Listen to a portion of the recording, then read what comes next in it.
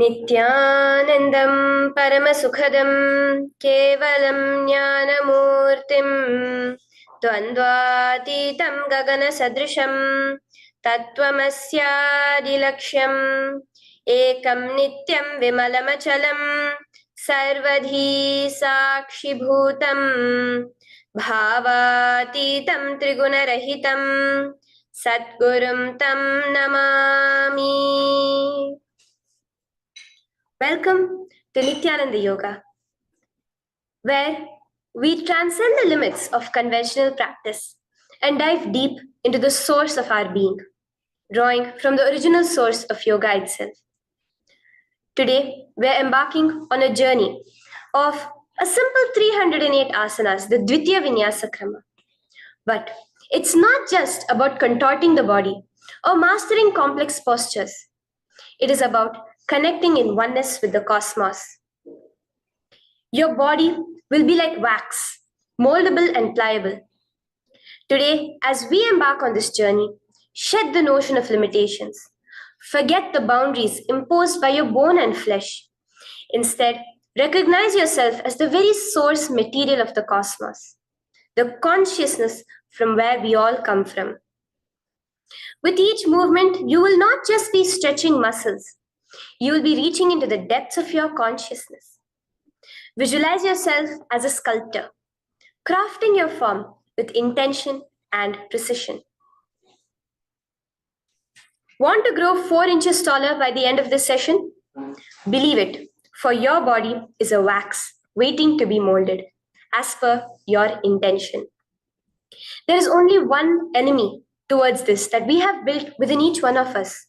That is the parasites of negativity. Every muscle you have built in the moment of anger, of anxiety, of pain, of incompletion becomes the boundary of your consciousness.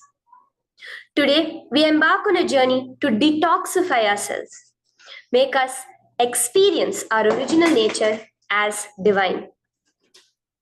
So as we go through these 12 components, which is so unique to Nithyananda Yoga, from the original source, the Vedas and Agamas, remember, you are not bound by limitations. You are the creator of your reality.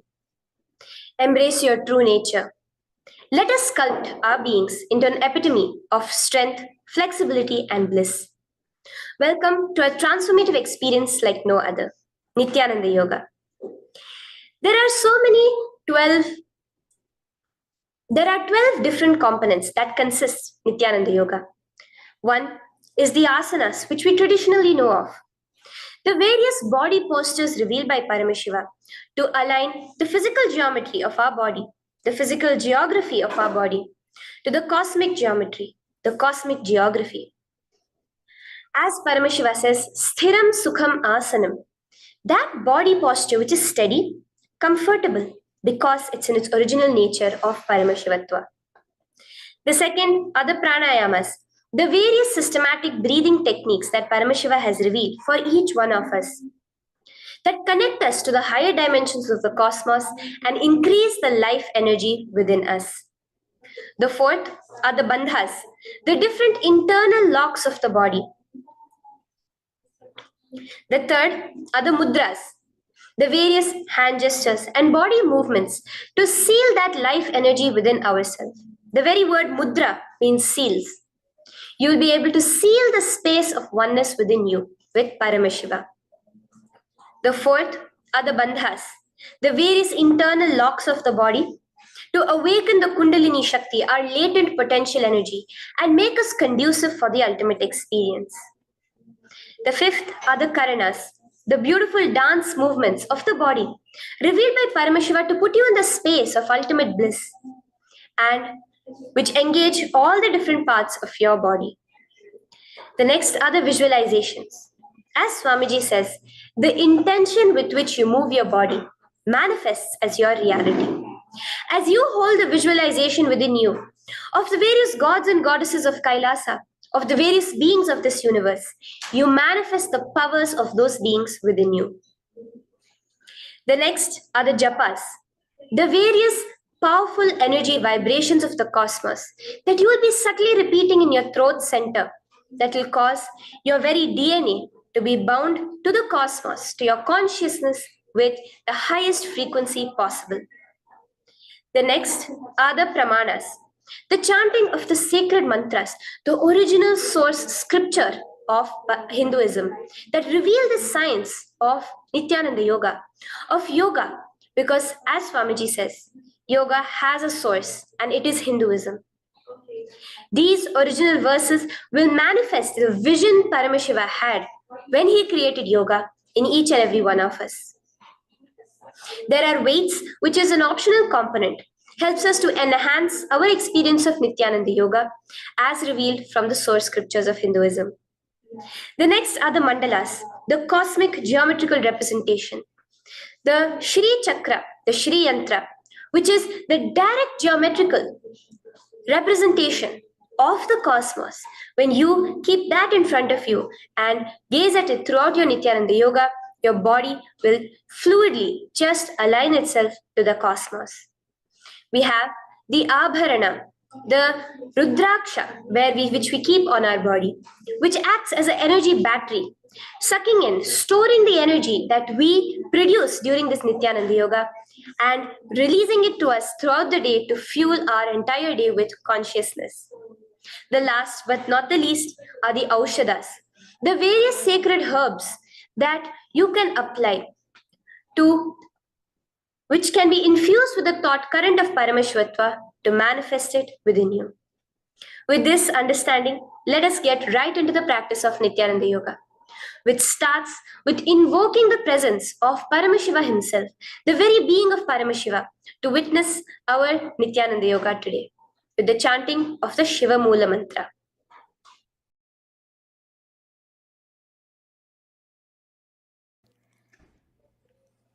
Let us now chant the Shiva Mula Mantra 11 times internally. Om Ham Hom Shivaya Namaha. Om Ham Hom Shivaya Namaha. Om Ham Hom Shivaya Namaha. Om Ham Hom Shivaya Namaha. Om Ham Hom Shivaya Namaha. Om Ham Hom Shivaya Namaha. Om Ham Hom Shivaya Namaha. Om Ham Hom Shivaya Namaha. Om Ham Hom Shivaya Namaha. Om Ham Hom Shivaya Namaha. Om Ham Hom Shivaya Namaha. The next step of this ritual of yoga, as Swamiji reveals, yoga is a ritual, a methodology to connect yourself with the divine. As every ritual in Hinduism goes, we cleanse the three elements of our body, of the world, and of the ultimate with the Tattva Chamanam.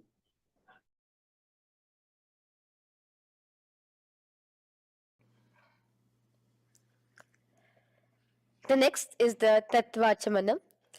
So now I request all the participants to have the Panchapatram and the Uddharani, the traditional cup and the spoon filled with some fresh water. Now,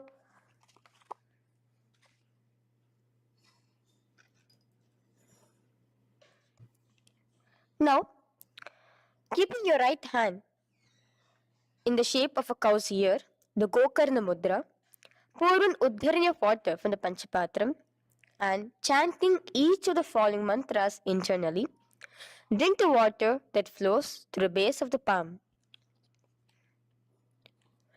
Om Atmatattvam Shodayami Svadha. Om Vidyatattvam Shodayami Svadha. Om Shivatattvam Shodayami Svadha. Wash your right hand with water from the Panchapatram. Now, chanting the following mantra internally, wipe the upper and lower lips twice using the base of the right hand thumb, moving the hand from right to the left of the lips. Om Ham Hridayaya Namaha. Wash your right hand with water from the Panchapatram. Now, with the tips of right hand index, middle, and ring finger, touch above the upper lips and below the lower lips. Wash your right hand with water from the Panchapatram. Now, with the tips of right hand index finger and thumb joined together, touch your right nostril, left nostril. With the tips of right hand ring finger and thumb joined together, touch your right eye, right ear, left ear. Wash your right hand with water from the Panchapatram. Now, with the base of the right hand thumb and little finger, touch the navel, right chest, left chest. With the right hand, fingertips together, touch the top of the head, right shoulder, left shoulder, and your heart center. With that, we have the Sankalpa. The Sankalpa, the manifestation of our conscious intention.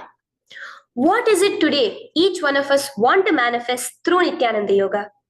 Hold that in your inner space. Through this conscious intention, which directly happens with the blessings, with the grace of the Supreme Pontiff of Hinduism, Bhagavan Sri Nithyananda Paramashivoham, you will just see your intention manifesting as reality.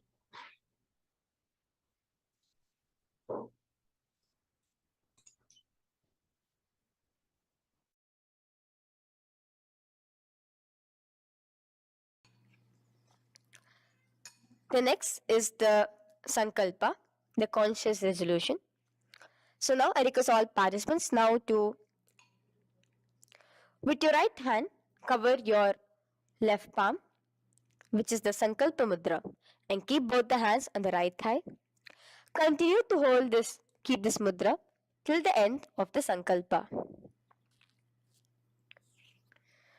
Om Mamopata Samasta Durita Kshayadvara Bhagavat Shri Nithyananda Paramashiva Prityartham Shri Nithyanandeshwari Paramashiva Shakti Sameta Shri Nithyanandeshwara Paramashiva Prityartham Cha Shubhe Shobhane Muhurte अद्य ब्रह्मणः द्वितीय पराधे श्री श्वेतवराह कल्पे वैवस्वतमन्वन्तरे अष्टाविंशतितमे नित्ययुगे प्रथमे पादे जम्बूद्वीपे भारतवर्षे भरतखण्डे मेरोः दक्षिणे पार्श्वे शखाब्दे अस्मिन् वर्तमाने व्यवहारिके प्रभवादीनां षष्ट्याः संवत्सराणां मध्ये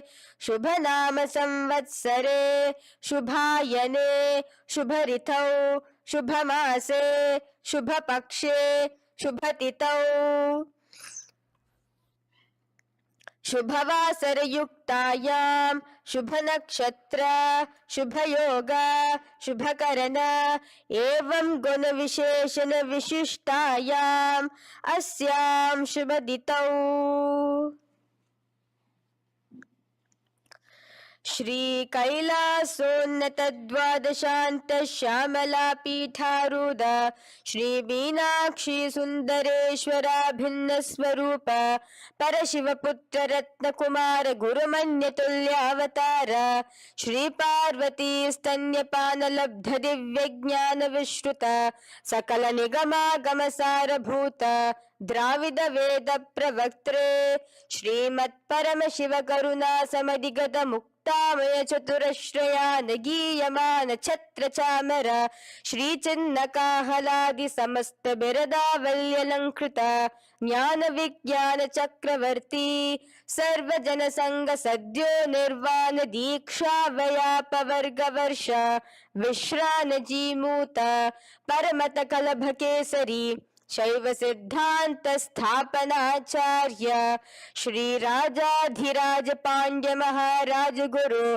क्षपन शाक्यादि महांधकार निवारण ज्ञान भानो वीक्षणा नरहार ध्वजोच्छेदन पूर्वक श्रीमद वृषभध्वज स्थापक शैव समय कर्त्रे सर्वज्ञ पीठारूढ़ श्री जगद्गुरु श्री ज्ञान संबंध देशिक स्वामी वागीश सुंदर माणिक्य वाचक स्वामिनां अवतार भूत श्री ज्ञान संबंध स्वामी पुनरुद्धृत श्यामला पीत सर्वज्ञ पीत त्रिनवद्युत्तर द्विशततम गुरु महासन्निधान अरुणगिरि योगीश्वर परंपरागत अरुणाचल सर्वज्ञ पीठ गुरु महासन्निधान कैलास परंपरागत कांची कैलास सर्वज्ञ पीठ त्रयस्त्रिंशदुत्तर द्विशततम गुरु महासन्निधान नित्योत्सव नित्य मंगल नित्य कल्याण नित्य रजित कैलास परंपरागत आदि कैलास नित्यानंद पीठ महासंस्थान महासिंहासन पीठ कर्त्रे साक्षात् श्री परम शिव समुद्भूत कैलास परंपरागत वैवस्वत मुनि इक्ष्वाकु हरिश्चंद्र भगीरथ श्री रामचंद्र सूरसेन इत्यादि अनवच्छिन्न सार्वभौम चक्रवर्ती परंपरागत चतुष्षष्टि योगिनी मंडित चतुष्षष्टि संप्रदाय प्रवर्तक मनुधर्म शासन सूर्यवंश प्राप्त सर्वज्ञ पीठ सुरांगी साम्राज्य मूढ़ाभिषिक्त चूड़ामणे साक्षात् श्री परम शिव समुद्भूत कपिल महागुरु पुनरुद्धृत महानिर्वाणि पीठ अष्टोत्तर सहस्र श्री महामंडलेश्वर साक्षात् श्री परम शिव समुद्भूत श्री महागणपति समारंभ अनवच्छिन्न पीताधीश्वर गुरु परंपरा प्राप्त अतल पीता अष्टोत्तर सहस्र श्री अतल पीताधीश्वर धर्म मुक्ति स्वर्गपुर स्वर्ण पीता त्रयोविंश गुरु महासन्निधान कैलास परंपरागत आदिपीठ सर्वज्ञ पीठ जगद्गुरु श्री कैलास पुनरुद्धारक श्री कैलास परमाचार्य श्रीमत् परमहंस परिव्राजकाचार्य वर्य सच्चिदानंद प्रणव स्वरूप श्रोत्रिय ब्रह्मनिष्ठ श्रीमद् जगद्गुरु श्री भगवत श्री नित्यानंद परम शिव श्री ज्ञान संबंध देशिक परमाचार्य स्वामिनां प्रीत्यर्थम तेषां पादारविन्दयोः भक्ति सिद्ध्यर्थम गुरु कृपा कटाक्ष सिद्ध्यर्थम क्षेम स्थैर्य वीर विजय आयुरारोग्य ऐश्वर्यानां अभिवृद्ध्यर्थम धर्मार्थ काम मोक्ष चतुर्विध फल पुरुषार्थ सिद्ध्यर्थम समस्त दुरितोपशांत्यर्थम समस्त मंगलावाप्यर्थम भगवत श्री नित्यानंद परम शिव प्रसादेन सकुटुंबस्य ज्ञान वैराग्य जीवन मुक्ति प्राप्त्यर्थम भगवत श्री नित्यानंद परम शिव कृपा कटाक्षेण पूर्ण आरोग्य युक्त दृढ़गात्र यौगिक शरीर सिद्ध्यर्थम परम शिव शक्ति आविष्करणार्थम नित्यानंद योगाभ्यासं करिष्ये. Now wash your right hand with water from the Panchapatram. Om Apaupasprisya. Now, let's get started with the asanas. Okay? Sit first in a cross-legged position on the ground in Sukhasana. Bring your hands into the Bindu Mudra with your thumbs and index fingers touching each other. Place it on top of your knees. Here we have the Kumbhaka, the pranayama of Samana Kumbhaka. As you inhale and exhale, visualize flames licking up your spine. Do the bandhas, the locks, the Mahamudra Bandha, all three of the bandhas, where you are doing the Jalandhara Bandha, tucking in your chin to your chest, the Udyana Bandha, sucking in your stomach, and the Moola Bandha, clenching your perineum. For the first set of asanas, we have the japa Soham, which you'll be repeating in your throat center. As you do Sukhasana, visualize Lord Shiva in your inner space. The next asana is Parvatasana. Now, from the seated position, bring both your feet to the opposite thighs. Clasp your hands together in front of your heart center in the Anjali Mudra and raise it above your head. Keep your hands as straight as you can. Continue the Samana Kumbhaka and the japa of Soham. Remain with all the three bandhas, the chin to your chest in Jalandhara Bandha, the stomach tucked in Udyana Bandha, and the clenched perineum in Moola Bandha. Here, visualize yourself as Mount Kailash. The next asana is Hali Pavasana. Now slowly bring your feet together in front of your body as you stretch it out a little further away. Now bring your hands behind your back and clasp the left hand by your right. Lean forward, placing your forehead on the ground as you continue to engage all the three bandhas. Here, gaze at your nose. Visualize Swamiji, the Supreme Pontiff of Hinduism, in your inner space. Now in a similar position from Hali Pavasana, just release your hands, slightly get up and bring your hands in front of your body. Place them on the ground, cupping your hands, making a hollow in Nagi Pavasana. Visualize yourself as a snake, gazing at your nose. Continue the japa, the pranayama and all three bandhas engaged. Now, raise up. This is Kokilasana. Hold your big toes with your index and middle finger in the Prana Mudra. Stretch your legs straight out and upwards. Cross it into Padmasana. Bring it to your opposite thighs. Lean forward and down onto your elbows. Again, tuck your chin into your chest, suck in your stomach and clench the perineum in the Mahamudra Bandha. Visualize yourself as a bird in Kokilasana. The next is Nithyananda. Now, raise up again. Bring one ankle to the top of the opposite knee. Hold the elbows with your hands. Hold the respective elbows with the opposite hands. Again, engage all the three bandhas and rotate your arms in a circular motion. Keep the spine completely straight and gaze towards your nose. Visualize Swamiji, the Supreme Pontiff of Hinduism, in your inner space. Next is Gajasana. Press your hands onto the ground. You can bring your feet a little back as you raise yourself up, your hips up high. Lower your head and then chest, scooping your body forward again and again. Here, engage the Udyana Bandha, where you suck in your stomach along with the Moola Bandha, clenching the perineum. Visualize yourself as an elephant. Gajasana. Now stop the movement slowly. In another dynamic asana, which is Rikshasana, you will start alternatively pressing the heel of one foot onto the ground while lifting the other heel up. Repeat this again and again. The next is Vaishyasana. Now slowly come to a standing position. Stand tall on the tips of just your big toes. Keep your head neck straight line.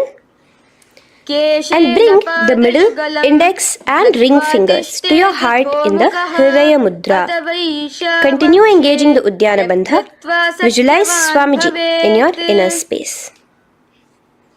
Here we have a very interesting movement, which is the Karanas, the dance movements. So the first Karana is Urdhva Janu Karana, which literally means the raised knee.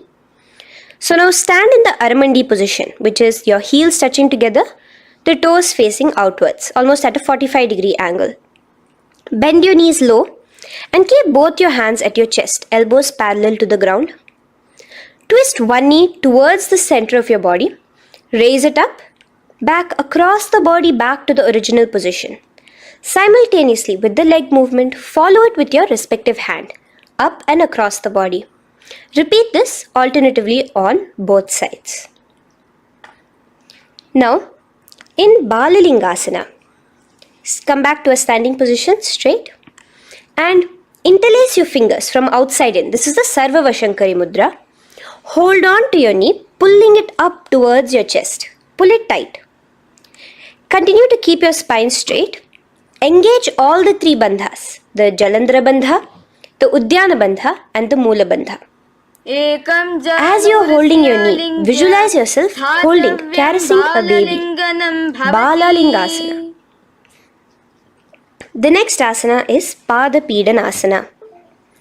Now the same foot which is raised, clasp it with your hands and pull it behind towards your body, holding it with both your hands. Again, engage all the three bandhas, standing tall.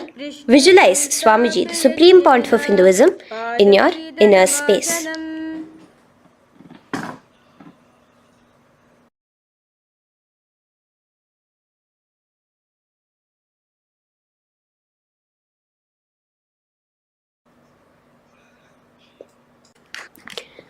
From here, let's enter into Natarajasana.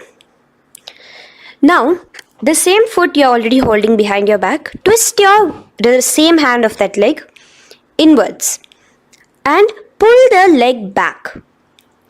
Extend the opposite hand forward with the index and thumbs together, again in the Bindu Mudra. Now, pull the foot back and up while leaning forward in Natarajasana. Hold your balance here. Here you will be engaging only the Moola Bandha, visualizing yourself as Lord Nataraja, the Lord of Dance.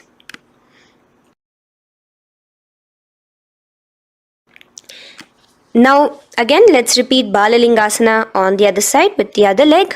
Pull it up towards your chest with the hands in the Sarva Vashankari Mudra. Engage all the three bandhas as you visualize yourself holding and caressing a baby. Now pull your foot back into Pada Pidanasana on the other side. Remain with all the three bandhas engaged. Visualize Swamiji in your inner space. And lean forward. Now, hands stretched in the Bindu Mudra into Natarajasana. Balance there as you visualize yourself as Lord Nataraja. Now, come back to a standing position. Release your leg. Gain your balance. As we enter into the Ardharechita Karana. Now again bring yourself to the Aramandi position, heels together, toes pointed outwards and knees bent. Now from this position, bring your right foot onto the tips of the toes behind the left heel. The heel should be up. Bring your left hand towards your chest, parallel to the ground again, and extend the right arm out and wide like a pendulum. Bring it back towards your chest. Now while your arm is swinging, remember to move your fingers one by one inwards towards the palm and then outwards. Now place the right hand over the nose. Uncross your ankles. Let's do this on the other side also. Cross the left ankle behind and stretch the left hand out like a pendulum.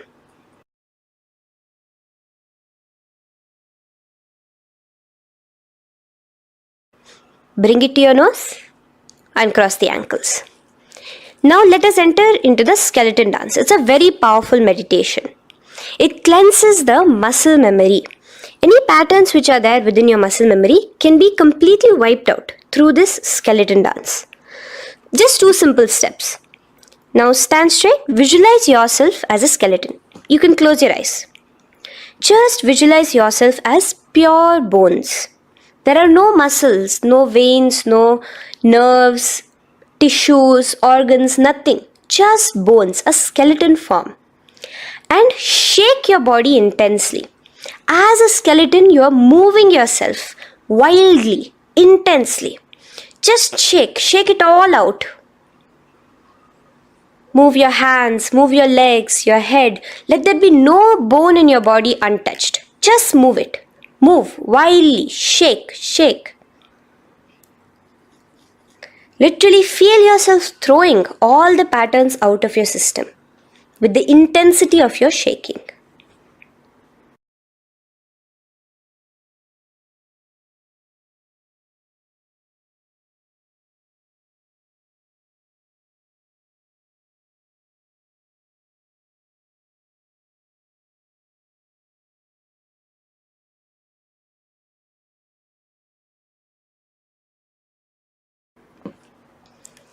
Now slowly calm down. Take a few steps, gain your breath back. That's a powerful meditation we did. Let us do the next Karana. Again, come back to a standing position. Do the Aramandi. Your toes outwards, knees bent with your feet together. Now here, raise your hands above your head. Keep your palms completely straight and cross the wrists with the palms facing forward and the back of the hands outward.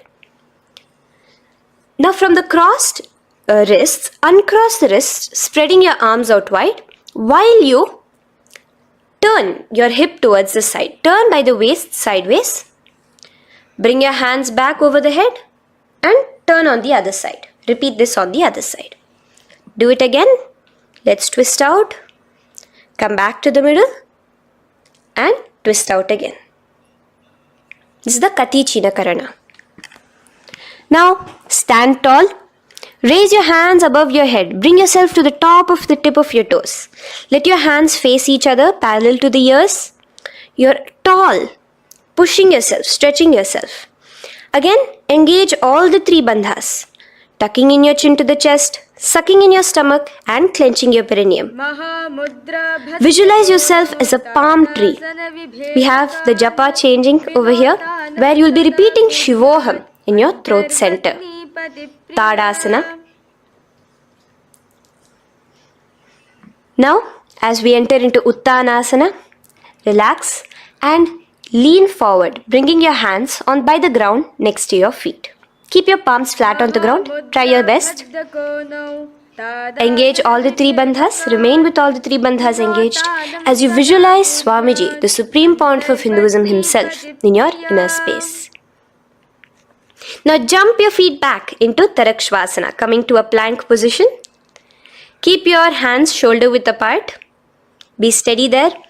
Chuck in your chin to your chest in the Jalandhara Bandha as well as engaging the Moola Bandha. Now rotate your head while in the Jalandhara Bandha from shoulder to shoulder, side to side. This is Tarakshvasana. Visualize Swamiji, the Supreme Pontiff of Hinduism, in your inner space. Yes. Now lay flat onto the ground in Bhujangasana. Lower your entire body down. Now point your toes backwards. Keep your hands by the side of your chest and push yourself off the ground. Remember to use the strength of your lower back to hold yourself up. Open your mouth wide. Inhale through the hollow of your throat and exhale through your nose. This is the Bhujangani Mudra. In Bhujangasana, you will visualize yourself as a cobra. Now come back into a plank position. So you can tuck in your toes and come back into a plank position. In Shashasana, alternate bringing one knee towards your chest, back and forth. So you'll bring one knee front, push it back and bring the other knee. Repeat this again and again. Do the Sahaja Kumbhaka. Simple breathing in, breathing out. Engage the Moola Bandha, clenching your perineum. Visualize Swamiji, the Supreme Pontiff of Hinduism. Okay. Now place your legs back into the plank position as we enter into Rathasana. Again, bring one foot between your hands and alternate jumping one foot back and bringing the other foot forward simultaneously. Again and again. Continue the Sahaja Kumbhaka and the Moola Bandha engaged as you visualize yourself as a chariot, a Ratha, in Rathasana. Now, into Veerabhadrasana. Remain one leg in between your hands. So as you jump, one leg comes between your hands. Stop in that position. One leg stretched back. And raise yourself up into a standing position. So the front foot will be pointing forwards and bent at a 90-degree angle. The knee will be bent at a 90-degree angle. The other leg, which is extended back, the foot will be pointed sideways at a 45-degree angle. Now raise your palms, hands up, parallel beside your ears. Do the Uddiyana Bandha along with the Mula Bandha, pulling in your stomach in. Gaze towards your third eye as you visualize yourself as Lord Veerabhadra. Now relax down, switch your legs around and let us do Veerabhadrasana on the other side. Stretch your hands up, gaze towards your third eye, suck in your stomach in the Uddiyana Bandha and visualize yourself as Lord Veerabhadra. Okay, bring your feet together now. Let us move into Vrikshasana. Now stand tall, gain your balance here slowly. Bring one foot towards the inner thigh. Bring your palms together, raise them up above your head in the Anjali Mudra. Keep your elbows as straight as you can. Again, continue the Uddiyana Bandha, sucking in your stomach. Gaze forward, hold your balance, visualize yourself as a tree, the stability of a tree in Vrikshasana. Now, slowly bring your hands down. Now the foot which is in your inner thigh, bring it towards the opposite, to the root of the opposite thigh. Bring your hands in the Namaskar Mudra in front of your heart center together and visualize yourself here as Lord Garuda, just engaging the Mula Bandha alone here. This is Garudasana. Now let us repeat Vrikshasana on the other side. Slowly put your foot down. Bring the other foot to the inner thigh. Raise your hands above your head. Suck in your stomach in the Uddiyana Bandha and visualize yourself as a tree. Let's repeat Garudasana on the other side. Slowly bring the foot to the opposite thigh and lower your hands to be in front of your heart center. Release the Uddiyana Bandha, just engaging the Mula Bandha, clenching your perineum. Visualize yourself as Lord Garuda, the eagle vehicle of Lord Mahavishnu. Okay, bring both your feet to the ground now and spread them far apart from each other. Now keep one leg toes pointing forward and the other set of toes pointing sideways. Straighten your arms out parallel towards the ground. Bring your front arm down towards the front foot, beside your foot, while the other arm extends towards the sky. Visualize yourself as a triangle in Trikonasana. Now raise up and let's repeat Trikonasana on the other side. Switch the position of your legs around and go forward. The other arm raised towards the sky. Visualize yourself as a triangle. Now come back to a standing position. Bring your feet together. We are having another Karana, the Nikuttaka Karana. Bring yourself to the Aramandi position. Feet together, knees out wide. Here now bring your hands towards your chest, but keep both your palms parallel towards each other. Bring your right foot onto the toes with the heels up. And simultaneously bringing the right hand towards the top. Now drop the right foot, simultaneously lifting the left foot onto the toes and switch the hands position. Now the left hand is on the top and the right hand is on the bottom. Repeat and let us do this repeatedly. Okay, relax now, come back to a straight position and sit down onto your toes. Sit on your heels with your toes on the ground, knees raised up off the ground, together in front of you in Angushtasana. Bring your hands together in the Namaskara Mudra in front of your heart center. We have a very interesting pranayama over here, which is the Bhramari Kumbhaka, where you will be subtly buzzing like a bee as you do this asana. The japa we'll be entering into is Sadashivoham. In Angushtasana, engage the Mula Bandha as you visualize Swamiji, the Supreme Pontiff of Hinduism, in your inner space. Now in the same position, slowly bring your hands to the ground. Balance yourself as you stretch one foot forward, sitting on the heel of One foot and the other foot stretched forward, toes pointed upwards. Bring your hands to the Vara Mudra, just the tips of the finger on the ground while the palm faces forward, both your hands.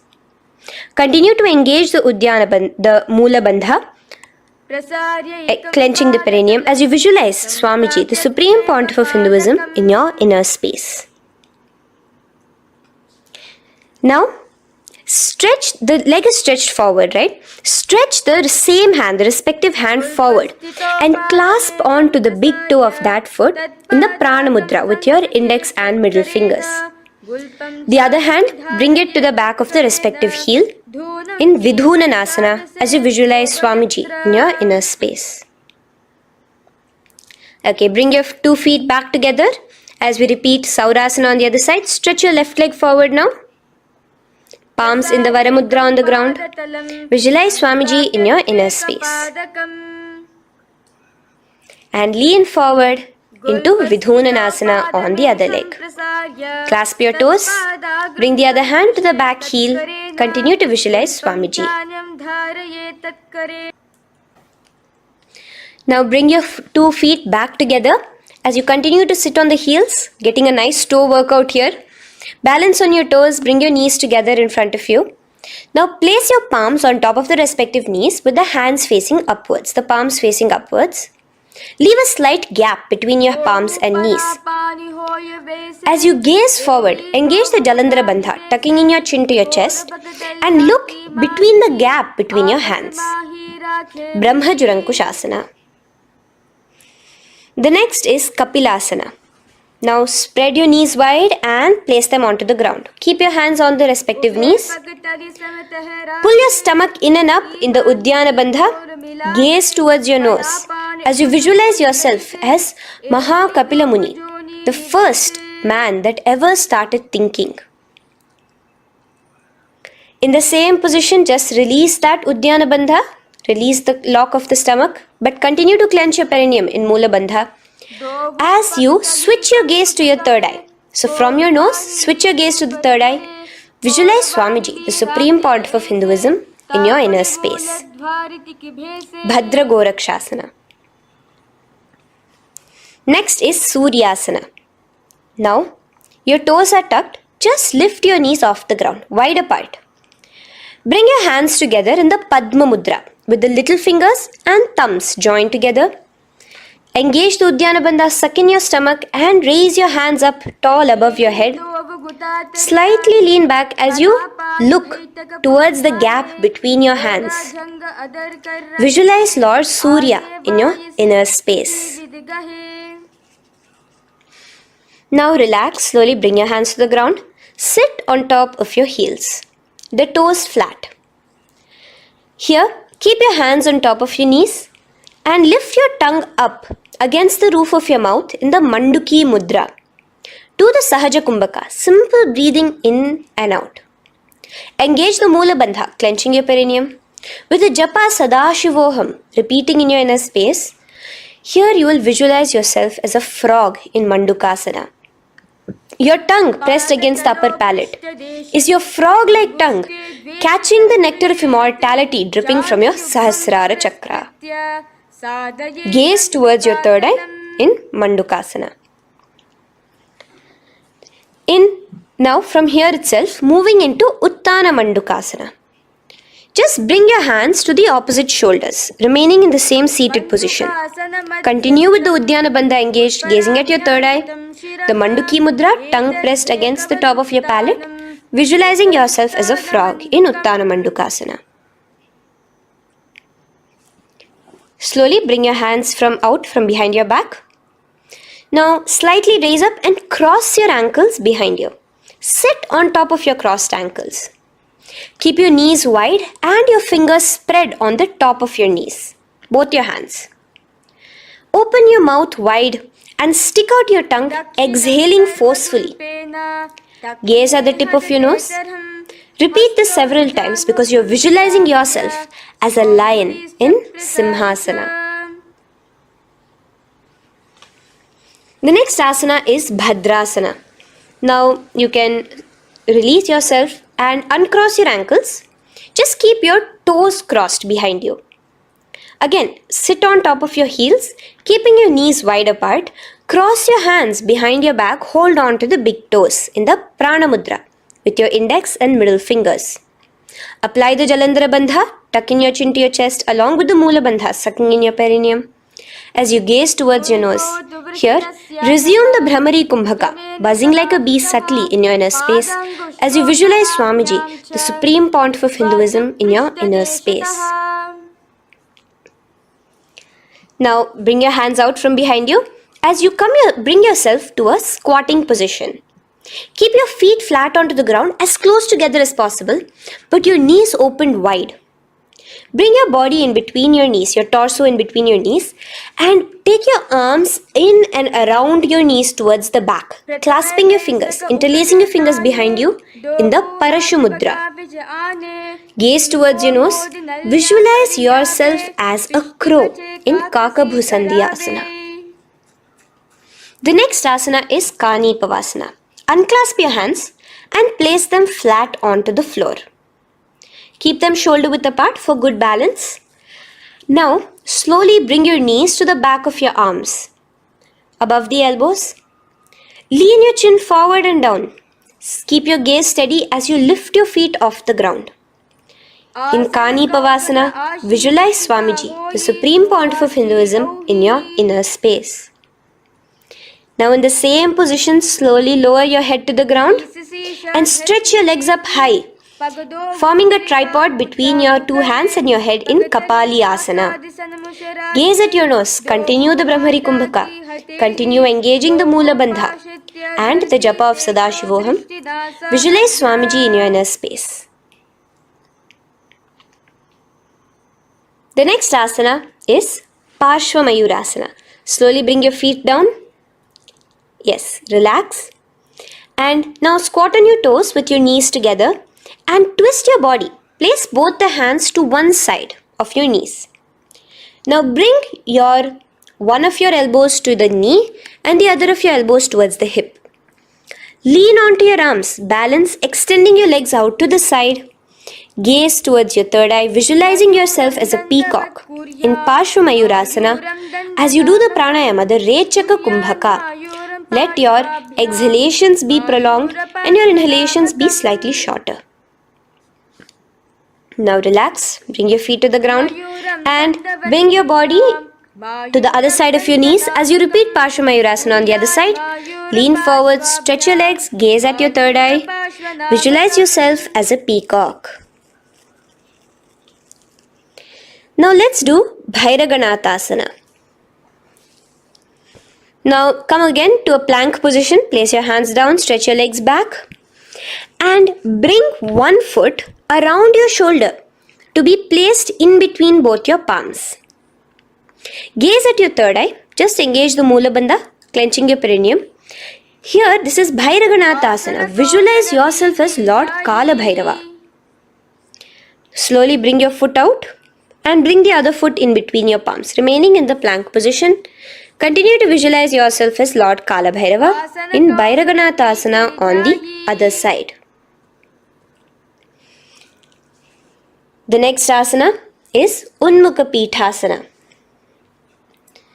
Now from the same plank position, bring your forearms onto the ground. Be steady as you walk your feet closer towards yourself, forming like a slight mountain. In Unmukha Pithasana, gaze at your third eye.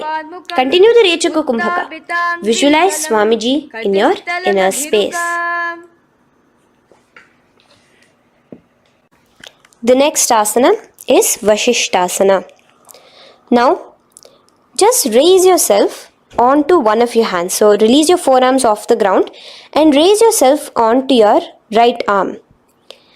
And keep your body completely parallel to the ground as you raise your left arm straight above your head. Visualize yourself as Rishi Vashishta as you do the Vashishthasana. Gaze towards the hand on the top. Now slowly bring that hand down. As you switch the hands, bringing your right hand up towards the sky. Balance there, completely straight on your toes. As you visualize yourself as Rishi Vashishta, the Guru of Bhagavan Sri Rama. Now, Bring your feet forward into Anjaneyasana. So here you will be sitting on your hips with your legs pointed forward and sit on top of your hands. So keep your palms facing upwards and sit on both your palms as you tuck your elbows into your body. Do the Rechaka Kumbhaka, continue the Rechaka Kumbhaka. Engage the Jalandhara Bandha, tucking in your chin to your chest, gaze at your nose, visualize yourself as Lord Hanuman in Anjaneyasana. Now, slowly release your hands from under your body as you lean forward into Paschimottanasana. Clasp your respective toes with your index and middle finger. Lean forward and down, bring your elbows to the ground, your forehead towards your knees. Engage all the three bandhas, the Mahamudra Bandha, as you visualize Swamiji, the Supreme Pontiff of Hinduism in your inner space, with a new japa, Mahasadashivoham, starting here.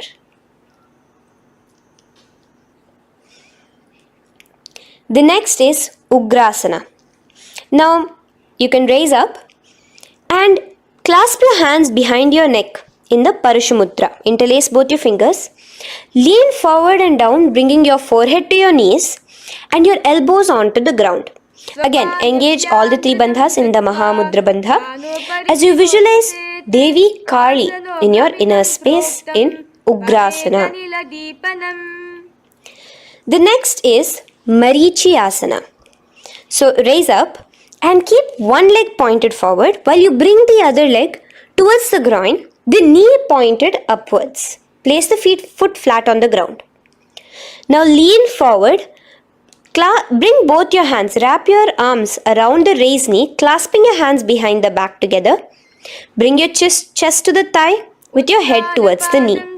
Here engage just the Mula Bandha, sucking in your perineum, as you visualize yourself as Rishi Marichi in Marichyasana. The next asana is Mahamudrasana. Now slowly raise up and the raised knee, let it rest by your side with your leg towards the inner thigh of the opposite leg. Now again reach down, hold your foot, bring your elbows to the ground, your forehead to your knees. Engage all the three bandhas in the Mahamudra Bandha. Gaze at your nose, visualize Swamiji himself in your inner space. Raise up. Let's repeat Marichyasana on the other side. Bring the other foot straight while the other foot comes into the groin. Knee up. Lean forward, clasping your hands behind your back. Visualize yourself as Sage Marichi. Now from here, raise up, engage all the three bandhas as you let your knee fall to the side. Lean forward, clasping the foot. Gaze at your nose. Visualize Swamiji in your inner space in Mahamudrasana on the other side. Now, bring yourself to a seated position. Sit and bring the soles of your feet together. Bend your knees and keep your heels as close towards you as possible. While the knee, try to touch your knees to the ground. Clasp your feet together with both your hands. Maintain a straight spine. Gaze towards your nose in Bhadrasana 2. Visualize Swamiji, the Supreme Pontiff of Hinduism, in your inner space. The next asana is Gvalipavasana. Now, keeping your feet together, just bring your hands towards the respective knees. Just lightly place them there. Tuck your chin to your chest in the Jalandhara Bandha, continuing to engage the Mula Bandha, clenching your perineum. As you gaze at your nose, visualize Swamiji, the Supreme Pontiff of Hinduism, in your inner space. Now, push your soles slightly further away from you. The joined feet, push it further away from your body. And lean forward, keeping both your hands, the fingers inside of the feet. Hold the soles of your feet. Lean forward and down. Bring your forehead to the ground. Gaze at your nose. Visualize the Yoni Mandala in your inner space. In Joni Asana. The next is Midiki Pavasana. Raise up. Stretch your arms out wide beside your body as you lean forward, your arms going over your knees. Bring your forehead to your feet. Continue to gaze at your nose. Visualize Swamiji, the Supreme Pontiff of Hinduism, in your inner space. Now, in Siddha Samadhi Asana, raise yourself up. Now, put your hands, your forearms, underneath the calves of the respective legs. Let your palms face up towards the sky as you bring your head down to your feet. Gaze at your nose as you visualize Lord Surya in your inner space in Siddha Samadhi Asana.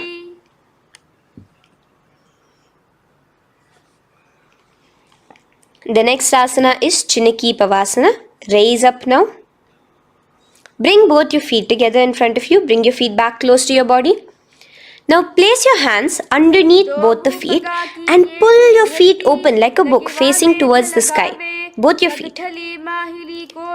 Press your elbows onto your thighs near the knees and gaze towards your nose, visualizing Swamiji in your inner space in Chiniki Pavasana. Giving yourself a nice stretch. Now release your feet and bring your hands to the respective knees. Gently push down on your knees, pushing it towards the ground. Suck in your stomach in the Uddiyana Bandha. Gaze at your third eye, visualizing Swamiji in your inner space. This is Charapata Chokasana. The next asana is Bhairavasana. Now continuing to remain with your feet together, you can use the help of your hands to bring your toes onto the ground with your heels pointed upwards. Just push yourself and try to do it. Continue to remain with the Uddiyana Bandha engaged, your stomach sucked in. Bring your hands to the Bindu Mudra with the index and thumbs together on top of the knees. Gaze at your third eye. Visualize yourself as Lord Kala Bhairava in Bhairavasana.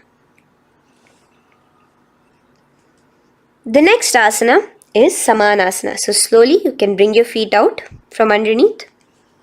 Take now one foot towards your chest, holding with both your hands as the other foot rests by the perineum. Pull the sole onto your chest. Gaze at your third eye. Visualize yourself holding the breath in the Mooladhara Chakra, the Chaturdala, the 4-petal lotus of your body. Gaze at your third eye. Visualize Swamiji, the Supreme Pontiff of Hinduism, in your inner space in Samanasana. From here, let's move into Apanasana. Now, the foot that you have towards your chest, just bring it over your shoulder and place both your palms onto the ground beside you. As you lift the leg by your perineum, stretch it out and lift it up high into the sky in Apanasana. Gaze at your third eye, visualizing Swamiji in your inner space. Let's repeat Samanasana on the other side. Bring your foot down. Clasp the other foot towards your chest. Gaze at your third eye, visualizing Swamiji in your inner space. And bring the foot onto your shoulder as we repeat Apanasana on the other side. Stretch your leg out straight in front of you, up high towards the sky, gazing at the third eye, visualizing Swamiji in your inner space. Okay, relax slowly. Let's move into Gomukhasana. Now, sitting in a seated position, cross one leg over the other, like over, and align the knees together at the center of your body and the feet by the opposite hips. Place both your hands on top of the stacked knees. Gaze at your nose. Here we have a beautiful pranayama, very cooling pranayama, which is the Sheetkari pranayama, where you will be inhaling through your clenched teeth with your tongue pressed against behind your teeth and exhaling through your nose, creating a hissing sound. The japa will be for the next sequence of asanas. Om Nithyanandoham. Visualize the face of a cow in Gomukhasana. Now keep your knees crossed. From the knees, bring your hands towards the respective toes on the side of the body. Clasp the big toe in Pranamudra. Suck in your stomach in the Uddiyana Bandha. Visualize yourself as Rishika Anasuya in Anasuyasana. Now in Anusuyasana 2, just bring your hands behind your back, clasped together, interlaced fingers in the Parashamudra. Lean forward and down. Try to bring your nose to touch the ground in front of you. Just visualize yourself as Rishika Anusuya and gaze at your nose. Anusuyasana 2. Raise yourself up now. Now bring one foot towards the perineum, knee resting on the ground. Raise your other foot with the foot in front of the lying down foot, knees pointed upwards towards your chest. Place your hands on the respective knees. Keep your spine tall, chest out. Gaze at your nose. Visualize yourself as Lord Garuda, the eagle vehicle of Bhagavan Mahavishnu. Garudasana 2. From here, moving into Naradasana. Now, keep both your hands, bring both your hands behind your neck and clasp them in the Parashamudra. Interlace your fingers behind your neck. Twist outward of the raised knee. Just keep your whole body outside of the raised knee. Gaze towards your third eye, visualizing yourself as Devarishi Narada in your inner space. From Naradasana, let's enter into Matsya Pithakasana. Place one foot on the top of the opposite thigh. Wrap your respective arm across the knee, holding on to the opposite shin. Extend the opposite hand straight. Hold on to the respective toe with the index and middle fingers in Prana Mudra. Gaze towards your nose. Visualize Matsyavatara, the fish form of Bhagavan Mahavishnu in your inner space in Matsya Pithakasana.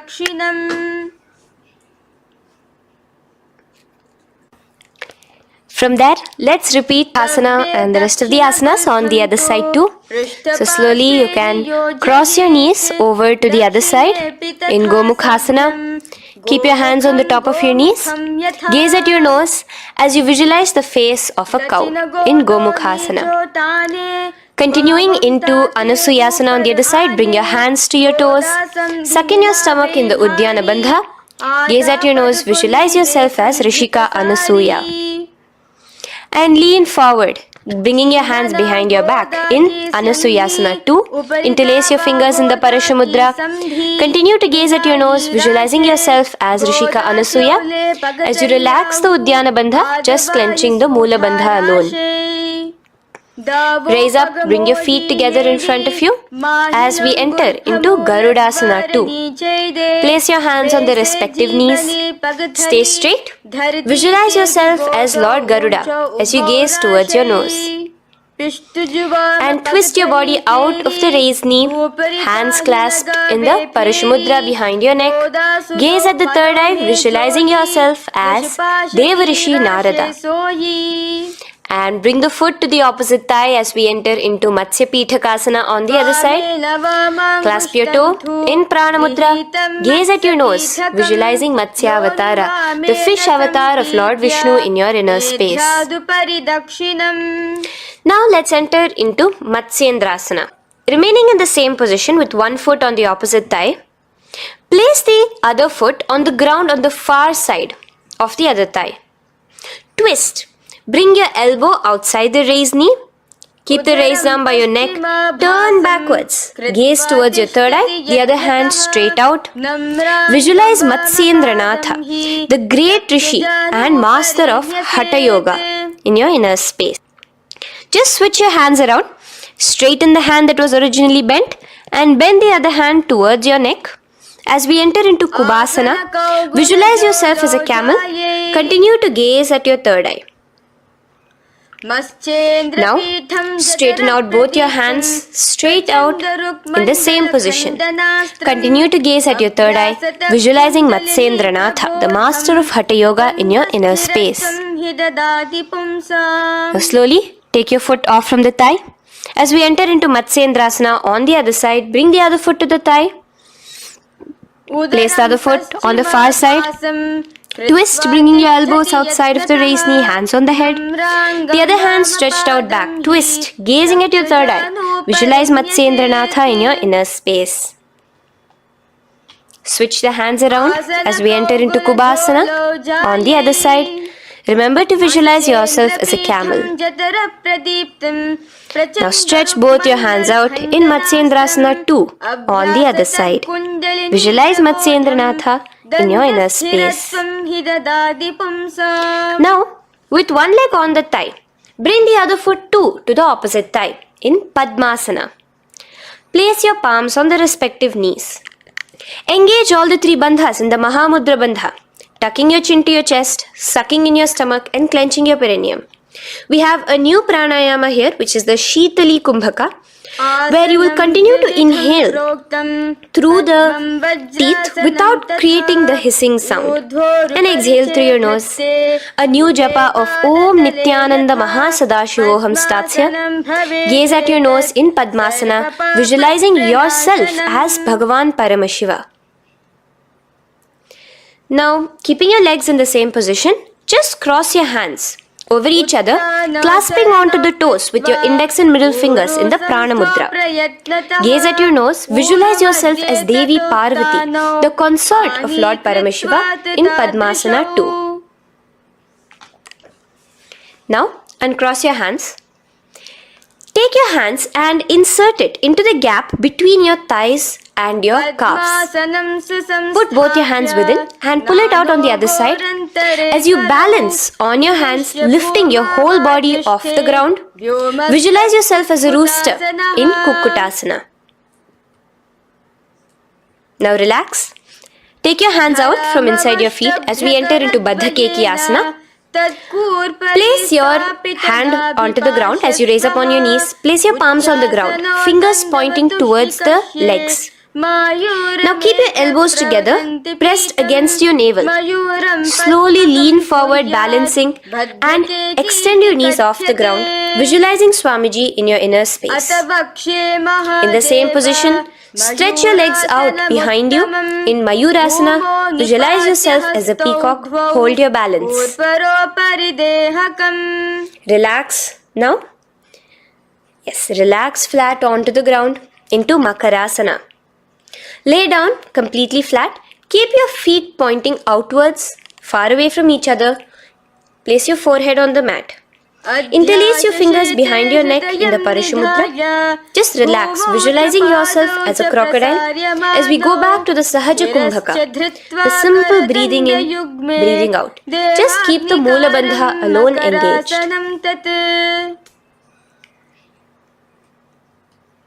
The next asana is Shalabhasana. Now lay on your stomach and place your hands on the ground beside the chest. From the laying position, raise your legs up. Use your core strength to bring your thighs off the ground. Visualizing yourself as a locust in Shalabhasana. Relax your feet down and bring your hands to your feet, pulling your feet down towards the ground beside your hips. In Ushtrasana, visualize yourself as a camel. Now slowly kick your legs back. Rise your hand is clasping your feet. Pull your feet towards the sky, lifting your chest and thighs off the ground. In Dhanurasana, gaze at your third eye. Visualize yourself as Paramashiva's bow. Relax slowly and come up to a sitting position. In Bhagasana, sit on both your knees with your head, neck and spine straight. Clench your perineum in the Moola Bandha. Place your hands on top of your knees. Gaze towards your third eye, visualizing Swamiji, the Supreme Pontiff of Hinduism, in your inner space. From here we enter into Gohyasana. We have a couple of headstand postures here, so get yourself ready. Now place your forearms on the ground with your fingers interlocked. Ensure your elbows are at shoulder width for the best balance. Place the top of your head on the ground, holding your head with your hands. Slowly walk your toes forward until your hips are in a straight line with your shoulders, and just kick your feet up slightly. Make sure not to lose your balance. Keep your chest, toes pointed upwards. Gaze to your nose, visualizing Swamiji in your inner space. From here, stretch your legs out into Shirasasana, continuing to hold the balance there. As you continue to gaze at your nose, visualizing Swamiji in your inner space. Bring your feet to the ground, relax slowly. The next asana is Podhyasana. So come to a seated position. Bring your hands behind your calves, stretching your legs up and your forehead to your knees. Visualize Swamiji in your inner space. Here we have a new Kumbhaka, which is the Bhastrika Kumbhaka, where you will be exhaling forcefully, making the sound of a bellows. Podhyasana. The japa for this next series is Om Nithyananda Paramashivoham, the Mahavakya. Relax yourself. Continuing to remain balanced with your legs up, just bring your hands to the opposite shoulders. In Parighasana, visualize yourself as a mace as you gaze towards your third eye. Now relax. Keep your elbows and palms onto the ground as your legs are raised. Visualize yourself as a boat in Naukasana. Continuing to gaze towards your third eye, remember to continue the Bhastrika Kumbhaka. Forceful exhalation. Now, continuing to keep your balance, just bring your hands to your feet and scoop your hands underneath the heels, pull it towards the chest. Keep your spine upright, gaze towards your nose. Visualize yourself as Lord Rudra in Rudrasana, the most ferocious form of Paramashiva. Now lay on your back, so you can remove your hands from underneath your feet and lay on your back. With your feet flat on the ground, knees pointed upwards. Now place your palms down. Just let your fingers touch the back of your heel. Do not clasp your feet. Lift your hips up high, pressing the feet onto the ground. Chin tucked to the chest in the Jalandhara Bandha automatically. Gaze at your nose, visualizing Swamiji in Unmukha Pithasana 2. Now lay onto the ground in Shavasana. Just lay completely flat with your palms facing upwards by the side of your body. Just unclutch from any movement happening within you. Visualize your body is dead. The Supreme Pontiff of Hinduism, Swamiji, is just liberating you. Just let your awareness, your energy completely pervade your body in the Shakti Chalan Mudra as you continue to vibrate with the Mahavakya.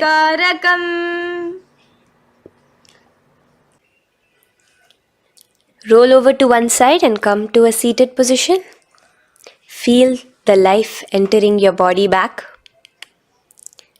In a seated position, let us get continued with the sequence. We have 200 asanas more to go, starting with Yatha Sanishtasana. In Yatha Sanishtasana, sit in any posture you are completely comfortable in. Bringing your hands into the Bindu Mudra with the thumbs and index touching. Start off with the Samana Kumbhaka. As you're inhaling and exhaling, feel flames licking up your spine. Clench your perineum in the Moola Bandha with the japa Om Nithyananda Paramashivoham for the remaining of the sequence. Visualize Swamiji in your inner space. From here, moving into Samasana, where you bring your feet to a cross-legged position. Keep your hands on your knees with the thumbs and index touching in the Bindu Mudra. Just inhale and exhale as you visualize Swamiji in your inner space. The next is Muktasana. Press your left foot against your genital region. Place the right foot on top of your left. Keep your hands facing downwards on top of your knees. Sit straight, gazing towards your nose. Visualize yourself as a sage liberated by Swamiji himself. Now, continue to remain in the same position as we go into Siddhasana, where your gaze will be switching from the nose to your third eye. Continuing to visualize Swamiji in your inner space, ensure the Moola Bandha, the perineum, is locked. In Siddhyasana now, continuing the same position. Engage all the three bandhas, sucking in your stomach, Bringing your chin to your chest in the Mahamudra Bandha, switch the gaze to the ground in front of you from your third eye. Visualize Swamiji in your inner space.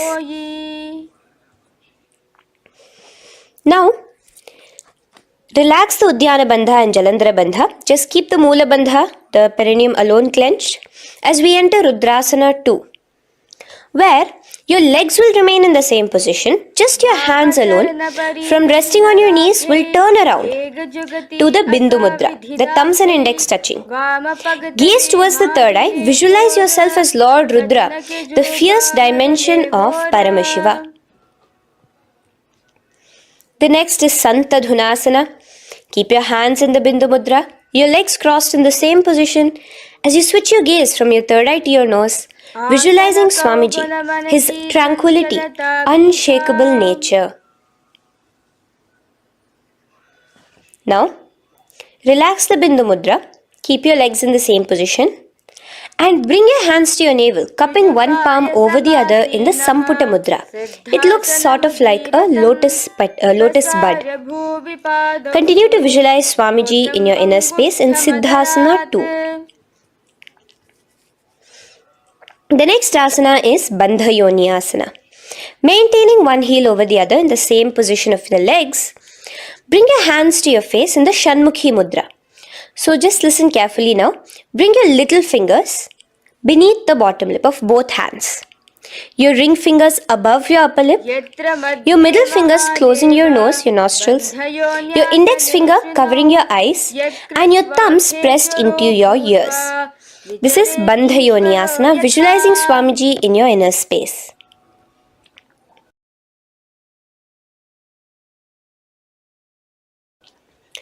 The next asana is Virasana. Now, you can remove your hands from your face and bring one foot onto the opposite thigh, and the other foot underneath the thigh. Keep your hands in the Bindu Mudra, thumb and index fingers together on the top of your knees as you embody the space and state of bravery, Veera, in Virasana. Now, changing the leg position again as we enter into Valmikasana. Keep your left heel on the right side of the generative organ, toes under the thigh. Keep your right foot on top of the left leg, toes by the knee. Again, bring your hands into the Bindu Mudra on top of the knees. Gaze towards your third eye. Visualize Rishi Valmiki, the poet, the first poet and author of Ramayanam. The next asana is Joni Mudrasana. So you're going to remain here as you switch your gaze to your nose, visualizing the Yoni Mandala, a beautiful formation, divine cosmic geometry, representing Devi, Shakti, a symbol of the creative energy of the universe in Joni Mudrasana. In the same position, switch your gaze to your third eye, continuing to visualize the Yoni Mandala in your inner space. Now, let's move into Bhadrasana 3. So bring your feet, the soles of your feet together, uncross them and bring them together in front of your body. Hold it with both your hands, pulling it against you. Push your knees down towards the ground. As you gaze at your nose, suck your stomach in the Udyana Bandha. Visualize Lord Veerabhadra in your inner space. Bhadrasana 3. In the same position, we are entering into Aghorasana, where your left hand will rest on top of the left knee, while your right hand comes towards your face. Now, do the Khechari Mudra, where you are bringing your tongue towards the upper palate, gazing towards your third eye. Now, with your right hand, cover your mouth, close the left nostril with your index finger, inhale through the right nostril. Close both the nostrils, hold your breath and exhale through the left nostril in the Abhyantara Kumbhaka. Repeat this on the other side. Visualize yourself as an Aghori, completely dedicated to Paramashiva in Aghorasana. The next asana is Kaneri Pavasana. So you can distance your feet a little away from your body. As you lean forward, place your elbows onto the soles of your feet and rest your chin on your palms. Gaze at your nose, suck your stomach in Uddiyana Bandha. Here, continuing with the Rechaka Kumbhaka, where your exhalations are prolonged than your inhalations, visualizing yourself as a female elephant drinking water in Kaneri Pavasana. The next asana is Parasana. So now, come to a seated position, raise yourself up and keep your knees raised. Bring your hands underneath your knees, between your calves and thighs, and clasp them together. Interlace your fingers in the Parashamudra in front of your navel. Lift your feet off the mat. Visualize Swamiji, the Supreme Pontiff of Hinduism, in your inner space as you gaze at your nose in Parasana. The next asana we'll be moving into is Gopi Chandasana. Now take your hands out from in between the feet as you let your feet rest on the ground. Take your hands out from underneath your calves. Interlace your fingers around the feet with the soles of the feet together and raise it up towards your chest. Rest your knee on top of your feet. Gaze at your nose. Embody the state and space of a king in Gopi Chandasana. The next asana is Udarasana. So now just quickly release your legs, bring your hands underneath your calves and hold on to your feet again from inside out. Both your feet together. Bring your feet up to your chin, resting your chin on top of the interlaced fingers. Bring your feet to your chest, gaze at your nose, visualizing your body, the Supreme Pontiff of Hinduism, free from any defects in Udarasana. Now, in the same position, just lift your legs up towards your head. Let the top of your hands come towards the top of your head, your forehead. And this is Vishishtasana. Visualize yourself excelling in everything in this posture. Now, slowly relax.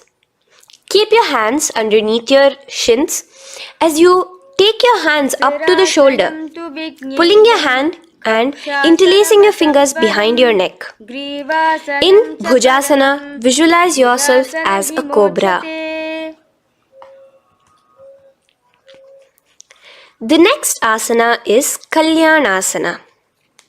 So in the same seated posture, bring your hands around from behind your neck, remove them and put them around your back, interlacing the fingers behind you.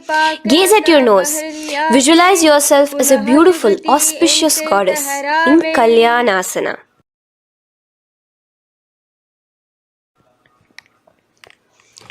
The next posture is Sankatasana. So now, uncross your hands from behind you. Release yourself completely onto the ground. Place your left knee on the mat and the left foot flat. Sit on top of your left foot, knee pointed forward. Raise your right leg on top of the left, bringing the right heel to the left hip. Place your hands on the opposite knees. Here, do the Ujjayi Pranayama. As you inhale and exhale, make the sound of an ocean. Visualize yourself as a swan, a beautiful swan in Sankatasana. The next is Dhenukasana. Just in the same position, slide your left heel to the left hip. Keep your right knee on top of the left. Place both your hands on your right thigh. Visualize a cow in your inner space as you suck your stomach in the Uddiyana Bandha, Dhenukasana. Now slowly uncross your legs as we move into Matsyendrasana. Place the right foot on the left thigh, the left foot on the right knee. Bring your left hand behind your back, hold the right thigh. Twist a little bit. Place your right hand on your left thigh. Twist your body, gaze towards your third eye, visualizing Swamiji in your inner space. The next asana, Matsyendrasana 2, just untwist your body. As you clasp the respective toes of both your feet with your hands, lean forward and down, bringing your forehead to the ground in front of your feet. Visualize Swamiji, the Supreme Pontiff of Hinduism, in your inner space. Raise up now. Keep your legs in the same position. We have the Guru Asana. Interlace your fingers together and place it over the topmost knee. Suck in your stomach in the Uddiyana Bandha, clench your perineum in the Moola Bandha, tuck your chin to your chest in the Jalandhara Bandha. As you engage all three bandhas, visualize Swamiji in your inner space. Let us now repeat Sankatasana on the other side. So, you can release your hands, your legs as you cross the other leg over. Visualizing yourself as a swan, remember to put your hands on the opposite knees. The next asana, Dhenukasana, repeating it on the other side. Slide your leg out, bring both your hands to the topmost knee. Suck your stomach in the Uddiyana Bandha. Visualize a cow in your inner space. Matsyendrasana again, repeating it on the other side. Bring your legs to the cross-leg position. Twist your body around as you gaze at your third eye, visualizing Swamiji in your inner space. Untwist as we enter into Matsyendrasana 2 on the other side. Hold on to your feet, bring your forehead to the ground, continuing to visualize Swamiji in your inner space. Slowly raise up and let us do Guru Asana on the other side. Engage all the three bandhas in the Mahamudra Bandha. Interlace your fingers, place it on top of your knee. Continue to visualize Swamiji, the Supreme Pontiff of Hinduism, as we do Guru Asana. Now, slowly uncross your feet and place them flat on the ground, knees towards the chest in Pashasana. Keep your hands holding the opposite knees, thighs together, and keep your spine completely erect. Continue the Khechari Mudra, where your tongue is pressed against the roof of your mouth. As you gaze at your third eye, visualize Swamiji in your inner space. Continue the Ujjayi Kumbhaka. As you breathe in and out, make the sound like an ocean. Now in the same position, just bring your chin towards your knees in Bodha Shokasana. Lean forward, gazing at your nose, and visualize Swamiji, the abode of bliss in your inner space. Now raise up and bring your hands, uncross your hands, bring your hands underneath your knees, clasping the opposite elbows in Kurakatasana. Gaze at your nose, visualizing Swamiji in your inner space. Now, in the same position as Kurakatasana, just cross your ankles into Sumati Asana. Toes pointed upwards. Gaze at the nose. Visualize the great sage and Maharishi Sumati in your inner space. The next asana is Dandasana. Extend your feet out straight in front of you. Keep your arms straight above your head. Interlace the fingers from inside out. Let your wrists point outwards. Engage the Mahamudra Bandha, all the three bandhas. As you gaze at your nose in Dandasana, visualize Swamiji in your inner space. The next is Arambhasana. Now keeping your legs straight, release the Jalandhara Bandha and the Uddiyana Bandha, keeping your perineum clenched in Moola Bandha. Lean forward and down. Hold your big toes in the Prana Mudra with your index and middle fingers. Head to your knees. Do here the Nadi Shodhana Pranayama. Inhale through the left nostril, hold and exhale through the right. Visualize Swamiji in your inner space. The next is Bhidokasana. So, slightly raise your body up and bring your hands underneath your knees, extending your knees slightly up. Keep your heels a bit apart from each other and clasp your feet. Bring your shoulders down, wrapping your hands around your legs. Gaze towards your third eye, visualizing Swamiji in your inner space.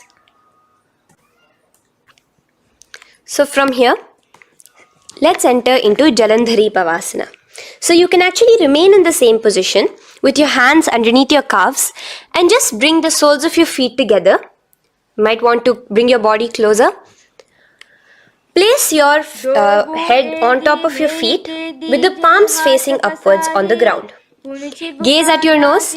Visualize Swamiji in your inner space. Now slowly bring your hands out from underneath and come to a seated position. Stretch your legs out as we enter into Urdhva Paschimottanasana. Here we have a new Kumbhaka, the Pratyahara Kumbhaka, where you will feel your breath coming from your Mooladhara Chakra up to the Brahmarandra above the Sahasrara. This is the Pratyahara Kumbhaka. In Urdhva Paschimottanasana, extend your legs out, lift one foot behind your neck and lean forward and down towards your foot, visualizing Swamiji in your inner space. Now, slowly, keeping your leg behind your neck, lay onto your back as we enter into Anantasana. Hold the foot from the top of the opposite hand. Visualize yourself as infinite, endless, eternal. Gaze at your nose in Anantasana. Just now, in the same position, roll onto your elbow of the hand holding the foot. Gaze at your nose, feeling in complete control like Swamiji in Ankushasana. Slowly remove the leg from behind your neck. Take a moment to stretch, relax. Lay on your back. Bring your knees towards your chest.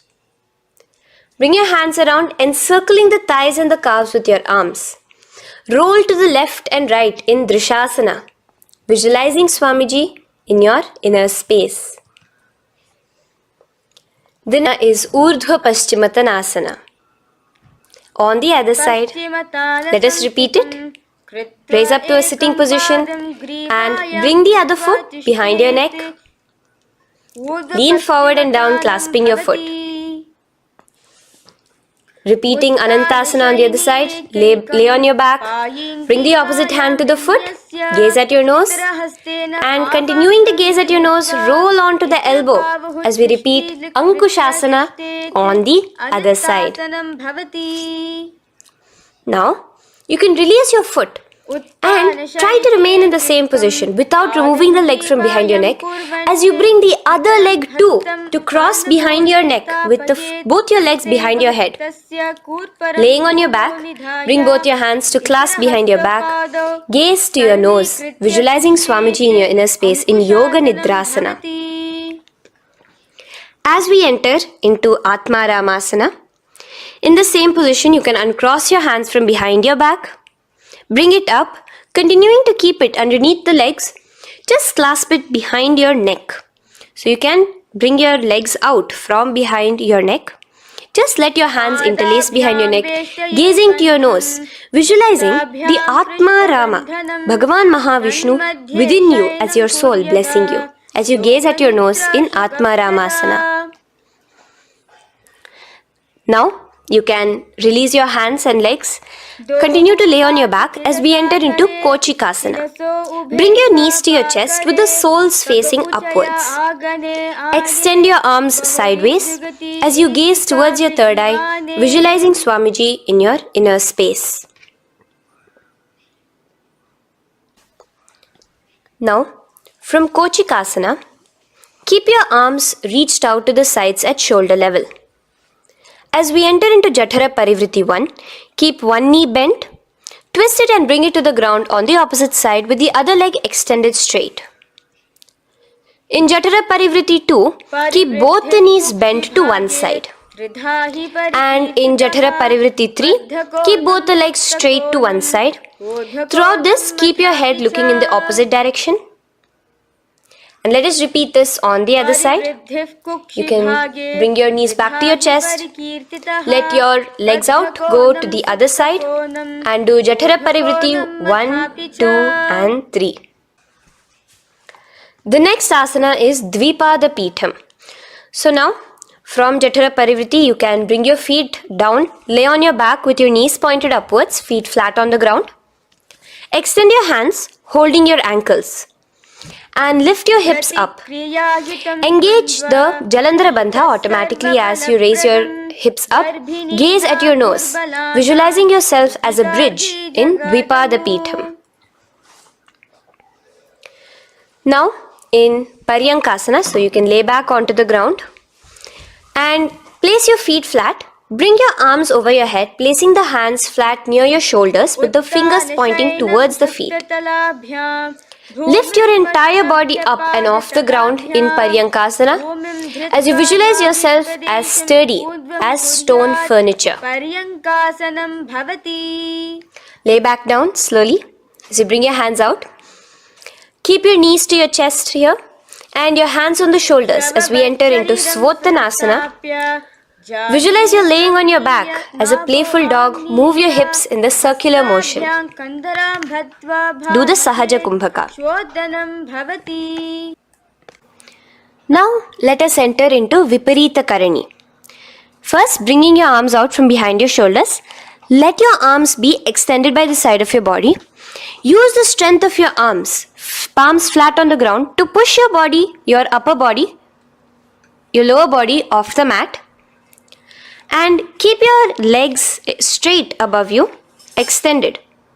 Move your legs around and around in Viparita Karani. Automatically the Jalandhara Bandha is engaged. Breathing during the Jalandhara Bandha is the Murcha Kumbhaka.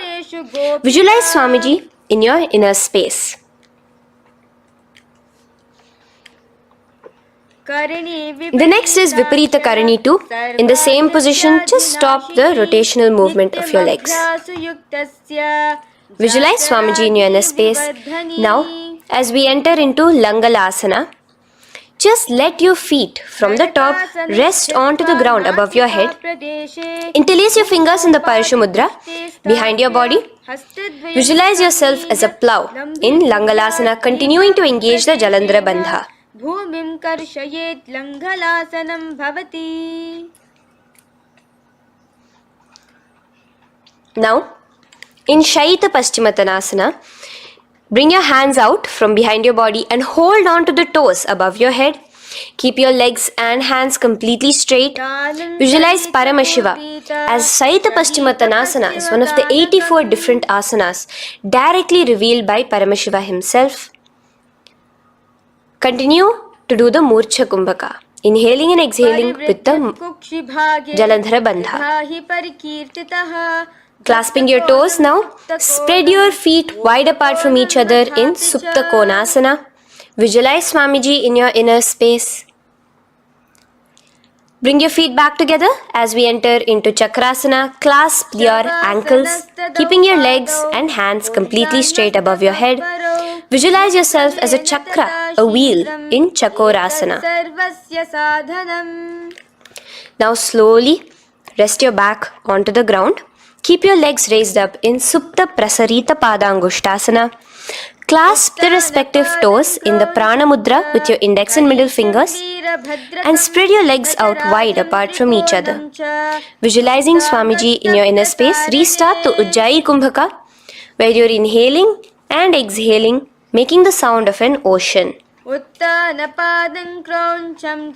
Bring your feet together in Supta Padangushtasana in the same position, continuing to visualize Swamiji in your inner space.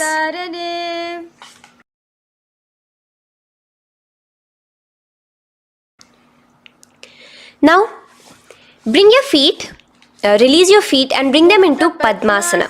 As you lay flat on your back in Matsyasana, hold the opposite elbows over your head, gazing at your nose. Visualize Matsya Avatara, the fish form of Bhagavan Mahavishnu. Now in the same position, put one hand over the other, extend it straight above your head. As you visualize Lord Rama in your inner space, continue to gaze at your nose. Now, slowly bring your hands to your hips as we enter into Sarvangasana. Lift your hips and legs up into the sky, crossing your legs in Padmasana. Let your hands support you, your elbows on the floor. Do the Jalandhara Bandha as you gaze at your nose in Sarvangasana. Now, bring your hips back onto the ground in Vrishchikasana. So, in the Padmasana, just remove one foot alone. Keep one foot on the opposite knee as you pull the knee towards your face. Let your hands stretch out above your head, hooking forward as you raise your upper back off the ground, visualizing yourself as a scorpion in Vrishchikasana, gazing at your third eye. Do the Jalandhara Bandha, tucking in your chin to the chest.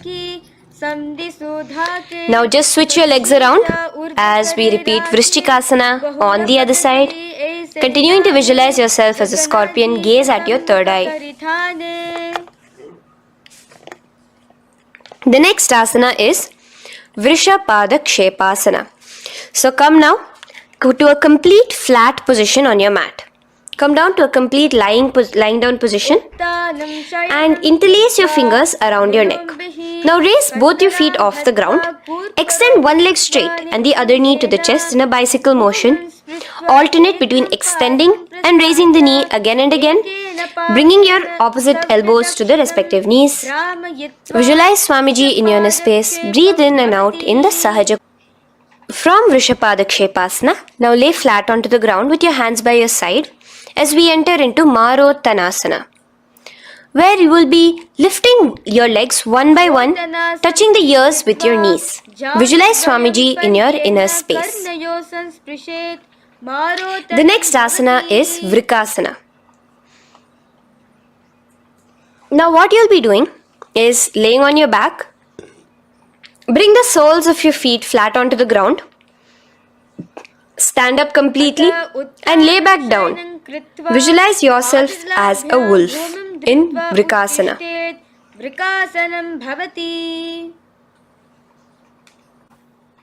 Now come back to a seated position as we enter into Luthasana, where you are going to be quickly throwing your legs above your head as you roll over completely, finishing in a prone position. Do this a couple of times. Come forward, roll over. Come forward and roll over again. Visualize Swamiji, the Supreme Pontiff of Hinduism, in your inner space. Now take a moment to relax. Lay on your belly with your toes extended in Sarathasana. Keep your hands onto the ground by your shoulders. Now here, contract your lips and make a sound like a flute, whistling while inhaling. Visualize yourself as a ratha, as a chariot carrying warriors into battle for dharma on your back. Now from Sarathasana, let us enter into Dehalyullanghanasana. So place your palms on the ground and bring yourself to a plank position. Jump your leg forward and back between your arms, visualizing Swamiji in your inner space. Jump forward now. When your legs are between your hands, stand tall. Holding your toes with your hands, walk back and forth. Visualize yourself as a wise 60-year-old elephant in Jatyasana. Now come to a standing position. The next is a beautiful Karana, the Lolitika Karana. So keep your knees bent, feet pointing outwards again in the Aramandi position. Bend your elbows, keeping your hands at the chest level. Now swiftly move your arms across the body, bringing it back to the center and tilt your head back. Opening your chest up towards the sky, move your head in all the directions.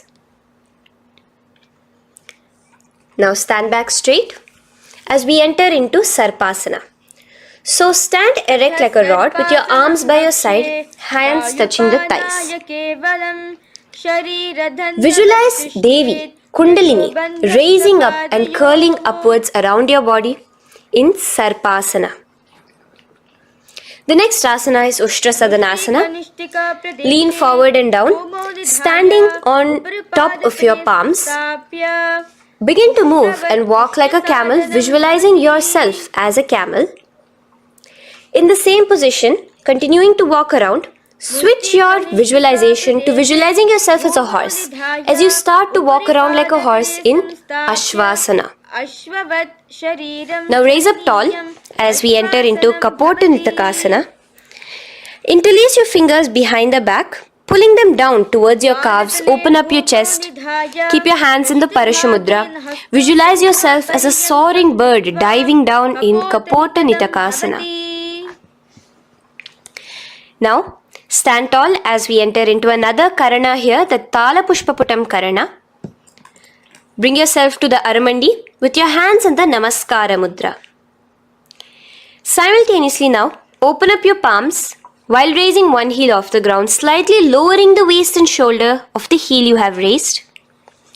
Visualize you're offering a bouquet of flowers to Paramashiva as you come back to a standing position, and repeat this on the other side. Let's do this a few times, offering flowers to Paramashiva. Now, come to a standing position. Stand straight and bring your hands together in the Namaskara Mudra. Slightly lean forward. Visualize yourself as a rhinoceros. Your hand is the horn as you gaze at your nose in Khadgasana. The next asana is Utthanotthanam. So come to a standing position and sit down all the way as low as you can to the ground and stand up. Do this again. Sit down, stand up, and again. Sit down, stand up. As you gaze at your nose throughout this. The next asana is Musalasana. Now come back to a standing position. Raise your hands above your head, tall as you jump up and down repeatedly. Visualize yourself as a mace. Jump here in Musalasana. The next asana is Uchirshaka. So come back to a standing position. Pull the sole of one foot towards your belly. Now with the other leg, sit down and stand up. Release the leg. Pick the other leg up, pull it towards your belly, sit down and stand up in Uchirshaka as you visualize Swamiji in your inner space gazing at your nose. The next is a Karana, which we will be entering into, the Parshvajanu Karana. So again, bringing yourself to the Aramandi position, bend and lift one knee towards your chest, pointing the toes downwards. Keep your arm around the knee, holding it with the hand in a fist. Let the other hand hang down on the thigh, wrist twisted, fingers pointing inwards.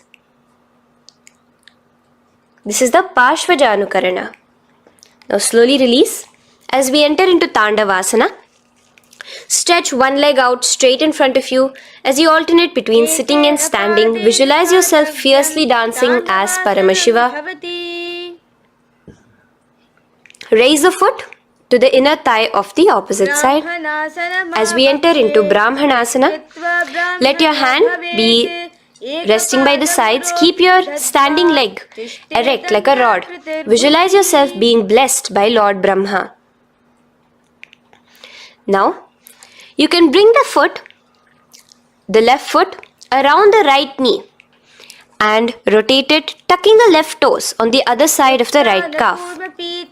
Simultaneously cross your left arm below the right, bring your palms together in the Namaskara Mudra. Visualize yourself as Lord Garuda in Garudasana 3. Now slowly uncross your legs and hands as we enter into Ekapadasana, coming to a standing position. On the right leg, bring your left foot to the opposite thigh with your hands relaxed by the knees. Now take a hold of the raised foot with your hand in the Prana Mudra. Stretch your leg out wide, out to the side and rotate your body quickly on the standing leg. Visualize yourself as the North Pole star in Dhruvasana. From here now, in the foot which is in your hand, just slowly, once you finish the rotating movement, in Trivikramasana, bring it up towards the back of your neck. Stand as tall as you can and alternate between sitting and standing. Visualize Bhagavan Mahavishnu in your inner space. Now you can take the leg out from behind your neck and stand straight. As we repeat the Parshvajanu Karana on the other side, bring your knee up to your chest, clasp your knee in a fist while the other hand comes to the opposite thigh. Hold there for a second and stretch your leg out. In Tandavasana, sit and stand. Visualize yourself fiercely dancing as Paramashiva. Bring the foot to the inner thigh, standing straight like a rod. Get your hands by your sides. Visualize yourself being blessed by Lord Brahma. In Brahmanasana on the other side. Move into Garudasana 3 on the other side as you rotate your leg over, your hand under. Visualize yourself as Lord Garuda. And uncross yourself as we move into Ekapadasana on the other side. Bring your foot to the inner thigh, to the root of the thigh, and stand straight. Clasp your toes, stretch it out as we go into Dhruvasana on the other side. Visualize yourself as a pole star rotating quickly. Come back to a standing position and bring your foot behind your neck. In Trivikramasana, sit and stand. Visualize Vishnu, Bhagavan Mahavishnu in your inner space. Now, stand tall as we do the Samanakha Karana. Stand with your feet close together, toes slightly pointed outwards. Keep both the hands to the side of the body. Take a moment to breathe in and breathe out and relax. Now, slowly relax and from the standing position, slowly bend forward, bringing both your hands underneath your knees. Now once you have squatted down fully, interlace the fingers together in the Parashamudra. Bring that interlaced fingers in front of your navel.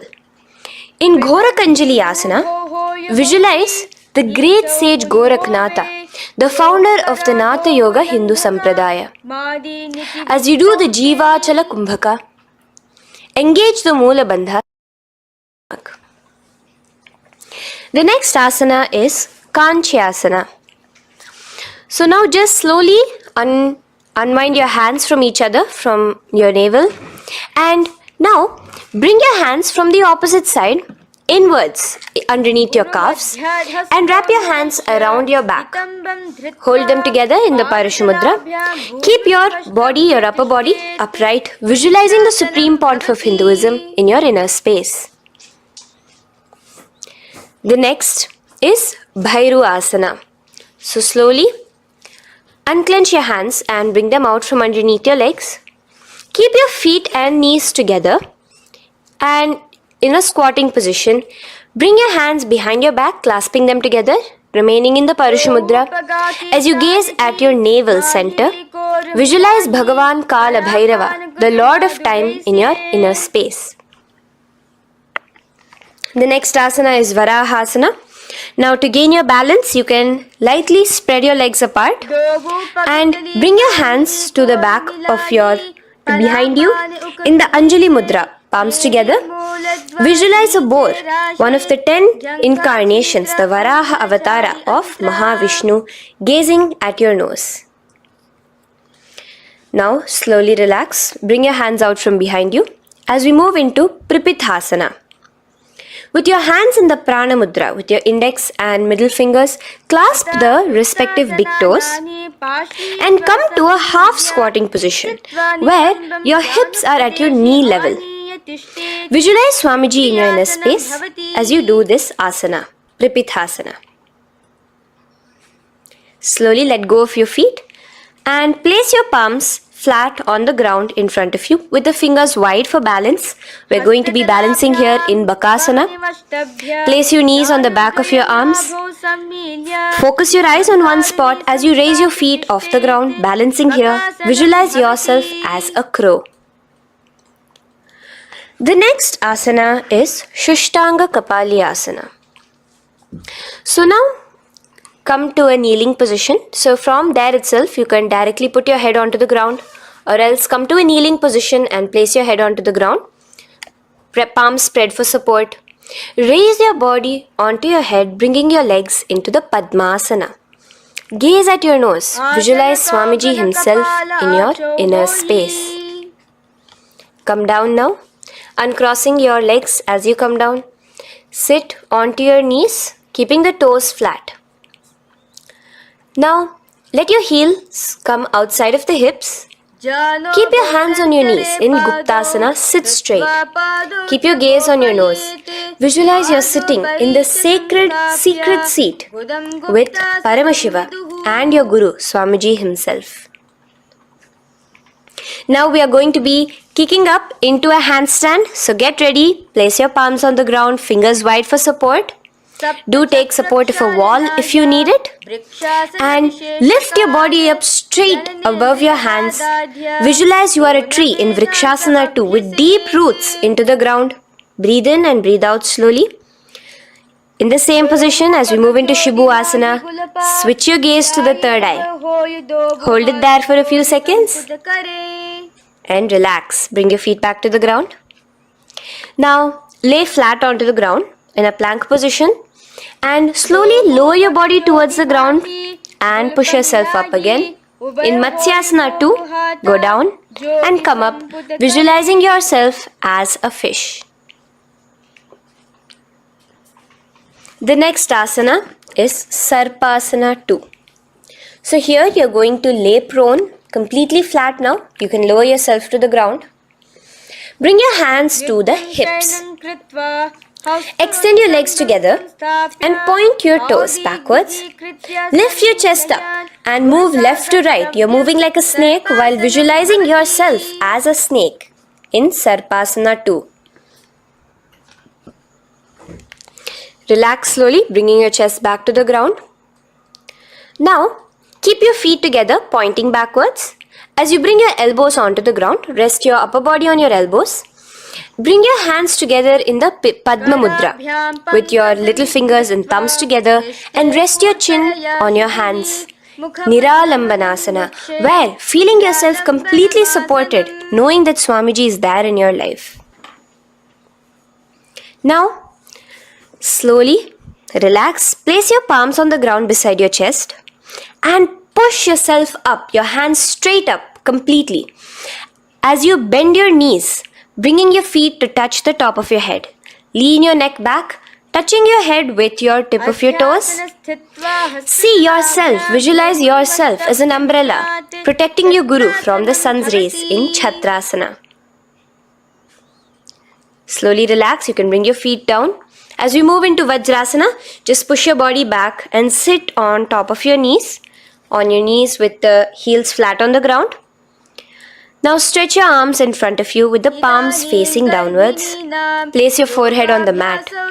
Visualize you are the weapon of Indra, the Vajra, symbolizing indestructibility as you gaze at your nose. As we enter into Meshasana, raise yourself into the same Gajasana position on your hands and legs with your hips pointed upwards and alternate striking the ground with the opposite hands. Experience yourself, visualize yourself as a powerful ram as you alternate striking the ground in Meshasana. Now stop striking the ground, bring your palms down again.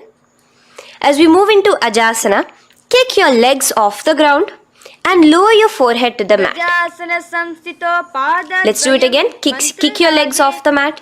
Lower your forehead to the ground. You are unborn, existing for all of eternity in Ajasana. Now, come to a seated position as we move into Dhanantara Asana. Sit on your heel with your legs together. Pull your toes underneath you. As you bring your hands top of the knees, gaze at your nose, visualize Swamiji in your inner space. Here, do the Ujjayi Pranayama, inhaling and exhaling like an ocean, Dhanantara Asana. From Dhanantara Asana, now interlace your fingers in front of you and then behind you. Stretch your arms towards all the sides, backwards, forwards. Giving a massage to the various different joints and muscles in your body. Lean forward, get up again. Continuing to visualize Swamiji in your inner space. Relax your hands and now take your respective heels and point them outwards, outside the side of your hips. Keep your hands on your knees with your thighs and knees resting on the ground, spine straight. Visualize yourself as Lord Garuda in Garudasana 4. You have Mahavishnu and Mahalakshmi on your back as you are flying. The next asana is Ananda Mandirasana. Now you can continue to remain in the same position. You can bring your feet pointing inwards. Use your hands to clasp underneath your ankle. Make sure your knees are spread out wide. Gaze at the third eye. Visualize residing in the blissful space of a temple. You are in a temple in Ananda Mandirasana. Now, as we move into Mandukasana, keep your knees wide and sit on top of your ankles. Your hands underneath your knees. Gaze to your nose. Visualize yourself as a frog. Suck in your stomach in the Udyana Bandha. And remember to do the Manduki Mudra, your tongue, your frog-like tongue, catching the nectar dripping from the Sahasrara Chakra in Mandukasana 2. Now, as we move into Narasimhasana, tuck your toes in and sit on top of the heels. Place your palms on the ground, spread your fingers wide and spread your knees apart onto the ground too. Gaze towards your nose, stick out your tongue and exhale forcefully, visualizing the Narasimha Avatara, the form of Mahavishnu as a half lion and half man. Now just raise up, bring your hands off the ground. Here we'll be doing a new pranayama, which is the Bhishraka pranayama, as we enter into Bhishrakasana. So continue to keep your knees and feet on the floor. As you bring your hand up to your face, make a hollow of your palms and place it over the mouth. Keep your thumbs under your teeth and close your lips. Gaze to your nose. Inhale through your left nostril, exhaling through the mouth. Gaze at your nose again. Visualize yourself as Devi, presiding over any and all minuscule fears you may have within you. Now moving back into the Ujjayi Pranayama, let us do Makadasana. So you can take your hands off your face and slowly remaining in the same position, bring it to your armpits. Bring your fingers to your armpits. Imitate as if a monkey is scratching. As you gaze to your third eye, visualize yourself as a playful monkey in Makadasana. From Makadasana, let's move into Vajra Sangharasana. So you can slowly lift your knees off the ground, just balancing on your toes, sitting on the heels. Bring your hands behind your back and clasp the opposite elbows. Gaze to your nose, embody a diamond. Visualize yourself as a diamond-like strength for yourself and your Sangha. The next asana is Khanjanasana. So now you can uncross your hands, rest on top of the heels with your knees on the ground. Keep the toes down, ankles crossed behind. Place your palms on the mat to your side. Suck your stomach in the Udyana Bandha as you gaze at your nose in Khanjanasana. Now, you can uncross your ankles and just sit with your toes flat. Keep your knees wide on the floor. Rest your hands on the knees. Just relax the Udyana Bandha, just sucking in your perineum in the Mula Bandha. Gaze at your nose, visualize yourself as a turtle with a stable body and mind to live for hundreds of years. And without changing anything in your physical posture, just visualize yourself uniting with Swamiji himself in Yogasana. Now, raise up onto your knees, cross your ankles behind your back until the feet are coming towards the opposite knees. Now, bring your hands behind you and hold on to the calves with the fingers inside, the thumbs outside. Gaze at the third eye as you visualize yourself in a space of oneness with Paramashiva himself as Swamiji. Now you can uncross your ankles, come back to standing on your knees as we enter into Ushtrasana 2. So now, in a kneeling position, bend backward, hold your ankles with your hands. Keep your arms straight. As you push your hips forward and tilt your head backwards, visualize yourself as a camel in Ushtrasana 2. Slowly, in the same position, lower yourself onto your back in Jatyasana 2. As you are lowering yourself, experience yourself as a blooming lotus. Bring your head, the back of your head onto the mat. Gaze to your nose. Now, let's move into Viratasana. So, Try your best to do this without the support of your hands, but you can use your hand support if needed as you raise up from Jatyasana and back down. Raise up and go back down as you gaze at your nose. Raise up and go back down. Visualize Swamiji in your inner space. Now from Viratasana, raise your hips up higher, bringing your forearms onto the mat behind you in a short back bend posture. Hold the back of your heels in Kapotasana. Visualize yourself as a beautiful dove, a Kapota, in your as we move on from Kapotasana into Varasana. So stand upright on your knees with the toes tucked. Hold your arms with the opposite hands. Gaze at your nose. This is the boon fulfilling posture. Visualize your boon becoming a reality directly from Paramashiva himself in Varasana. Now, keeping your knees together, toes tucked, just lean forward, bringing your head onto the mat, holding your head with your hands. Visualize yourself as a boar, as the Varaha avatar of Bhagavan Mahavishnu in Varaha Asana 2.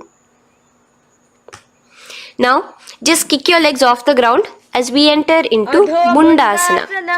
Raise yourself up into a headstand posture, visualizing yourself as a lopped tree. Gaze at your nose. Breathe in and out in the Sahaja Kumbhaka. Slowly come down now. Relax. Come to a kneeling posture. Sit on your heels. Bring your head down beside your knees, your elbows adjacent to the knees, your hands holding your head. Exhale through your mouth as you gaze at your nose, visualizing Swamiji in your inner space in Andhasana. Now from here, push yourself off the mat as you come lying prone on your belly. Let your arms be extended straight out and together lift your thighs, arms and chest off the ground, stretching your body, balancing there. Visualize yourself as a locust in Viparita Shalabhasana. The next asana is Kapalasana. So slowly lower yourself back to the ground. Now laying on your belly, bring your arms to your side, palms downwards. Keep your forehead on the ground and your chest on the mat. Only lift your legs up into the air. Only your legs are lifting up. Visualize yourself as a skull. You are a mind with purified thoughts, a strong will to attain enlightenment in Kapalasana. The next asana is Akasha Kapotasana. So now, in the same position as you are, let your arms be straight out behind you. As you kick your legs up and over your head, bring your feet slowly to the mat in front of you. Push yourself, balance there. Visualize yourself as a free and open flying dove in Akasha Kapotasana. Bring your legs back out as you lay flat on the mat. Now push yourself onto your knees. Place your forearms on the ground and your chest down such that your navel is touching your knees. Be sturdy, visualizing yourself as a sparrow in Chatakasana. The next asana is Vrishchikasana 2. So your forearms are on the ground. Now slowly raise to your toes and kick your legs off the mat. Slowly lowering your legs to your head. Visualize yourself as a scorpion as you balance in Vrishchikasana 2. Slowly release yourself, coming back to the ground as we enter into Vrishasana. Sit down on top of your right heel and let your left foot remain outside of the hip, the ankle to the side. Place your hands on the mat, visualizing yourself as a bull in Vrishasana. Now, bring both your knees underneath you, sit on both your heels, cross your left leg over top of the right lightly and in Lolasana, push yourself off the ground. Your knees are off the ground, you're just balancing on your hand above the mat. Visualize Swamiji in your inner space. Lower down now. Bring the left foot now outside. Bring the right foot out and sit on your left heel now. As we do Vrishasana on the other side, visualize yourself as a bull. From here, let us get into a very powerful asana, Balagunasana. So, place your left toes on the ground, sit on the heel of your left foot. Place the right foot flat with the knees raised towards your chest. Maintain your palms on the respective knees. Be upright. Visualize Balagunahai, one of the 84 siddhas in your inner space in Balagunasana. Now come to a squatting position. Let your feet be flat as you bring your elbows under your thighs and calves, wrapping it around your shins. Hold on to your ankles from the outside in Grahasana, visualizing yourself as an entire planet. Now, you can unwrap yourself as you sit on top of the opposite heel in Balagunasana on the other side. Maintain your palms on the respective knees. Visualize Balagunahai, one of the 84 siddhas in your inner space. Now, sit upon both the toes with the heels up and knees off the mat, knees pointing forward. Now, keep your hands downwards on the respective knees. Keep your spine upright as you visualize Swamiji in your inner space in Utkatasana. The next asana is Vajra Sangharasana. Just spread your knees out wide in Utkatasana. Spread your knees out wide. Clasp the elbows behind your back. Visualize Swamiji in your inner space in Vajra Sangharasana 2. The next asana is Anilasana. Now, sit with your feet hip width apart. Bring your hands under the soles of your feet from inside. Your palms facing downwards. Step onto your hands. Keep your arms straight, elbows together at the navel. Gaze to your nose. Visualize yourself able to consume and live off of air alone in Anilasana. The next is Padukasana. So from Anilasana, you can release your hands. Place the back of your hands on the mat with your fingers facing upwards. With your fingers facing towards your body, palms upwards. Step your feet on top of your hands and wrap your hands around your feet like a shoe. Walk around. Visualize you're wearing Padukas, walking across the length and breadth of the world in Padukasana. Now bring your palms onto the ground. Stop moving around as we move into Kukutodana. Kick your feet up into the air and let them fall back down. Let's go up again and come down. Kick up and go down. Visualize yourself as a rooster in Kukutodana. The next is Viparita Nrityasana. So as you're kicking yourself up, you can go up into a complete handstand posture, which is Viparita Nrityasana. Do take support if needed. And move around on your two hands as if you are dancing in Viparita Nrityasana. Slowly come back down to a standing position. Lean forward and let your feet be slightly apart from each other. Bring one palm down on the mat with the arms straight. Bring the opposite hand to your head and be stable in Kunjarasana. Now just put that hand down as you bring the other hand to your head, repeating Kunjarasana on the other side. Be stable here. Now you can squat back down onto the ground. Keep your feet flat. Hold your respective ankles and lift your feet off the ground in Kadambasana. Visualize yourself as a Kadamba tree, a pious tree that promotes a long life. The next asana is Pavana Muktasana. Now sit back down onto the ground. Bring your knees towards your chest. Let your hands wrap around your knees. Hold it close to your body. Visualize all the excess vata, air, just balancing and releasing in your system in Pavana Muktasana. Now, let us move into Chakorasana. So first stretch your legs out in front of you. Bring one leg behind your head. Now place both hands on the ground and lift your body off the ground while lifting the other leg too, up straight. Visualize yourself as a powerful source of energy. Gaze at your third eye in Chakorasana. Slowly relax back down. Now hold your left toes with the left hand, index and middle fingers. Pull the foot to the left ear. We are entering into Dhanurasana 2. Extend your right leg out, keeping straight. Hold the big toe with your right hand. Visualize yourself as a bow in Dhanurasana 2. The next is Ashtavakrasana. So lift your left leg over top of the left shoulder.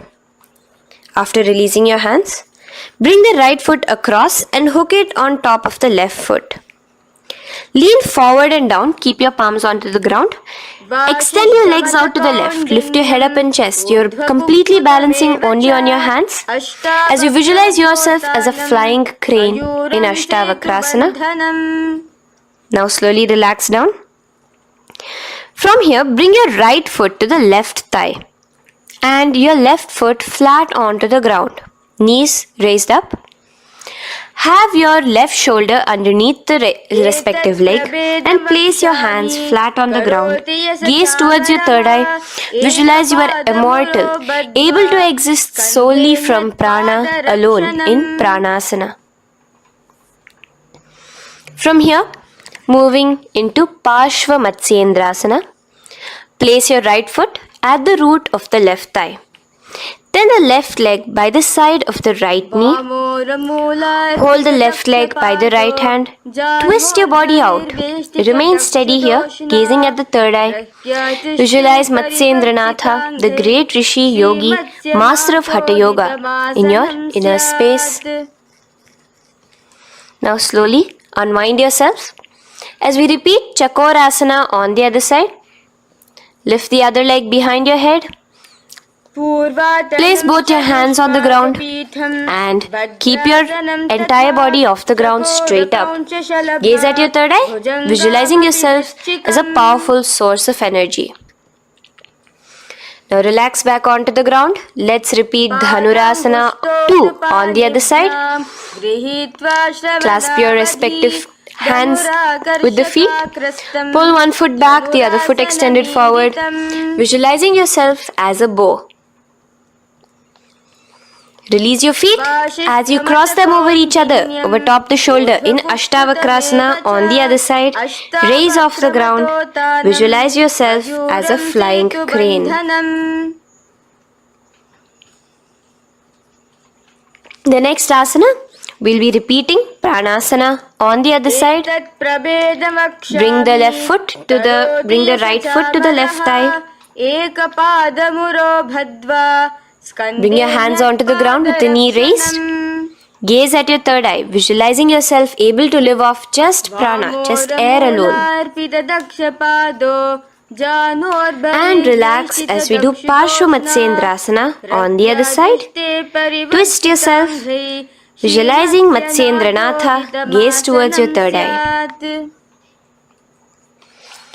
And from there, let us enter into Ardha Paschimottanasana. Keep one leg straight and press your perineum with the other heel. Bring your chest forward and down. Hold your toes and feet and bring your head towards your knees. Here in Ardha Paschimottanasana, visualize Swamiji in your inner space. Now raise up and the foot which was at the inner thigh, now rotate it outside of the hip. Now hold the sole of your other foot and lift your leg up towards your forehead. Try to bring your knee to your forehead as you keep your knee straight.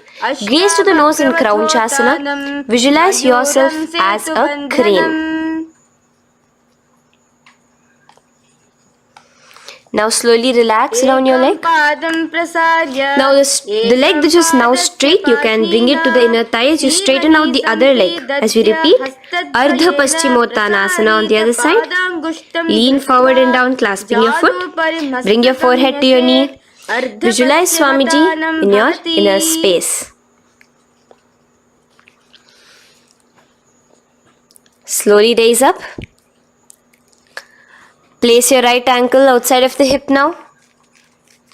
Hold the sole of the left foot, lifting the leg up towards your forehead. Stretch yourself there. Gaze at the tip of your nose. Visualize yourself as a crane in Kraunchasana on the other side.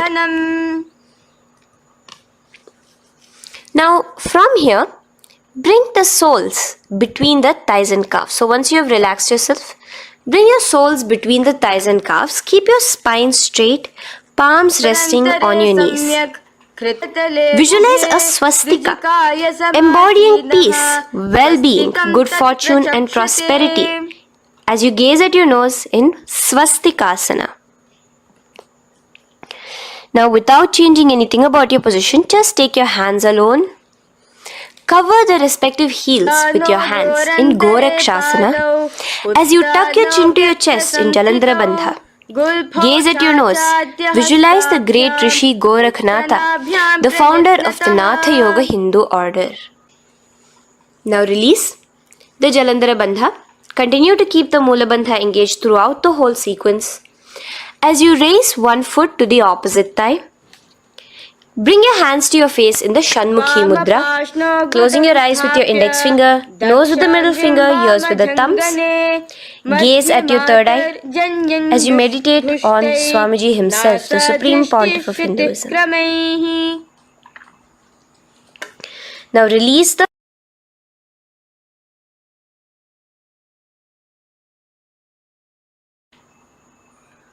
Shanmukhi Mudra.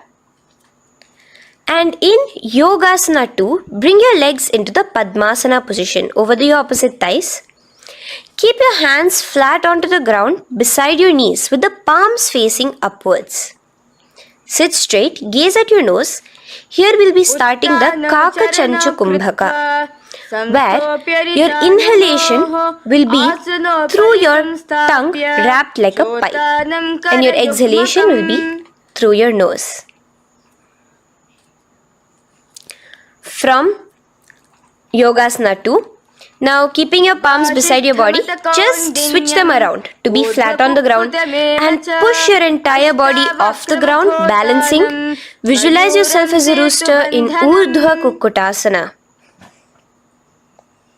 Now relax down, come back to a seated position on the floor, keeping your legs in Padmasana. Insert your hands through your knees and place them on the mat. Remember, do not lift your body up, just stay seated down there. In Siddha Harituliyasana, gaze to your nose, visualize Swamiji himself in your inner space. From there, let's enter into Hamsasana, where you will actually be pushing yourself off the ground. Lift your thighs up high above your shoulder, above your elbows as much as possible. Gaze to your nose, visualizing yourself as an elegant swan in Hamsasana.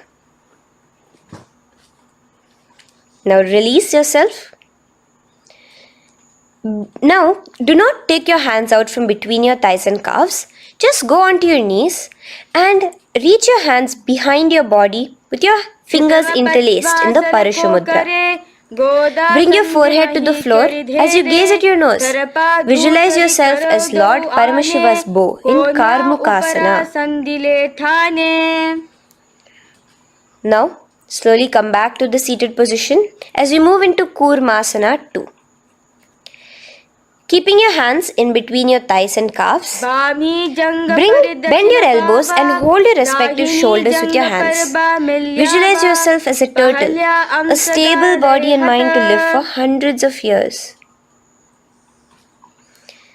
Now in the same position, just engage the Jalandhara Bandha, tucking your chin to your chest as we move into Granthi Bhedasana, gazing at your nose. Rejoice, knowing you are in Paramashiva's secret knot posture.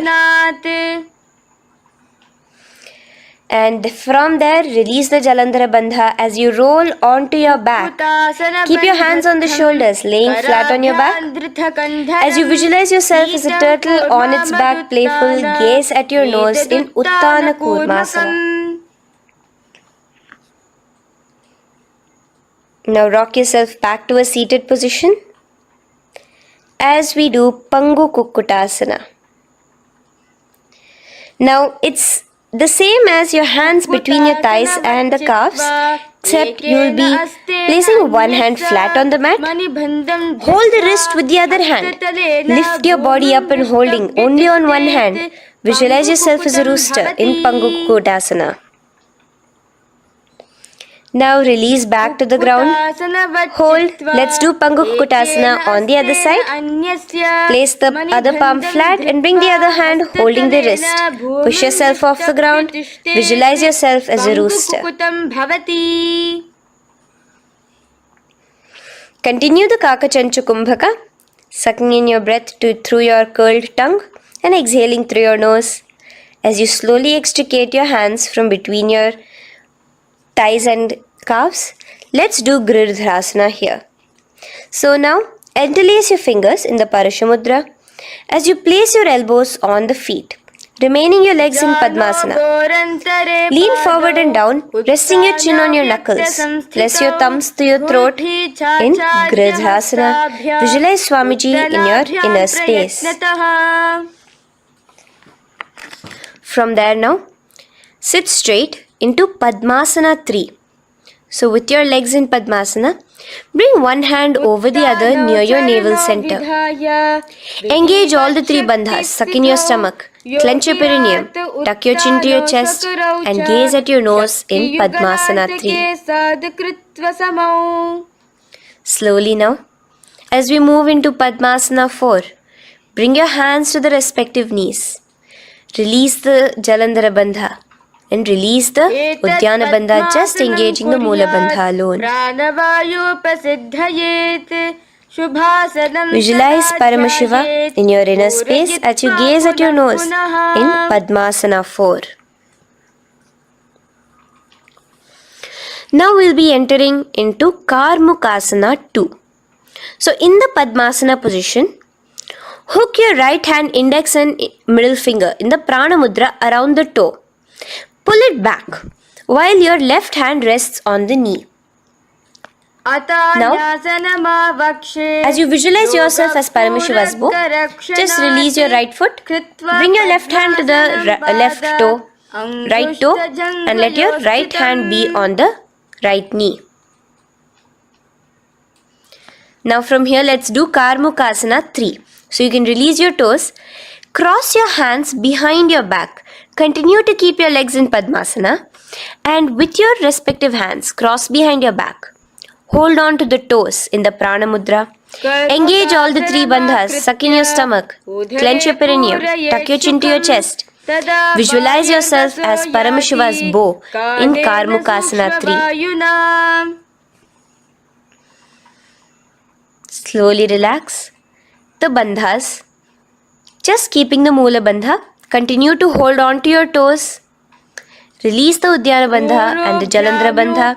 Switch your gaze to the third eye. Visualize you are Paramashiva's third eye itself. Anything you come across, you just rejuvenate it, destroy it in Dridhasana. Now, try to keep your hands at the toes. If not, just keep your hands crossed behind you as you lean onto your back in Padmasana, where you are entering into the Nagrasana position. Lay flat onto the back, visualizing yourself as a snake, gaze at your nose in Nagrasana. Do the Sahaja Kumbhaka, simple breathing, inhaling and exhaling.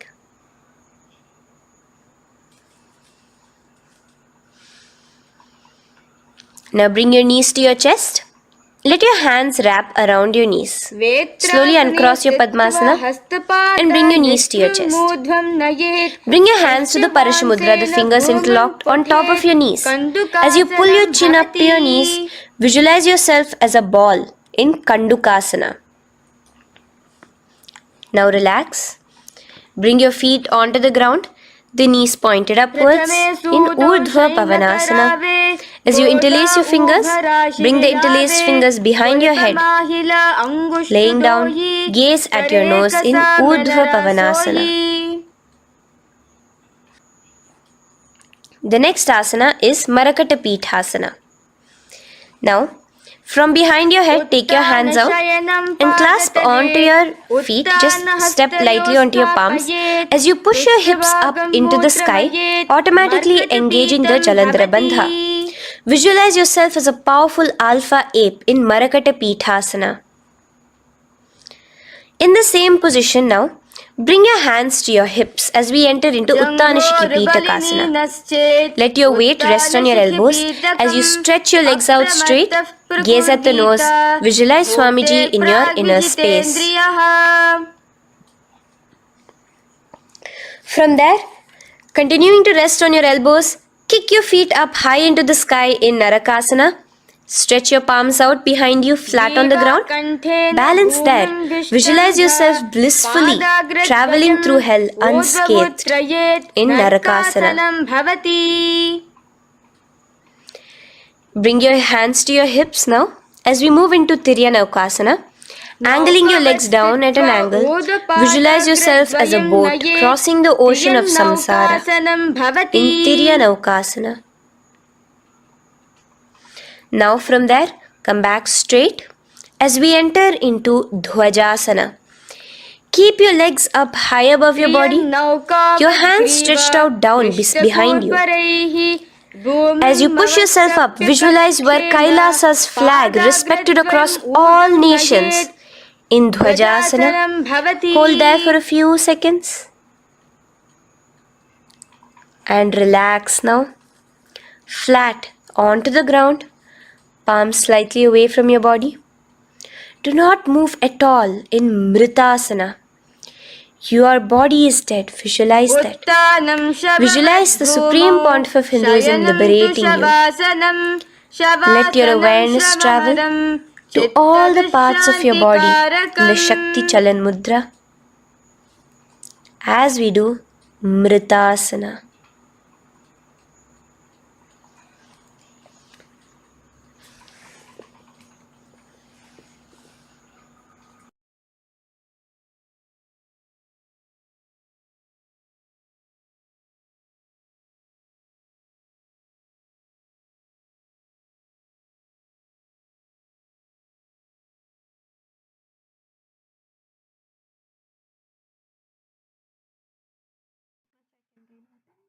Om Purnamadah Purnamidam Purnat Purnamudachyate Purnasya Purnamadaya Purnamevavashishyate. Om Shanti Shanti Shantihi. Harihi Om Tat Sat. Sarvam Bhagavat Shri Nithyananda Paramashiva Padukarpanamastu. Om Nithyanandam.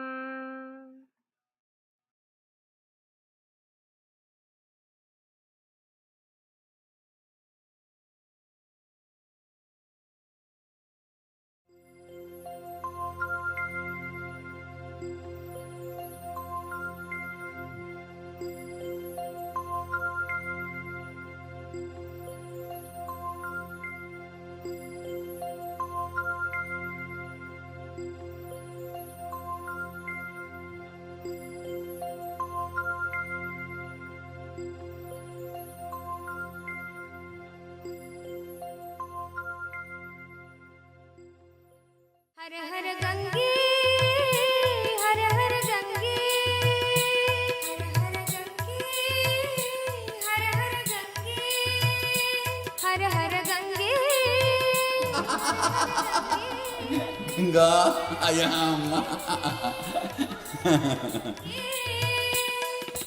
Hey Nataraja hey Nityananda her her her her Gange hey Nataraja hey Nityananda her her her her Gange hey Nataraja hey Nityananda her her her her Gange hey Nataraja hey Nityananda her her her her Gange her her Gange her her Gange her her Gange her her Gange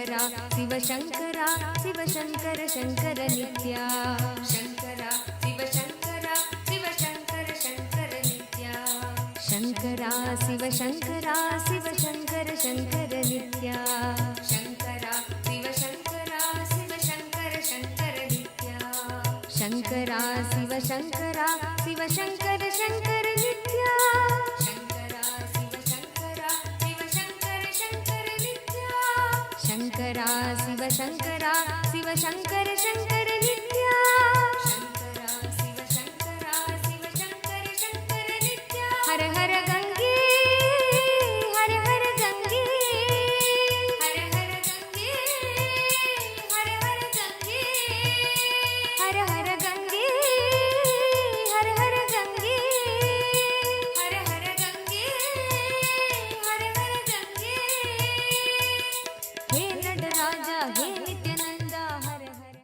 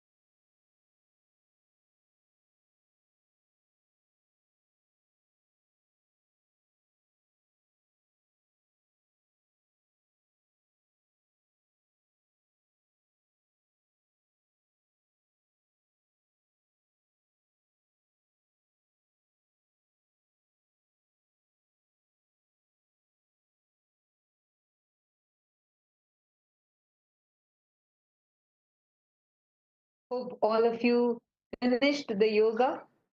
Nityanandam, Anam, Vansalaya, Ma Iqbal Bano, Nityanandam. How was the yoga? Did all of you enjoy the yoga? Great. Now let's begin today's day with the Sadguru Vandanam. Nityanandam Paramasukadam Kevalam Jnanamurtim Dvandvatingagana Sadrisham Tattvamasyaadhilaksham Ekam Nityam Vimachalam Sarvadi Sakshi Bhutam Bhavatitam Triguna-rahitam Sadgurum Tam Namami.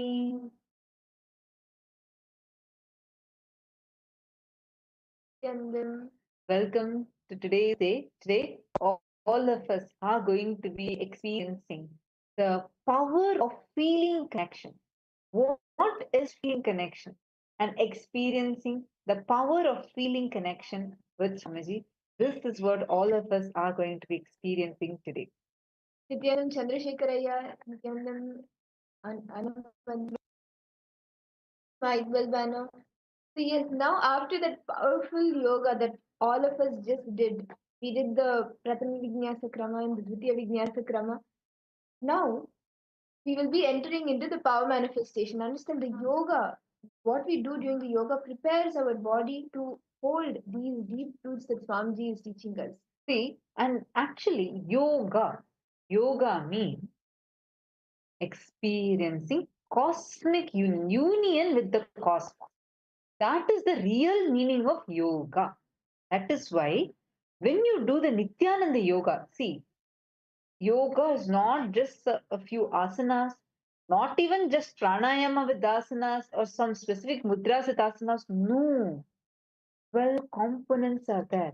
And those 12 components are what Swamiji has revived in the form of Nithyananda yoga, in the forms of Prathama Vinyasa Krama yoga, Dviti Vinyasa Krama yoga, Tya Vinyasa Krama yoga. Now, I see why it smiles so sweet to see all of you today. Now, let's directly enter into power manifestation. See, we're going to do it slightly differently today. How many of you really want to manifest the power of seeing through the third eye? How many of you feel I really, really want to manifest this power where I can see through my third eye. How many of you want to have a breakthrough in this power? Raise your hands. Great. Wonderful. Now listen intensely. We'll guide you step by step. I request all of you to just follow along and we will walk you through the process. And actually, you can see here, I'm having some cards. So these cards are random colors. There are different colors behind it. There are different words behind it. And they're like completely random words. You're not going to be able to even guess it. Okay. So what we are going to do is I'm going to be showing the card to all of you. You're going to tie your eyes. And exactly in a minute, whatever came, you're going to type and post it. Let's chant the Mahavakya, connect to Swamiji intensely, and just type what exact things are coming. You're going to type and post it. Is this clear? And what you can also do is just keep seeing clear third eye. See, if you have your Atmalinga with you, can I request all the participants to please take your Atmalinga? Take your Atmalingas if you have, and place your Atmalinga in your Anandagandha chakra. Anandagandha. See, take your Atmalinga and put it on your Anandagandha. Anandagandha is below your heart center and above your navel center, that region. Then, Ma Iqbal, if you don't have, visualize Swamiji in your Anandagandha. Just you'll actually feel like your Anandagandha is flowering. Just feel like your Anandagandha is flowering and bring your whole awareness now to your third eye. Put the eyes and the whole awareness should be in this region. And completely block the light by tying the blindfold upon yourself.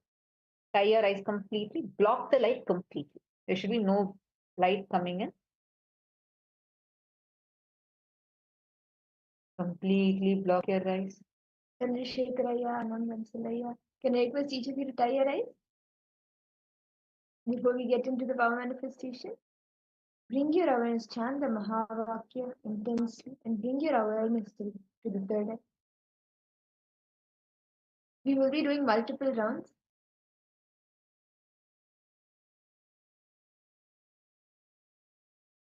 Now, connect intensely with Swamiji. Tie your eyes. Remove your specs. No? Anand Vansalaya, if you're wearing specs, please do it. This power should be done without wearing specs. Tie your eyes and do not wear any specs. Make sure you do it.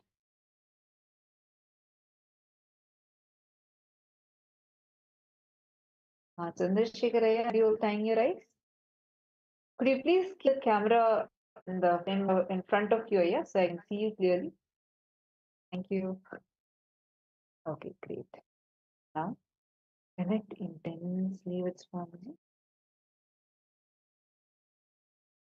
See through your third eye and describe what is the exact color. What is the exact color of the card that I'm showing to all of you? And what is it that is written in this card? Chant Bhava. Whatever Swamiji reveals to you, let it be revealed. Be aware of whatever is being revealed in your life. Just start verbalizing everything. Chant the Mahavakya for a few minutes. Bring your complete awareness to your third eye. You will start seeing now in your third eye. Chant the Mahavakya.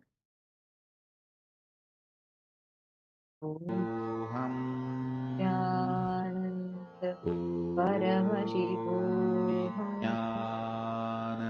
Intensely connected Swamiji. Look through your three eyes, the colors and the words that are exactly shown. Whatever is revealed to you, start verbalizing it. Continue to chant the Mahavakya. Nithya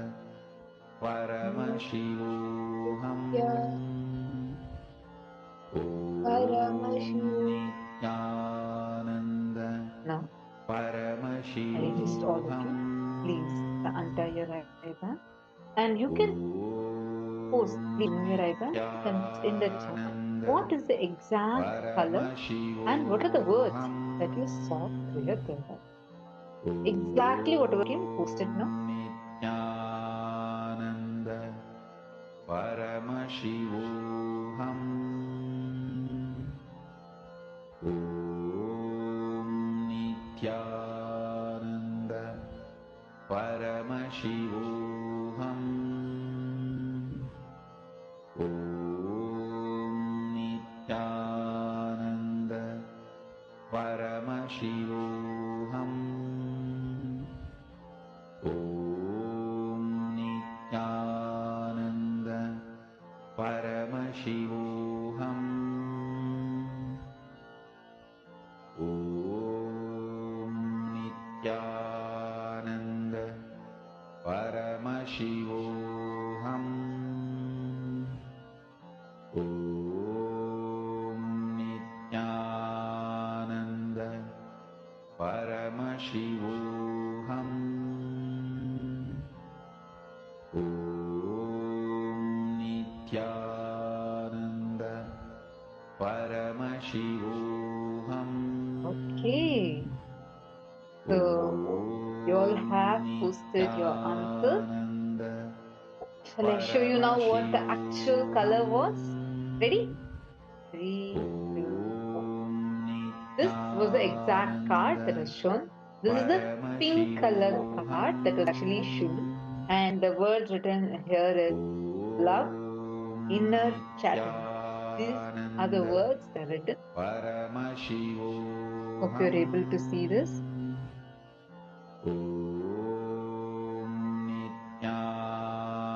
Now shall we move on to the next word, next part? Ready?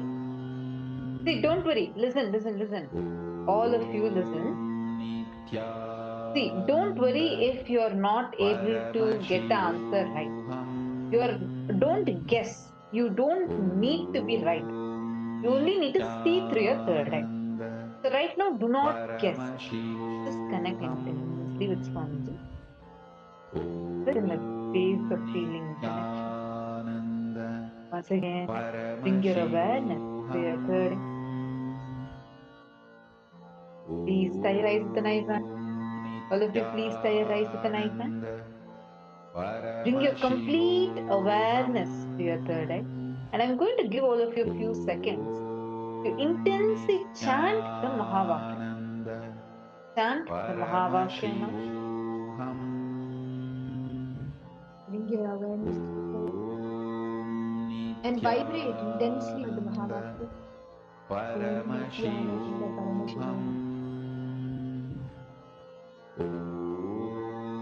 Nithyananda Paramashivoham. Nithyananda Paramashivoham Om Nithyananda Paramashivoham. You can also join in the moment. Nithyananda Paramashivoham Om Nithyananda Paramashivoham Om Nithyananda Paramashivoham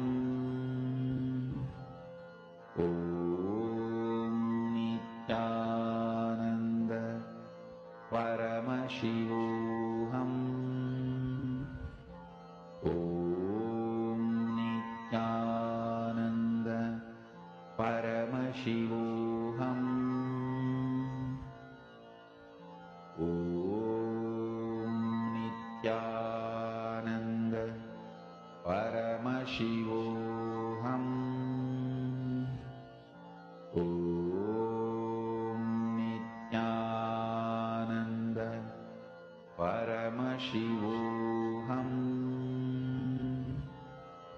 Om Nithyananda Paramashivoham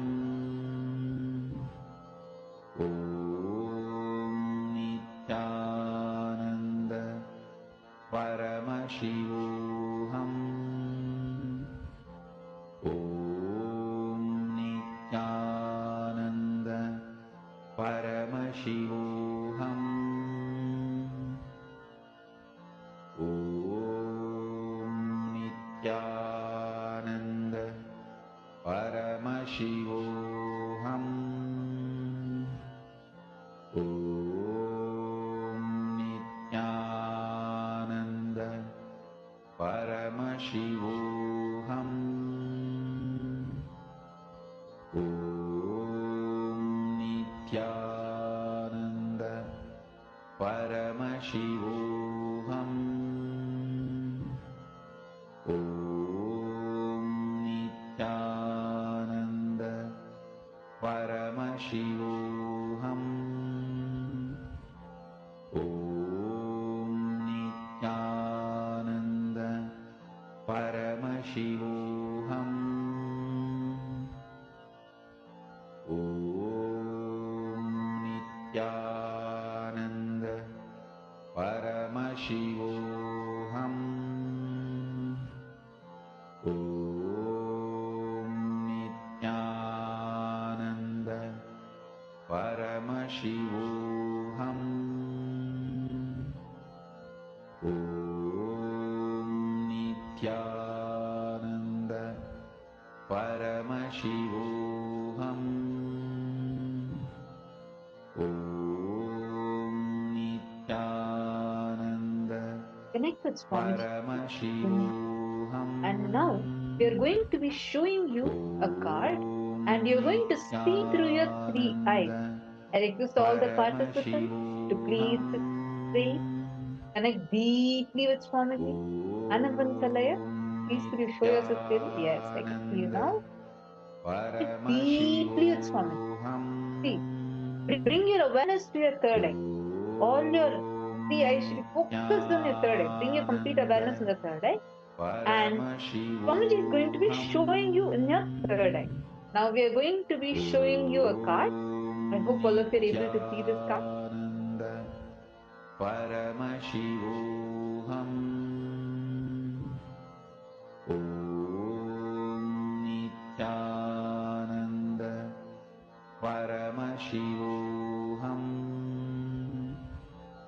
See the card now? Om Nithyananda Whatever color, whatever word you are able to start verbalizing. Just start telling it out. My equal. Just start telling it.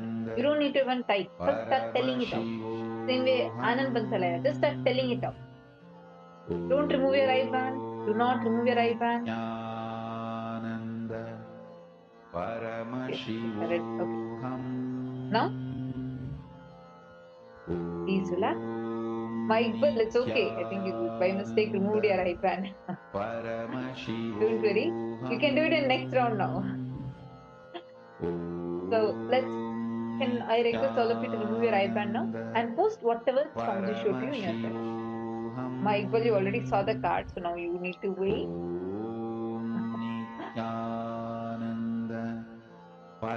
Anandansalaya, Chandrasekharaya, Matthew Veskaraya, what were each of you able to see? Please post it now. Paramashivoham. Om Nithyananda Paramashivoham. Om Nithyananda Paramashivoham. Om Nithyananda Paramashivoham. Om Nithyananda Paramashivoham. Have all of you posted? Okay, shall we see now what the actual answer is? Ready to see the actual answer? Paramashivoham. Okay, pink color card, written. Anand Bansalaya, actually I have a great news for you because you have manifested. This is not a pink color card, it's a purple color card. You're almost manifested. So that is wonderful. It almost looks pink only. And the words written on it is compare, looking at big picture. So this was the exact card that was shown. And now, shall we do one more round? Are all of you ready for one more round? Please tie your ribbons. Okay, this time I'm going to be showing. I'm going to take a different card. I'm going to show. Can't even guess. So let's see. Ready? Please tie your eyes with an eye band. I'm ready with my card right now to show all of you. Intensely connected Swamiji and the Mahavakya. Bring your awareness to your third eye. Now, I'm going to be showing the card to all of you. Yeah. Start seeing through your third eye. See through your third eye. Start verbalizing whatever Swamiji is showing you. What is the color of this card? Whatever Swamiji reveals in your third eye, start verbalizing it. It could be words, letters, colors, whatever you see. Bring your awareness completely to your third eye, and you'll literally feel your Kundalini Shakti flowing from the spine, the base of your spine, all the way to your third eye. Experience that intense energy, Swamiji, who's flowing through you and manifest. See through your third eye. Swamiji will clearly show to you now what is the exact color, what is the exact word. See intensely.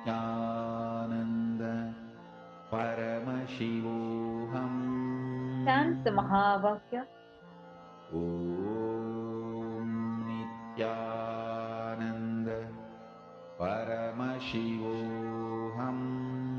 Intensely connect with Swami. Just start telling out whatever colors you see.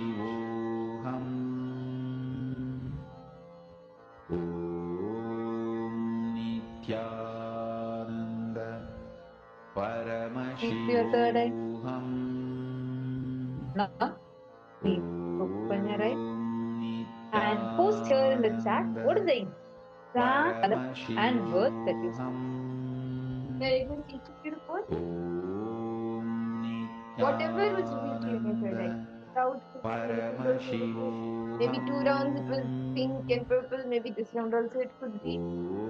Whatever was revealed in your third eye. See, Swamiji will always show you in the third eye. So whatever was revealed to you, tell only that without filtering it, without any guesses.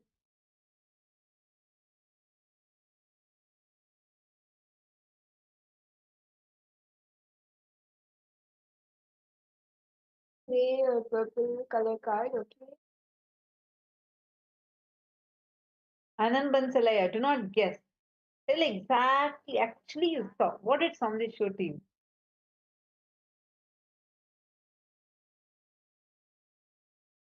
Chandrasekharaya, Matthew Raya, my Iqbal Banu. My Iqbal Banu, you can remove your ribbon and you can post in the chat what exactly Swamiji showed to you in your third eye.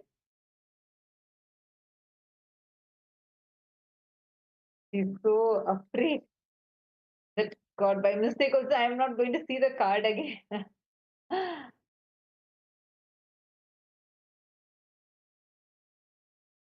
Post in the chat now. What did you see?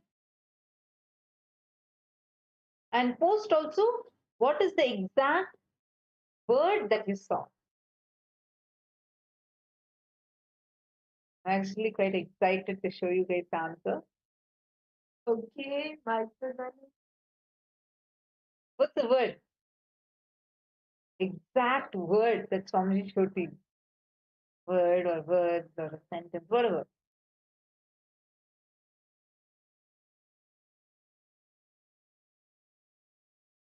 Well, okay. What else do you see? Okay, now it's time. I'm going to be showing the answer to all of you. Okay, this is quite interesting. This is the card. The card was in black color. Both Annamaya and Ma Iqbal, both of you posted it saying it's Great. That's so close. Amazing. Anamaya, you're actually manifesting. Last round also you got it. This round also you're getting it. My Iqbal, you're also manifesting. See, now let's do this every day. Okay? Every day come during this time. Do the yoga. See, you have to start doing yoga and then sit for the power manifestation. Amazing way you can manifest it. So the words that were here are and escapes. That's the words that are here. So now let's enter into our first session for the day, and we are going to be learning about Samipya Samadhi. What is Samipya? Let's listen to the revelation now from Swamiji.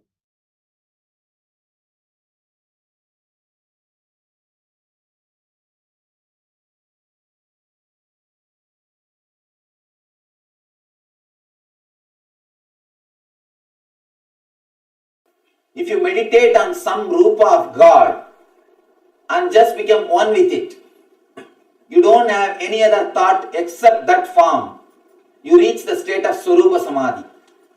In Swarupa Samadhi, there are few, I can say, types. There are few types of Swarupa Samadhis. You become part of that energy, or you become one with that energy. This is called, in Sanskrit they say beautifully, Sarupya Samadhi, Sayujya Samadhi, or Salokya Samadhi, Samipya Samadhi. Salokya means, for example, if you are meditating on Vishnu, if you are given the state, or if you are given the place in Vishnu Loka, it is called Salokya. If you are given the nearness, it is called Samipya. If you are given his own form, it is called Sarupya.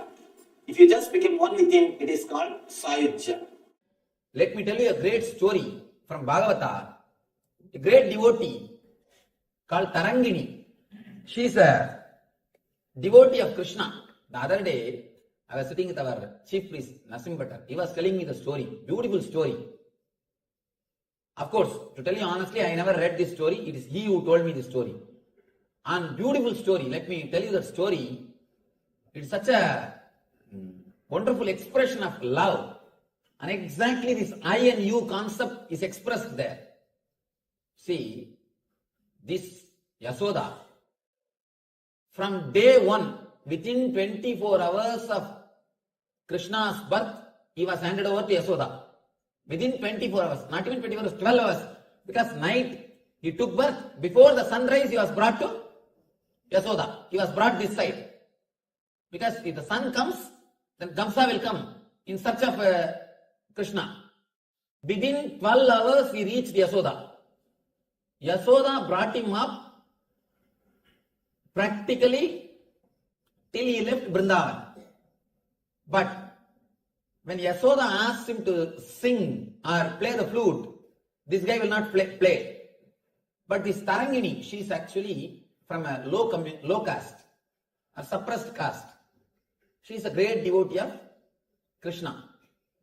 Because she is from a lower community, she will not come in front of Krishna. She will stand in one corner and just enjoy. Just enjoy the Krishna's presence and his music or whatever he does, naughty things. She will stand in one corner and enjoy. Such a great devotee. Of course, whenever Krishna walks, once Krishna goes away, she will go and touch that feet dust. And one day, Krishna left the flute and went away. He forgot. Of course, he wouldn't have forgotten. He must be playing. That guy, you think he will forget? He will make others forget. And he will never forget anything. And he was playing a drama as if he left the flute and went away. She just sees the flute and she thinks, oh, Krishna has left it. I should take it and keep it in the house and hand it over to him properly. Nobody should take it away. Out of love and care, she takes that flute and keeps it in the house And this fellow did not forget. Purposely he is playing that drama. Suddenly next day he says, somebody has taken away my flute. He starts searching. Or he is acting as if he is searching. Somehow he came to know that Tarangini is having that flute. She wanted to get that and give it to him. But he himself goes there. He himself goes, so he has to find some reason to go to that area now. Because that where the lower community people are living, the higher community people will not go there. If this guy goes without reason, Yasoda will ask, why did you go there? Why did you go to that area? Naturally, she will try to punish him. So he has to have some reason. So now he says, my flute is there, I have to go and pick it up. I have to go and pick it up. This guy goes and he sees that the area, it seems that Sukadeva beautifully explains, full of mud, the dirty roads, and a hut in which thousands of suns are shining. It means what? 1,000 hole. 1,000 hole. 1,000 holes are there in the hut. And this Krishna enters the house and asks, give me my flute. And she's just totally shaken when she saw Krishna in her house. And she's not able to speak, she's not able to do anything. She's just overwhelmed. She runs and brings the flute and gives the flute to him. And this guy starts the next drama. Shall I play? Shall I play the flute? And naturally, who will say no? Who will say no? She says that even rishis, even the gods come down to listen to your music, and you are asking me permission. How can I say no? Play. And he sits there itself in the steps and starts playing. He is just playing. She is sitting there in one corner, completely filled with ecstasy. Suddenly, Yasoda appears there. Yasoda, you see, understand, Yasoda is shouting, what? How many times I ask you to play? I take care of you, I give you food, I do everything. But you fellow, you are not playing for me. And you are coming and playing here for this urgent girl. Understand? The attitude of Tarangini is you. The attitude of Yasoda is me. Because the Yasoda's attitude is me, whatever seva she did, everything else, no result. She enjoyed, that's all. But there's no result. And she shouts. Because of her shouting, the music is disturbed. Music is broken. That is why they say that raga is punnaga varali. Means that broken song, broken music, broken tune. Binna means in Sanskrit broken. And this tune is broken. Then Krishna says, you served me, yes, no doubt. But with the attitude of I, with the attitude of me, as long as I am your Krishna. But she is so devoted, not with the attitude of me, she is with the attitude of you. She is devoted to me, you are devoted to you. As long as I am your Krishna, you will take care of me. As long as I am your Krishna, you will take care of me. It means what? You are devoted to you. You are centered on you, not on me. That is why even 5 minutes of separation you are not able to digest. Possessiveness, instinct to possess. You come here all the way. You are not giving even 5 minutes space for her. She never asked me that. She never asked me to come to her house. She never even expected I'll play for her. She is totally dedicated, only with one attitude of you. Then Krishna blesses us, blesses her.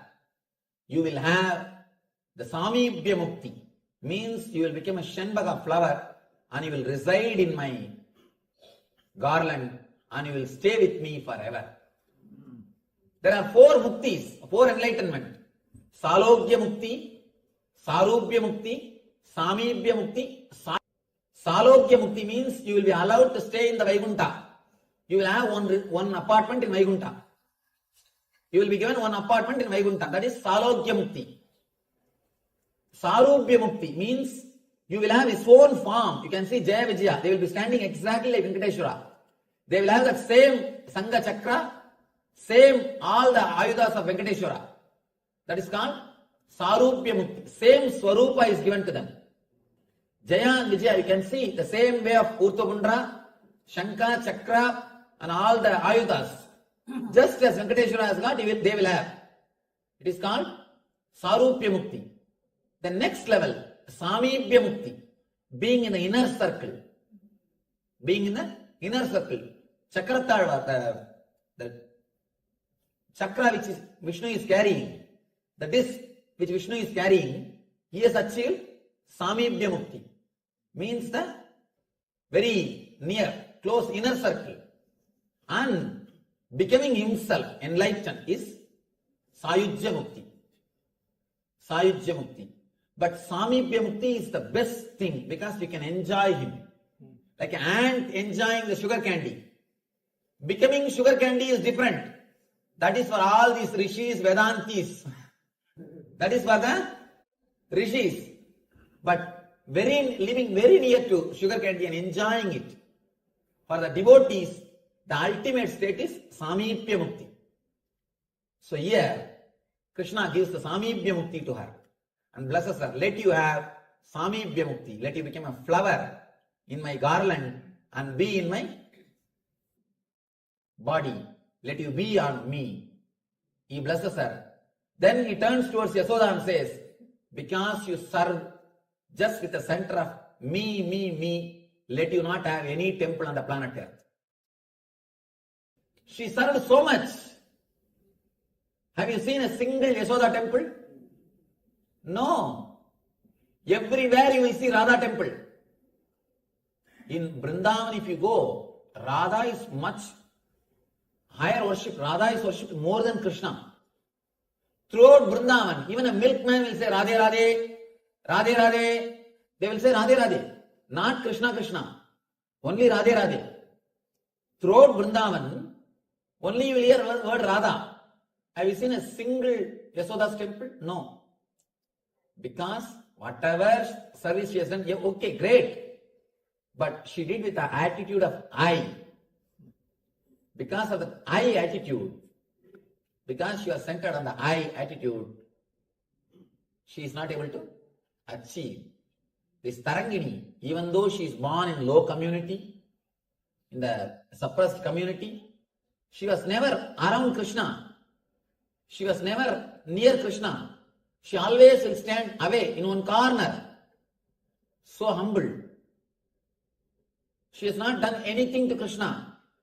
I don't think, of course, she will not be even allowed to serve Krishna because of her community. But just because she lived with the attitude of you, Krishna goes to her house and she goes and blesses her. She goes and gives her liberation.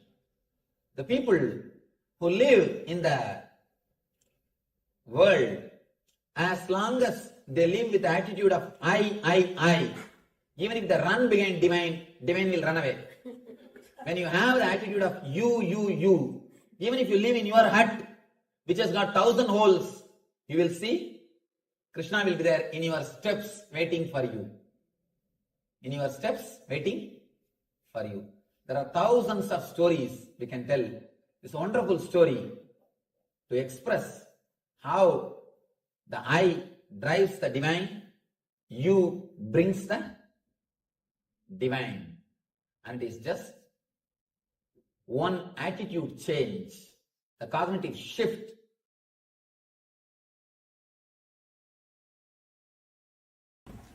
Actually, to live around me, you need only one qualification. Everything else will fall in place. One qualification. A deep thirst to become like me. The expansion. understand the whole process happening in my presence.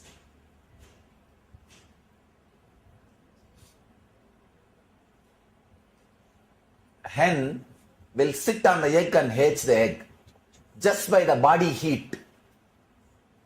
Fish will see the egg and hatch the egg. And tortoise will remember the egg, where it laid, and hatch the egg. There's a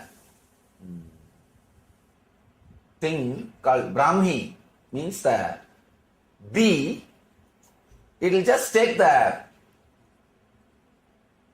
small worms and make a small hole in the corners and put the worm inside, and on the edge of the worm, edge of that hole, the bee will sit and create a sound.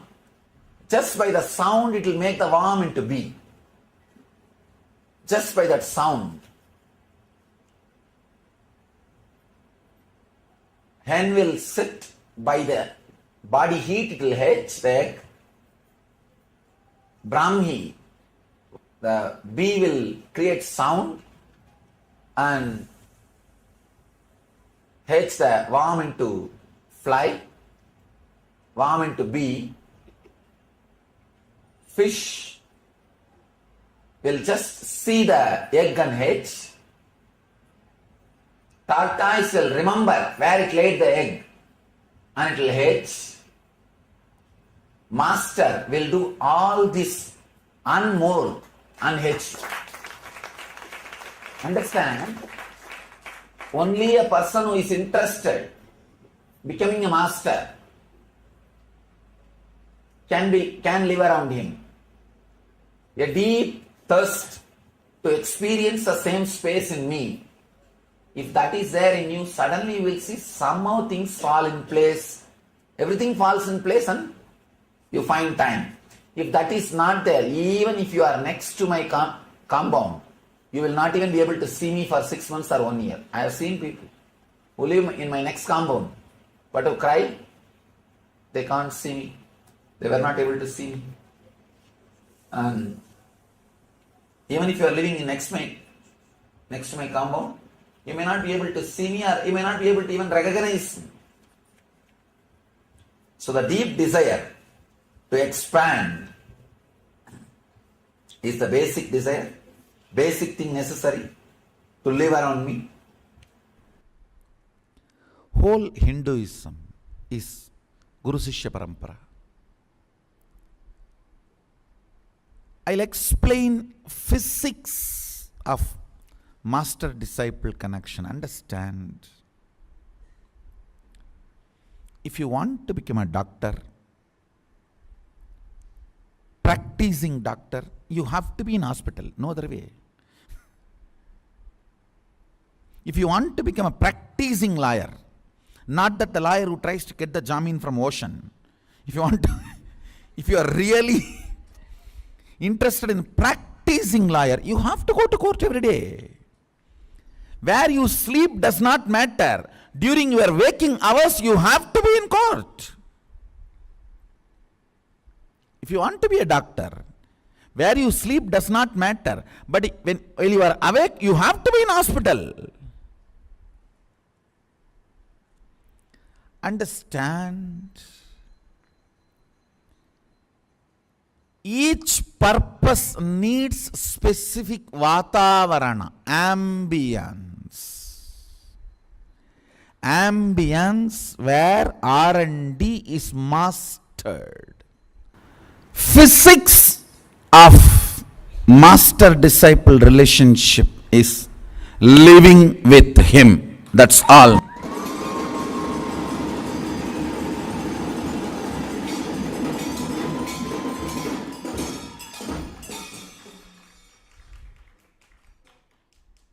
All other answers are compromised answers. It is straight. Living with him, over.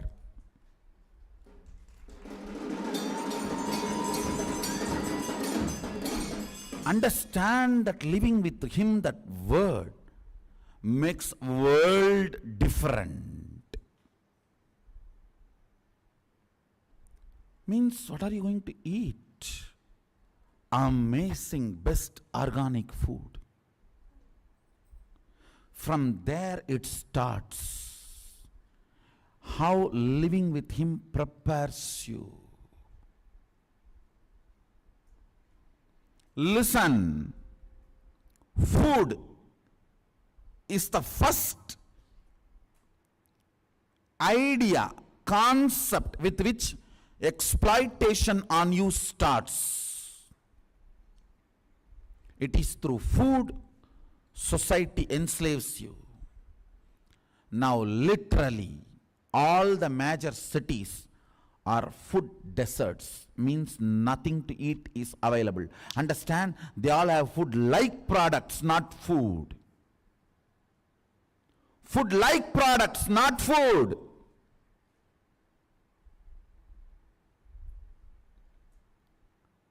When I grew up, I have never seen non-veg being sold so openly. In whole Thiruvannamalai, one non-veg hotel used to be there, and people used to treat that like a red light area. No one will go there. The layers of addiction in food, things which completely destroys you, tamasic, like marijuana, heroin, ganja, all the other addictive items. See, ghost means which eats its own body parts. That's the definition Mahadeva gives for ghost. A person who is addicted to these illegal drugs are eating his own parts. Like you are eating your own intestine, you are eating your own liver, that's all. To be in the kick. Eating little every day. That is why you are not understanding. Otherwise it is eating. You are a ghost once you start getting addicted to the illegal drugs. Tamasic, utter tamasic. Then tamo-rajasic. The tamo-rajasic is this non-vegetarian. Understand? Global warming is true, and it is because of non-veg industry. I am not saying this. Google, go to the internet. There is enough statistics.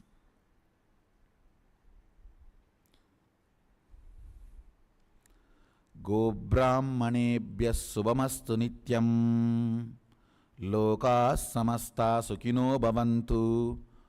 Ko means animals, and brahmana, who does not eat animals and protect them, both need to be happy and blissful. Only then future is going to be there for us. Fundamentally it is food. You are exploited. Understand? It's not joke.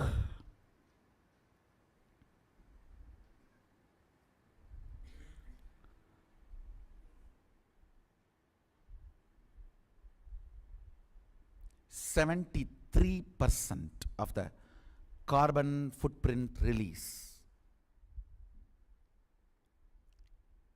Animal industries. When I say animal industry, three major industry. Animals grown for meat, animals grown for leather, animals grown for other medicinal and cosmetic products. Then comes Rajasic. Rajasic is all plastic food. Understand? Tamasic, Rajotamasic and Rajasic. Rajasic is plastic food. Plastic food means food grown out of altered seeds and grown with pesticides and fertilizers. If you see pesticide spraying, they will cover the whole body. It cannot touch your skin, but it can touch some food which you can eat. Kamikagama says 10 trees, drumstick tree, papaya tree, 10 trees he says, should be around, Mahasadashiva says, should be around your house and the cow, you will never be hungry, you will never need to sleep in hunger. How he says, exactly like that, I have seen houses existing in Indian villages. Means each unit is complete self-sustaining for all the fundamental needs. I have seen my grandfather carrying bags of cotton seed, giving and taking the clothes and coming back.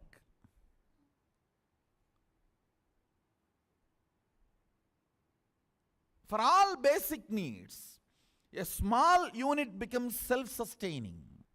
Physics of the master-disciple relationship is very important. And if you are serious about power manifestation and enlightenment, if you feel,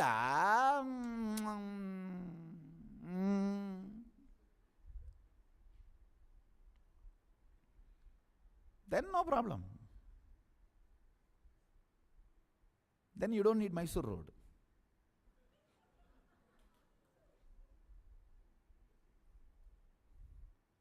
If you are really serious, if you cognize, it is very rare you get human body, and if you cognize, it is very rare Sadashiva also assumes human body. If you cognize, it is very rare both happening and matching in right time. And if you cognize, this is not the chance to be missed. I have to manifest powers, and I have to become Sakshi Pramana for Shastra Pramana and Apta Pramana, because Atma Pramana is available.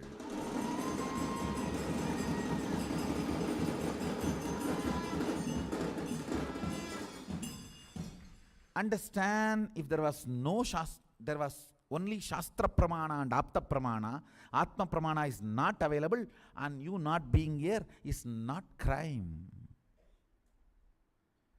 When Atma Pramana is available, and if you are interested in Sakshi Pramana, the only way is be in Kailasa.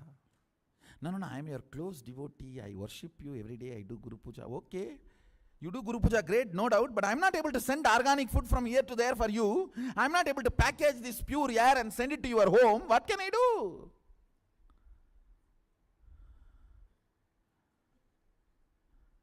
You are breathing that air. You can't deny it.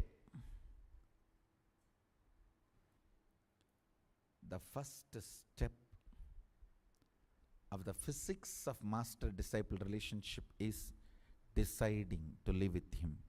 Eat his food, live in his breathing space. And how many millions of wrong things are avoided by deciding to live with him, you will understand only if you come and live here. In physics, I have touched only food. Now then comes cloth, jewels, shelter, breathing, exercise, activism. All these are physicality, physics of Guru-disciple relationship. The physics of the Guru-disciple relationship is realization. Let me precisely explain what is realization. You declare the truth. First, you need to consciously do listening, internalizing, come to the conscious conclusion. For example, like, I'll give you one example. Shivoham, Sadashivoham, or Mahasadashivoham, whatever. First of all, you need to consciously spend time in listening and internalizing. to come to the conclusion.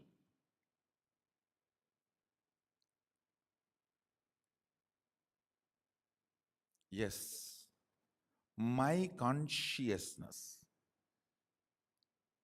is alive only because of superconsciousness.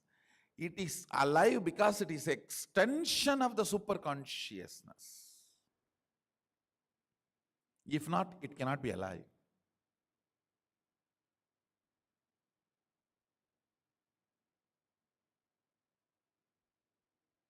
Because it is in the shade of Mahasadashiva, it is alive.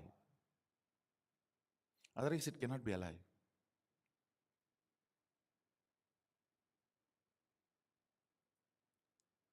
Once you come to that conscious conclusion and decision, then based on that powerful cognition, you start manifesting powers. When you try to manifest powers, if you manifest, great. If you are not, that should not shake your conscious conclusion. You should only stand with the conscious conclusion, and all the ups and downs you are going through while holding on to that conclusion and proceeding with your life with one attitude of tyaga. Understand? I'll explain more detail. You declare, I am Mahasadashiva.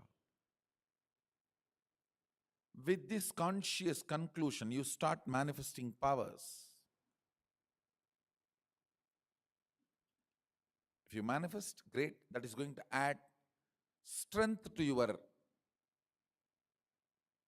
confidence, your will persistence, your consciousness.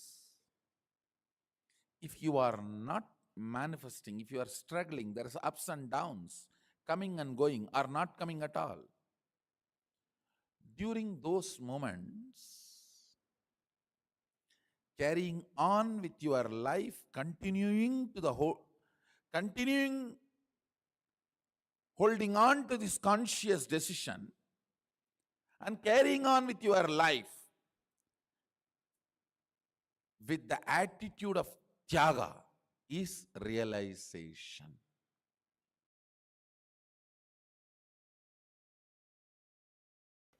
Just these basic 2-3 truths.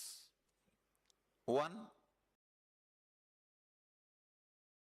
all scriptures, all literature, all method of teachings can only inspire you, cannot give experience. Understand? It's the first law. All books, all DVDs, when I say all, capital letter ALL, including mine, books, cassettes, DVDs, everything can only create inspiration in you, but cannot give experience. Experience can be transmitted. It's like, you see, experience is like a lamp. Only from a burning lamp light you can pick up, catch. Only from a lamp you can light a lamp. Only from a lamp you can light a lamp. Same way, the Jivan Mukti is transmitted only from a living body to living body. Living body to living body. If that body has to catch Jivan Mukti, it has to catch from a same material source, which is living enlightenment. Please understand, I am describing very clearly the need of the master.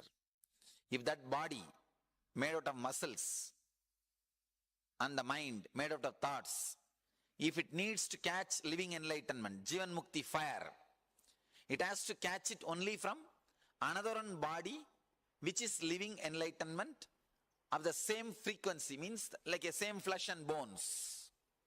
Only from that you can catch. These 3 months, if you are given a choice to create a life on your own, You will simply reproduce my life.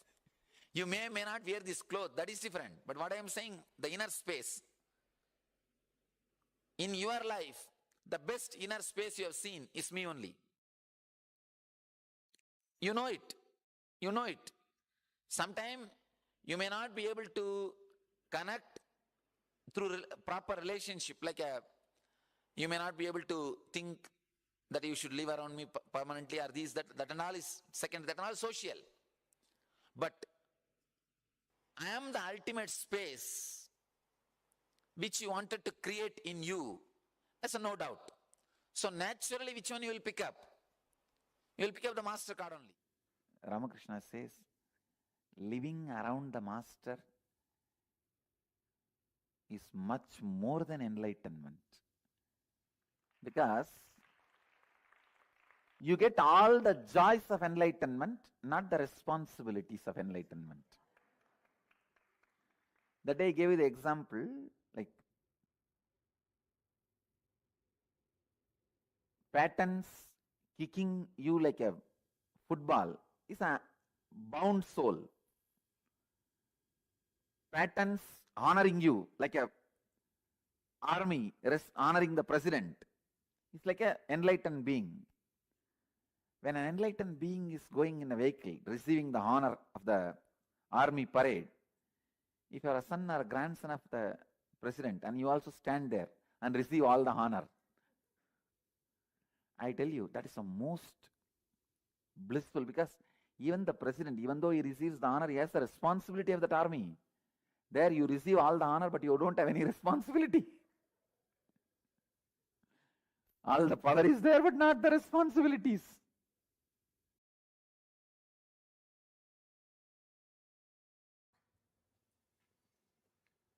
Living with the master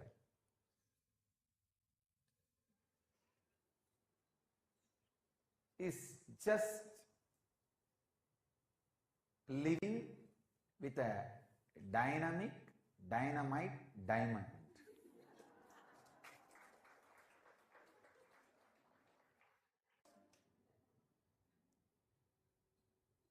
When a dynamic diamond is made to work on any stone,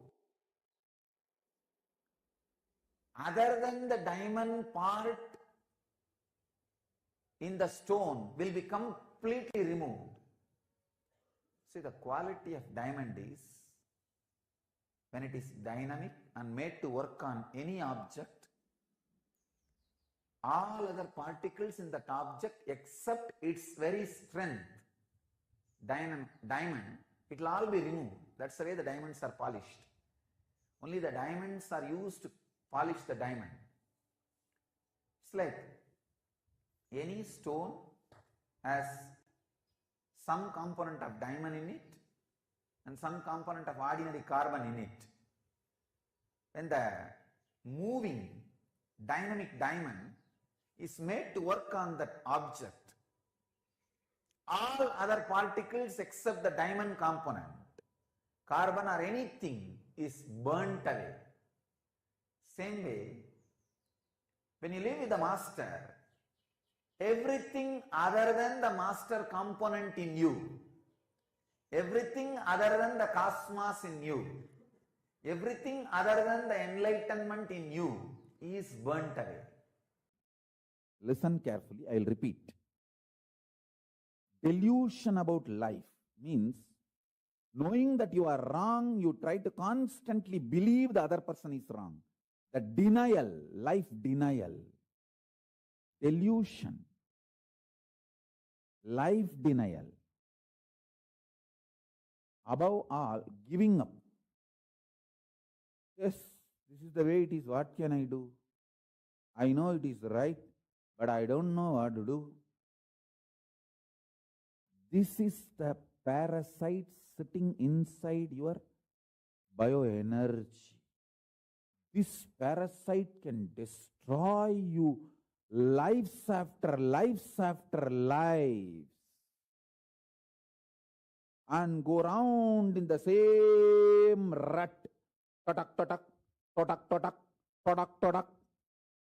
You will see same kind of father, mother, and end up with the same kind of attachment and problem and land the same kind of mess and die, pick up next body with the same kind of type of parents, family situation, land in the same mess and die, and the same rut will go on and on and on, stuck but not breaking out. Freeing you is the parasite sitting inside your bioenergy.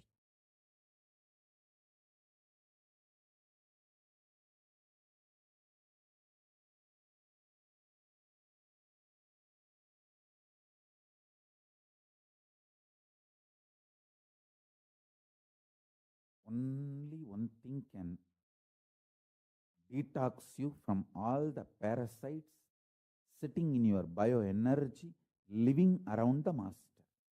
You need to see him constantly, how he behaves, how he lives, how his muscle memory is working, how his biomemory is working, how his bioenergy is working.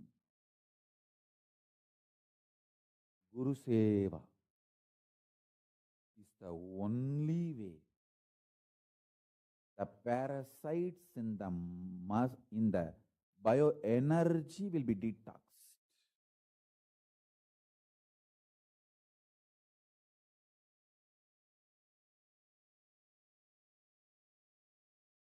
Guru Seva is the most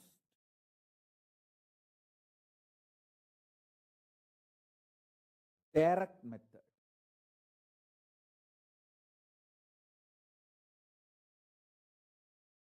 of melting down all the parasites sitting inside your bioenergy. Nothing else can do it. Because bioenergy level means constantly your bioenergy need to be cleansed, detoxed, opened. Your bioenergy need to be opened, and Guru's initiation, Shakti Bada, needs to be poured inside you. And you need to go on experiencing detox.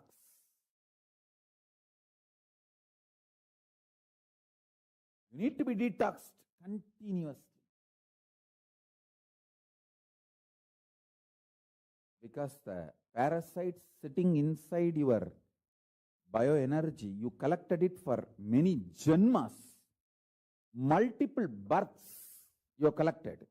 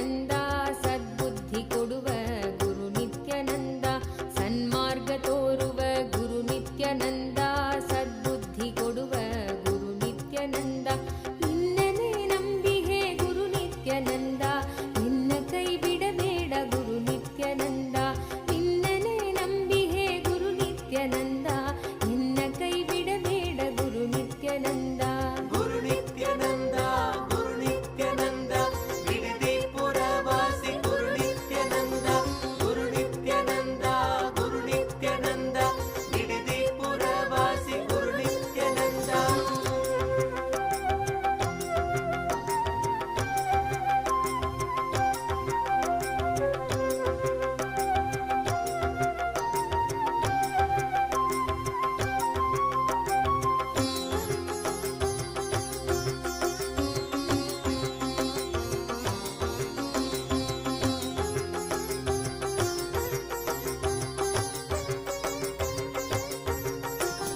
ಆತ್ಮಭಕ್ತಿ ನೀಡೆನಗೆ ಗುರು ನಿತ್ಯಾನಂದ ಧ್ಯಾನ ದೀಕ್ಷೆಯ ನೀಡು ಗುರು ನಿತ್ಯಾನಂದ ಆತ್ಮಭಕ್ತಿ ನೀಡೆನಗೆ ಗುರು ನಿತ್ಯಾನಂದ ಧ್ಯಾನ ದೀಕ್ಷೆಯ ನೀಡು ಗುರು ನಿತ್ಯಾನಂದ ಭಕ್ತರನು ಪಾಲಿಪ ಗುರು ನಿತ್ಯಾನಂದ ಭವಭಯ ನಾಶಕ ಗುರು ನಿತ್ಯಾನಂದ ಭಕ್ತರನು ಪಾಲಿಪ ಗುರು ನಿತ್ಯಾನಂದ ಭವಭಯ ನಾಶಕ ಗುರು ನಿತ್ಯಾನಂದ ಗುರು ನಿತ್ಯಾನಂದ ಗುರು ನಿತ್ಯಾನಂದ ಬಿಡದಿ ಪುರವಾಸಿ ಗುರು ನಿತ್ಯಾನಂದ ಗುರು ನಿತ್ಯಾನಂದ ಗುರು ನಿತ್ಯಾನಂದ ಬಿಡದಿ ಪುರವಾಸಿ ಗುರು ನಿತ್ಯಾನಂದ ಆನಂದೇಶ್ವರ ನೀನೆ ಗುರು ನಿತ್ಯಾನಂದ ಆನಂದೇಶ್ವರ ನೀನೆ ಗುರು ನಿತ್ಯಾನಂದ ಆನಂದೇಶ್ವರ ನೀನೆ ಗುರು ನಿತ್ಯಾನಂದ ಆನಂದೇಶ್ವರ ನೀನೆ ಗುರು ನಿತ್ಯಾನಂದ ದಕ್ಷಿಣಾಮೂರ್ತಿ ನೀನೆ ಗುರು ನಿತ್ಯಾನಂದ ಧನ್ವಂತ್ರಿ ನೀನೆ ಗುರು ನಿತ್ಯಾನಂದ ದಕ್ಷಿಣಾಮೂರ್ತಿ ನೀನೆ ಗುರು ನಿತ್ಯಾನಂದ ಧನ್ವಂತ್ರಿ ನೀನೆ ಗುರು ನಿತ್ಯಾನಂದ ಧನ್ವಂತ್ರಿ ನೀನೆ ಗುರು ನಿತ್ಯಾನಂದ ಗುರು ನಿತ್ಯಾನಂದ ಗುರು ನಿತ್ಯಾನಂದ ಬಿಡದಿ ಪುರವಾಸಿ ಗುರು ನಿತ್ಯಾನಂದ ಗುರು ನಿತ್ಯಾನಂದ ಗುರು ನಿತ್ಯಾನಂದ ಬಿಡದಿ ಪುರವಾಸಿ ಗುರು Nithyananda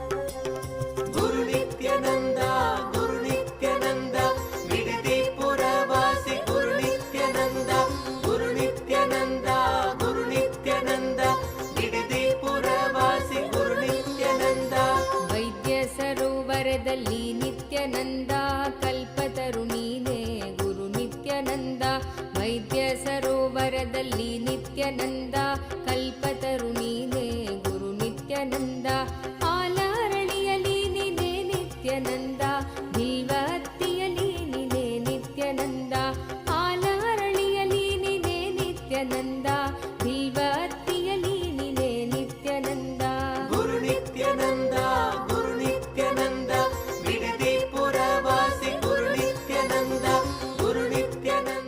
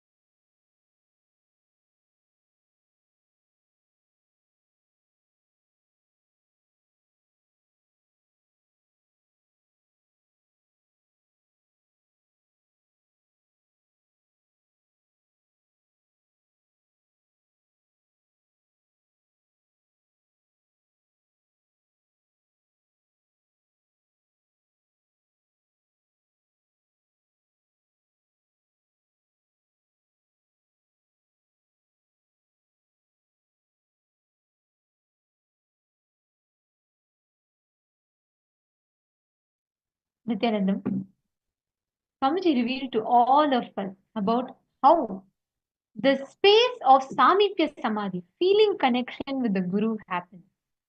Actually, the story of Tarangini that Swamiji narrated to all of us, it just depicts, it just tells us about how when you're constantly in the attitude of surrender, in the attitude of you with the divine, all the cognitions that you carry inside of you, which keeps you in your perceived separation with the divine, will simply just drop.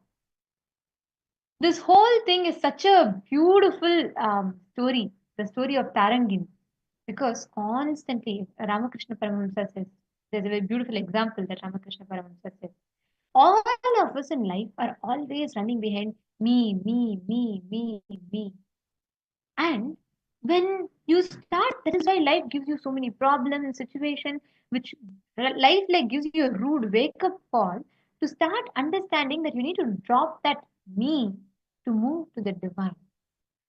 It is that last bit when you're taking that jump, when you're ready to surrender, when you say, like, nothing else matters to me other than you, then that ultimate experience, manifesting the divine, becomes your own experience, becomes a part of you. You literally manifest it and experience it. This Samipya Samadhi, what Swamiji revealed to all of us, like when you life with the Guru has all these four types. The first is Salokya, where you come to the same loka as the Guru. For example, if you come into any of our Kailasa, anywhere where you're in the breathing space of the Guru. Then it is Sarupya. Sarupya is where slowly you will start reflecting, manifesting the form of the Guru. That's why you will see, how many of you have noticed? Like many times you will see when people take sannyas, Kailasavasis, living around Swamiji, some or the other way, suddenly there'll be natural, even if you come to Adinam and live in Inner Awakening or any of these programs, right? Suddenly people will start telling you, from the time you went to Swamiji, you have also started smiling so much like Swamiji. Something, you are becoming more and more like Swamiji. How many of you have heard? People say you look so radiant, you look so fresh. How many of you heard it? Raise your hands. Actually understand. That is because when you are in the Salokya, you start experiencing Sarupya. You start manifesting the same form.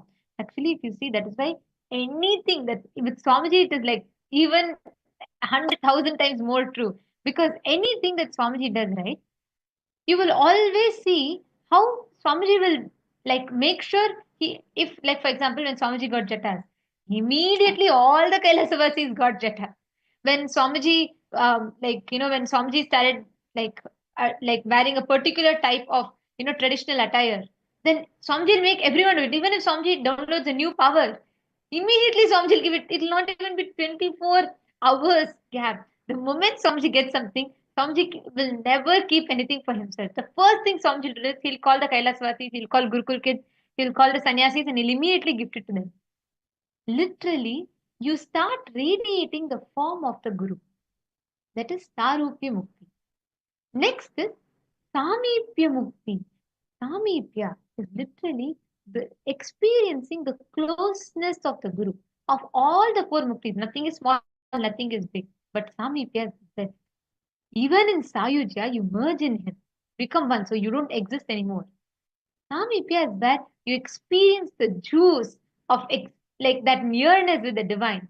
You can experience that oneness, and at the same time, that small, that it's like the final stage of Visishta Advaita merging into Advaita. Because you experience it's just you and the Guru. You experience such nearness with the Guru, and you will just see how that beautifully transitions into Advaita. Ultimate is Sayujya. Sayujya means you're completely in oneness. Like you, there is no individual existence for you. You just merge. You just experience, become one with the cosmos. That is Sayujya. So these are the four stages or the four different muktis that you experience when you experience a feeling connection with the Guru. I still remember once in one session, Swamiji said, if at all God, a Guru comes, a book, if at all you need to ask for the blessing from the Guru, always ask for the nearness to the Guru. Samipya Mukti, understand? Swamiji says, see, all four muktis has its own speciality. It's not the one is less or greater. No, it has its own speciality for each of the things. But if you want to taste the juice of the Guru, right? Best is Samyukta Mukti, Swamiji says. Amongst the four, if you ask me to choose, Swamiji will say I will choose the Samyukta Mukti. Because as being a separate entity, meaning like, you understand, of course, ultimately experiencing the oneness with the Guru is the ultimate thing.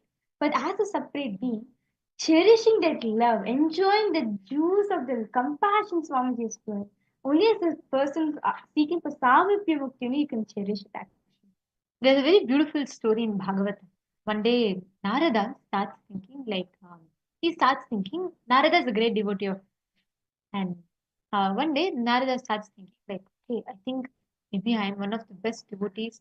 Like, I really love anything happens to Narayana, whatever comes, I will even give my life for him. So I think I am the best devotee. He just thinks to himself, not even like a conclusion, and no, it's just a casual thought. Immediately, Krishna's Parandhama, Mahavishnu himself, Krishna him immediately senses. He says, okay, Narada, this thought has entered into Narada. So Krishna stages a whole drama for this. What he does, he suddenly starts screaming in pain. He starts saying, oh my God, my head is paining. I'm having a splitting headache. I'm not able to handle it and I do not know what to do. And everyone are worried. All the wives, all the everyone around are all like, they're all like, oh God, Krishna is having a pain. What should we do? What should we do? And they're all trying to, scramble here and there. Narada is asking, oh my Lord, what can I do? I'll give you even my life. Please tell me what can cure. Then everybody is trying to scramble, get no medicine is curing the pain. They're trying this, that, nothing. And Krishna is like literally he's in suffering in pain. And when Krishna does drama, how he does the drama. So Krishna starts like he's literally like in such severe pain, and people are all unable to bear seeing their Lord, their Krishna suffer so much. So then Krishna says, I think there's only one remedy to this. They're saying, whatever it is, please tell, we will give it. Krishna says, I just need the padatuli, like the dust, the foot dust. Like I need someone to give the dust from their feet to be applied on my forehead. When one of my devotees give from on my forehead when I apply, then my headache will be gone. Everyone are like, oh my God, what is this? Then Narada says, I asked for solution. This is like a great sin. How can I give my foot dust to you? Prabhu, how can I even do that? No, never. You are my God. How can I give the dust from my feet onto your forehead that too? No, no, no. There should be some other solution. Please give us another solution. He says, come on, you ask me for solution and I give solution. You say another solution. Here my head is paining. Here I'm having a headache. Then everyone there starts like hesitating. Each one says, no, no, no, maybe I'm not as great devotee. You are a greater devotee. You please give. So everyone starts like, passing the ball to another person. And here Krishna is having this severe headache. Finally, everyone says, no, no, this is the greatest sin. All these fellows now start speaking about Vedanta. They say, oh God, in our scriptures and all it is told we can't even touch the feet next to the God. And here you're asking me to give my feet dust to your forehead. No, no, no, I can't do it. I can't do it. Then, after all this squabble happens here, Krishna says, all right, he tells Narada, why don't you just go to Vrindavan, go to my Gopika, just tell them their Lord Krishna has just tell them I have a headache. So, and ask them that this is what I told as a solution. Then Narada rushes, he goes to Vrindavan, and then he first tells Narayana is having headache, Vishnu is having headache. No one seems to care.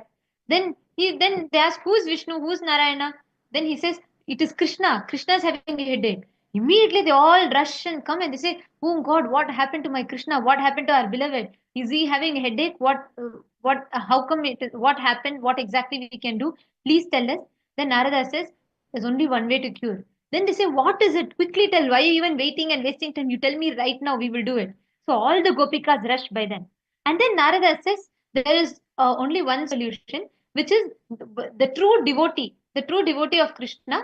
Their food only can only that can remove the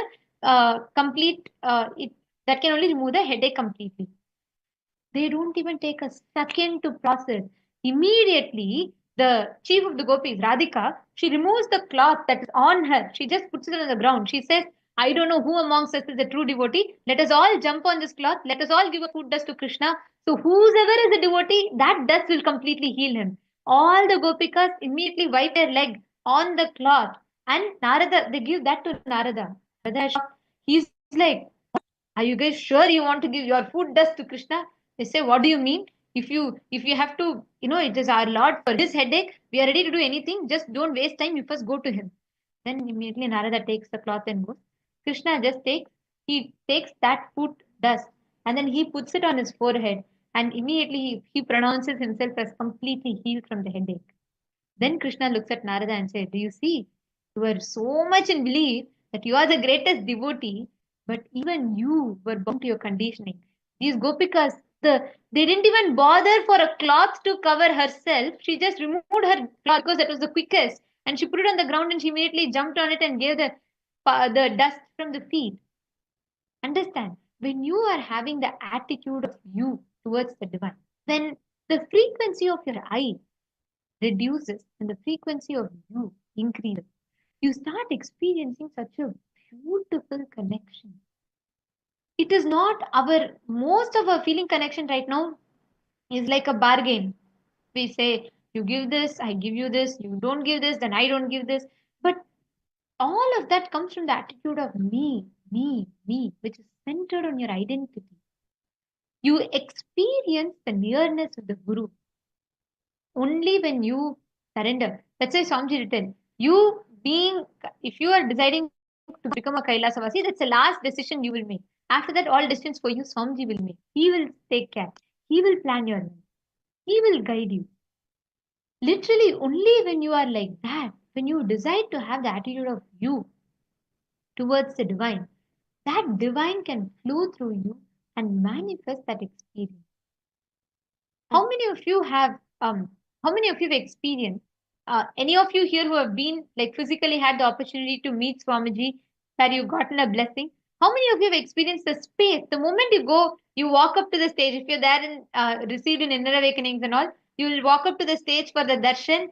Somehow, the moment you set your foot on the stage, it's like you're entering into another parallel universe because you'll forget everything that is happening in you. I see Claire Lang is laughing.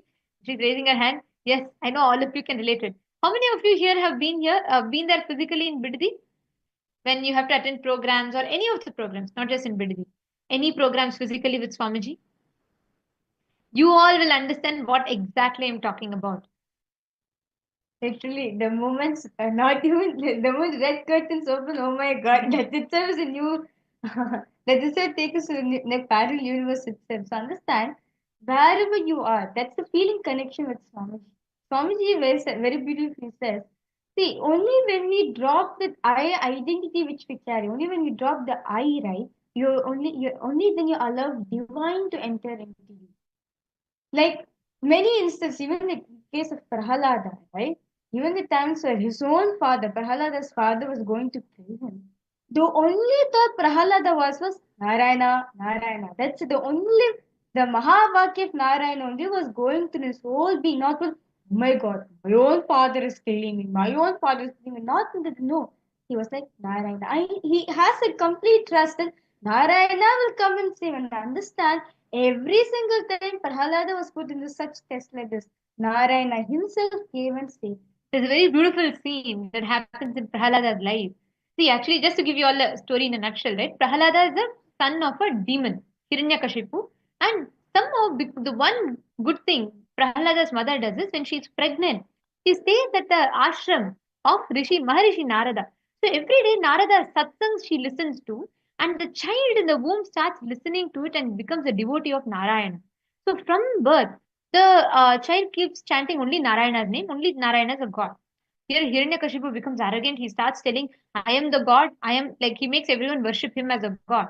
So, when his own son is not worshipping, no one will worship. So, he was trying to force his son to worship, and the son says, no, only Narayana is a god. Only he is the divine for me. I can't connect with anyone else. But he's absolutely humble and loving to his father.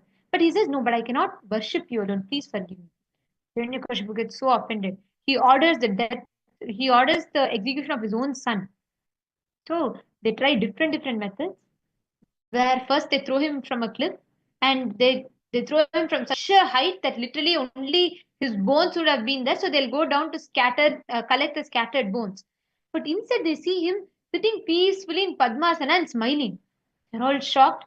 They bring the soldiers come back to Hiranyakashipu saying, "We dropped him from the cliff, but nothing happened to him." Hiranyakashipu says, "No, no, there must be some fault." Then they put him on the ground and they make 100 elephants, mad elephants, run over him. They would have been like 7-year-old child, 6 or 7-year-old child. They would have been surely he would have been crushed by now. They go and see he's still sitting so peacefully. All the elephants become so quiet in front of him. Now Hiranyakashipu says, "No, nothing doing. Get him here. I will do it myself." So he goes. He takes the most deadliest of venom, snake venom. He puts it into the milk. He goes and gives. Prahalada is in such an connection to Narayana. He says, he sees the milk and he says, "Isn't this the same milky ocean that my Narayana is in?" And he just drinks the milk and all the poison just immediately leaves him. He's completely untouched by the poison. Understand, every time when you connect to the divine, in the attitude of you, you, when the frequency of your I reduces, your incompletions reduces, you will literally see the divine will manifest for you. Even for Draupadi, there's a very beautiful Vastraharan incident that happens where all the Kauravas, the evil um, brothers, they all come and disrobe Draupadi in the palace, in the court, where all the people are gathered. Yeah, thousands of people were gathered over there. And they all come together and Dushasana starts pulling her sari. There's a very interesting incident that happens at that time. Draupadi, initially, she goes and pleads. She pleads her husbands. They all can't do anything. They're like, hands tied. And she pleads the king. Nobody comes. Finally, she is calling out to Krishna. She calls out, "Krishna, Krishna, Krishna." But only in the last minute, Krishna comes and gives her the sari, saves her, and she gets protected. All of this whole episode gets over. After that, Draupadi meets Krishna.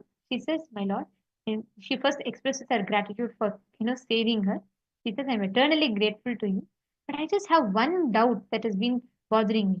Krishna says, "All right, ask what it is." She says, "I called out to you the first time. It is not that I waited to call you only in the last moment.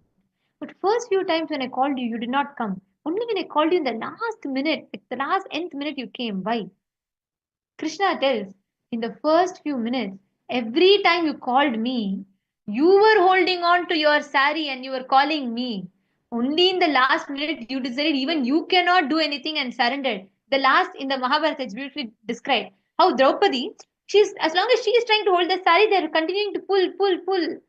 The moment she drops and she says, "Krishna, only you can take care," and she raises her hands, that moment, Krishna manifests like huge sari and completely miraculously sari keeps coming, coming, coming, coming without stopping, and Dushasana gets tired and collapses. At that time, Krishna says, in that last minute, the shift happened from you holding on to yourself for security to you coming to me.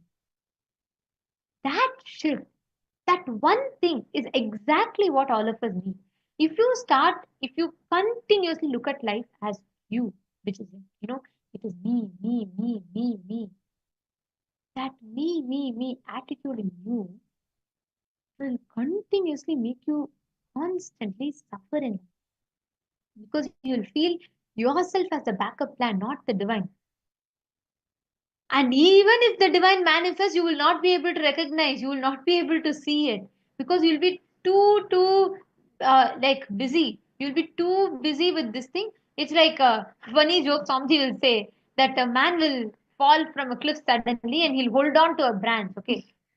So this man will say, my God, I have all my life I have been sincerely only devoted to you. Please save me right now. Please save me. Please save me." So God says, "All right, my son, I will save you. Just let go." Then he'll start shouting, "Is there anyone else who can save me here?" Understand? After that, the God will say, "No, no, listen to me. Let go. I will take care." This man says, "No, no. How come you want me to let go and die? It is such a steep cliff. Don't you see? I'm clinging on to this branch for my dear life. And you want me to let go at this time? Is this the time to ask me to trust you? I've already trusted you enough. Can you not just come and hold me?" Then the God says, "I am taking care. Just leave it. I will protect you. The man starts screaming. He says, I should have never worshipped you all my life. Me worshipping you is wrong. You shall just come down right now. So God says, I am taking care of you. He doesn't listen. Anyways, then he decides, okay. He says, there's no one. Even you are not going to save me. I will save me by myself. He clings on to it with his hands are paining and he's sweating. He's almost slipping each time, but he's somehow just clinging on to that branch. Morning, he wakes up, opens his eyes, looks down, only to see just 1 feet or 2 feet below him is a flat earth. He would have not even fallen. If he just left the tree, he would have landed safely on the ground. Understand, this is how we all do. When you put the backup plan to life, you put your whole insecurity or dependent only on you will make irrational decisions in life. Because what we know as life is very, very limited. But what actually life is, how life manifests for you, is entirely different. Manifesting that space is what you experience in Samipya Samadhi. Are all of you understanding? It's nothing but experiencing the ultimate communion with the divine, actually. Like, if you want to give like a perfect example, like how Sita was for Rama, like how Devi was with Paramashiva, like how Radha was for Krishna. That ultimate space, right? Like how they don't have an identity for themselves. They don't have like they are very clear. My only identity is the divine. I know for a fact divine is that person. So even like to give an example, Sakshi Swamiji tells a story that how if you just surrender everything to divine, the divine himself rushes to you. So like same story of Prahalada. So in the last story, right? All right, the father is like, okay, you claim as a Mahavishnu everywhere. So sure, tell me now, is he in this pillar? Is he in this wall? So he breaks everything. Then Prahalada, understand? Prahalada with his little finger, he'll be moving to point exactly where where Mahavishnu is gonna be. What he thinks Mahavishnu is there. Immediately in Vaikuntha, Vishnu starts running. Lakshmi is like, Bhagwan, why are you running suddenly? You got up and you're running. What happened? He says, I don't know where my devotee is going to point. Where he points exactly, I have to land over them. So understand, that's the connection. Wherever you are, you will feel the Guru, Master is there with you 24/7. That is exactly what the space of healing connection is. When you experience that, all your sins, see, whether you see Radha or Krishna or whether you see Hanuman and Rama, even Hanuman, great devotees like these, who they embody this, where they lose their individual identity. Their attitude is only you. There's a very beautiful incident that happens in Ramayana. Actually, we can go on telling tons of stories for this. There's a beautiful incident that happens in Ramayana once where gathering of all the greatest like like strongest men, all of them come to display their power, right? So everyone are gathered and all of them are gathered in the court, and Rama is there, Lakshmana is there, and everyone are gathered, each one are coming to display their strength. They come, they like they lift the mace and they they show, each of them display their strength. And finally, everyone comes forward. They keep saying, Who else feels that you have the greatest strength? Come and display your strength. Come and display your shaktis, your powers, your strength." So everyone comes one after the other, one after the other, one after the other.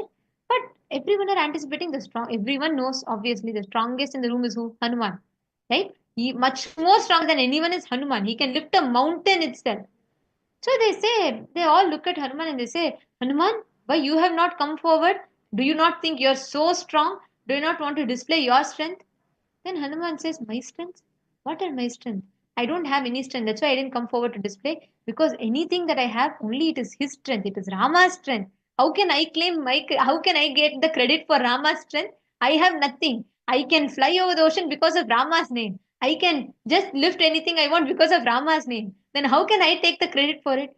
He will be so much in this such surrender to Rama, the Dasa Bhava with Rama, that he will feel even his strength, his might, physical strength in his body is also, he will say, how can I claim credit for it? It is not my strength, it is Rama's strength. You're asking me to come and display his strength in my name. I will not do that. I cannot do that. That's why I didn't come forward, because I feel the competition is not for me. If I had some strength, I could have come and displayed. But I have no strength. It is all only Rama's strength. That was his surrender. Understand? Right now, all of you can experience this in this very moment. How many of you want to experience this deep oneness? How many of you are clicking with these stories? How many of you are connecting with this? See, today's whole day is all about experiencing these sweet moments, bhakti in you. This space, what you are hearing now, this is the best frequency to be in. Okay, I see many of you raising your hands. Mike Bell has posted me. Yes, deep oneness, true.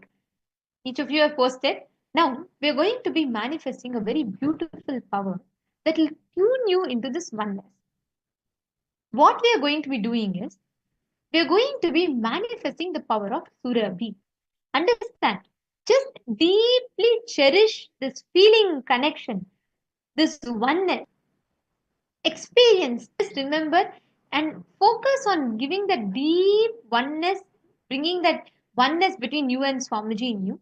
I'll tell you all what exactly it is, okay, for manifesting this power. Surabhi means divine fragrance. Whenever you connect with Swamiji, you will experience, whenever you experience oneness with Swamiji, that fragrance of oneness, it will start manifesting in you. You will see it will be jasmine smell, sometimes it will be sometimes rose, sometimes sandalwood smell. Different fragrance will start coming to you based on whenever you experience oneness. Understand, whenever you experience oneness with Swamiji, as a mark of that oneness, you will start having emanating a divine fragrance from you.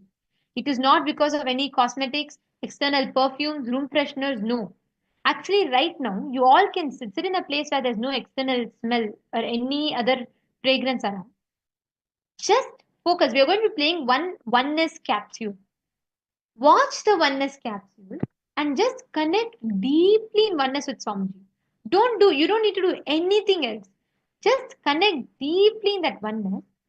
You will suddenly start experiencing a unique fragrance will start happening for you. It could be anything. Whatever happens is it's not that everyone will have only one same smell. No. Each of you may have different fragrance happening for you. Sometimes you may smell jasmine, sometimes you may smell rose. Each of you take a few minutes, sit right now, and you can experience this divine fragrance in you. Just at this moment of time during the power manifestation, I request all the participants, forget about everything. Whether am I going to manifest or not? Is the divine fragrance really going to manifest for me? No. At the end of the day, who's manifesting? It's only Swamiji. So just surrender everything to him. If he manifests, it's because of him. If you're yet to manifest, it's also because of him. You just enjoy that space with Swamiji. That's it. Literally, Swamiji says, the only thing you need for power manifestation is enjoy his presence. Do not worry about the results. Do not worry if you're manifested or not. Your only responsibility is enjoy that space with Swamiji. Rest he takes care. So right now for this divine faith, for manifesting this power, I request all participants to come into a space of gratitude. Just connect with Swamiji, however you connect with him, in any form, in any attribute, in any way, however you feel connected to Swamiji. You may connect to Swamiji as a father, you may connect to Swamiji as a mother, you may connect to Swamiji as a guru, as a master himself, or you connect to Swamiji as your best friend. In whichever way you feel like connecting to Swamiji, connect to that. Connect to him. Please close your eyes. And you all can even watch the oneness capsule through any which ways. Experience the deep connection. You on your own will start smelling that intense fragrance happening around you.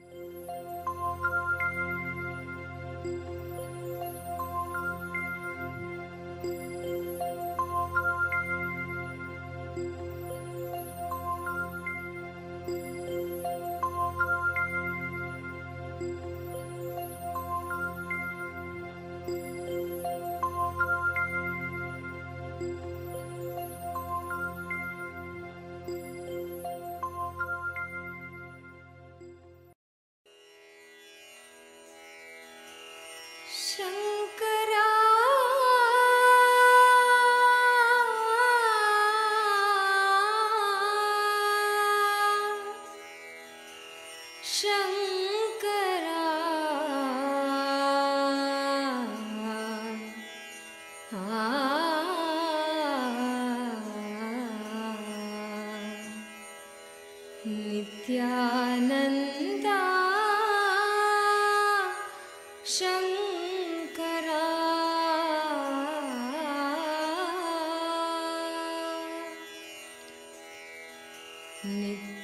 Nityananda Shankara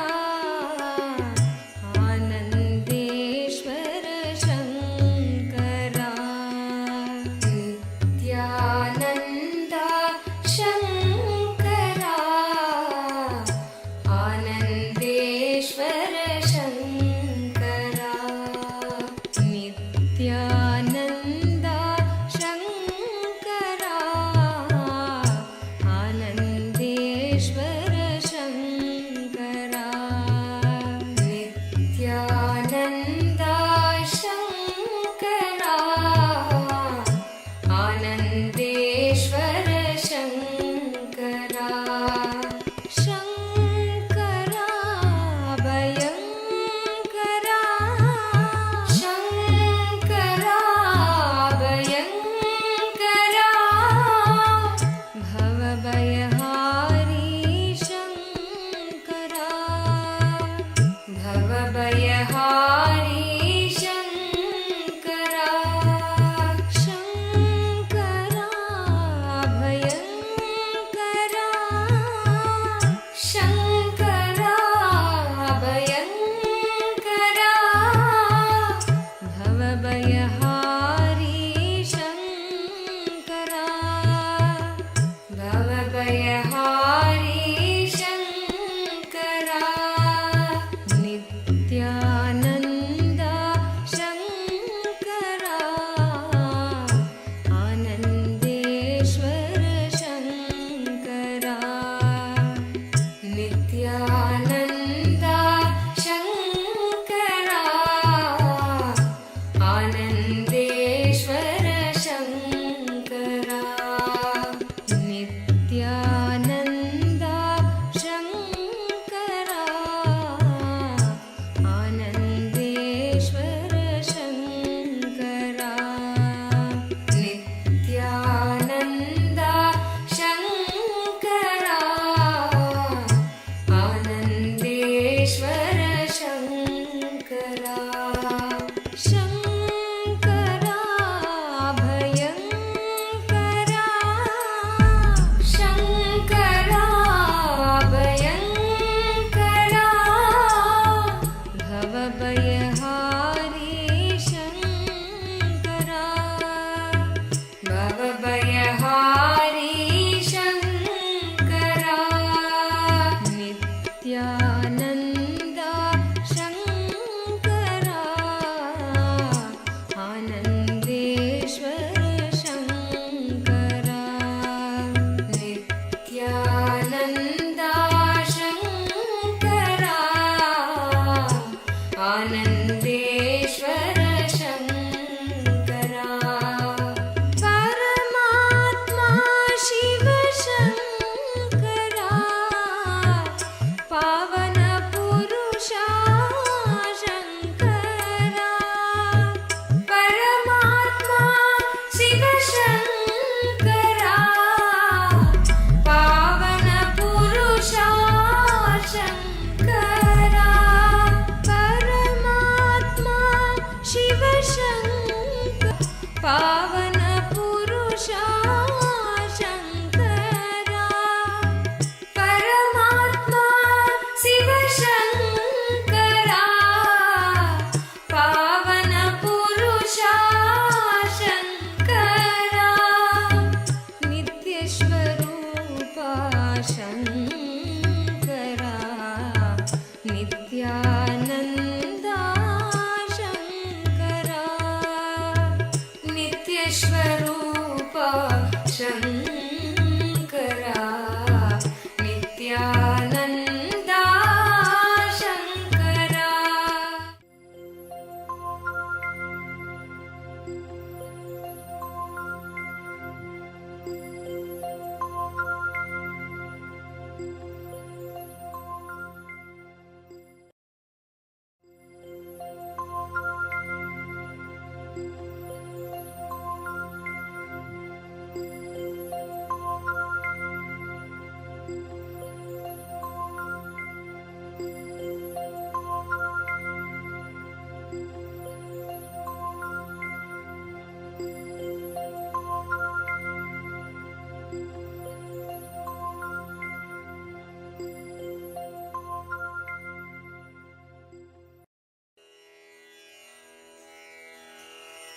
ಶಂಕರಾ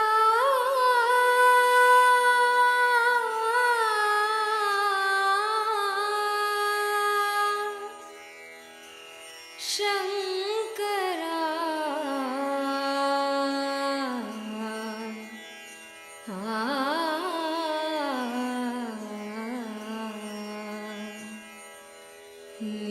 Nithyananda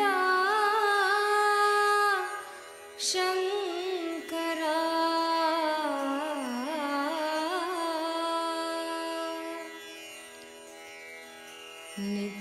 Nithyananda ಶಂಕರಾ Anandeshwara ಶಂಕರಾ Nithyananda ಶಂಕರಾ Anandeshwara ಶಂಕರಾ Nithyananda ಶಂಕರಾ Anandeshwara ಶಂಕರಾ Nithyananda ಶಂಕರಾ Anandeshwara ಶಂಕರಾ ಶಂಕರಾ ಭಯಂಕರಾ ಶಂಕರಾ ಭಯಂಕರಾ ಭವಭಯಹಾರಿ ಶಂಕರಾ ಭವಭಯಹಾರಿ ಶಂಕರಾ ಶಂಕರಾ ಭಯಂಕರಾ ಶಂಕರಾ ಭಯಂಕರಾ ಭವಭಯಹಾರಿ ಶಂಕರಾ ಭವಭಯಹಾರಿ ಶಂಕರಾ Nithyananda ಶಂಕರಾ Anandeshwara ಶಂಕರಾ Nithyananda ಶಂಕರಾ Anandeshwara ಶಂಕರಾ Nithyananda ಶಂಕರಾ Anandeshwara ಶಂಕರಾ Nithyananda ಶಂಕರಾ Anandeshwara ಶಂಕರಾ ಶಂಕರಾ ಭಯಂಕರಾ ಶಂಕರಾ ಭಯಂಕರಾ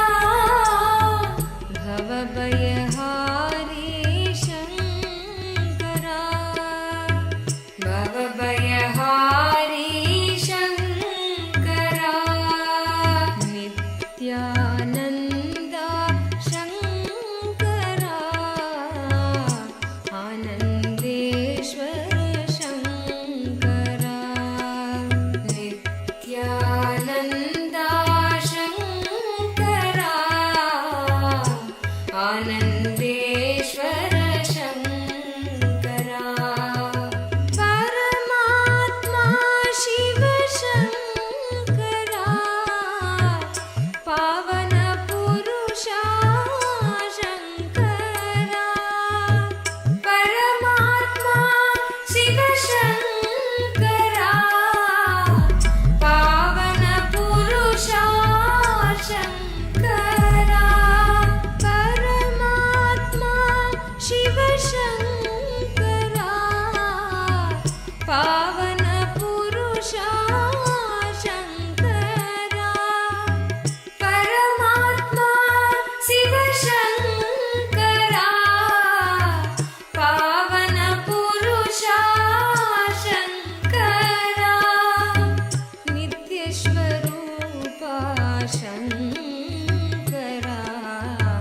Nithyananda ಶಂಕರಾ ನಿತ್ಯ ಸ್ವರೂಪ ಶಂಕರಾ Nithyananda ಶಂಕರಾ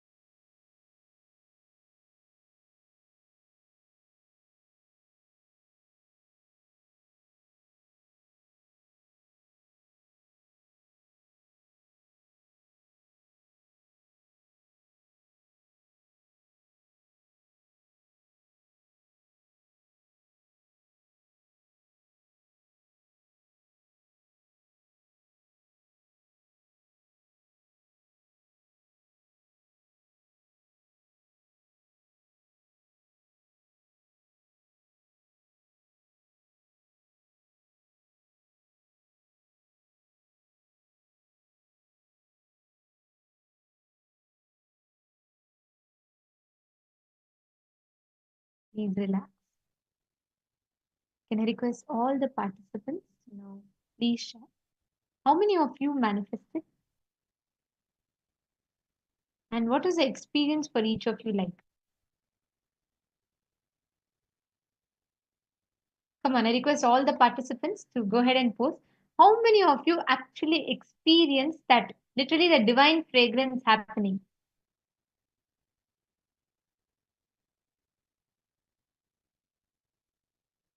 Or you felt Swamiji's presence?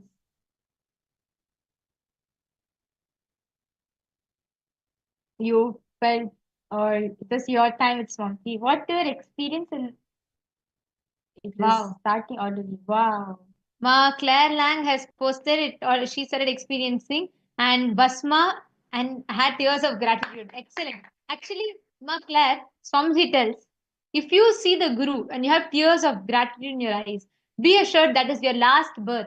Because after that, when that feeling connection has taken over, it will have such a strong, it has taken such a strong, deep rooted aspect of you that even after you leave the body, that will remain with you as your core quality. So beautiful. And how many of you tried and manifested?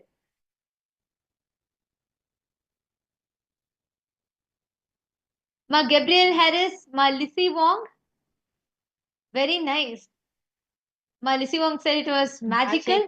Wow. Okay, what did you experience? Actually, please understand, there's an exact technique Swamiji tells. Every time, whenever you experience oneness, this fragrance will emanate, which is a mark for you that you have experienced oneness. Very nice.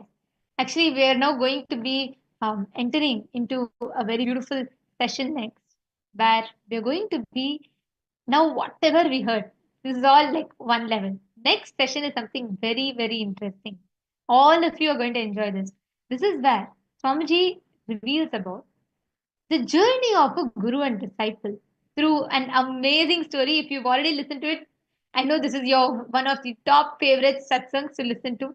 This is the lion and cub story where Swamiji reveals to every one of us what is the journey of a disciple, how is a guru and disciple relationship like. So we're going to be entering into this session now. Let us all listen to this, and you're all going to absolutely enjoy this session. This is such a beautiful session where through a story, Swamiji narrates the journey of a guru and a disciple. Let's all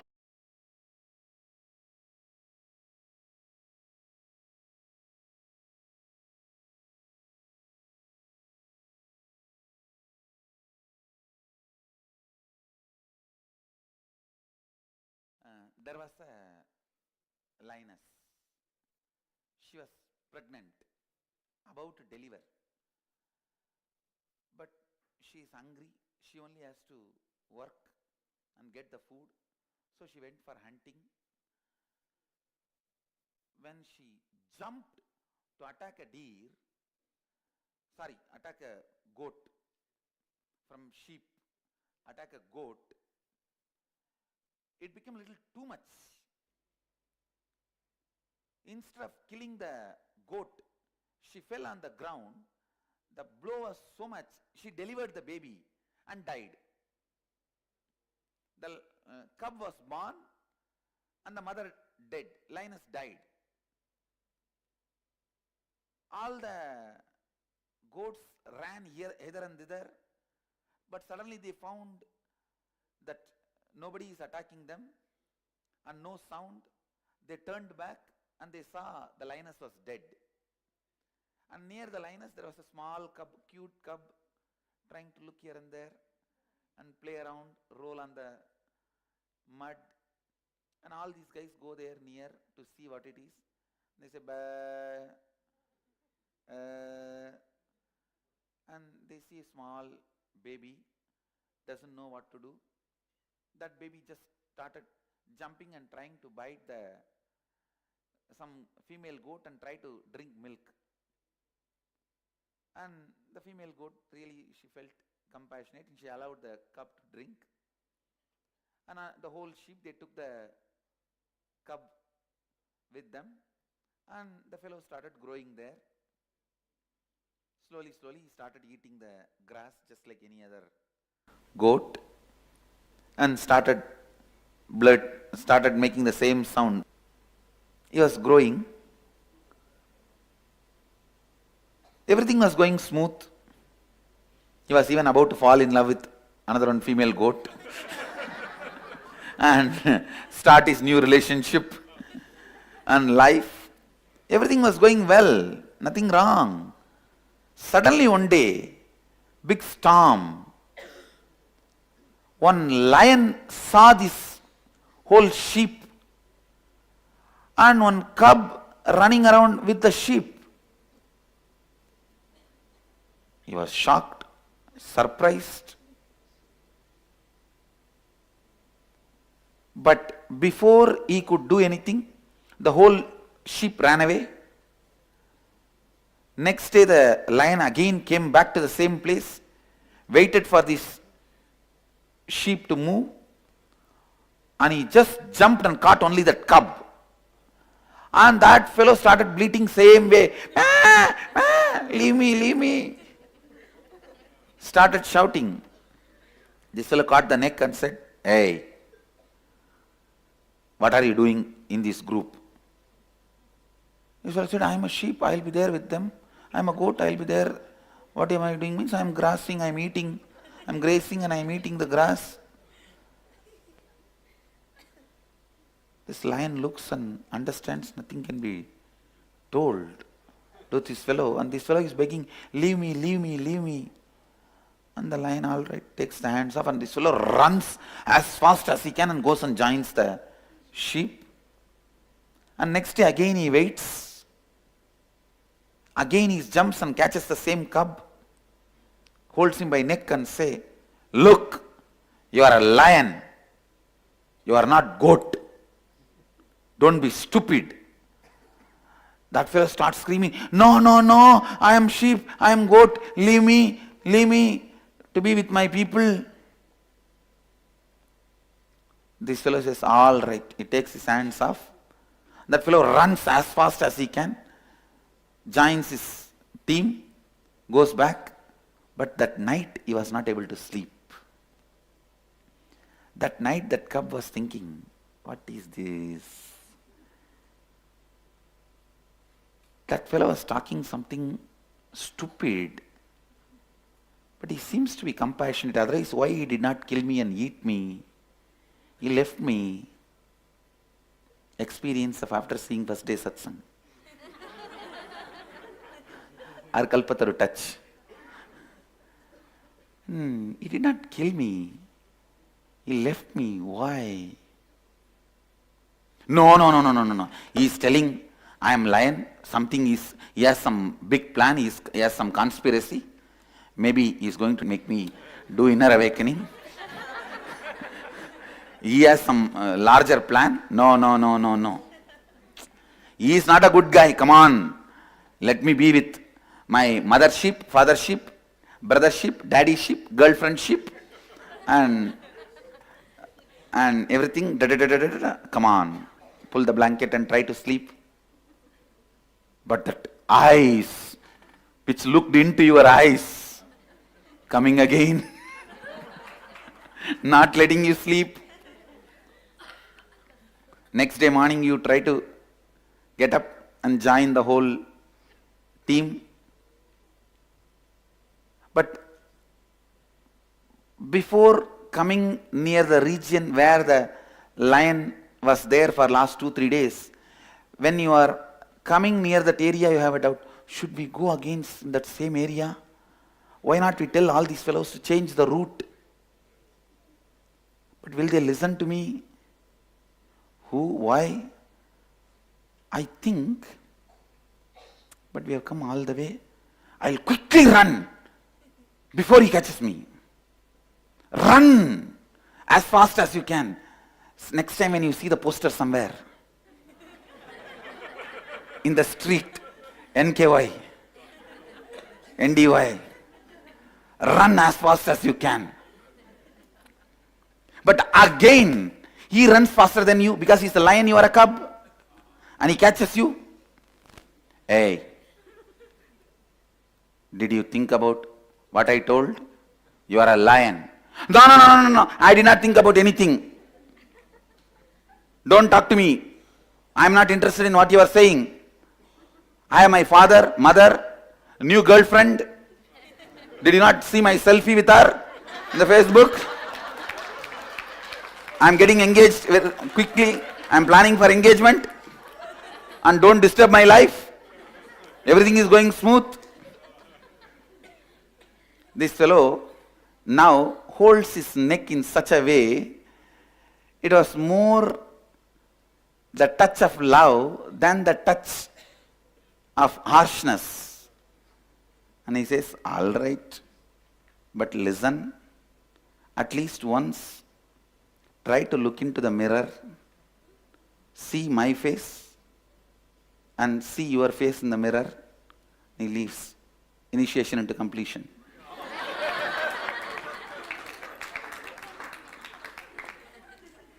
That fellow does not understand what is mirror. He runs along with the team, goes and sleeps. That whole night he is thinking, what is mirror? What is mirror? What he is telling me to do? Why should he every day catch me but not eat me? And why is he letting me go every day? What is mirror? Next day, the same team, same group, same route. He stands from a distance and asks, can you tell what is mirror? Dialed avatar call.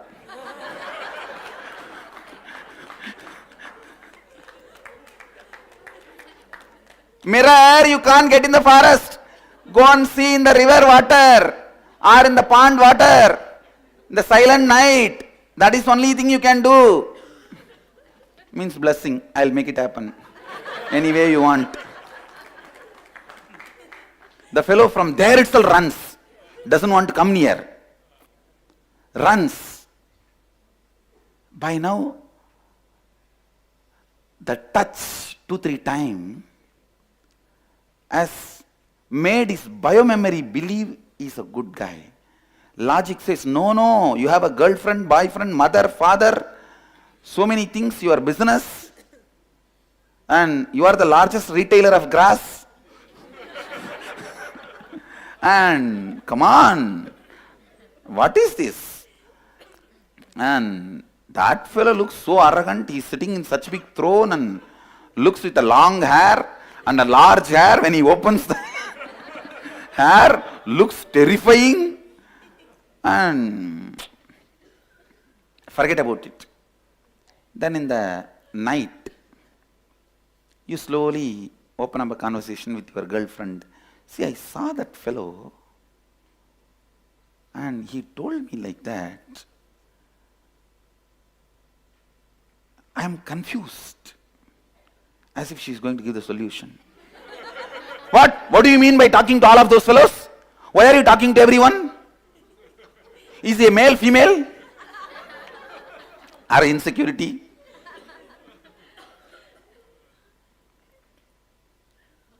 And this fellow understood. He opened the wrong subject with the wrong person. And he said, okay, forget about it. What is there? It's okay. Come on. Let's talk something good. What happened yesterday? Did the grass was nice? How was your day? Let's talk nice things. But slowly, in the midnight, he thinks, why not try to go and see that pond water in the moonlight and see how I look? Because now I know how he looks. He slowly goes.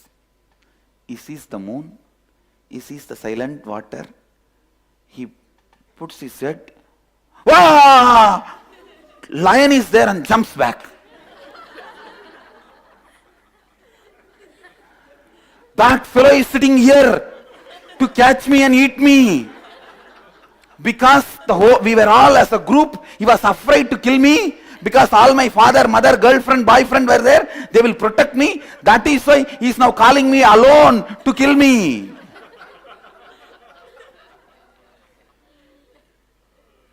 Invitation to try the completion technique every night on your own with the mirror. He is calling me alone to finish me off.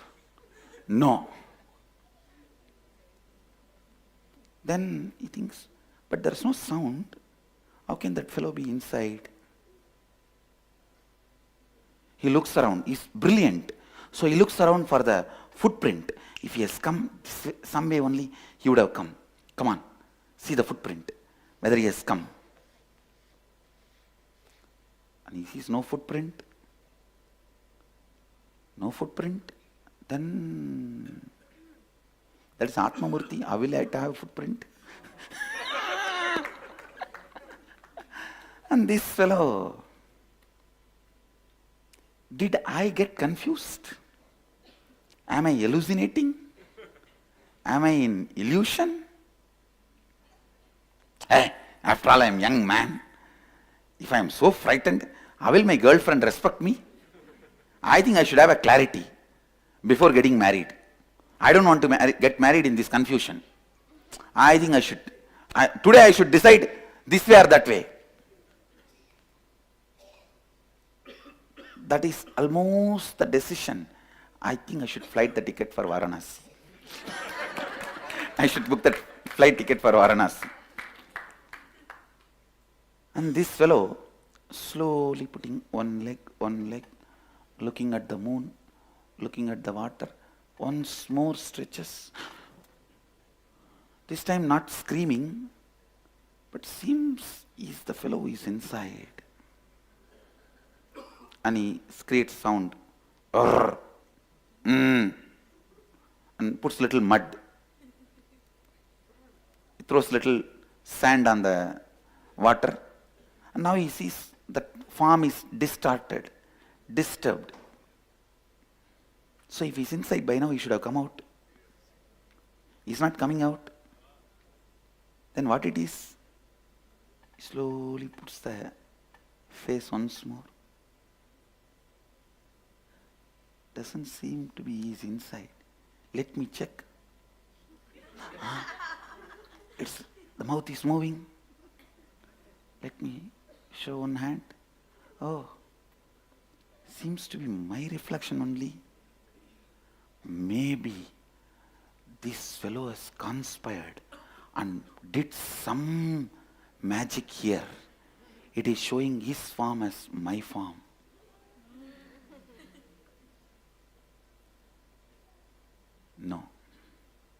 No, there is some big game here. There is some game. No. He comes back.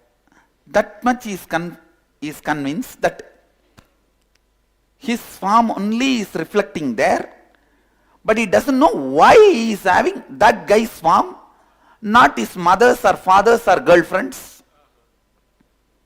So that much he is confused. And comes back.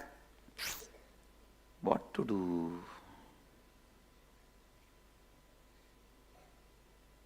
He feels like somebody is lying to me, trying to cheat me. Either that fellow or these fellows. Who is trying to cheat me? Society or Guru? The confusion. These fellows tell in one way, he tells in the other way. He seemed to be nice guy because he doesn't need to leave me so many times. So this time, next day morning, he comes, the same group, same team, same road. From distance, he stands. And that day, lion did not come. And he is standing there and waiting. What is this? Today he has not come. The whole sheep is moving. They are walking as usual. And he is thinking, hey, quickly come. I have to talk to you and go. My team is waiting. That fellow did not come. And he is hiding behind the rock and seeing what is going on here. And he looks this side and that side. And these fellows are walking and he is afraid to be alone here.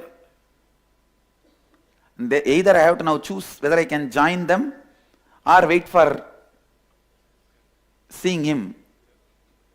And suddenly he hears the sneezing sound. Ouch! He knows he's standing there behind the rock. Hey, come out, why are you hiding? That fellow slowly walks out and, what did you see in the pond? Yes, I saw. I saw you are trying to play trick. You have put your farm there in the water. And this fellow says, no, that is not my farm, it is your farm. No, I know you are trying to cheat. He says, no, then go and try to put your feet on him, hand on him. Then you will understand it is your farm. He runs with the team. The day is trying to check out. That is the next level of initiation. Experiencing deeper level of completion. And that night he goes up moon, down water. He puts the leg and he says, yes. Oh God. He is not there under. Then am I? No. I know thoroughly. And by today, girlfriend recognizes that he is not normal, he is not usual. And she's screaming, why are you not picking up my call? Why are you not answering my phone? Why are you not responding to my message? You are not on the Facebook, you are not on the TV, you are not on the mic, you are not on the telephone. What is going on in your life? Are you planning for engagement or not? What do you mean? And this fellow says, leave me for 2 days. Give me 2 days. I just want to be myself. And I know from the day you saw that fellow from Bangalore, you are doing all these crazy things. And have you not heard about so many scandals about him?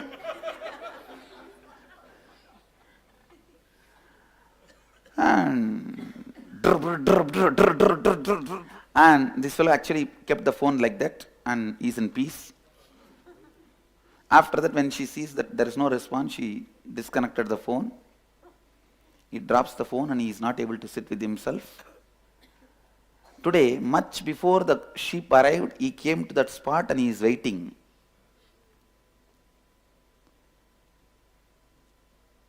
I checked yesterday. I went to the pond. From there, did you listen? I told you, no, it is not me. From there he shouts, then who it is?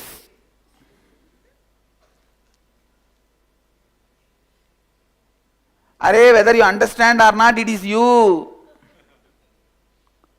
How can that be? By now, this fellow developed little courage. Asking all these questions, he slowly started walking towards where the lion is. But not closer, but where the lion is. And this fellow is sitting, maybe under a banyan tree.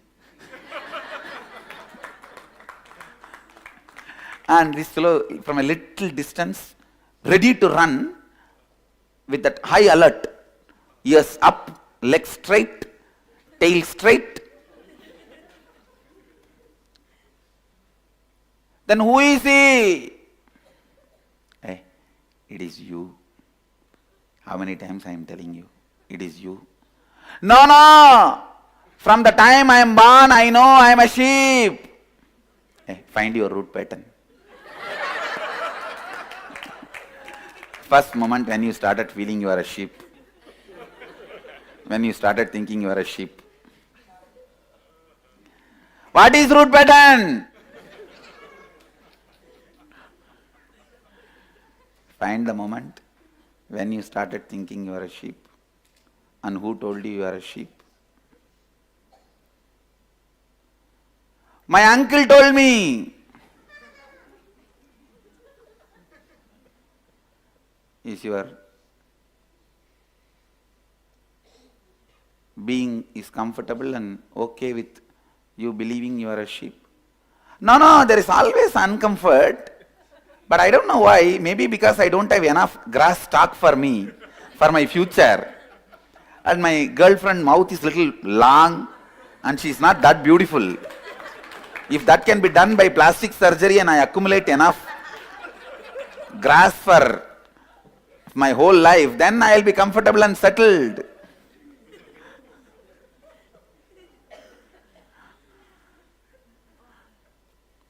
He says, no, you cannot.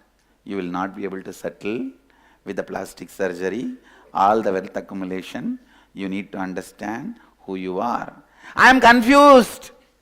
For last 3 days, my girlfriend is not talking to me. My business is not going well. I have left all my business and came here to see you. Okay.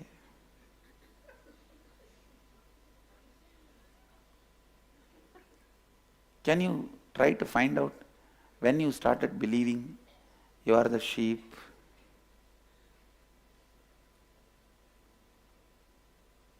Okay. By the time he feels a little bored and afraid that sheep have gone long distance, he is all alone. The moment he realized he is all alone, he ran. And the lion is just sitting, relaxed. Next day, first time, he comes without his whole team, all alone, little early morning, 4:30, 5 o'clock itself. But again, he maintains his safe distance. I was thinking whole night,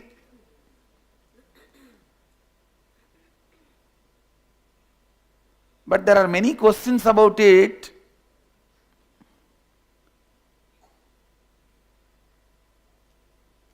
The lion says, all right, come on, ask the questions, give the mic to him.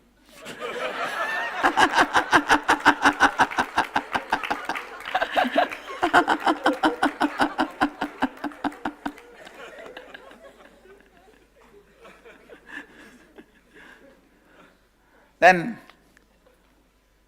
you are saying, I am lion, but all these years I grew up along with goat, other sheep. They gave me food. I ate like them. I slept like them. I blurted like them. I did everything like them. How can you say, how is it possible? I think you have some other plan. What is your plan? Why are you telling me all this? The lion says, I have no plan and I have no vested interest. If you want, every night go and see in the pond, in the moonlight, who you are and meditate. Means practice completion on your own. Then you pick up the mirror, put your face into it. Drrr, drrr. When did I first think I am goat? There was a day I was trying to sleep outside the sheep. My uncle, who really cares for me, came and slapped and dragged me inside the team and put me to sleep with my mother. But he cares for me, na? No? Did you feel that at that time? Okay. It is still confusing but not convincing. Whole night, it does completion of the root pattern. Second day, he comes without the sheep, little closer, but not to the level where he can touch, but little closer, and says, I think I trust you because every day I come. If you want, you have any vested interest, you could have killed me and eaten me day one. You did not do. So I trust you. But still I am confused about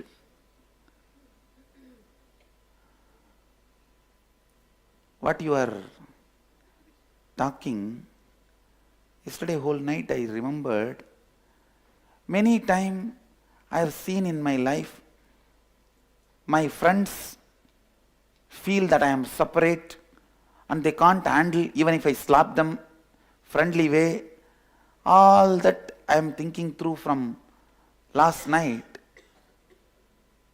And I also started doubting I may not completely belong to that society and what they are trying to tell. I am not completely convinced about them, but I am also not completely convinced about you. But today, I just want to tell you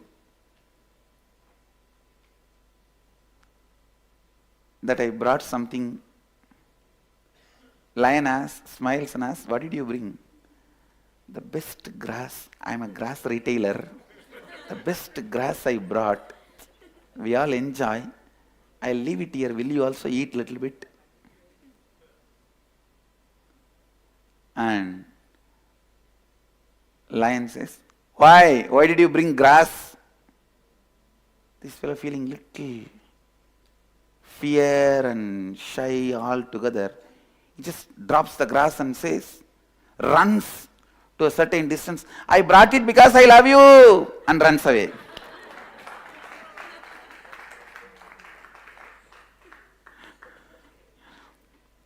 And the next day, when the cub is again back, he sees lion is sitting on that grass. Wow. Then cub asks, did you eat that grass? Was it very nice? And he just picks up one or two grass and the jewelry master is wearing.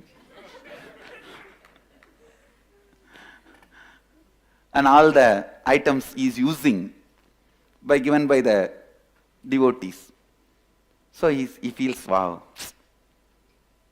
then my love is accepted.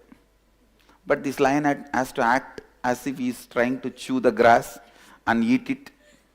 And the cub asks, was it nice? Shall I bring a little more every day? This fellow smiles and says, okay, bring organic.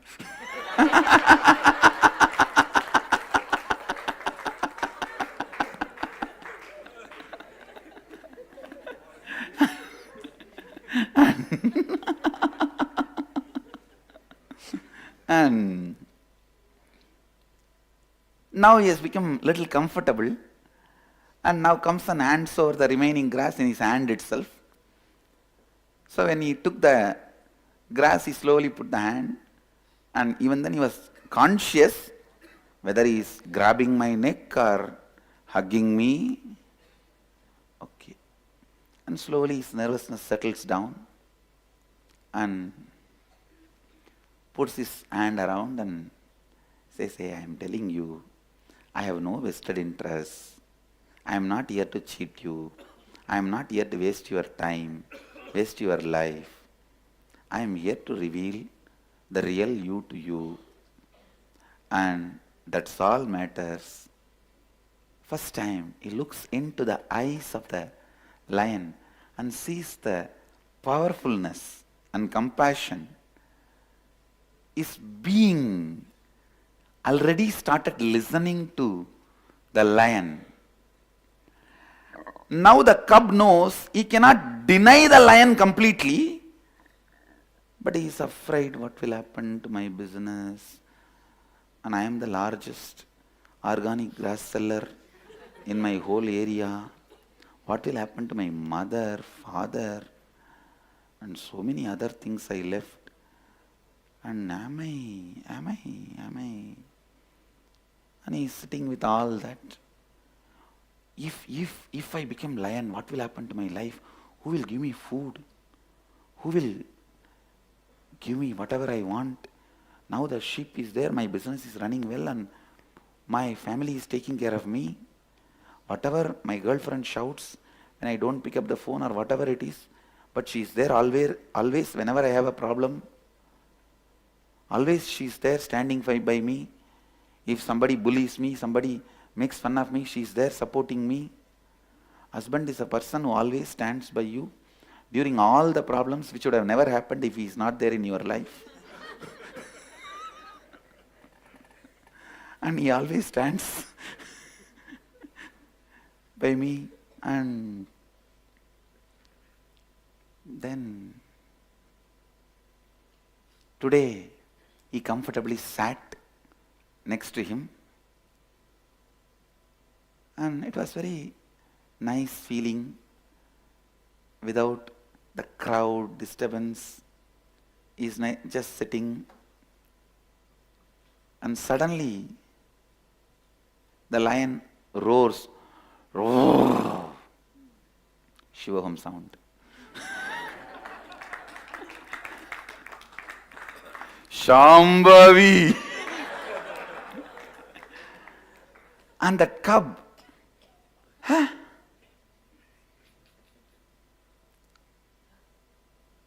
see, your sound is different, my sound is different.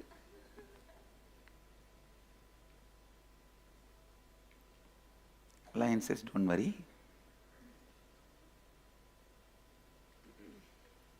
Wait, come for a few more days. No. Maybe you are telling right, but that is not right for me. And lion says, okay, come back tomorrow. And then again next day. By now this fellow has become very comfortable, started bringing all the best things he can collect, little goat milk in a flask, and best grass, imported grass from the other part of the mountain, other part of the hill, and he brought everything. And by now he started coming secretly, because he is afraid of the whole sheep. What they will talk about me, if they know I am going to the Swami. And he comes and puts all that and touches the feet. What did you bring today? Best goat milk and the imported grass. Okay, leave it there. And today I have something for you to eat. What? This fellow just brings plate full of meat. How can I eat this? I am a goat. Both of us, let's eat together. Come on, sit. Is he trying to poison me? This fellow picks up little and puts in the mouth. Oh, he's eating from the same plate. Then okay. The same side from where he picked up. Pick up little.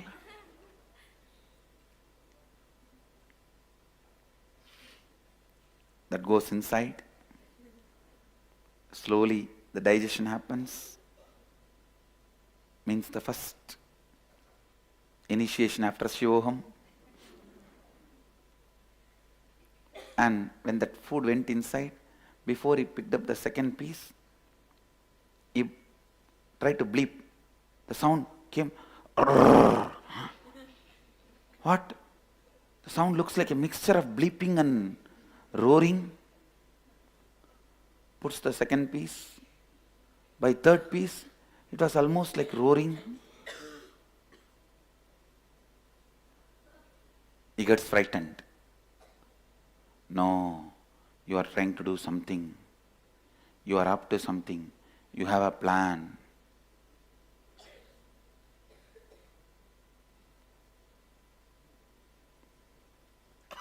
Now, the lion feels responsible. He just catches him by the neck. The cub is not completely frightened that he will be killed, but he feels, hey, why are you catching me so? Leave me. And lion has kept a mirror, and it just puts the mirror. Look who you are. Oh, that is your photograph?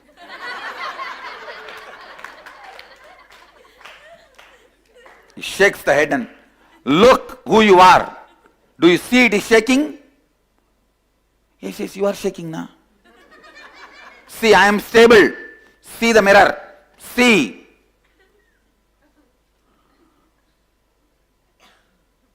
I'm only shaking.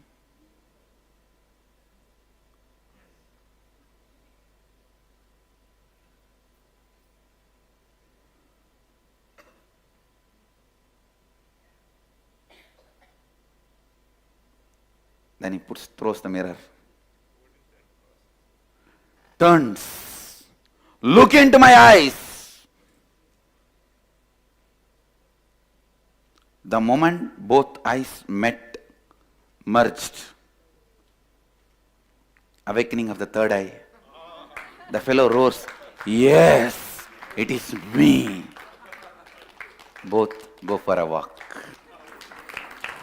Evening walk in the banks of Ganga. It's a story from Vivekananda. It's originally the story from Upanishad, and then Vivekananda developed it. I've expanded it.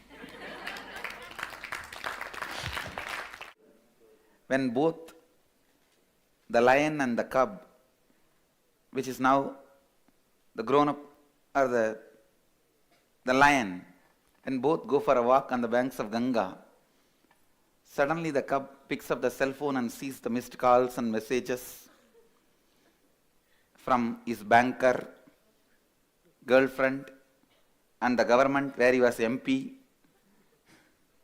And the message reads from the banker, if you are not paying your dues for quite a long time, if you don't respond to this call, we will take over your business. And the message from the government says, you are the MP not attending the MP's meeting for last 1 week. If you don't attend today's meeting, you will be dismissed from being MP. The girlfriend says, if you don't reply to this message, I am declaring breaking up. And the lion also saw the message and smiled. Do you need to attend all those things and calls? If you want, please go and attend and come. The cub looks and smiles, throws the cell phone into Ganga.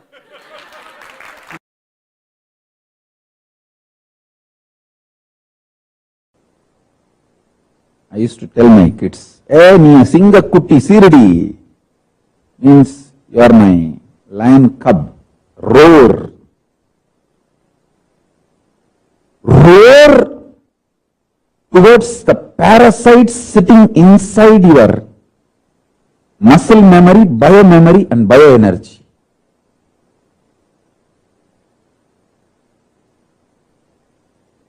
Understand?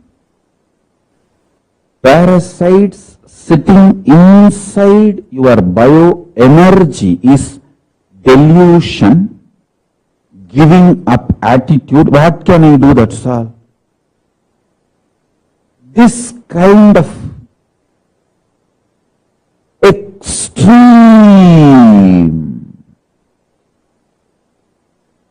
enlightenment, negative, anti-enlightenment attitude is the parasites sitting inside your bioenergy.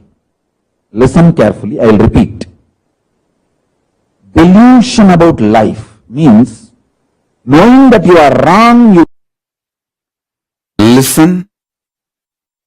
If you understand this, I am a principle. You can have initiation immediately, intensely.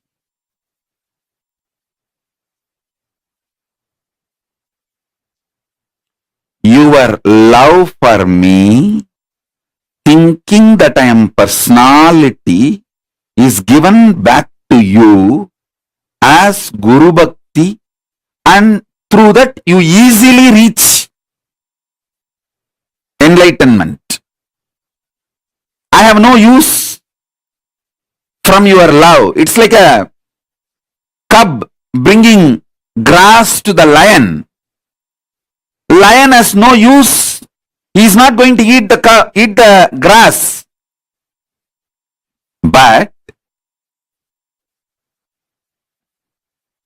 lion knows the message behind the grass. That cub tries to say, I love you. That's all.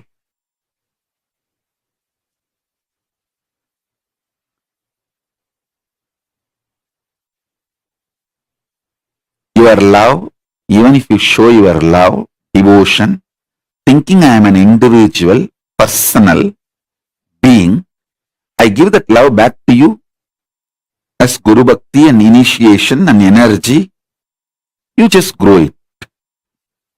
So be very clear. If you remember, I am a principle, not individual. Principle using this body and playing this whole drama.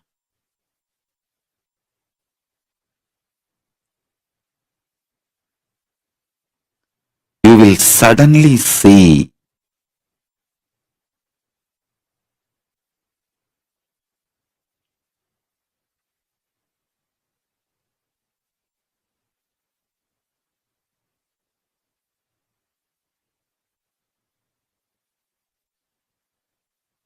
the intensity of initiation becomes billions of times greater.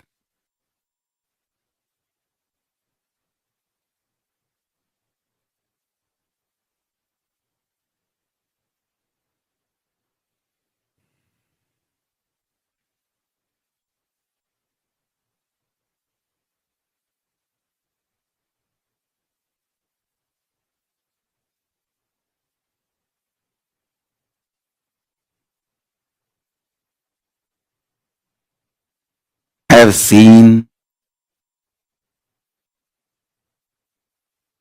those who connect with me as a principle manifesting.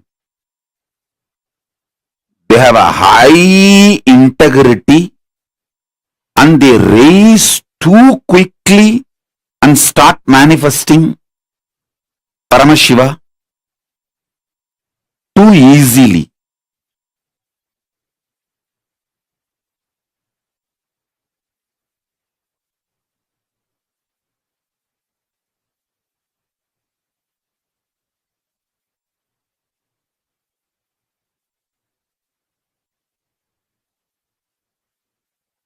Remember, I am a principle manifesting through this body, not person, personality, individual, individuality, nothing.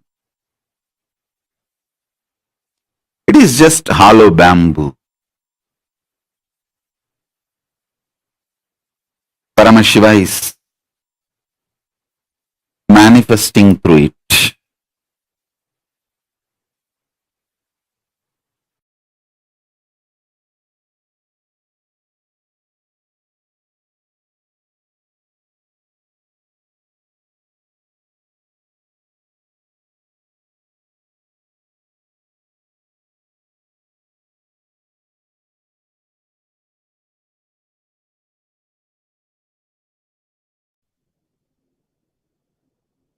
This is such a sweet, sweet, oh my God. Just listening to that, I know how each one of us here just melted inside. Literally, our journey with Swamiji. The way how Swamiji continuously, he manifests for us like a various birds steps. The lion too, to remind the cub, hey, you are not a sheep, you are a cub. And what all he does and how he tries to eat the grass that the sheep gives and the cub gives, he gives the sheep. And he tries to do so many, many things with him. Just to remind, wake us up to that truth. Hey, you are not a sheep, you are a lion. How many of you felt like when you listen to this, it just you experience how Swamiji is being that lion for you, when you are that cub, and how he is there, how he manifests for us every moment, like every single case that Swamiji is telling. Literally, it has happened to each one of us, just in different ways, and even now, he's just like again and again and again, just showering us like anything. How was it for all of you? Can I request all the participants here to share? How did you enjoy, especially when you listened to Swamiji, the way how Swamiji was narrating this whole thing, and how Swamiji was speaking to us about every single phase of your relationship with your journey. It's your journey. More than anything, it's like how you experience Swamiji, how Swamiji comes to you in your life. Yes, no, Claire his person was so too sweet to listen to the story. Yes, like actually this one story encapsulates like literally all of our journeys with Swamiji. Whether it is us going believing that we are what we are, all of our ups and downs, all of that is us. And Swamiji comes as the Guru to wake us up to the truth that hey, you are not a sheep, you are a lion, and pulls us out of and makes us realize the truth of who we actually are. Actually, it's so personal. Like that's what I really enjoy in the story. Like the way Swamiji says, see, like if you just look, whether he comes to you as a YouTube video or suddenly he comes to you through your friends, somehow he reaches to you. Like, don't think that you saw him suddenly on your own, you saw him on your own, you met him. That's why you're here. No, like somebody said, I love you. Even before you loved me, it is his love that is at in you and flowing back as love for him. It is his love. And like if any of you have anything like, oh my god, no, I love Swami. Does Swamiji love me? Don't even entertain that question. Because if you feel that love for Swamiji, be clear. It is only because he's overflowing with that love for you, it's entering in you and flowing back as love for the master. Otherwise, how do you think right now, as you're all here, billions of people are there on the internet scrolling. Swamiji is appearing in millions of screens, but only when he chooses, then starts to choose him. How that lion kept coming. Oh my god. I was like, wow, isn't that what Swamiji does to us? How and all and what always comes, whether through completion process or initiation to third day awakening or comes and does so many things. So that how many of you here? Look into your life. Oh God, how many situations you would have faced, some social issues you would have faced, family issues you would have faced. How many of you here have come and attended programs? After facing real wars, probably in your home or in your job, you had to face that, but Swamiji made sure you got to be there with him. How many of you had experienced Masmati Shanmugam Magyagir Malti Maklelan. see that experience that you're having? That it's like you can't really verbalize, you can't really say, you can't really explain, but you know deep inside you, like Swami said, you've been already started listening to him. And that love in you, it's so much that you're ready, like you just do what it takes and you just go. You end up experiencing the real, powerful you. You start realizing who you are. Any addition, any kind of a thing that I try to explain, it actually does not do justice to that sweetness, that juice. Oh my God. What a way Swamiji narrated our journey with Swamiji, and how, like for me, every single thing that Swamiji was revealing, I was like, God, this isn't this the way Swamiji happens and like does it for each one of us? How many ups and downs we face in our life? How many times? At least that poor cub maybe went 2, 3 times with complaints. We all go with complaints like 1,000 times to him. Still, Swamiji does not give up on us. He is like it's not just not giving up, it's that love, that extreme doesn't really bother, but really absolutely no condition, nothing. Showers, showers and showers.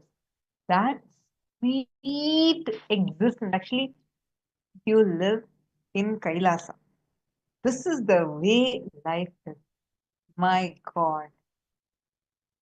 Whole day, whole like it's like, see, if you know the president of the country, the person who has a control over the whole country, you are not going to be afraid of the things that are happening in that country. You'll feel that confidence in you, right? Like, I know the president.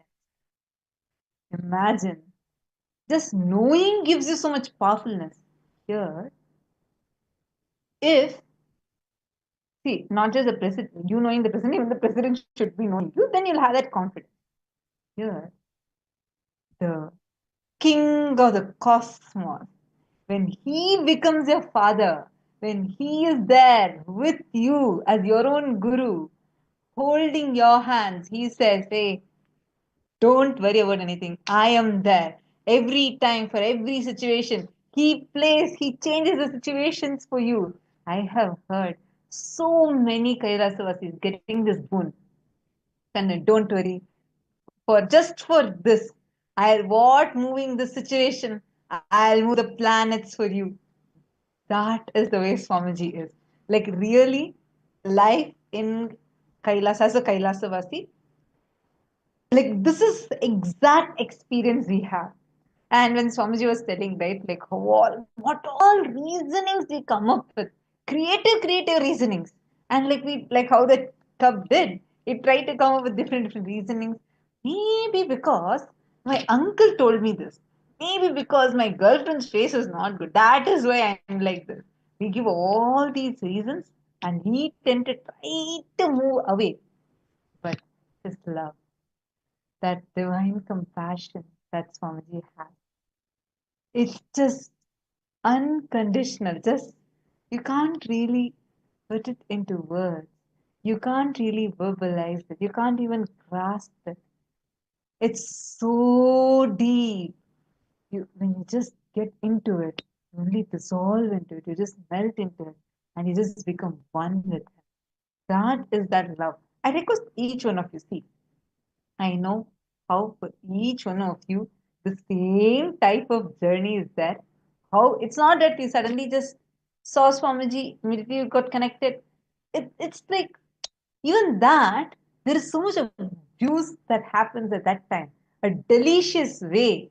See, that is the beauty of why Samipya Samadhi is way more, even more enjoyable than Sayujya Samadhi.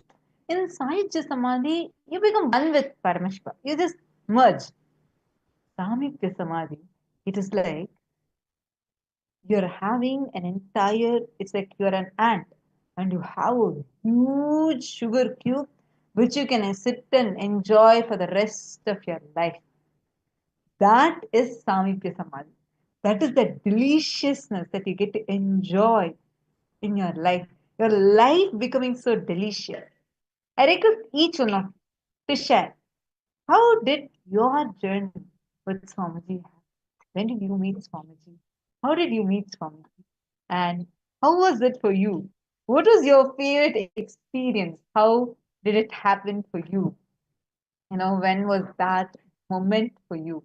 And you felt like, wow, have what is that greatest thing or like the punya I have done that which I'm even having this kind of a love being showered upon me in my life. Mark Claire, like you have posted, it feels like he's talking right directly to you. Actually, every person, not only you, every single person feels like that. Every single person will feel that. Mark And Claire has beautifully shared. I saw him in a vision, then went to find him and attended a satsang.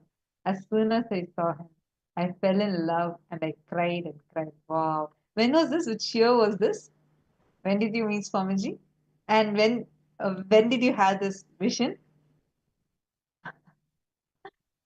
2011. 2011. Wow. Ma Stephanie, when did you meet Swamiji? Ma Stephanie Daters and Ma Teresa. I request all of you to Pavan share. Ayya, Matthew Eskaraya, Ma Dhanalakshmi. All of our connection with Swamiji is unique. He will come to you in some form or other, sometimes in a YouTube video, sometimes in a social media post, or sometimes, as Ma Claire Lang you shared, as he may come as a vision, or sometimes if you may be following another guru, you may be directed to Swamiji, but in some form or other, he will come to you, he will connect with you. Actually, the way how many participants are shared is that they'll be connected to some guru very deeply. And then what suddenly that same guru will come in their dream and then point to Swamiji. And how this way that one vision they'll come to Swamiji. Yeah, I haven't heard. There was one person who met Swamiji because she had a disease, a lung disease. It was not getting cured at all. It was really, really bad, and she was meant to die in a very young age.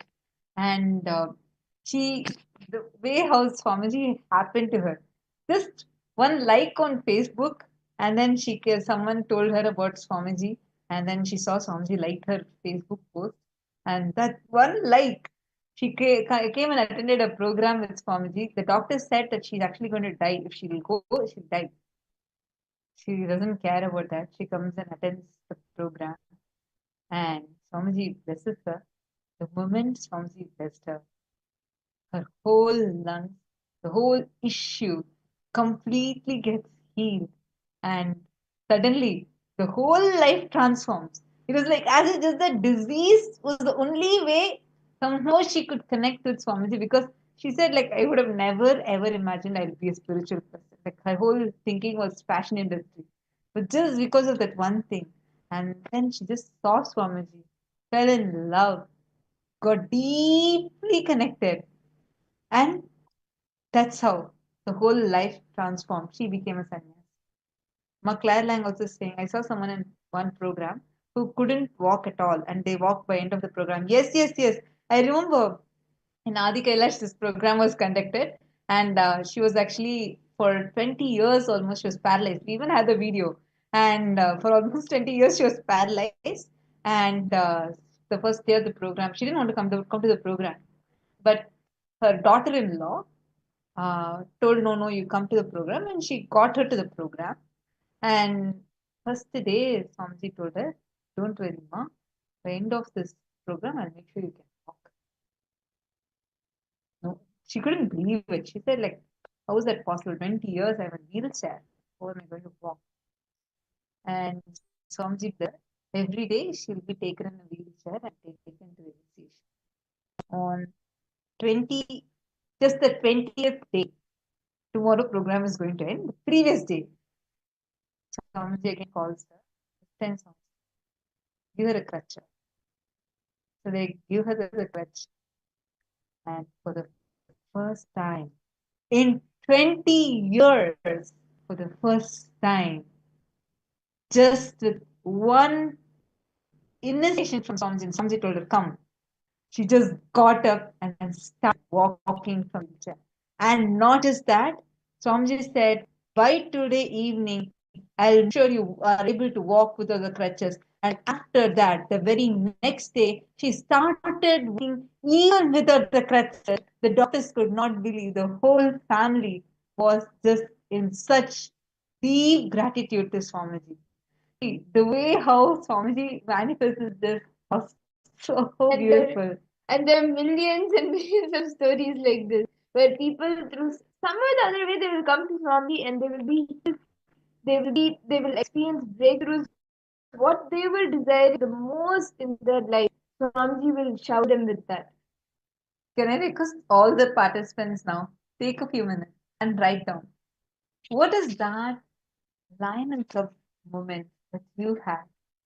How did this happen to you in your life? How, what kind of a delusional thing you were stuck in, and how did something happen to you in your life? And how are you enjoying this delicious journey with Swamiji? Can I request all the participants to take a few minutes and please post? I mean, like, at the moment I was only seeing wide smiles everywhere. Take a few minutes, all of you type and post. Ma Gabriel, Ma Lily Wong, Ma Dhanalakshmi Thirumal, Margarita, Ma Iqbal. Take a moment and post. Actually, sometimes, like really, Ma Iqbal, sometimes the diseases become a way just to get healing for so many people. One Naya was there, one person has been issue for almost 25 to 30 years before. The doctors had told him he had some severe liver issue and related to diabetes also was there. So 2, 3 issues he had. And the main problem was he cannot eat most of the foods. He can only eat very specific foods, bland, very that to limit quantity. Otherwise, it's dangerous for his very life. 25 years almost, he struggled with this, couldn't eat anything. Not just not eating, he struggled with disorder. It's a disorder and the disease that he had. He had some kind of an autoimmune disease coupled with the liver problem, coupled with the issue with diabetes, like severe diabetes. So the doctors estimated his life ends. And this was a situation. And he comes and meets Swamiji. He hears from someone that through Swamiji you can get healing. So just that healing, he and wife, both of them,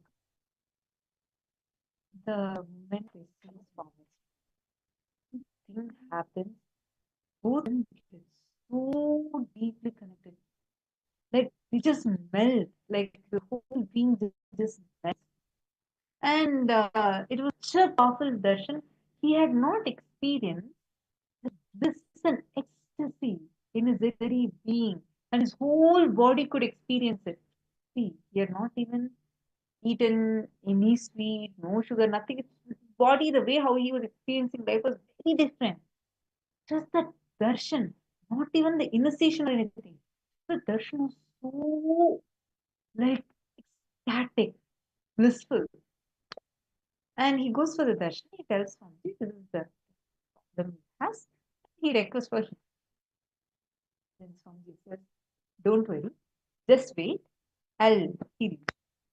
Next, and then Swamiji told him to stay in that. And that person also stayed in that. In 2 days, Swamiji suddenly called him. Swamiji said, go and have lunch and come. And Swamiji told him, I've already told them to prepare the lunch for you. Eat everything and come back. This was the exact instruction. Okay, and Swamiji said, he goes to the room and see. There is a long banana leaf. Traditionally, we in Hinduism, that's the way in our tradition. That's the way we eat. We put spread a big banana leaf. A banana leaf is used as a plate, and all the dishes are. He sees almost 21 different items. So many sweet jalebis are there, laddus are there, and nuts are there. Like everything he has not even like literally eaten, touched the last 25 years. Everything is kept in front of him. And Swamiji is given a Guru Bhakti. Swamiji is told without leaving anything back, like eat every single thing. This guy is like in shock. He's a pretty elderly person. He's like, how am I going to eat these? 25 years, he's not even tasted one of those. There are 21 items are there. There is like all kinds of tasty dishes. All those are kept. Then he says, okay, Swamiji told me to eat everything. And it's if he eats, the doctors have warned him that his life, it's be dangerous for him. There's nothing doing. doctor's telling it doesn't matter. Swamiji told me to eat, I'm good. So he takes food, sits, eats, completely finishes. First time, his whole body, his whole body experiences so much powerfulness. Suddenly, that after effect that he usually gets, anytime even one little bit of the sweet, if he takes the effect, the giddiness and all that used to happen, disappeared. From that moment on, till date, that disease never came back again. The doctor said they're shocked to see the results, and when they did the blood test, they saw diabetes completely disappeared. His liver completely got healed. See, this is the way how life is with Swamiji.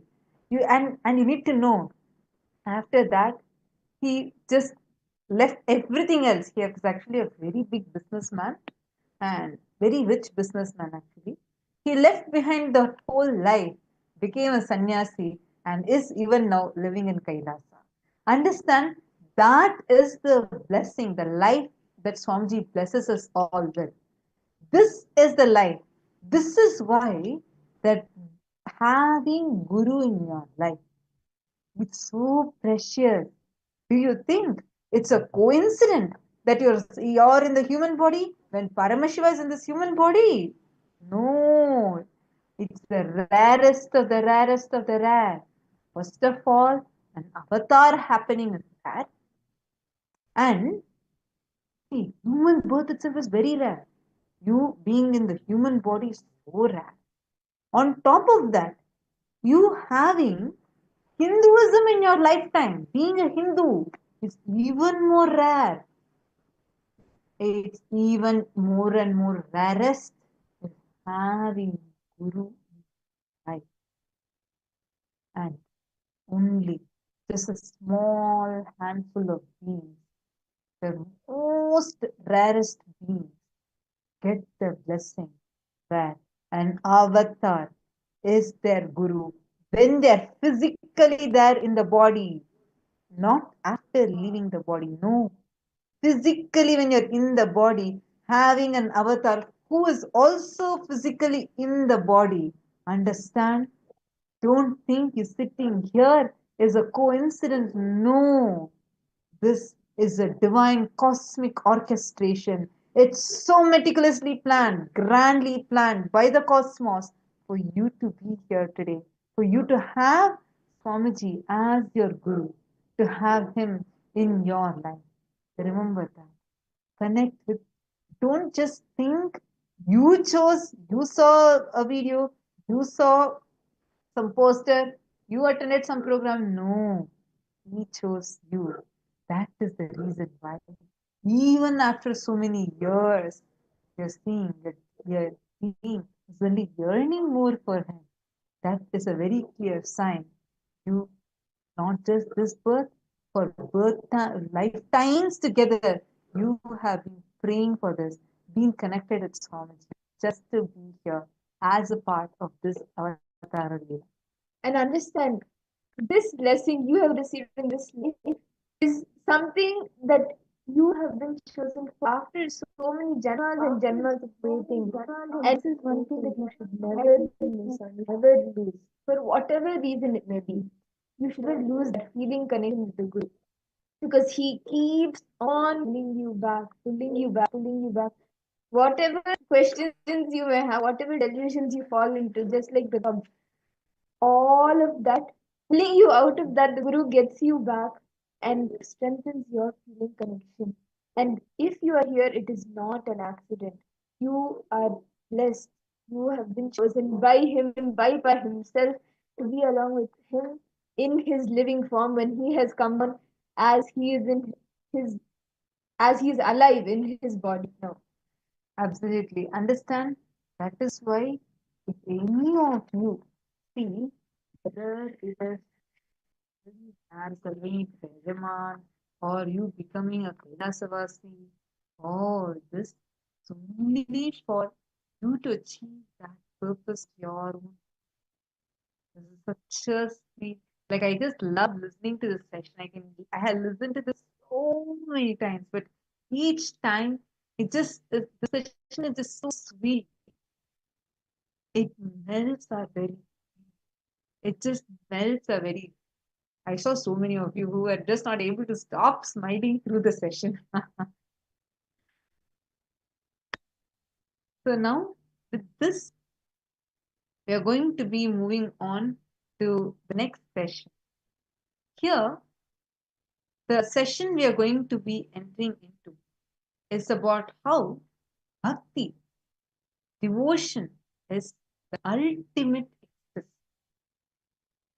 Can I also request all the participants here? You will also have some of these most cherished moments.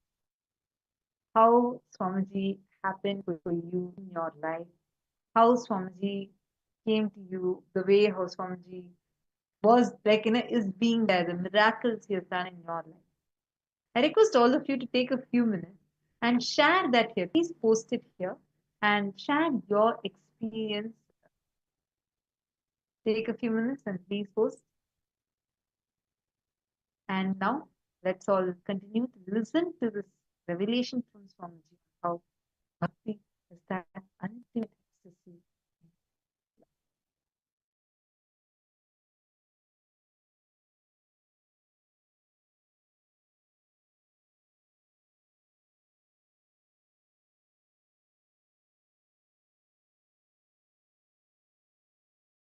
Listen.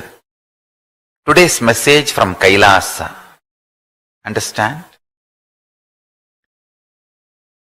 Devotion is the highest possibility and power of human being to get back to his original state of Paramashiva.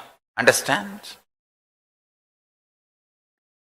His original state and his present state, the bridge, the connection is devotion. Because of the devotion to Paramashiva, he becomes Paramashiva. All beings. Understand?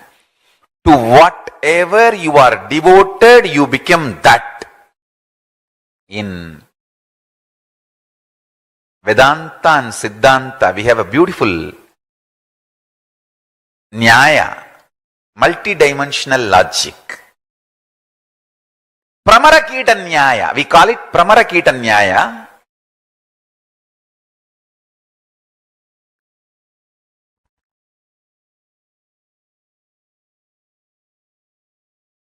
I'll tell in Tamil and then translate. குளவி புழு கொணர்ந்து கூடு சமைத்து தன் குத்தலாலும் உயிர் கூறலாலும் புழுவை குளவியாக்குவது போலே. This is Pramaragita Nyaya. A bee brings worm, keeps a small home built for it, and by infusing its energy, biomemory, an intense sound makes the worm into the bee himself. Listen.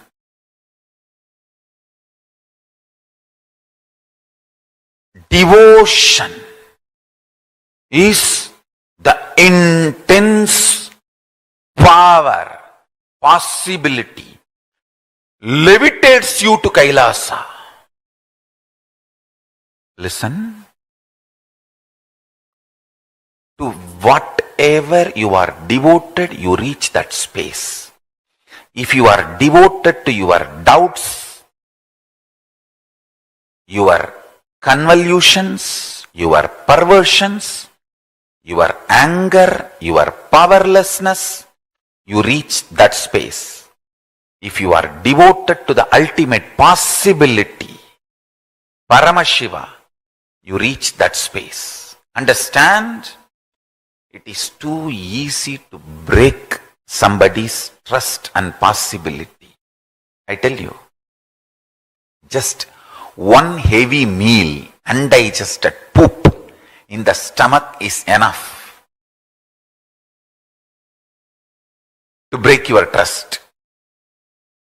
That doesn't need much. To build your trust takes life.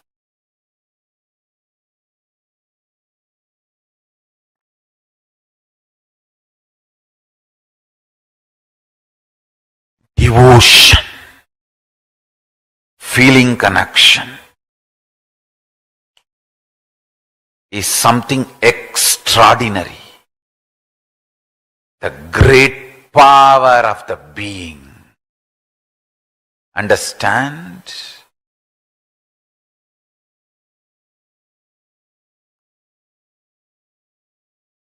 Your devotion to Paramashiva literally becomes a power protecting you and manifesting Paramashiva in you.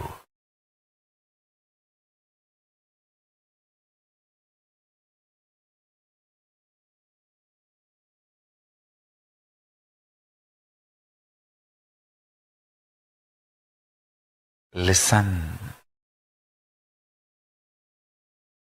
It is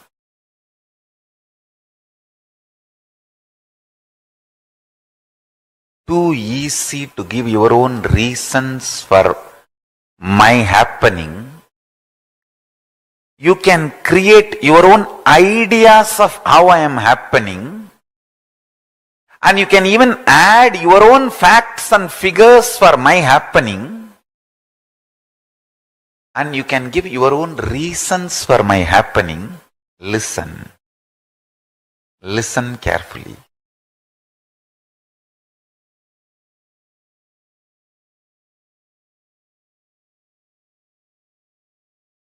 When I enter into your dream to wake you up, your dream cognizes me. You can never cognize real me. The delusion you are in, based on that you cognize me. Understand? Whenever Guru appears, the right way to relate with Guru is devotion. Because any cognition will be lower. Good or bad, your cognitions are lower than the existence of the Guru. He is there to wake you up and raise you to the higher state. Devotion, if you just keep the bhakti alive, if you protect your bhakti, bhakti will protect you forever from everything. Dharmo rakshati rakshitaha. Protect your bhakti, bhakti will protect you from everything. That's all I have done in my life. I have protected my bhakti to Paramashiva, and he is protecting me forever from everything. I have protected my bhakti to Paramashiva, and he is protecting me forever from everything. Understand?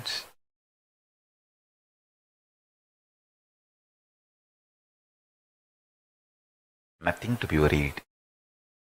Don't bother about anything.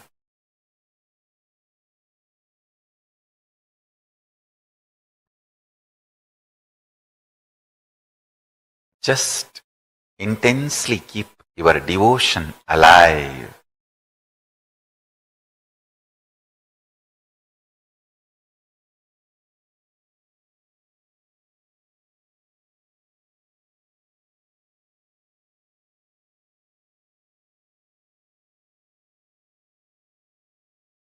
Devotion is a method to manifest powers 24 hours.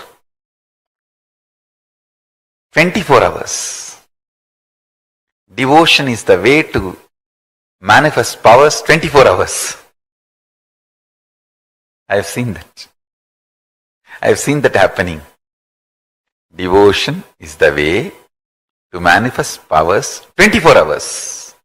Beautifully, Gita says, 4th chapter, 9th sloka, Janma karma chame divyam evam yo vetti tattvataha tyaktva deham punarjanma naiti mamedi sorjunaha. O Arjuna, the one who knows the divinity of my happening and divinity of my actions in its true nature will not take one more birth after leaving the body and will get into me the supreme consciousness. Manushyanam sahasreshu kaschit yadadi siddhaye yadadamabi siddhanam kaschinmam vetti tattvataha. It's the 7th chapter, 3rd sloka, Bhagavad Gita. Among thousands of men, rare one endeavors for perfection, even of the perfected ones who are diligent. One perchance recognizes who I am. Recognizing the identity of an incarnation is the fulfillment, completion of life. That's it. Bhaktya mamabhijanati yavan yaschasmi tattvataha tato mam tattvato jnatva vishate tadanantaram. Bhagavad Gita's 18th chapter, 55th sloka. By devotion he knows me in reality what and who I am. Then having known me in reality, he forthwith enters into the Supreme.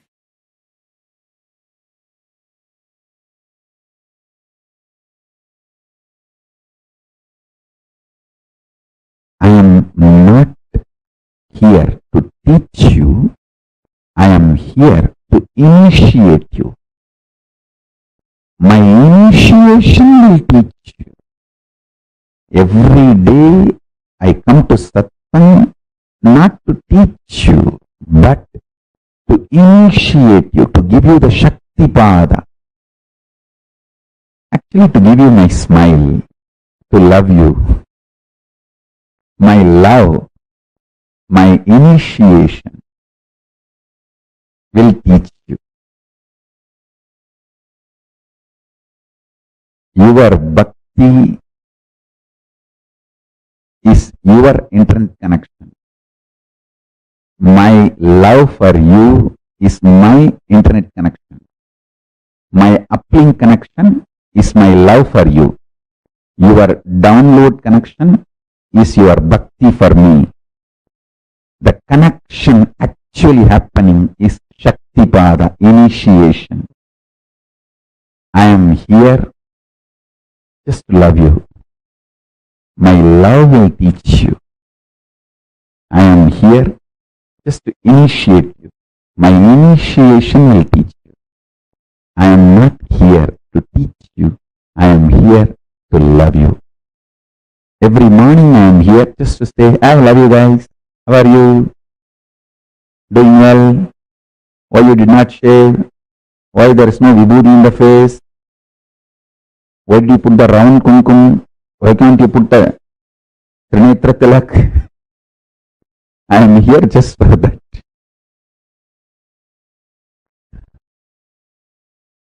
That's all is my whole satsang. That's all is my whole satsang. Listen.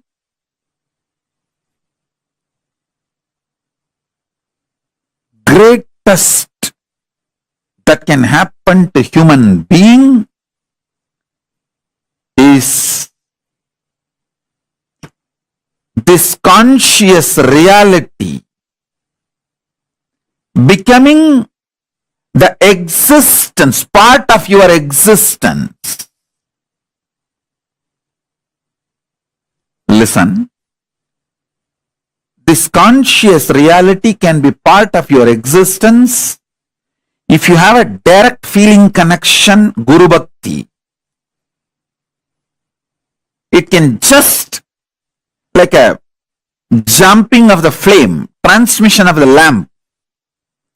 Hey, Paramashiva is real. Over. You just know. Swamiji said it. Paramashiva is real. Paramashiva is real. And based on that, your whole cognitive shift happens.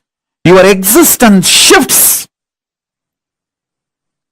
From that reality, you cognize, exist, act, manifest, gravitate,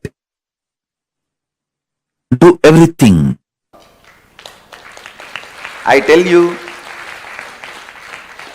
Ramakrishna says beautifully, just by, see, the first teaching of Ramakrishna,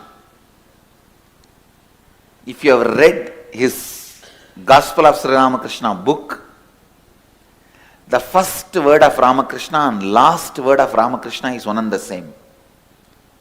He says, by remembering your Ishta or Guru, means your God or Guru, if the tears roll in your eyes, this is last Janma for you.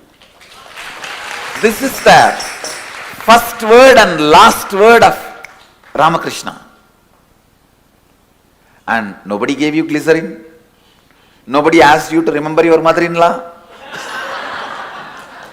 Nobody asked you to remember the pains of your life.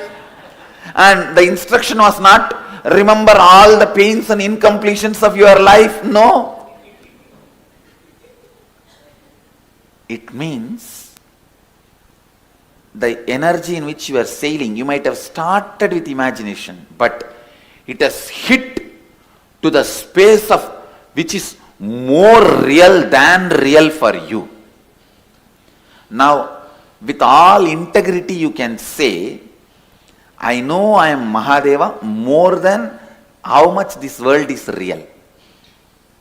How much this mic is real. How much the person who is sitting next to me is real. How much this throne is real. How much the person who is sitting in this throne is real. How much these deities are real for you. That much that Shivoham is real. Understand? Now the next thing will happen is, even that Shivoham will become more deeper real than this. So at that time, it will not just be tears, this whole area will become so sweet. This area, as if just the honey was just poured into your mouth and your mouth is locked. The honey is just sitting. Then you will see that Shivoham has become more real than anything you perceive. From Shivoham, when you start perceiving everything, it's enlightenment. Feeling the whole world is inside you is what we call in the Shastras embodiment of being Devi. The mother, Jagat Janani, who is the mother of the whole universe. When you see a living master, suddenly the click happens. Oh God, what I was fantasizing and visualizing and enjoying by remembrance is walking on the ground with the human body. What I read in the Puranas, Bhagavata and scriptures and enjoying by remembering is walking, is living in the human body on the planet Earth. That click, when it happens, your bhakti will become Guru Bhakti. Understand? Deva Bhakti will become Guru Bhakti. The connection, suddenly you will see exactly the same divine, same God, same energy walking in the planet Earth in front of you in the human body. That is why when a living master happens, if you are already devoted to Shiva, you will see Shiva in him. If you are devoted to Krishna, you will see Krishna in him. If you are devoted to Devi, you will see Devi in him. If you are devoted to any other master who left the body, you will see that same master in him. He is a fulfillment of all your visualizations and expectations and beyond. That is why you will see all those dimensions in him. All those dimensions expressing in the human body. Deva Bhakti will become Guru Bhakti. This is the 6th standard. Blessed are those who experience the state of Deva Bhakti transforming into Guru Bhakti.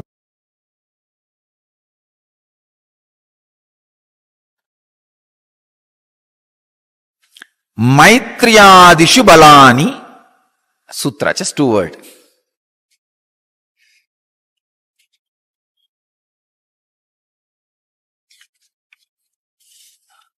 Swami Vivekananda translates this sutra as, by practicing samyama on friendship, mercy, etc., the yogi excels in respective qualities. By making, Swami Prabhavananda translates as, by making samyama on friendliness, compassion, etc., one develops the powers of these qualities. Swami Sachidananda translates as, by samyama on friendliness and other such qualities, the power to transmit them is obtained.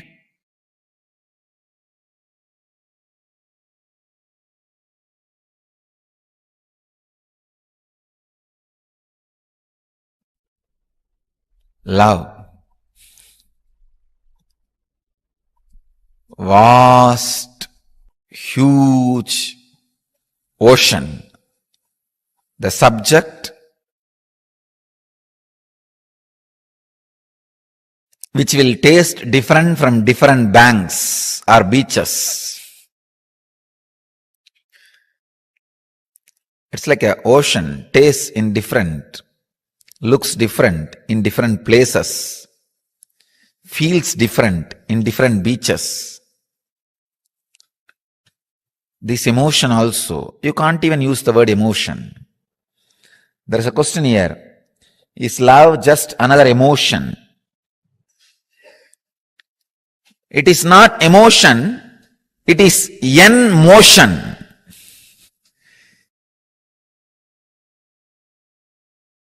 It is the energy which makes motion happen in you towards enlightenment. From enlightenment towards enlightenment.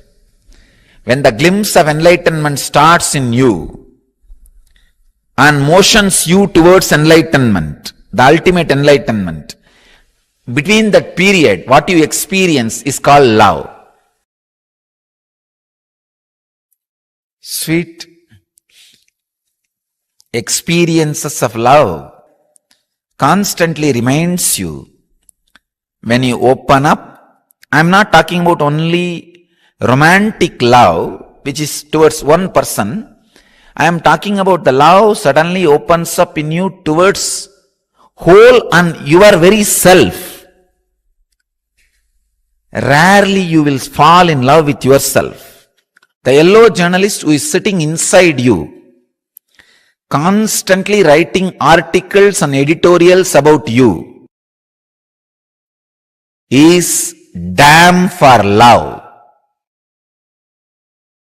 The fear he creates about love is not protection for you, it is destruction for you. Dam is not a protection for river, it is a destruction for river.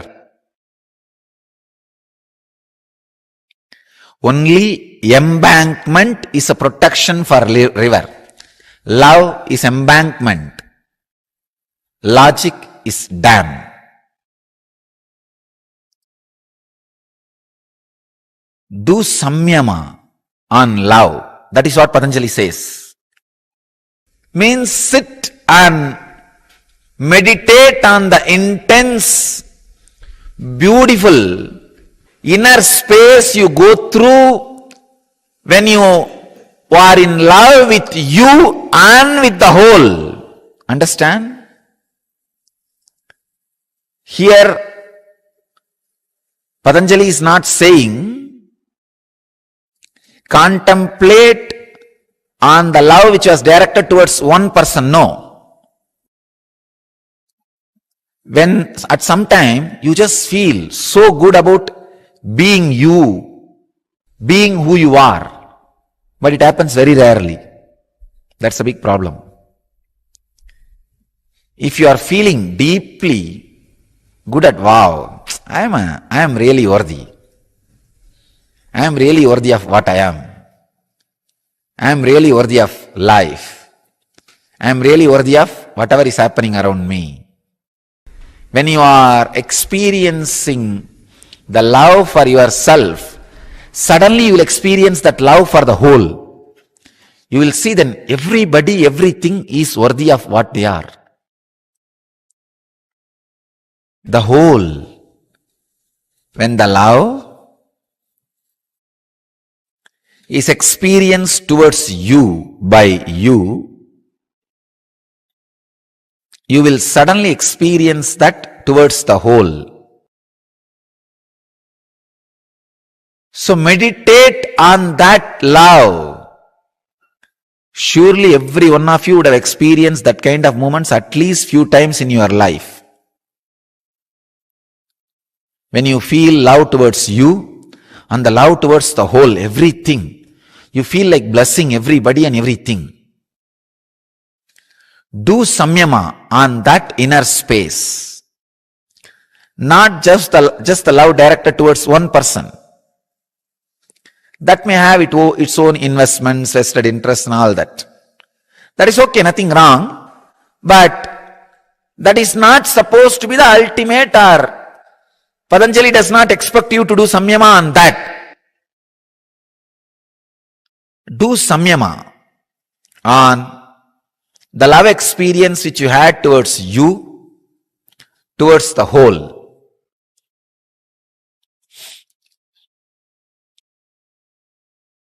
You will just excel, radiate those qualities. Not only that, you will be able to transmit those qualities by your very presence.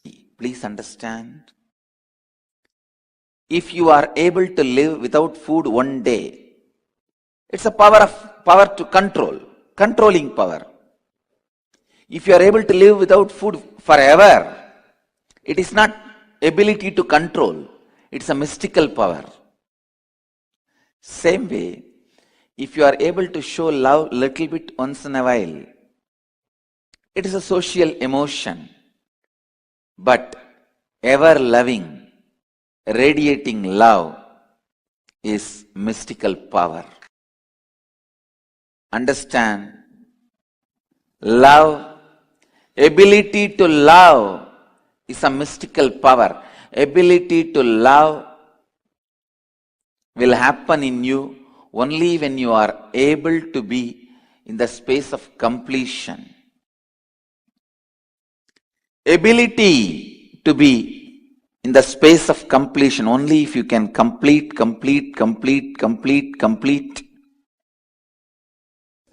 and establish yourself in the space of completion. The ability to love becomes a reality in you. Please listen. Most of the time, you think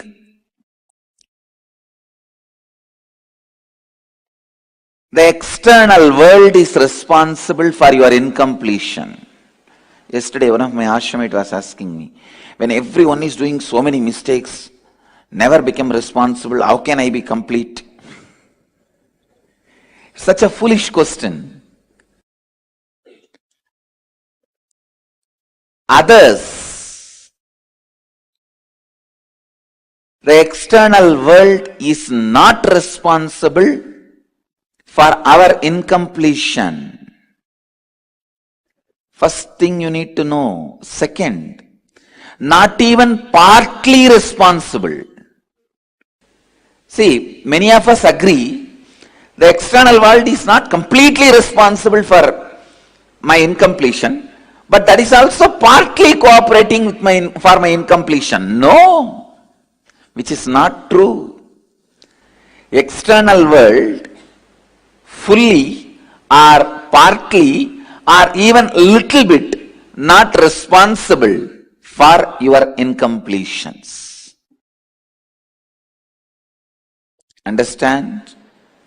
I am making a cosmic penal code statement. CPC. External world is neither fully nor partially or even little bit responsible for any of our incompletions.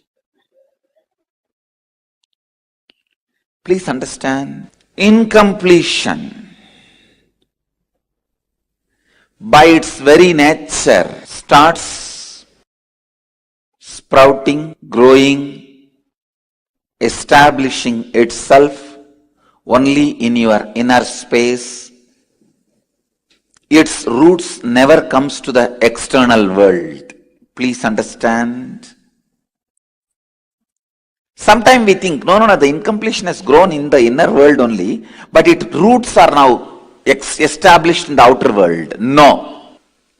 All the layers and layers and layers of incompletions you carry. See, when I say layers and layers and layers of incompletions, let me define and explain. First, you will feel, I have so many incompletions, I am completing with it. Then, no, how many times you complete, you are not going to complete, these incompletions are going to come back to you. That's one more incompletion. No, how much ever I try, I may complete even with this, but tomorrow again I will forget I completed and I will remember only my incompletions. What will happen to that? That next layer. Like this layers and layers and layers of incompletions you carry, listen. All layers are rooted only in your inner space. Even the branch or the hanging root of your incompletions don't come to the external world. First thing you need to know, your incompletions are always established in your inner space. This means many times others forgive you and forget you because you are not that big guy. But you can't forgive you because for you, you are a big guy. Understand? For others, you are not a big guy. Because you are not a big guy, they don't care about you. Many times they just forget the incompletions related to you. Many times they don't care. But you don't forgive you. You don't forgive you.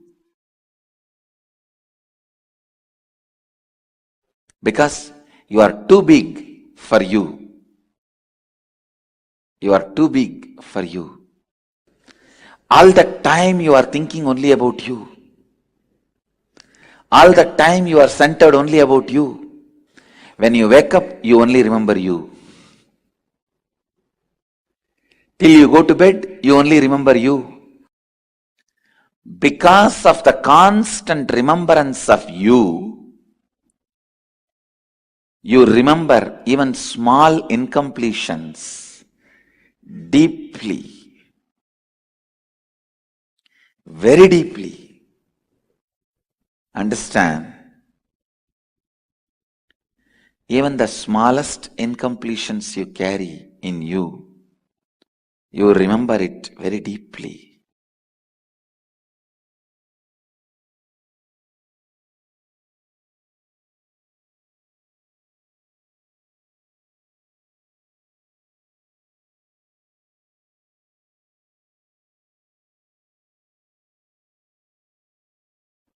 The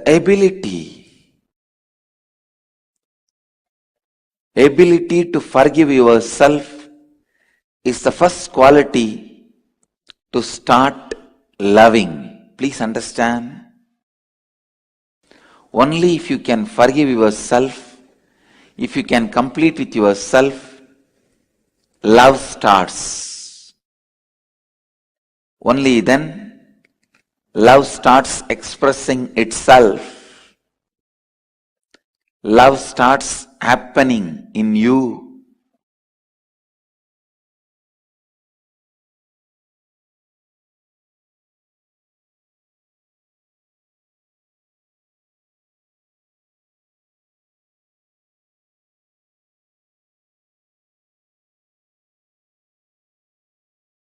Love can happen only when you are in the space of completion. Listen. The ability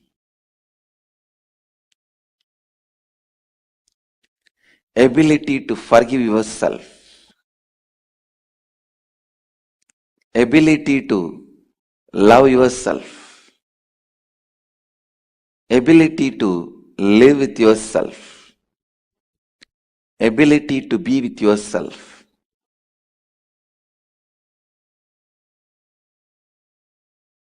It's actually a power. Whatever I am describing, please understand it is not a quality, it is a power. Once in a while, showing love or having love is a quality, but being in love forever is a power. Understand, only when you are established in the space of completion, you will understand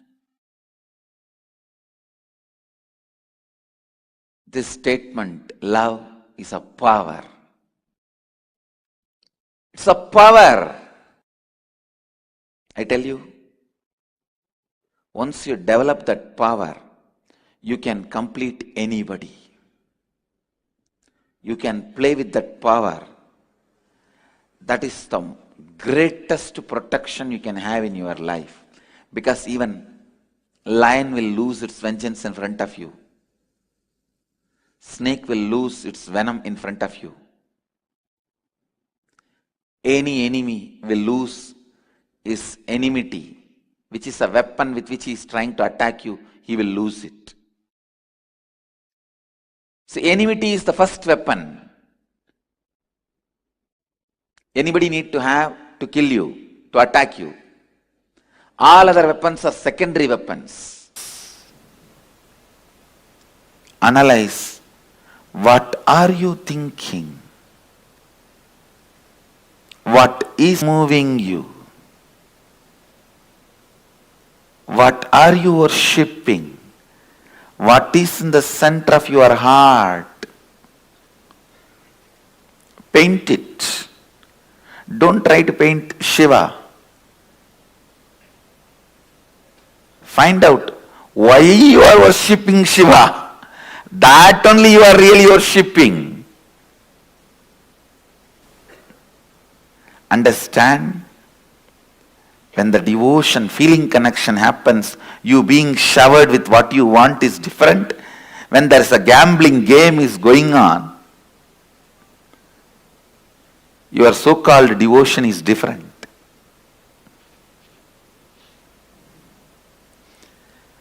When you build your mind on perishable, your life will be logical.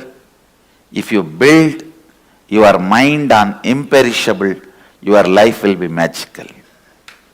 That's all is essence of today's satsang. Whether you want to live a logical life or magical life, you decide.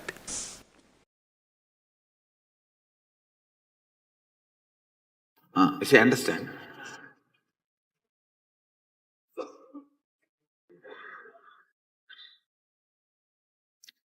with anything you feel connected, love, your biomemory starts meditating on it constantly and it becomes that.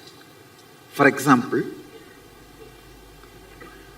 a egg from chicken is taught to meditate on snake. Snake will come out of the egg. See, Prahlada came out of Hiranyakashipu.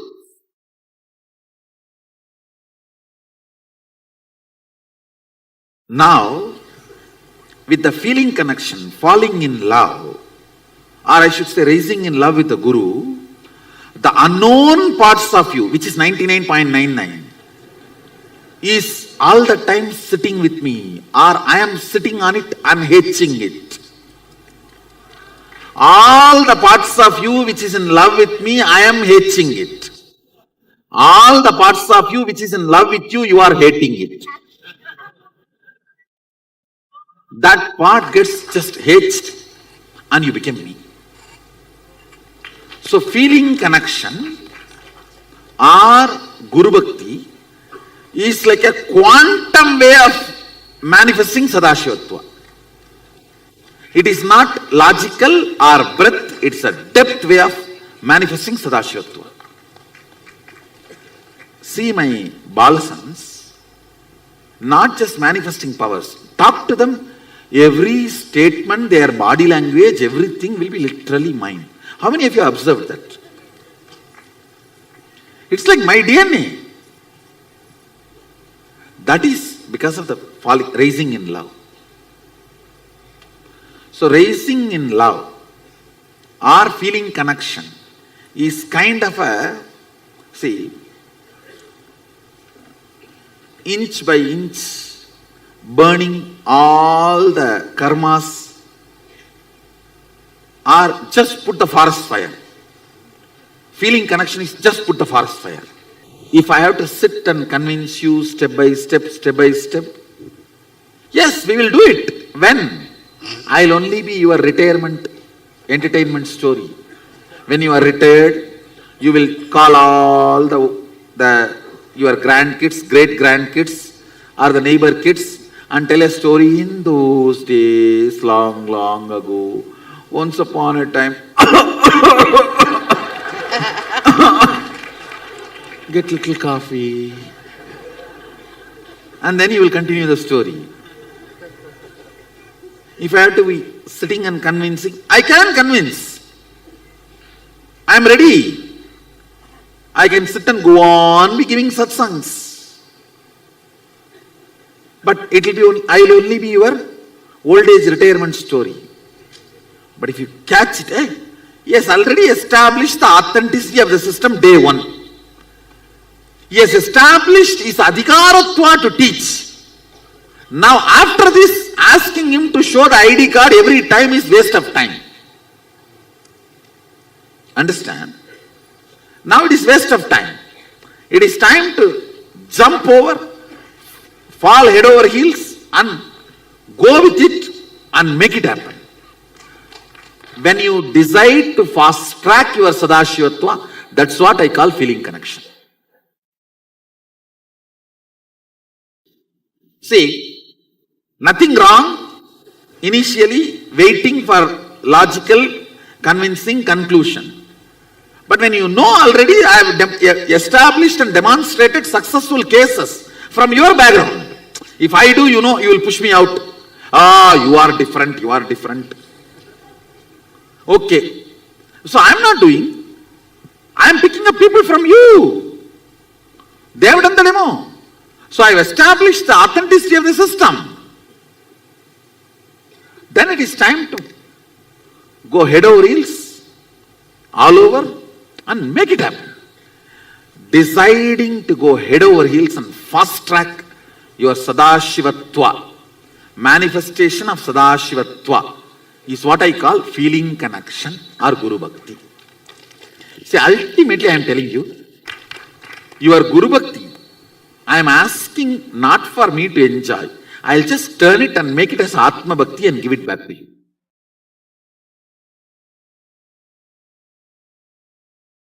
When you complete with GDHD, I'll complete with your SDHD. That's all. I'll just turn the energy, make it into your Atma Bhakti. It's like a cub bringing fresh grass for lion. Is he going to have a lunch or dinner with that grass? He may act in front of the cub, not to disappoint the cub. See, I'm eating, and he will turn this side and maybe he will keep it there for the next cubs to come and have lunch. 1 or 2 meals they need to have before they realize they are lion. That's all. Understand? Somebody asked me in the Facebook from the Sadashivoham team only, how do you handle all that attention and adulation? I am not. I am not receiving. I am only just turning it into your Atma Bhakti. Everything showered on me, the Bhakti, everything, I just turn that into your Atma Bhakti.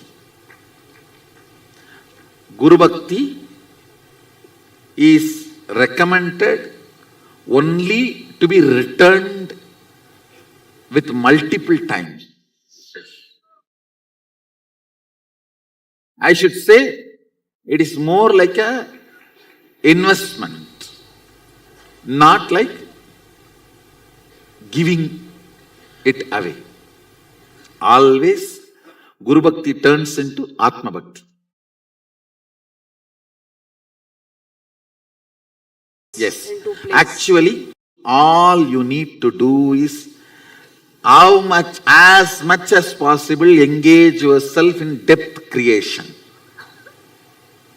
Length and breadth automatically happens. People who created length and breadth neither will have length and breadth nor have depth. People who generated depth will have depth and length and breadth.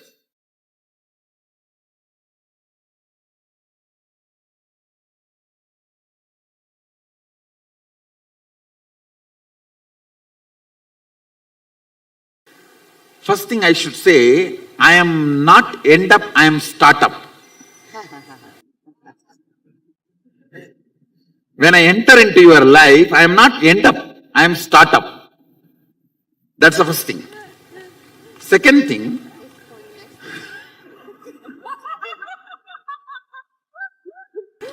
see, you should look at the whole thing. The word end up is wrong.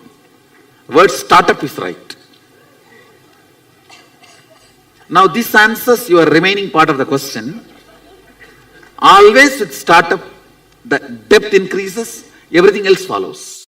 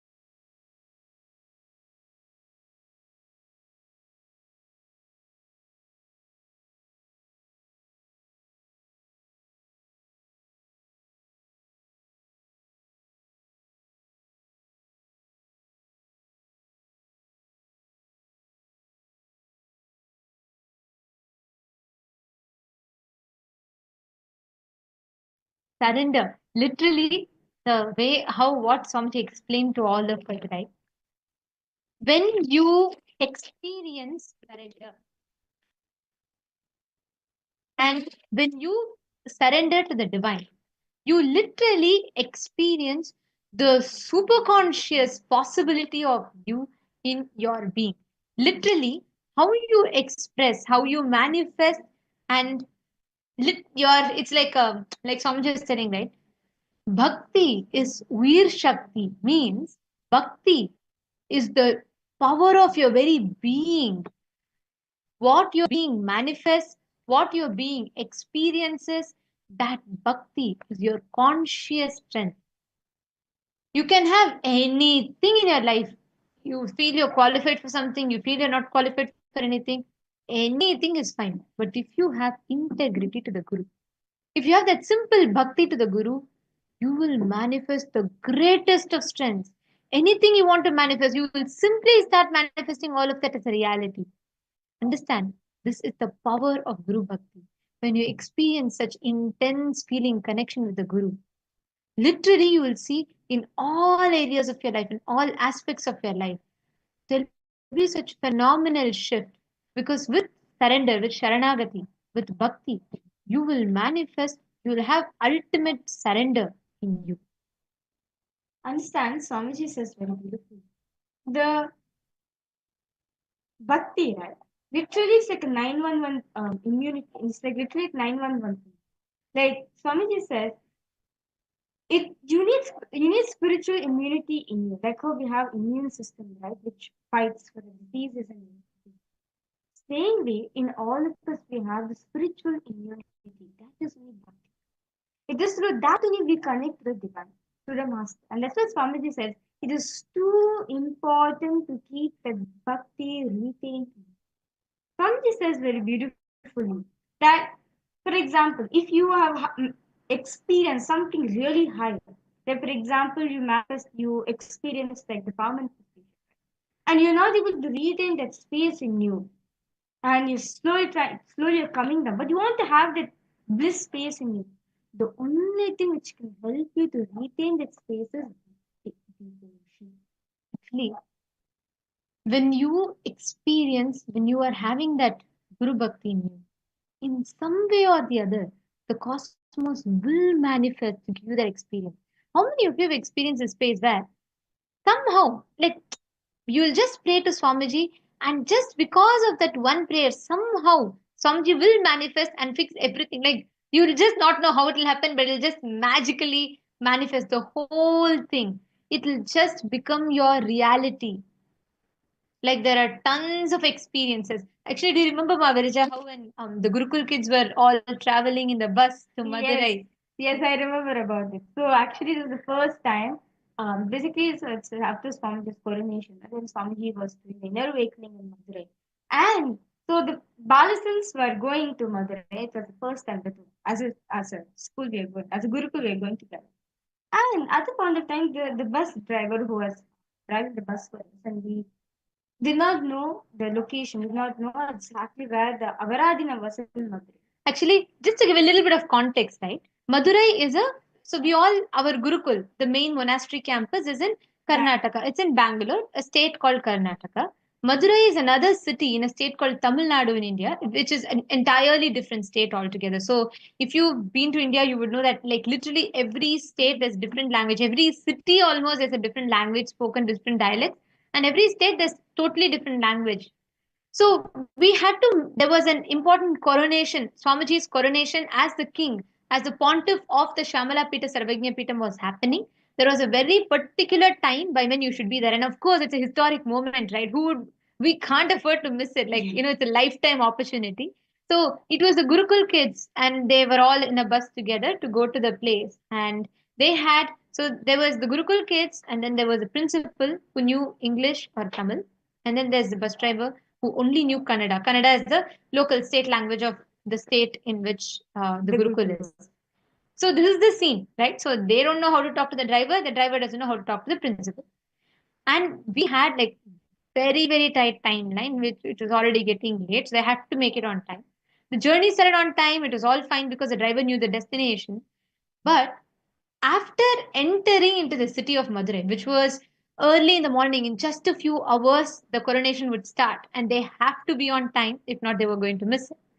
All the Gurukul kids were there, and the bus entered. There's a massive traffic jam. The bus driver got confused which direction to go, Yes. and he stopped. So he got lost actually. So he knew where he was supposed to go, but because of the heavy traffic, he lost his way out. So of course now he's confused. So we are stuck. We do not know what to do and everything. And understand the time for a coronation is it's coming to an end, and you can't miss this auspicious happening. It's like lifetime thing. So, of course, all of us are like Swamiji, like, of course, the space. And so, one thing is, if you establish the Guru Bhakti, if you have the connection with Swamiji already, wherever you are, he knows you need him. That's one thing that I myself felt so many times. You may be in different parts of the world, but if you just intensely connect to Swamiji, he immediately, some other way, he showers, somehow he greets. So, yes, you can go. So actually, at that time, the driver got stuck. The principal is trying to tell, no, please go, go, go. The driver is saying, where do I go? I don't know the location. And in this language, trying to communicate, both of them are getting more confused and time is ticking.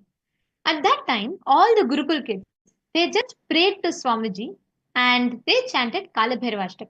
Okay, so they're just like, Swamiji, we need to come see you.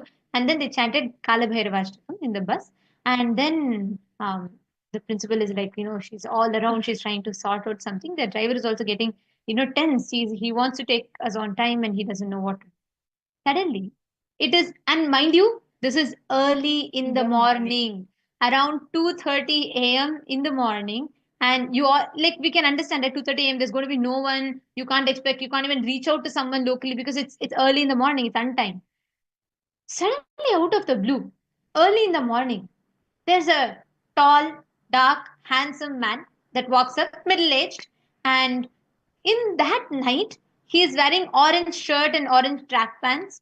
And then there is a full basma, as if he just came, freshly got ready and came. And at 2:30 a.m. in the morning, and like full basma, everything.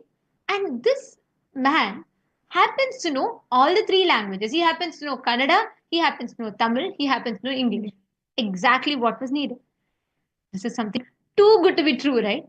And and to add on to all of this, he himself comes. No one reaches out and no one calls him. He himself comes, walks up to the principal and he says, "Don't worry, I will take care." And he communicates to the driver in his language without being told anything. He himself tells like what needs to be done, and he speaks to the principal. He syncs them up together, and he gets down. He clears the traffic. He gets back. He guides the bus up until the exact place it was supposed to be in, and just in time, the bus reached that just in time. So because it was like too quick, right? Immediately all the kids, everyone rushed. But there was this one, the teacher to thank the person, the man who had come. So she was like, she tried to tell, the darshan will happen. Why don't you also come? And this man gave a very mystical answer. He said, yes, I come to the darshan every day. I come to the darshan, I come to the satsang every day. And then this teacher was like, okay. And she even asked him for his number. She took down his number. He gave a phone number. She took down his number. And by then she just turned to settle the kids and turned back. That man was nowhere to be seen. And they were all like surprised. And she called the number back. See, when the man had given the number first, she rang that number and it worked. Now she called the number again and it said the number does not exist. So she was surprised. She was like, we couldn't even thank him properly. Who was it? And all the Gurukul kids also wanted to express their gratitude. Someone who made it on time for them to get to this once in a lifetime opportunity. And they wanted to thank, but they could not get in touch with that person at all. And understand even the phone number which she gave also, as Mantyanta was saying, yes, it did work when he was there. But as soon as he went, it stopped working. It says invalid. And now this teacher was like, all of us were curious.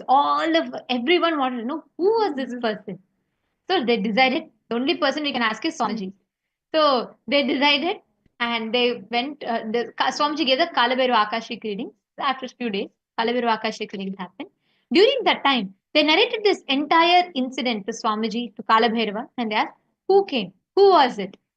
Kalabhairava, with a loud laugh, Swamiji said, it was I myself who came down in that form to guide you all. And I myself made sure you reached the spot on time just because of the prayer. Understand, when you have the will, this, like, even as I share now, I get goosebumps. This is such a powerful experience. Kalabhairava himself, Swamiji himself, assumed the form, embodied form. He came down. Can you imagine 2:30 a.m. in the night? And all answers were mystical. When we invite him for darshan, he said, I come to the darshan every day. Of course, he does. He's the one who gives the darshan.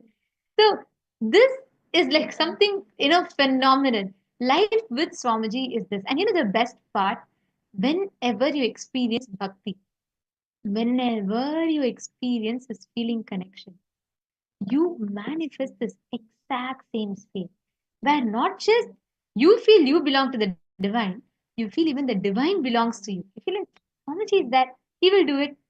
Ma Claire Lang is also posted, my first inner awakening. Someone stole my luggage at the airport. I had nothing at the ashram.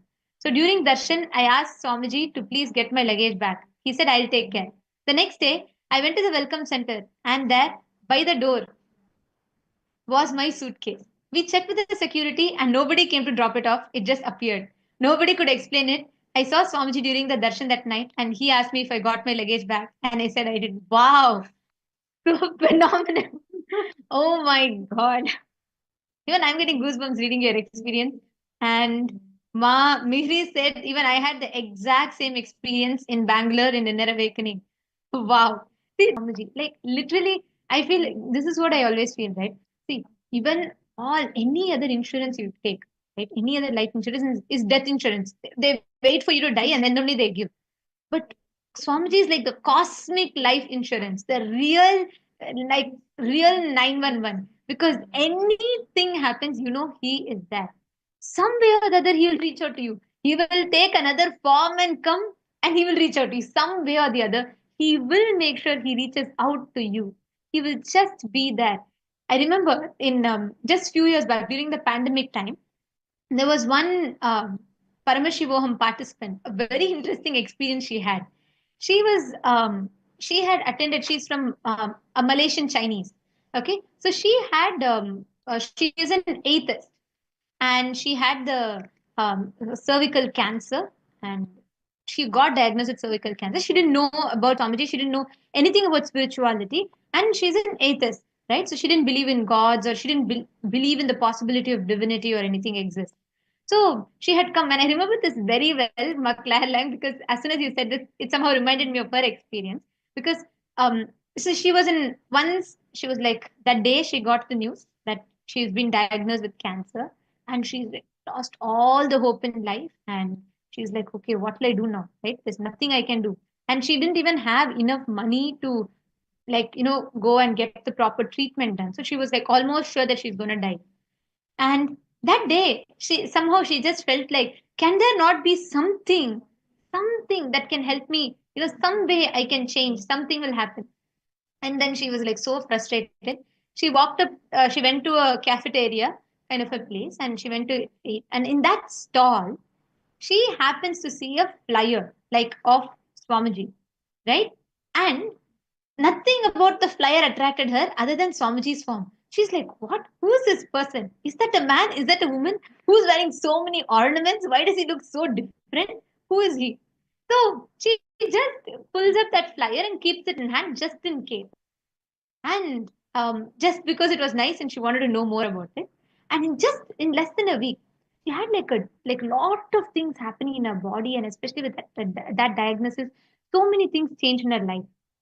And at that time, she somehow she saw she like when she was like frustrated and depressed, she saw this flyer again. It just came in front. It was just that, and she had not noticed. She forgot about it.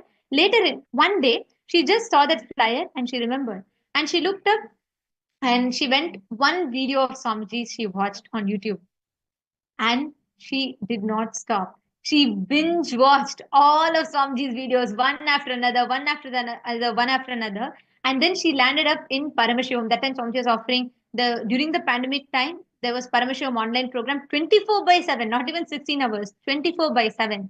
She immediately joined the Zoom. I still remember because I had, like, as soon as she joined, I had interacted with her and she shared this experience with me. And I still remember she was like, "Who is Swamiji? Is he God? Is he man? Is he woman? How am I supposed to connect with him? I do not believe in gods." And I still remember by the end, I think she attended that one season fully and she got deeply connected to Swamiji. She would ask, like, initially she'd be like, "Is it God?" And I'm not still believing in God. I'm not still believing in God.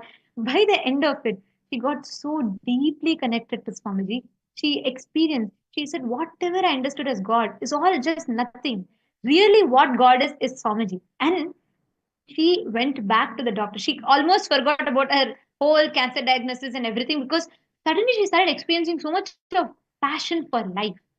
And by the end of the program, when she went back, the doctor said there is no trace of any diagnosis of cancer in me.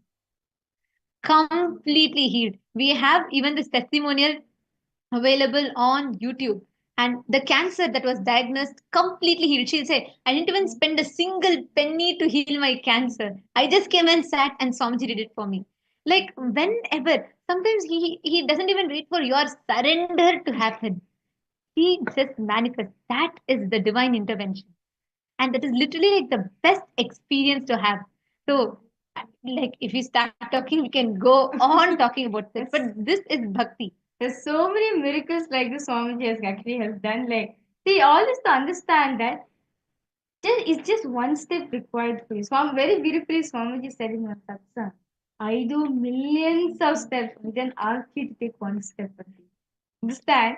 We are only taking one step. Swamiji, please help me. He does everything behind the scene. That is Swamiji. That is divine intervention. To understand, it is too important for all of us to have the bhakti in us, the devotion in us. As only when we continuously soak ourselves in devotion, right? We even feel that whatever is manifesting is only Swamiji who's doing. See, the only thing we need to understand is you need to stop terrorizing yourself. See, Swamiji can do everything for you. Everything. The only thing even Paramashiva cannot change is your individual will. If your will says, "Oh no, I don't want it," many times you get terrorized. You feel like, "Oh God, I think I'm going hitting the rock bottom in life. My money is gone. Better let me not do anything. I am deciding I will never manifest anything positive in my life." If you make the decision, even Paramashiva cannot, he can force you. I mean, he can show different situations to make you change your will. But if you do not change your will, even he cannot interfere. Swamiji's blessing is eternally there. It is like Ganga's Pravaha, eternally available. But if you stop, if you are deciding not to jump into it, if you're deciding not to consume it, then you are stopping it. Even Paramashiva cannot interfere and he cannot go against your individual will. The most important thing is many times you terrorize yourself. You inflict so much of panic, anxiety in you, and you decide you let that suffering happen in you. The first and foremost thing, like Swamiji says, devotion can happen in you only if you remove all the pain from your heart. There's a beautiful line Swamiji tells in Tamil. "Pasi tangal udal shakti, pari tangal manashakti, bhakti tangal uir shakti." Means the ability to bear hunger is the strength of the body. The ability to bear blame, it's the strength of your mind, your inner space. The ability to bear bhakti, devotion, is the strength of your very being. Devotion can happen in you only if you remove all the pain patterns in you. The first step, identify where all you get panicked, you terrorize yourself. Sit and identify those areas. Take a few minutes. I request every one of you to pen down.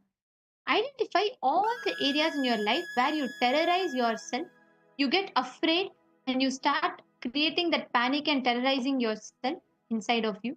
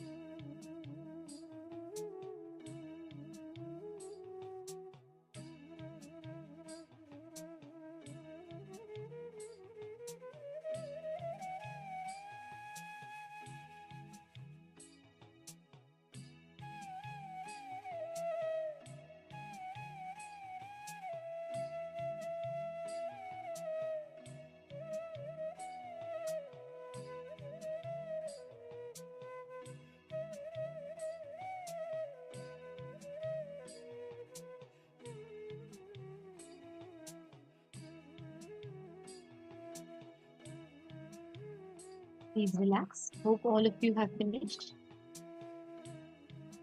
Now, every one of you just need to consciously develop the bhakti in you. The moment you develop bhakti in you, it becomes such a powerful experience inside of you that anything outside, all the experiences, anything happening outside, you will be able to simply alter it and you will be able to manifest your ultimate reality just through that. The experience, the Guru Bhakti is so strong. The experience of feeling connection is the most powerful you can have to manifest whatever you want as an ultimate reality in life. Now, to all the participants that are here, we're going to be entering into a very powerful Nitya Kriya now, where you're going to be working on this Nitya Kriya is designed for healing any pulmonary disease. And this Nitya Kriyas are compilation from various different yogic techniques, methods described in the Hindu scriptures that Swamiji has compiled together to give us for a particular result that it is designed for. So if any of you have any medical conditions, please check with your physicians before you do this Nitya Kriya, and please make sure that you are taking the check with the physician and only then do. And we are going to now be entering into the Kriya for pulmonary cure. And now let's all enter into the Nitya Kriya.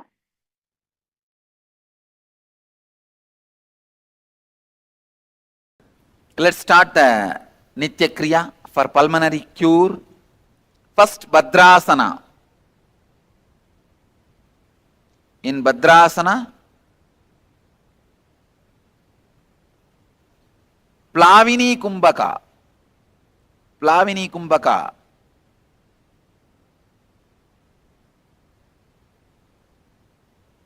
Inhale completely, contract the throat and rest your chin on the chest. Hold as long as you can, then relax. This is Plavini Kumbhaka. This can increase your capacity of your lungs so much, you will be able to float on the water. So much air can be held inside with this Kumbhaka.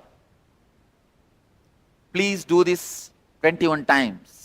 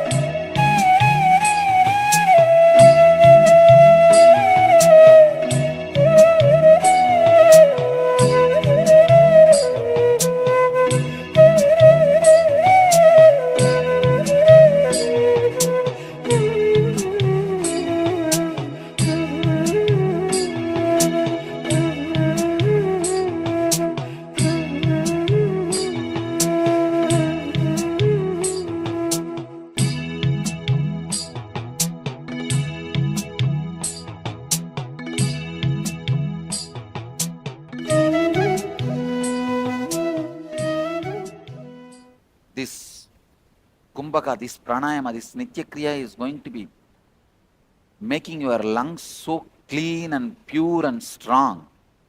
Any disorder related to lungs, pulmonary problems will be healed. Next is Kamala Kumbhaka.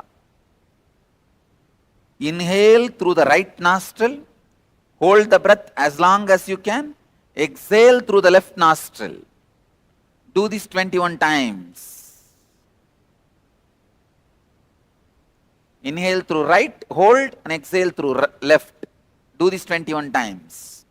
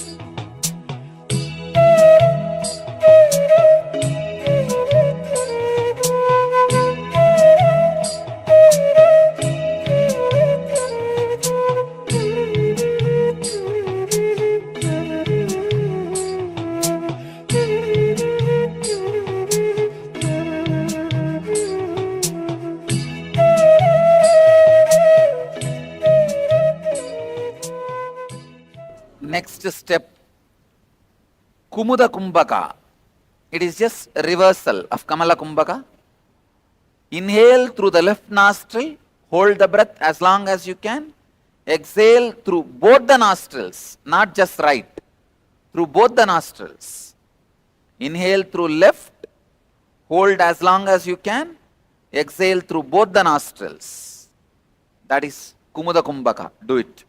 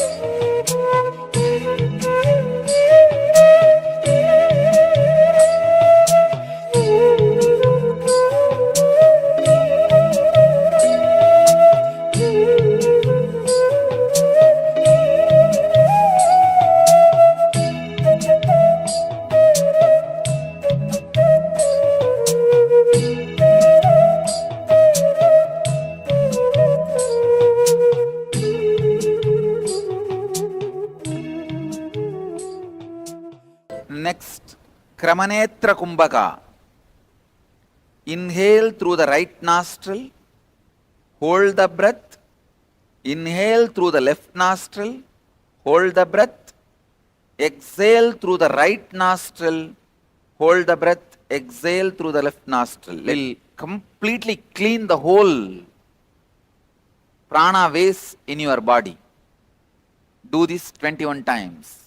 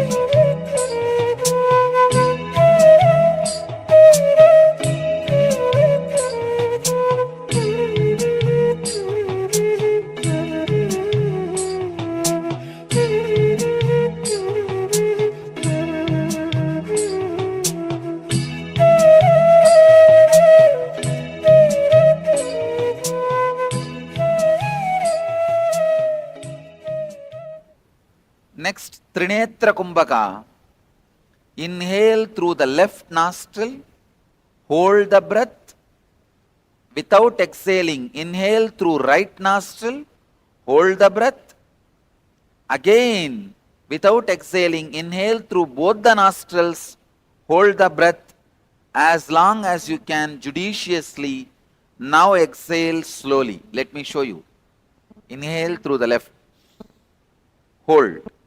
Again, inhale through right, hold. Without exhaling, inhale through both, hold as long as you can. Then slowly exhale in a relaxed way. Do this 21 times.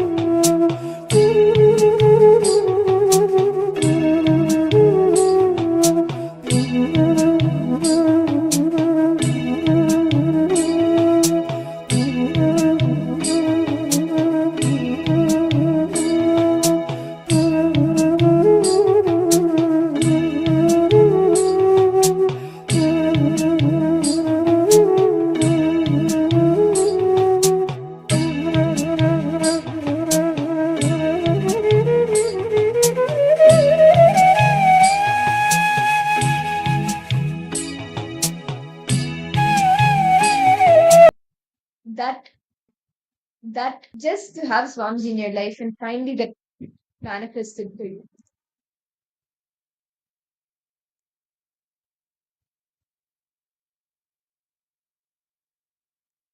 See, actually, many of us, we feel, okay, I need to surrender myself in devotion.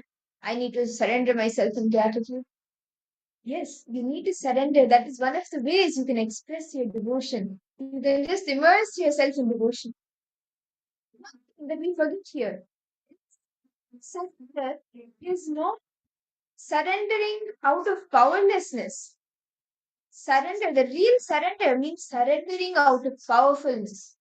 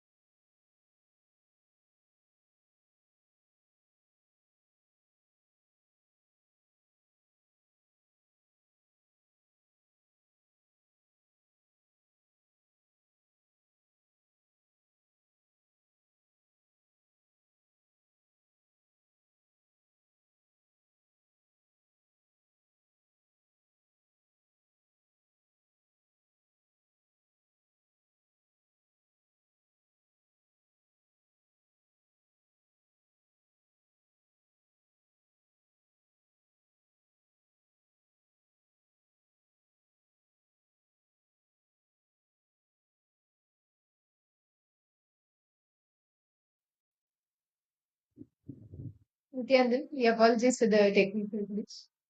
So yes, as I was sharing, Swamiji beautifully reveals how surrender is not surrendering. Like, many of us, we just go and we just, when we're in some problem, when we're going through some crisis, we just go in front of Swamiji, in front of God, whoever, and we just say, okay, I'm surrendering all my problems to you. You please take care. But unfortunately, many times we do it out of powerlessness or victimized, like feeling victimhood. Like, oh my god, I cannot manage this situation. Let me just surrender. That's fine. Let me just um surrender it at the feet of God. Surrender it at the feet of the divine. But real surrender is you surrendering out of powerfulness. You just see the stories of like Andal or even all the Nayanmars like Jnana Sambandar. There are 63 Nayanmars in Hinduism. All of them and so many great beings, Akka Mahadevi, all of them, they all surrendered to Paramashiva from the space of powerfulness, not out of feeling victimized or out of powerlessness that I have this problem, I have that problem, let me just surrender it at your feet. Out of powerfulness, they decided, let me surrender myself to the divine. Let me surrender myself to Paramashiva.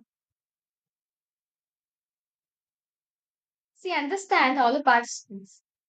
As how many of you were listening to the past 2 days satsang Swamiji was revealing, right?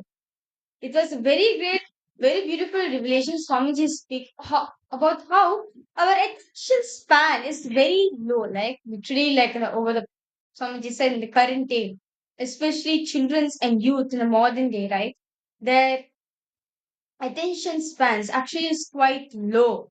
And this is actually because of the scrolling of the social media which happens, due to which lots of anxiety and depressions are even starting to kids in a very young age. Kids who are 12 years old are suffering from depression and anxiety.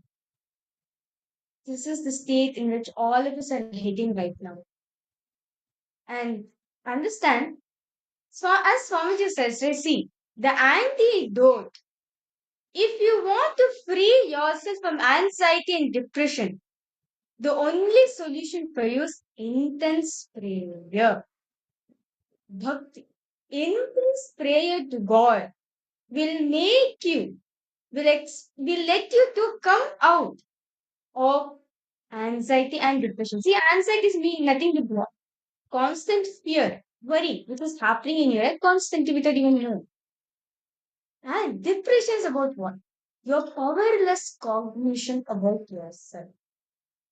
Understand? The powerless cognitions about yourself. When the antidote for these two is intense prayer. How many of you are catching this point? It's actually a very beautiful thing Swamiji revealed that if you want to manifest anything you want in your life, right? If you want to come up with any problem, just have prayer. When you have intense prayer in your life, you will see how you'll be able to manifest anything you want.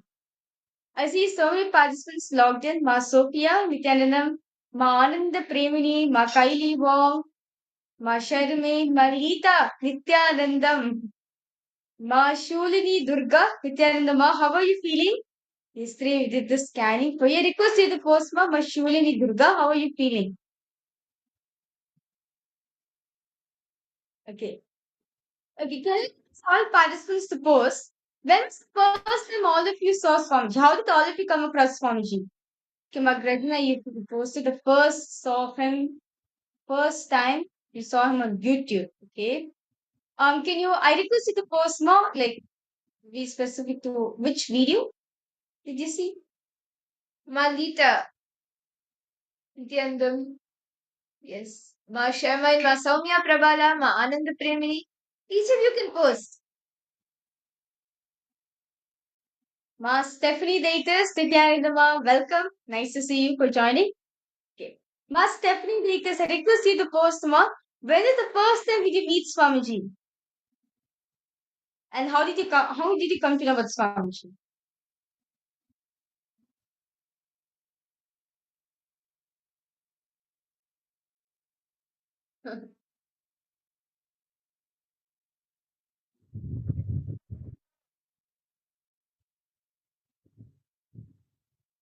I can see Ma Stephanie with all the beautiful pictures she's having behind. It's so beautiful, Ma. Ma Stephanie, latest I request you to post. Well, yes, Nithyananda. When was the first time you see Swamiji and how did you come across Swamiji?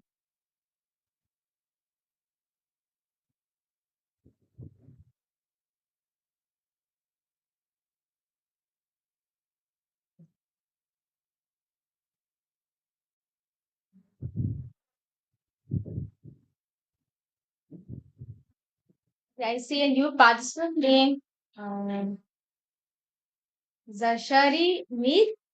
Nithyanandam, Zashari Aya, welcome. Are you new to this program, Aya? Where are you joining us from?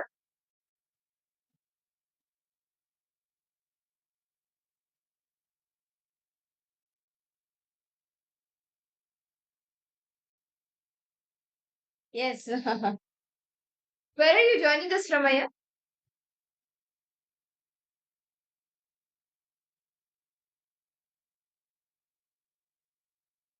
Australia. Wow. Oh, that's nice. Do you want to share how you got to know Swamiji?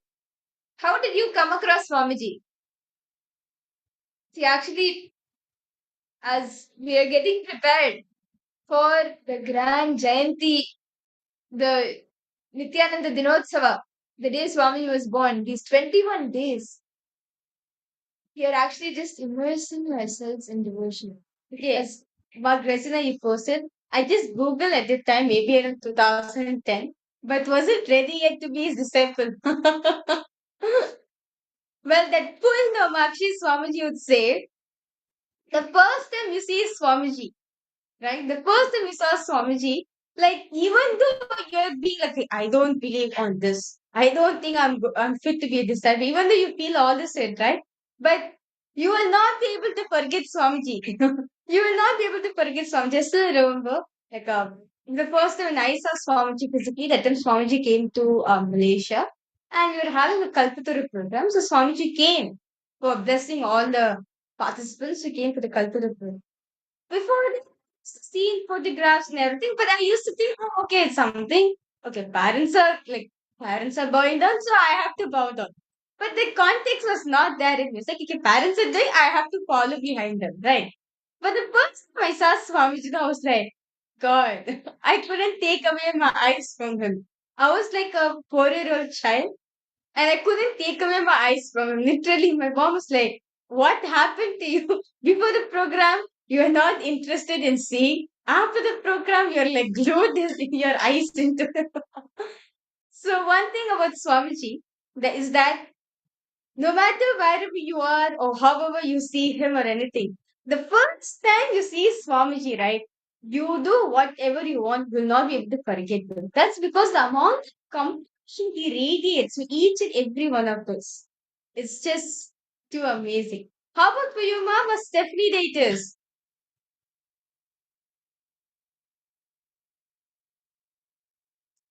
Okay,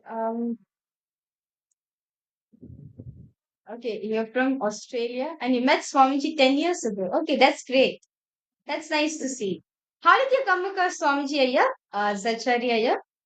Like, do you remember the YouTube video you saw? Okay, 10 years ago by YouTube you saw. Okay, that's nice. That's great.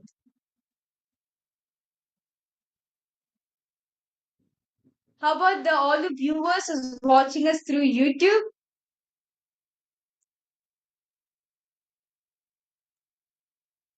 Okay, I see a participant named Healing Master. Sorry, a viewer named Healing Master. I request you, if you can change your original name, it'll be good. It's for the security protocol of Kailasa. Chitre Aligu Ayya, Nithyanandam, Karthik Narayan, Nithyanandam to you, Divyananda. Ma Divyananda, Nithyananda Ma, welcome for the program. Yes. Can I request all participants to post? How did all of you come across Swamiji? Like, what is it that gave you that pull? See, only if Swamiji chose you. First, Swamiji sees you, he chooses you, he picks you out. Only then he thinks of you only, then you think of him. Anything that you experience, he first triggers it. He triggers that experience in you. So if you came across Swamiji, understand it is not any accident, or it is not something that happened just in the click of a finger.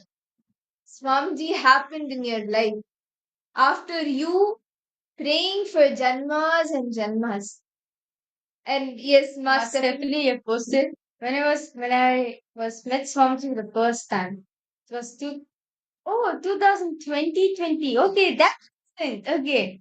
So it's 2020 or 2021. And first time, okay. Then I find Swamiji. But Swamiji was more and more because my first and my most beloved one. Wow, that's so great. Must definitely. So you came to the Swamiji 2020. Wow, that's really great, Ma. So it's like 4 years and wow, just so amazing. Ma, just remember all the things that Swamiji has showered you with. Remember every single thing Swamiji has showered you with since the time he has come into your life. That itself will get you into such a space where your attention span, like in that space, you'll be able to experience a higher attention span when your mind will not be able to, through your mind, you will be able to manifest your reality. All the different delusions, the anxiety, the depression will not be able to control you. You will be able to break free from all of that. See, understand all the participants. See, prayer. What is prayer exactly? You see, understand, Swamiji says the antidote for depression and anxiety is intense prayer. Oh, must agree. There is no issue. Swamiji, see, whether you have met Swamiji physically or only online, both ways Swamiji gives the same experience. Swamiji gives you the best experience. And he has manifested for you individually. So never think that, okay, I have not met Swamiji physically, so there I have experienced this. See, your experience with Swamiji is your treasure. Never let that go, whatever happens, and don't, when it manifests, it will be like when you meet Swamiji, it will be the best thing for you. And just cherish everything Swamiji has showered you with fame. Whatever Swamiji showered you with, just cherish those moments, those memories. Anything that you want in life, you manifest. There are so many people who have not yet met Swamiji physically, but just through online itself, and I'm sure even you, online itself, Swamiji gives the best of best experience. He manifests your reality in miraculous ways. Somewhere where you may not have thought that you can manifest. For years, you may have been trying. Like, for example, there are few Kailasvasis, like Swamiji announced Kailasa, right? Recently. There were a few Kailasvasis, and specifically this one Kailasvasi. For many years, he was not able to get the passport. Like the passport was not going through, it was not getting processed. When Swamiji announced Kailasa, he decided I have to somehow, I need to become a part of Kailasa. I need to become a Kailasavasi. He put his intention, and within 2 days, his passport was processed. And he's in Kailasa. Just like this, there are so many people, whether it is for Pada Puja, whether it is for Sarvagnya Pita, whether you have met Swamiji physically or not, Swamiji gives you the best experience that you can ever imagine. Much more than you can even imagine, he showers you with. See, to all the participants, today all of us were very beautifully learning, right? How to harness the power of Guru Bhakti in you. How do we actually actually we're not going to be entering a very beautiful session. But Swamiji will be revealing elaborately that depression or anxiety. What do you need to do? How do we come out from it? As nowadays, like literally kids in such a young age, they are getting into depression because of device addiction and everything, right? And actually, this is also proven. Like in Australia, they said it is a rule which is being passed down that kids below the age of 16, right, are banned from using social media, banned from using device itself because of the amount of damage it causes in the brain. Understand? And many researches has been done that kids getting especially such a young age, right? Actually, Swamiji says till the age of 21 only, our full maturity happens. Like after the age of 21, the physically, psychologically, and emotionally, our body is fully prepared. It gets matured. Okay. So, because before that period itself, before that period, and like getting into all these addictions and everything, literally now scientists have been many research have been done that at this crucial time, many young adolescents who are getting addicted to social media are in positive for the deformities happening in the brain. This is a sad story to hear actually, but this is the truth and reality all of us need to accept. That kids and adolescents at young age, because of the addictions which they are getting into, right? Literally, they are saying that there's so many side effects. Literally, the brain is not fully developed itself altogether. And because of that, they get into depression and too much of anxiety, which they're not able to control their life. And they go to psychiatric and take psychiatric medicines. And at the end of the day, what's gonna happen?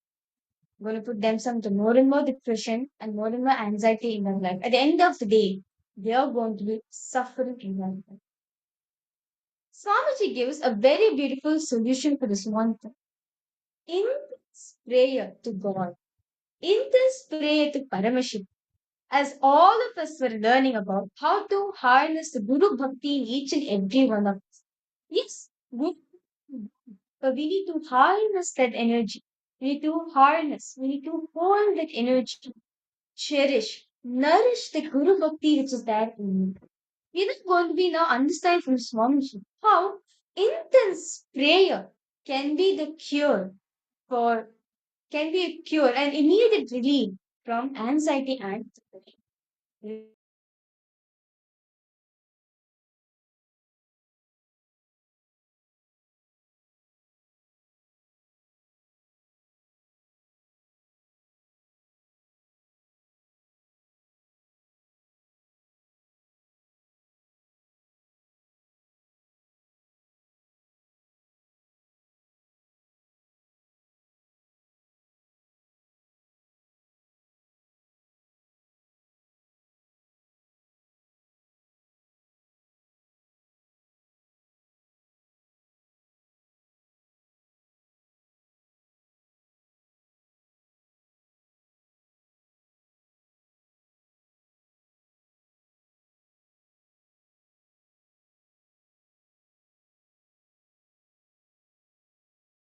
In the family, with the same wife, with the same life.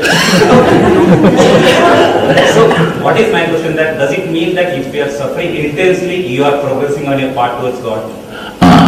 Two things. The statement which I made, the same wife, same life, same car, just a jovial statement.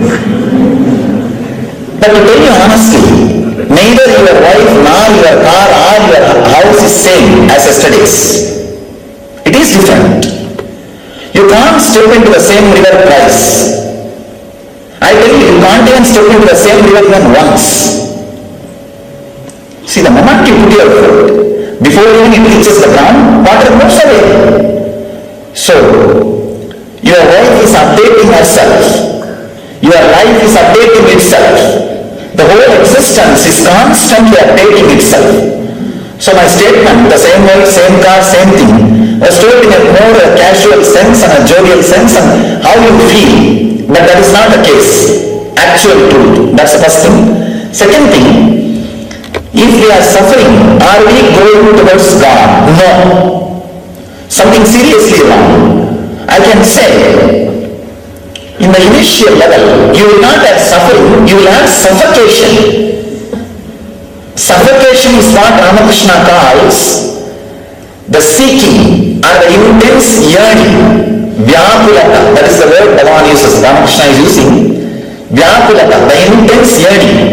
There will be suffocation, not suffering. Suffocation means feeling that you are not enough. You are not expanded what you can. You are not doing what you can. It's just like missing some part of you. It won't be a suffering. Suffering is different, suffocation is different. Suffering is something when you think I need this and you are not achieving, that is suffering. Suffocation is you know you are something but you have not become that. Suffocation is from within, suffering from outside. Suffocation is from prarabdha, suffering is from agamya. Prarabdha means the potentiality which you brought with you is prarabdha. Agamya is the desires which are accumulated after coming here. The accumulated desires bring suffering. The agamya brings suffocation. Suffocation inspires and helps you to expand, open up, break. Suffering puts you in deep depression. So I feel suffocation will just explode into joy. There won't be suffering between you and the enlightenment or the Atmajnana. So I can't accept the word if you are suffering more, you are going towards divine, towards God. According to my experience, not only goal, even the path is Anandamaya. Path and goal, both are Anandamaya. In the initial level, the suffocation will be there. Please understand the difference between the suffocation and suffering. Suffering is from the accumulated desires. Suffocation is from your inborn prarabdha, tendency, the potential energy. So when a seed does not become tree, when the seed is about to break, it has that suffocation, vyapulata. But suffering is after you become tree, suddenly you want maybe 2-3 houses built on you or 2-3 cars so that you can get into that. Tree cannot move. Which you try to accumulate something which is not directly yours. You are very poverty. That is what I call suffering. Suffering is from agamya. Suffocation is from prarabdha. Prarabdha, suffocation may be there in the initial level in your spiritual path, but agamya, the suffering, depression cannot be there in your spiritual journey. Then there's something wrong if the suffering is there. First sit and clear the suffering. That's a basic need to start your journey. Thank you.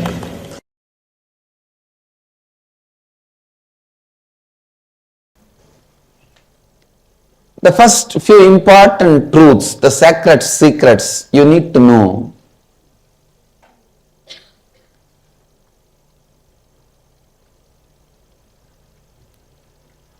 Biggest human suffering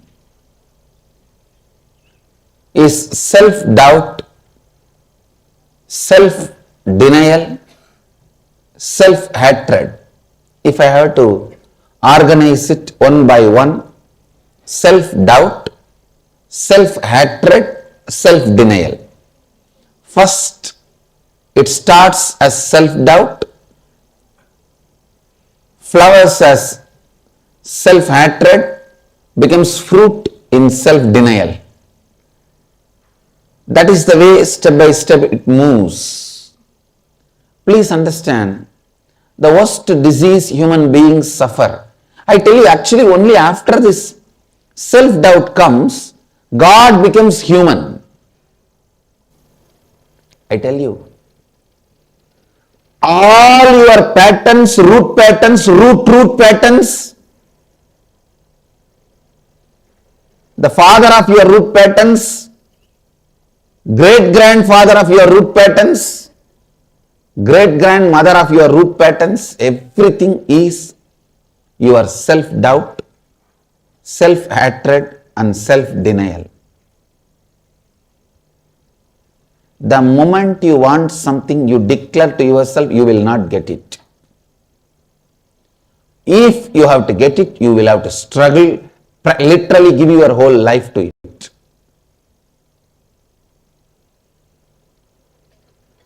How many of you are able to cognize what I am saying? That is what exactly I call it self-denial, which is not true. Please understand. Even though society makes you believe your self-denial is fact, it is not fact. All incarnations land on the planet Earth just to tell you this one truth.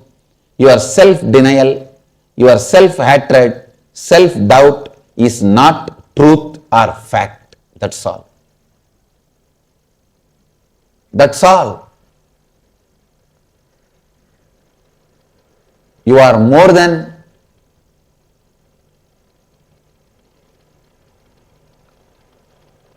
what you believe as you, because what you believe as you is framed by your self-denial, self-hatred and self-doubt. No one can give you suffering. No one can take away what you want from your life.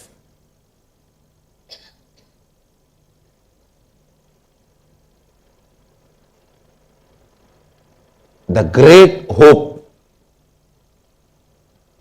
the great truth, the greatest good news, which is truth, is you are not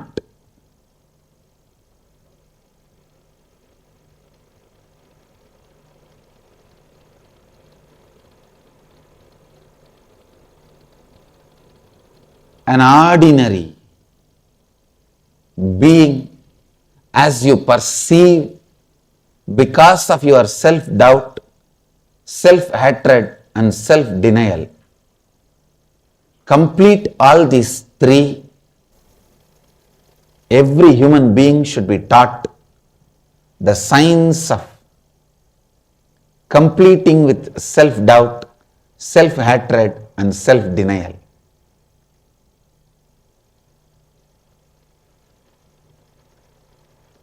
When you start working on this,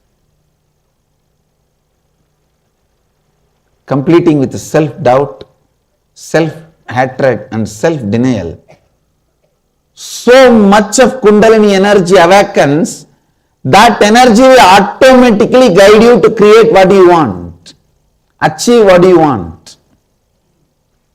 That energy will automatically liberate you,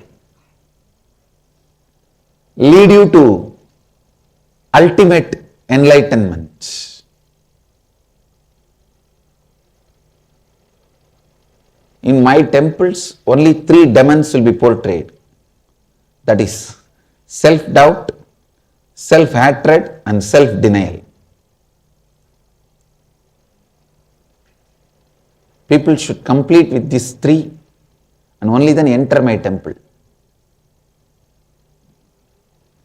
Only then you can enter into the space of divine. Please understand, all hatred you have with others is hatred which is there in you, about you. All doubt you have about others is nothing but the doubt you have in you. All denial you have about others is nothing but the denial you have about you inside. Complete with these 3 inside, you will see suddenly the world will be different for you. I am not saying world will become different for everyone, it will become different for you.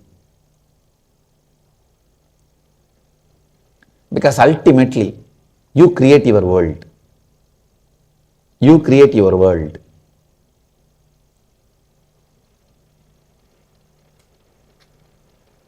Self-hatred,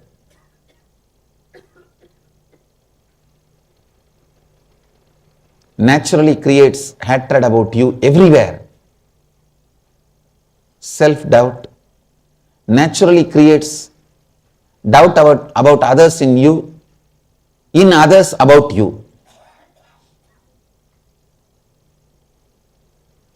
Self-denial naturally makes you deny others you. That is the source of all sufferings. That is the source of all bad things.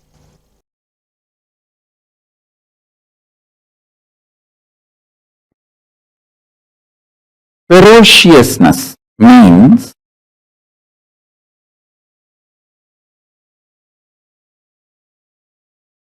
powerfully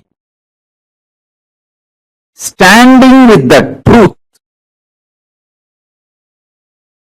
even if the whole world outside and your whole world inside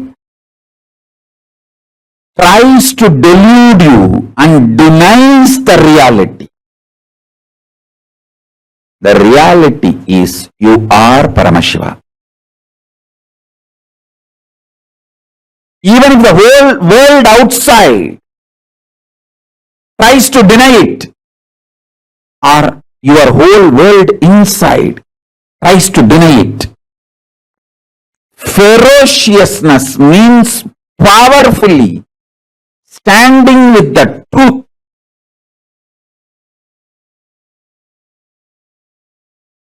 uncompromising, absolutely not letting the outer world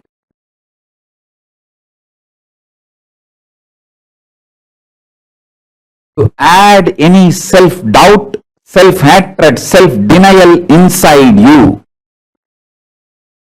The world or my world. See, your outer world is the world and your inner self, your inner space is your world, my world. For you, my world, for me, my world. The world or the impacts of the world on my world, nothing should be allowed to dilute you, to lower you, powerfully standing up with the truth.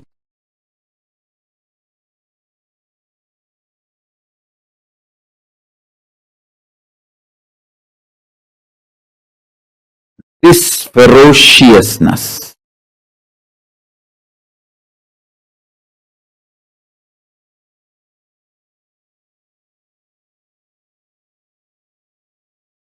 listen,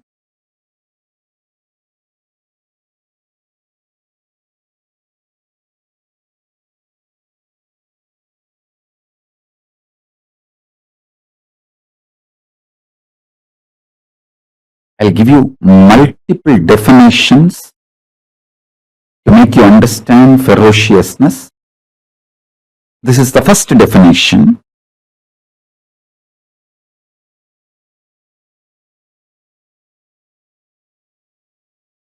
The outer world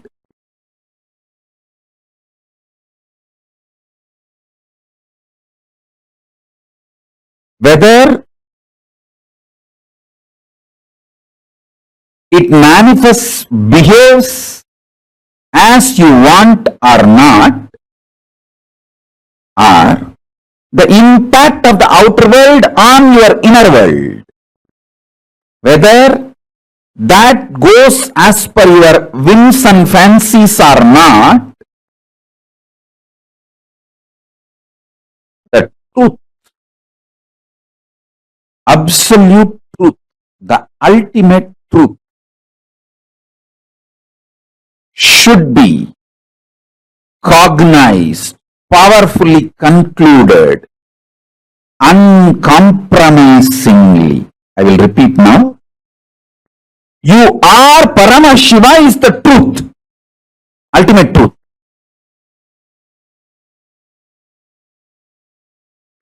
You should come to this conclusion because it is truth, not because if you believe you are Paramashiva, you can manifest powers, you can have this, you can have that. All that as a reason. See, when you cognize you are Paramashiva, you will manifest powers, no doubt. You will play with life, no doubt. Your whole life will be Leela, no doubt. But you should cognize you are Paramashiva because that is the truth. Not because there is a utility value because of the truth. That is the truth. So, deciding to cognize the truth uncompromisingly because it is truth, powerfully, is ferociousness.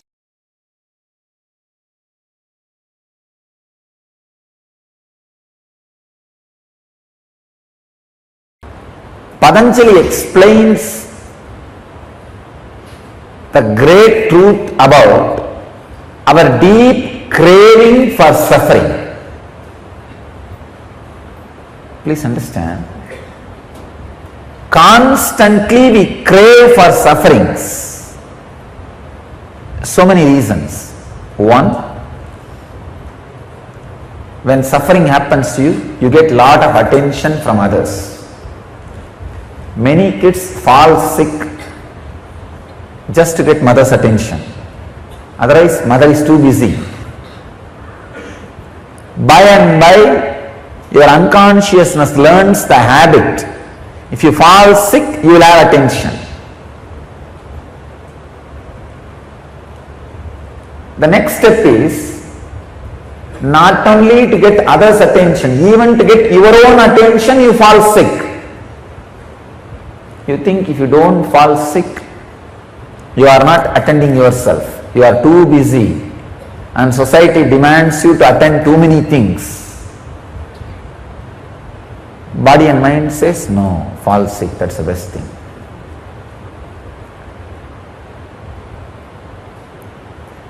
Falling sick is almost kind of a holding so that you will give attention to yourself. And unfortunately, by and by, mind learns this technique and permanently falls sick, makes yourself handicapped. That is what is some inferiority complex about your body structure, some inferiority complex about your mental structure, some inferiority about you, whether you are beautiful or not, some inferiority about which you don't have, can never have. This idea of some inferiority which you don't, can never have becomes such a strong sickness. You go on giving attention to you just because of this one reason.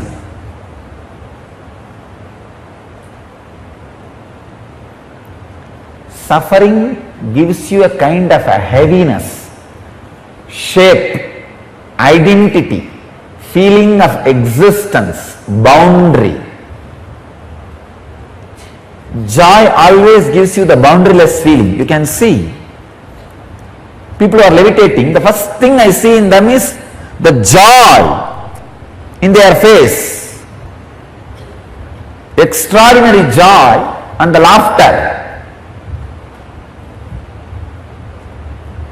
Just yesterday, one devotee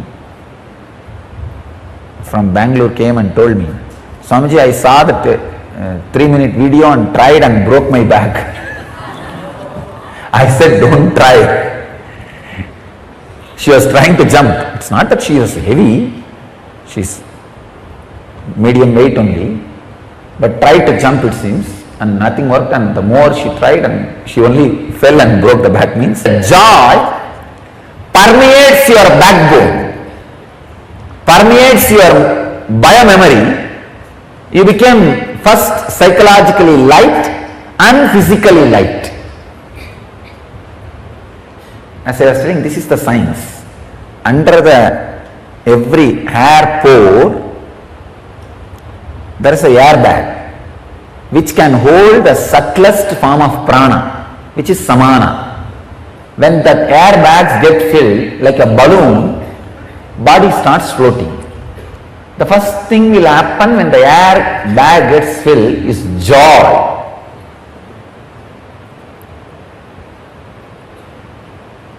Even when you work out physically, if you bring joyful memories, that air bag will get filled. Never have violent memories, violent thoughts when you work out. When you move your body and put weight on your body, start working out, don't have violent thoughts. Let it be more romantic and pleasant. Have photographs of the people or memory of the people who create romance and pleasant feeling in you, not violent, aggressive. If you have the pleasantness, romance, the samana will get filled.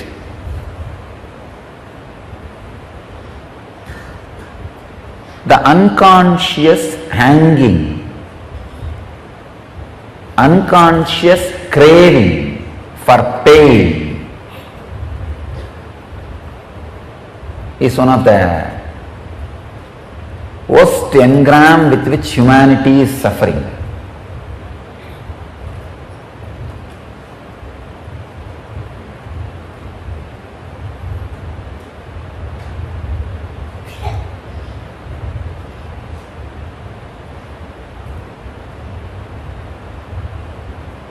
Somehow the hypocrisy-based society always has a deep craving for pain.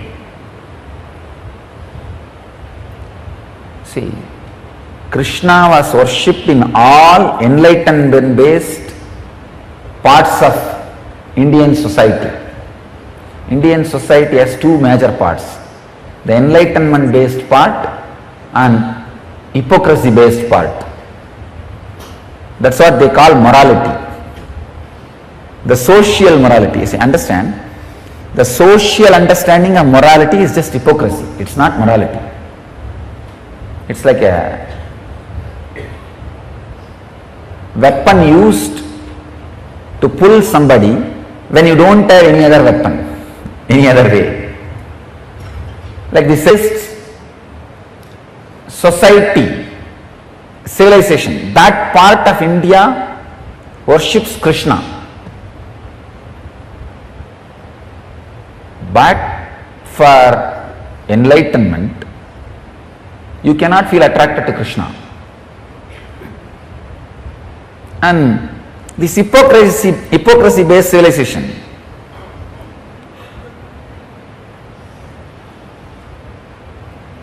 they go on worshipping suffering.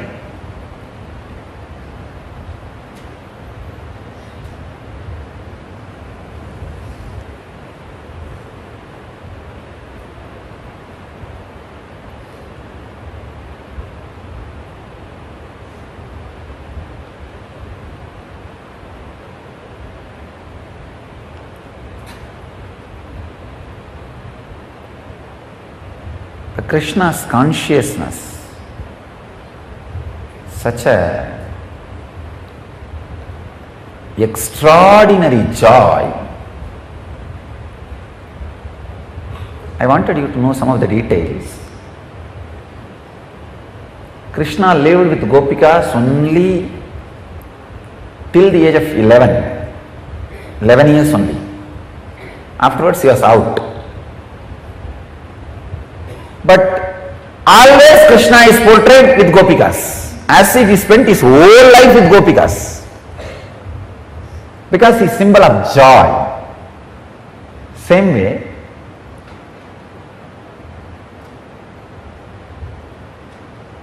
he lost and ran away from one war and got killed by a hunter. Can you I think many of you may not even know this story. Krishna was murdered. He was killed by a hunter with poison arrow. You would have never even heard this story. You will never see a photograph or a statue of Krishna being killed, because he is representation of joy. And you will always see Krishna victoriously standing and giving Vishwarupa Darshana to Arjuna, or winning the Mahabharata war. You do not know, 17 times he was defeated by Jarasandha. 17 times Jarasandha came back as Gajini Muhammadu and destroyed Dwarka and Somnath. Jarasandha and Krishna ran away from the war field. Ranki Chorrai, they call in Gujarat, Ranki Chorrai. Ran away from the war field.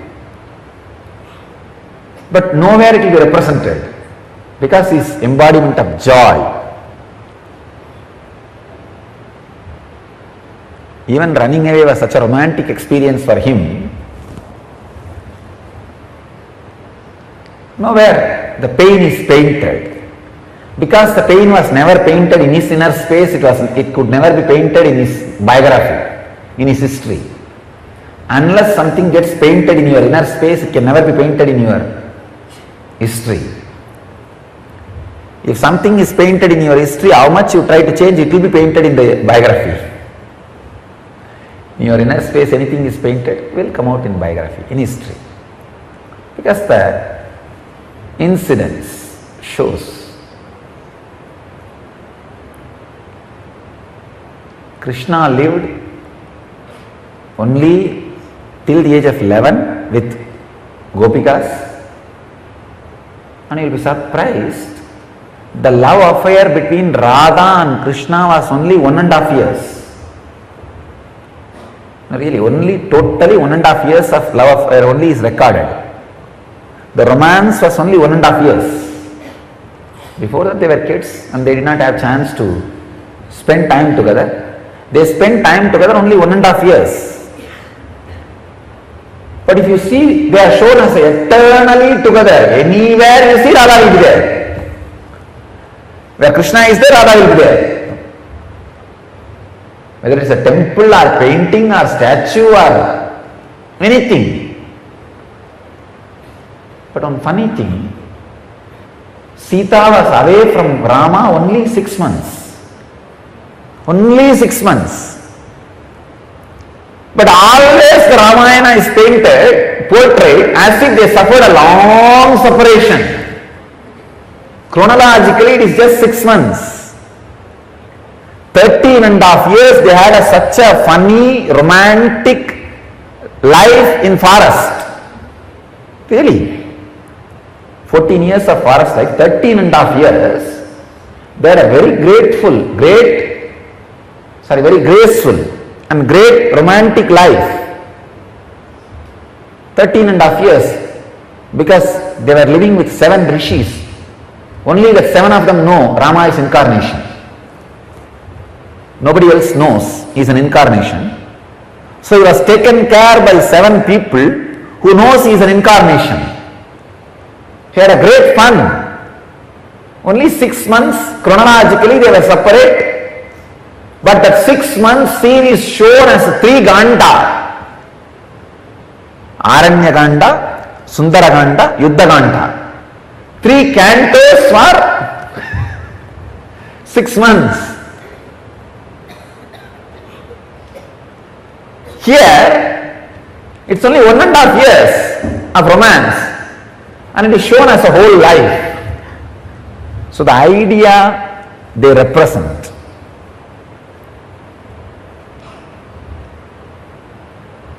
Krishna represents the joy and ability to shed all the sufferings. I tell you, joy is the only way to wither away your will. Your will can never wither away by pain. With more pain, your will become more stronger on you. With joy, it will just wither away.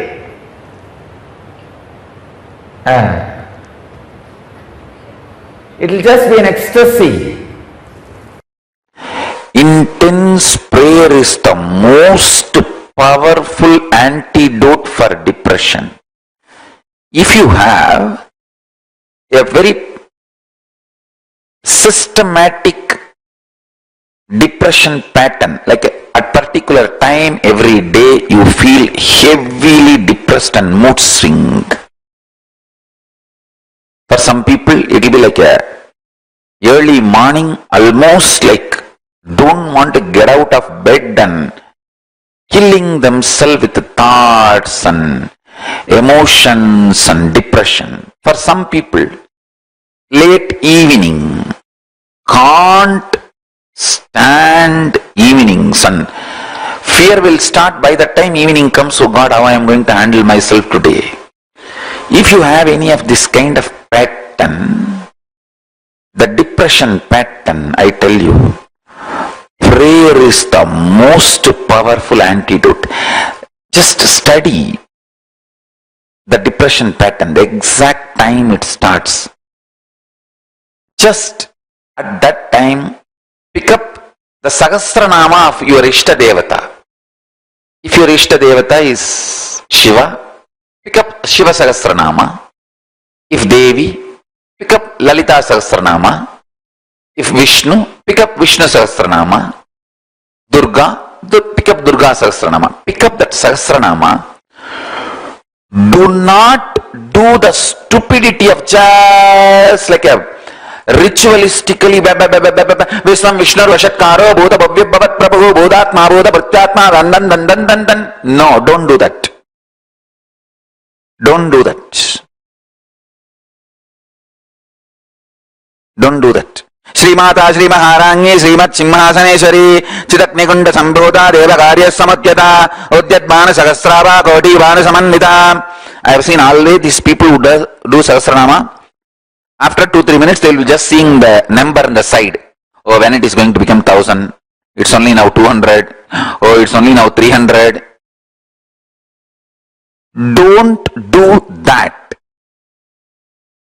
Pick up every nama, every word. Read the meaning in your mother tongue and cherish, intensely pray. Visvam Vishnur Vashatkaro Bhuta Bhavya Bhavat Prabhu, who is embodiment of the whole existence, who is just resting in Yoga Samadhi, maintaining the whole thing in the eternal Shanta Swarupa, in that Paramashanta space in Yoga Samadhi, just by the Sannitya, who is filling the whole existence, Prabhu. I may not be able to appreciate your existence in my cognition level. That is why I am torturing myself with depression, doubt about my life and existence and everything. Please give me the powerful cognition. I know you are real because my Guru told me. My Guru told me you are real. Yes, I have not yet realized, but my Guru will not lie to me. He will not lie to me, and he has no reason to lie to me. He told me you are real. I know you are real. Please make me cognize you are real, so I will develop trust on me and on you and on life and get out of this depression. Talk in the language you think. For each nama, each mantra, remember that your Ishta Devata is real. Please understand, the concept of Ishta Devata is unique to Hindu tradition. I want all of you to know, I connect with the ultimate as Paramashiva and Parashakti. But I am absolutely sure, listen to this statement, even if you think Vishnu is the ultimate, you will achieve ultimate. If you think Ganapati is ultimate, you will achieve ultimate. If you think Parashakti is ultimate, you will achieve ultimate. If you think Subramanya is ultimate, you will achieve ultimate. If you think Surya is ultimate, you will achieve ultimate. Please understand. Parabrahma,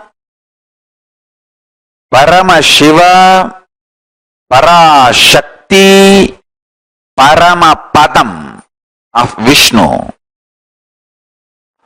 All this leads you to the ultimate, makes you experience ultimate. Please understand. The truth of Ishta Devata is unique to Hinduism. Let me tell you very clearly, I am revealing this truth, the ultimate secret, with the permission of Paramashiva, with the blessings of Kalabhairava. It is the truth as it is. Never ever worry which form of the God you are worshipping or connected. Decide that form is the Parama for you, ultimate. That's all.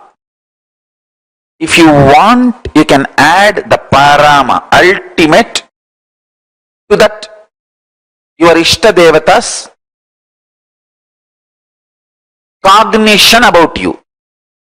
If Ganapati is your Ishta Devata, decide Mahaganapati, Paramaganapati, Paramburule,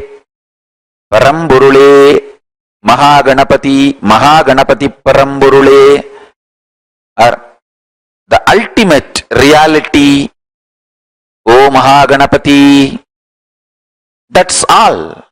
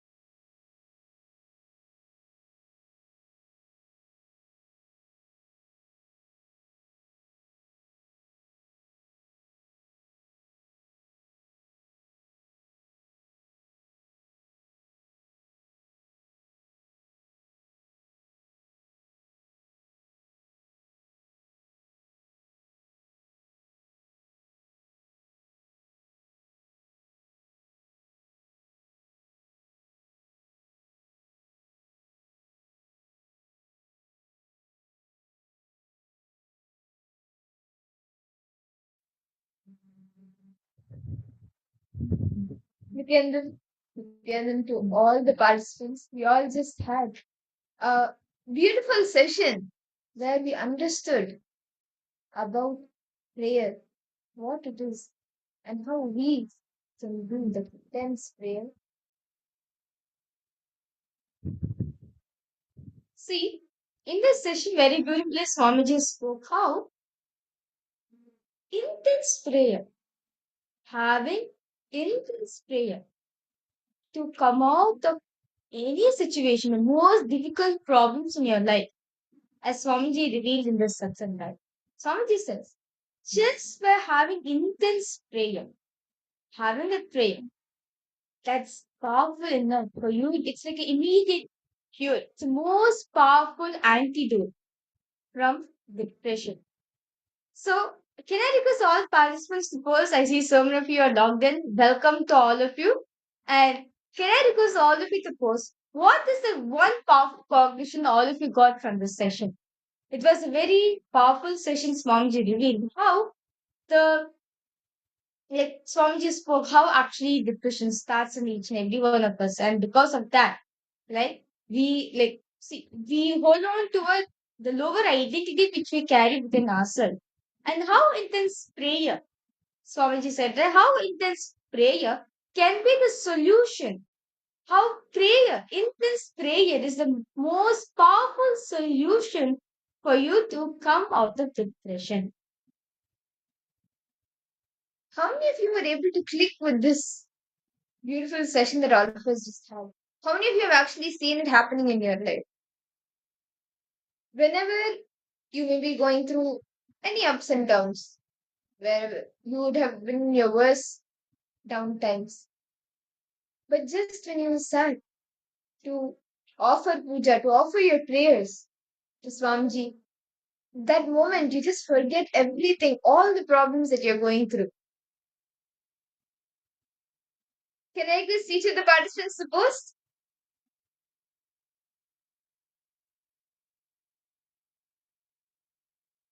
Ma Ananda Premini, Ma Grazina Maria.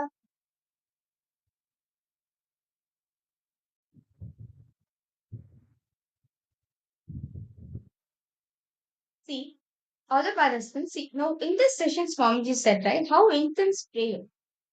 Prayer. See, when you're having intense prayer, right, see, prayer comes from a powerful space where you're asking Paramashiva, where you're commanding the cosmos to fulfill the reality for you, right?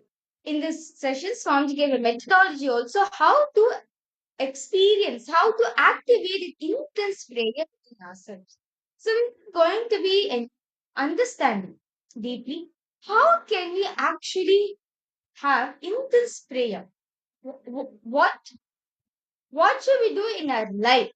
How to create an intense prayer? So we're now going to be understanding deeply. Can I request all participants now to please take out your notebooks and come? We are now going to be writing a very powerful exercise.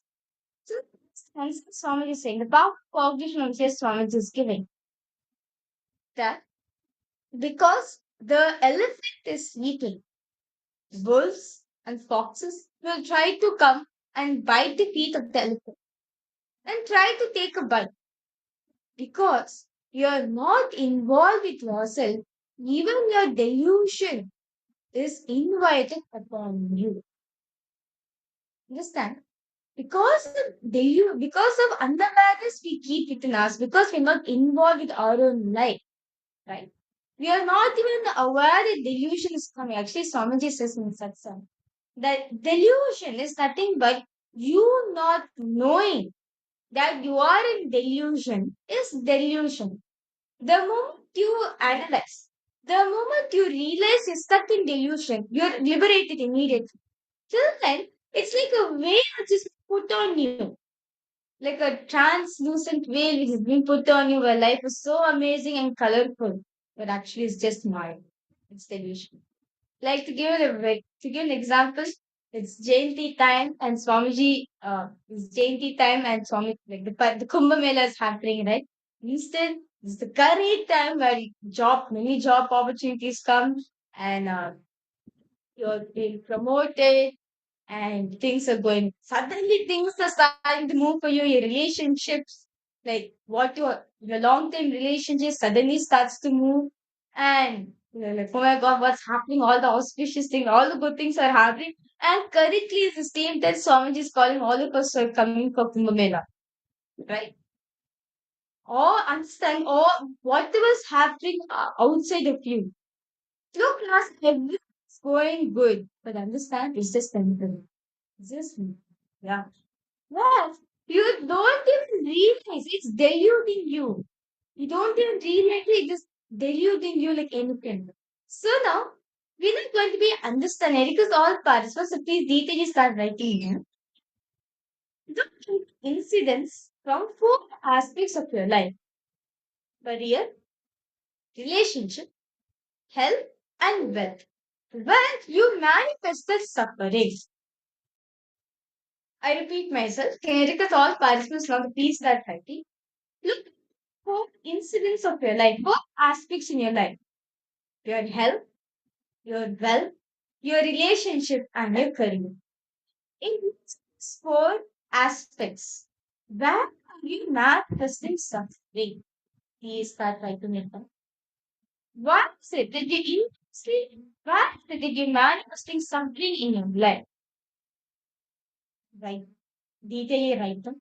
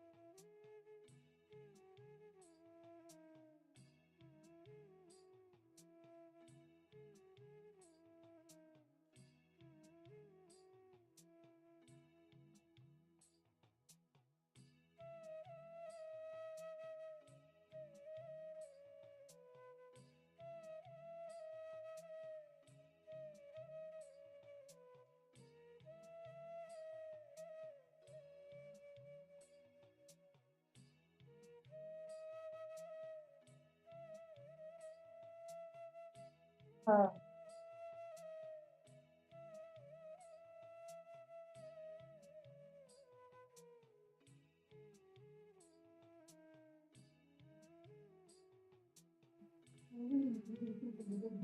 yes. Nityanandam to all participants.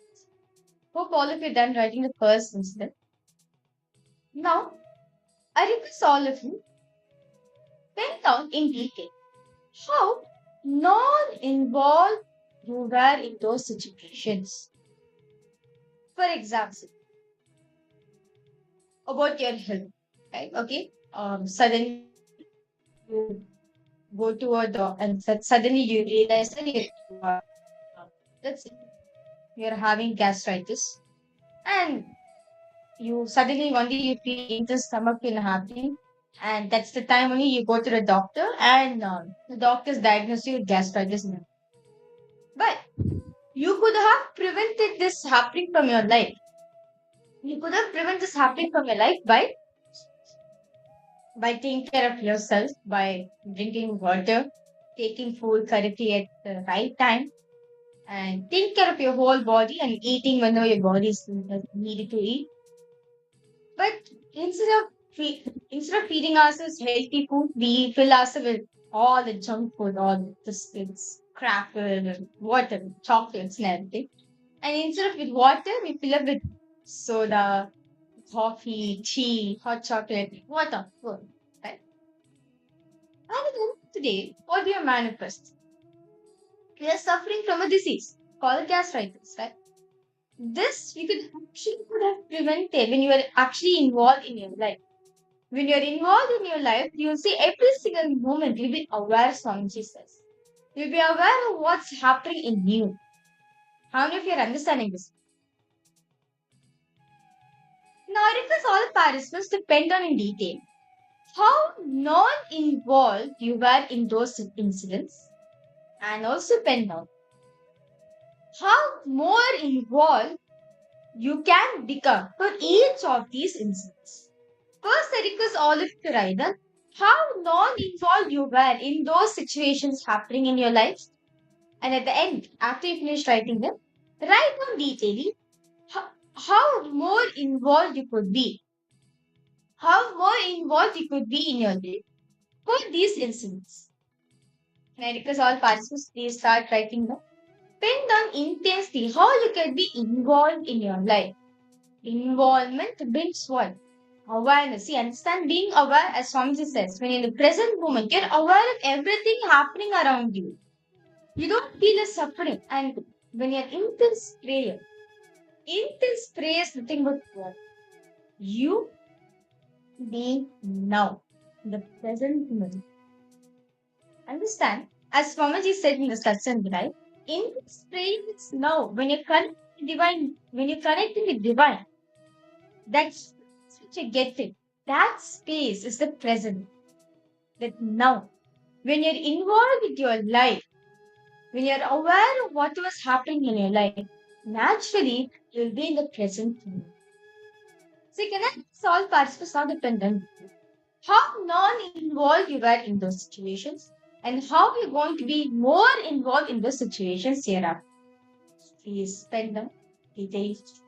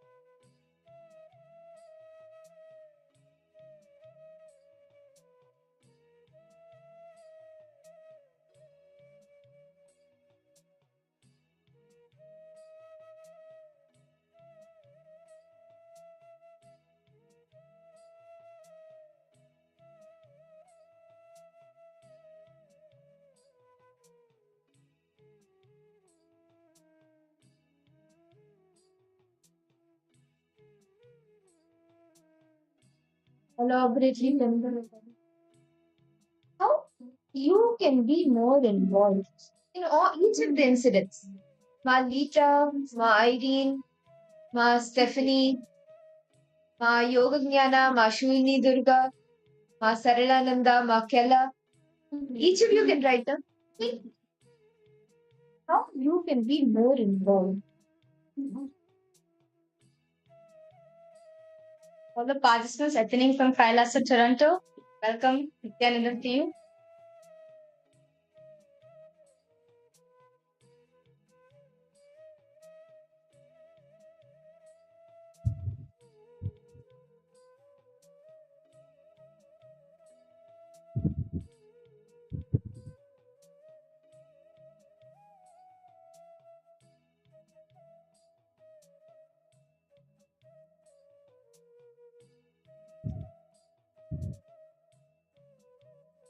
Hope all participants are done writing. If you have any questions, any doubts, do feel free to post in the chat section.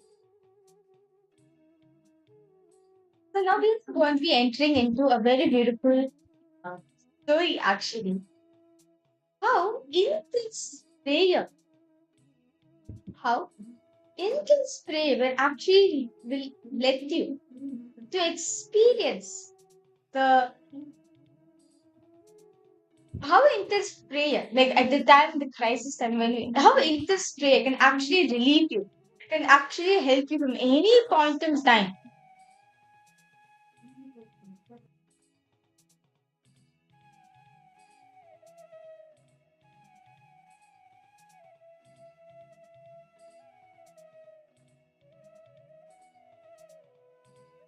So what happened was, so this is one devotee, okay.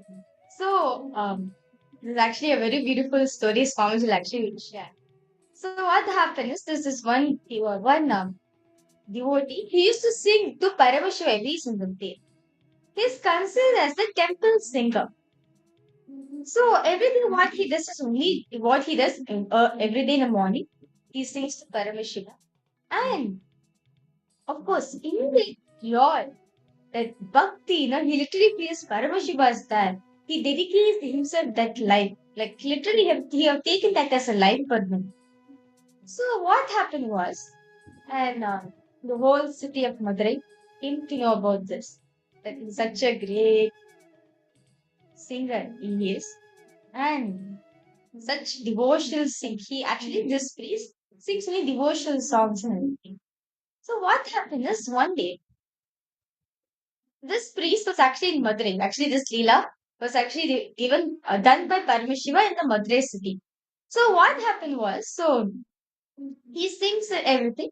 One day, there's a famous musician called Hemanatha Bhagavatar. Hemanatha Bhagavatar, he's coming from a different place altogether. And he's a famous musician. He has conquered all the musicians all around the world. He comes to Madurai and saying that he hears that in Madurai, there's like great singers that are not this. He comes to challenge the people in Madurai. So he sends the invitation to the king, saying that you. He sends an invitation to king saying that come, let's have a competition. You call your singer and come, let's have a competition. If I win this competition, you should give me half of the kingdom. And if I lose in the competition, then yeah, you can decide what needs to be done. So the king of Madurai, he gets this. He's like, Chokkanada, Sundaresh, what is this? In your own place, such things are happening. What to do? And he goes, and the king says to this temple priest and says, "You only have to say this to Indra for all of us. So please come and be present for the competition." And this temple priest, this temple musician, is like such great singer, Hemrata Bhagavatar. He is the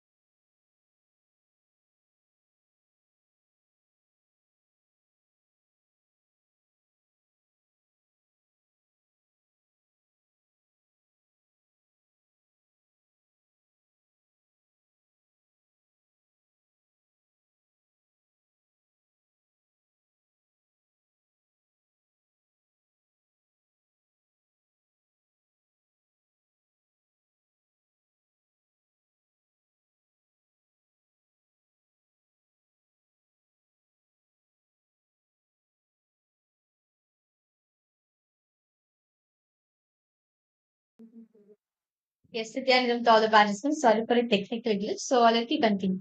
So this singer, okay, this famous singer name is Sampana Pattiran.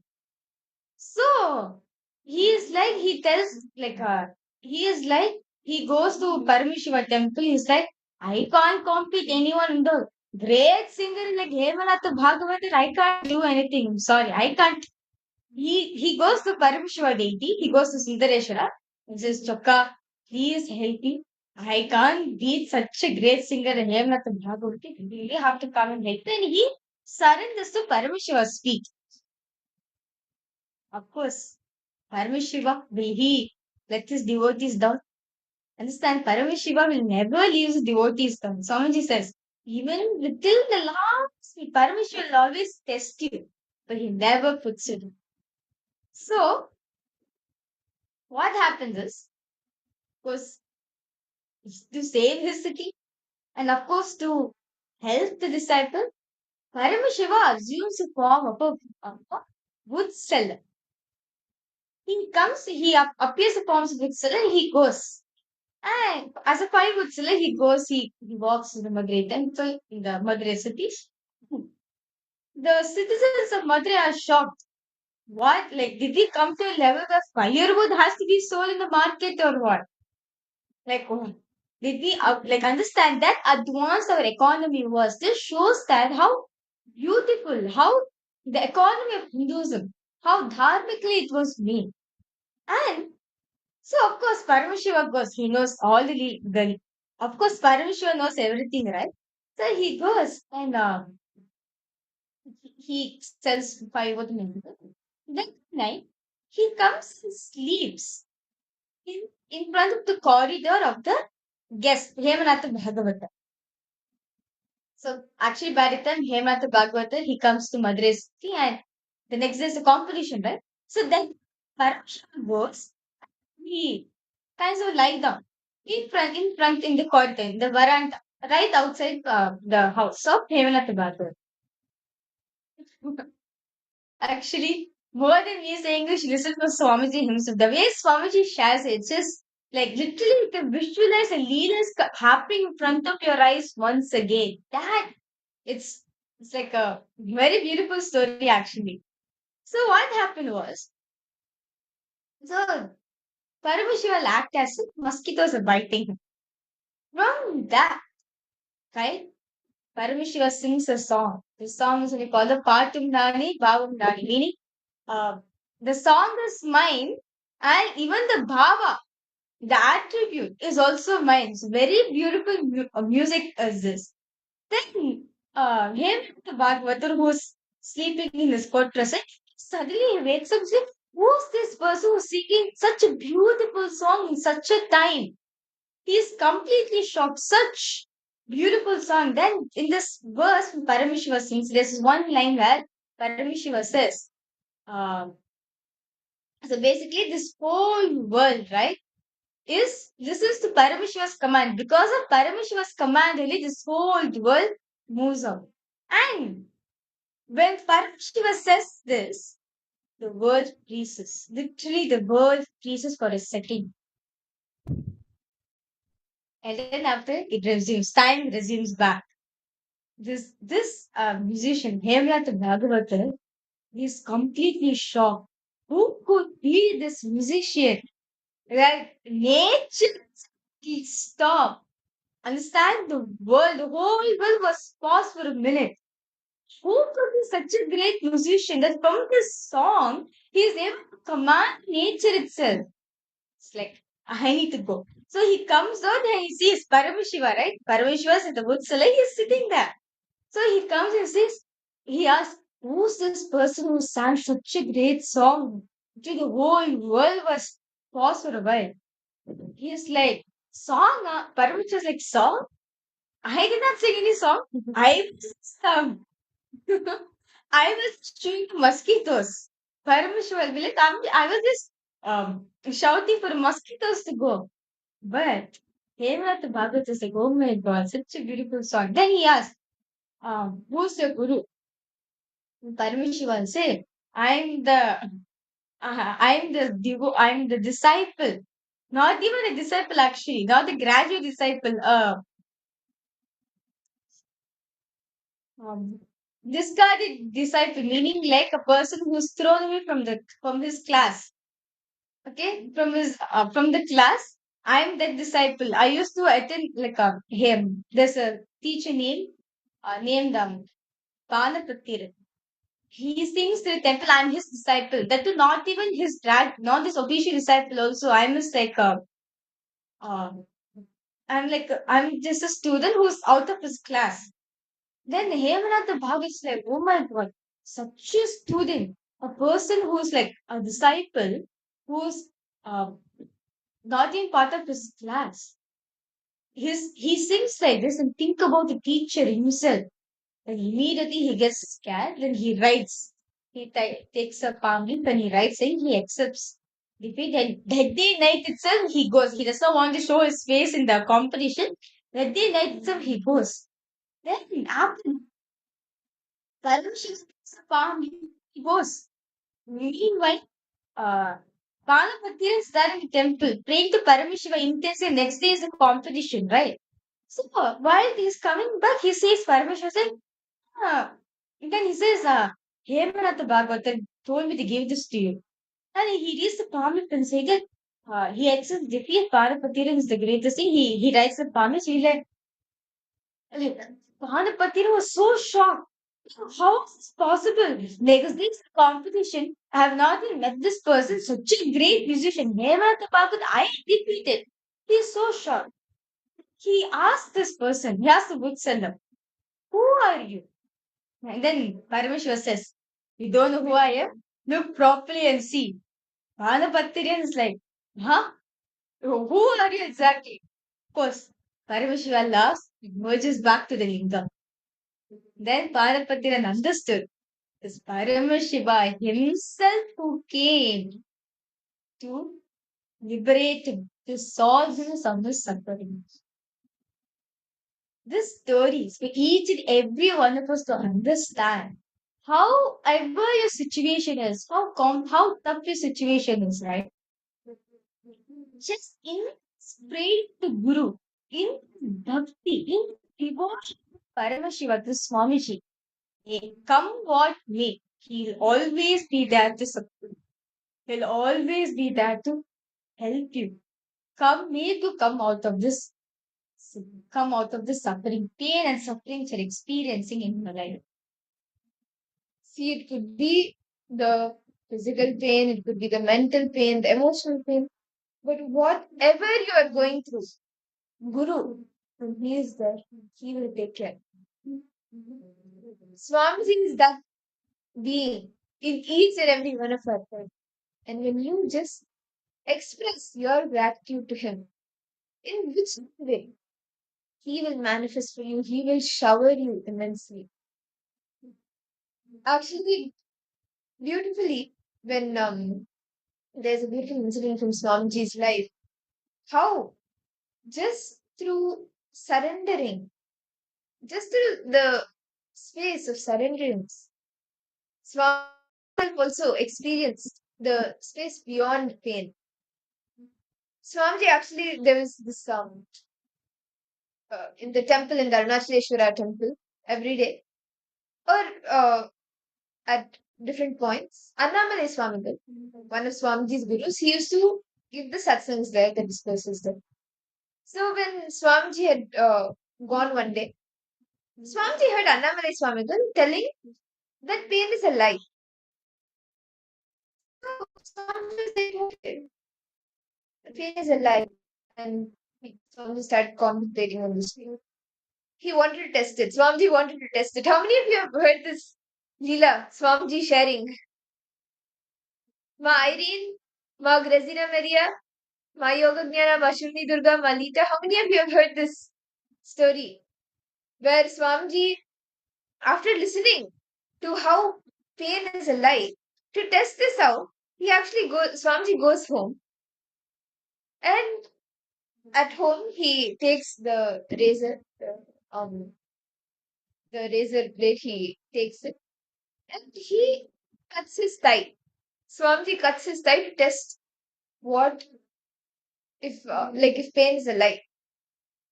So Swamiji cuts the thigh and immediately, like that time, pain starts and like Swamiji's mother, she comes in. She is shocked, like, oh my god, such a huge cut. It was a deep and long cut. And Swamiji was also like, uh, he was wondering, like, how pain is like. So the family members, Swamiji's mother and the family, they rushed Swamiji to the hospital. Actually, just they rushed into the family doctor. It was just a few lanes away. And the doctor also, he was shocked. He was like, oh my god, what is this? And the doctor treated Swamiji, and actually 14 stitches were put for that cut. 14 stitches were put, Swamiji was treated. And then Swamiji, like the entire treatment was done, the doctor, and Swamiji's mother, all of them were in a state of shock, like, why did Swamiji do this? But Swamiji continued to contemplate on how is pain alive? So Swamiji went and asked Annamalai Swamigal.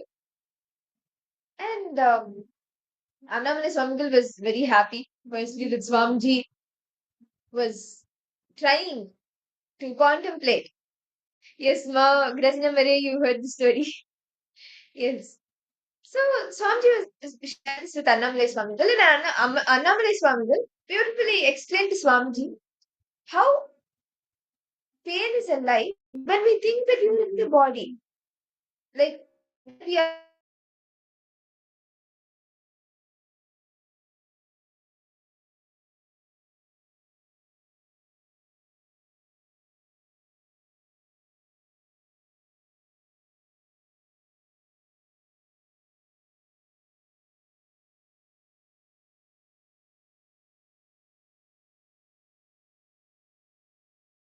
Swamiji just went, understood that, contemplated on that, and started implementing it in Swamiji's very own life.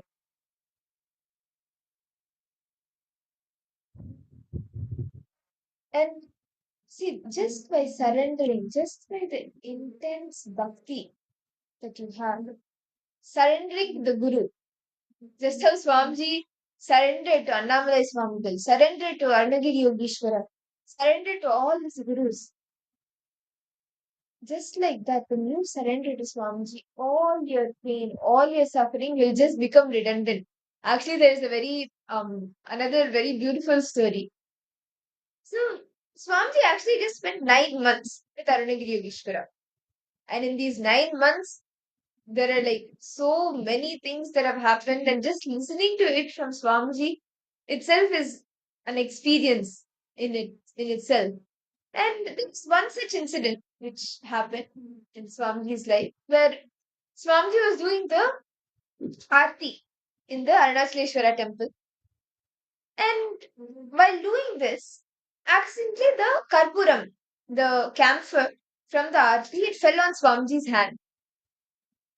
And when a lit camphor, like when it's lit, when the fire is there, when it touches the skin, it burns, right?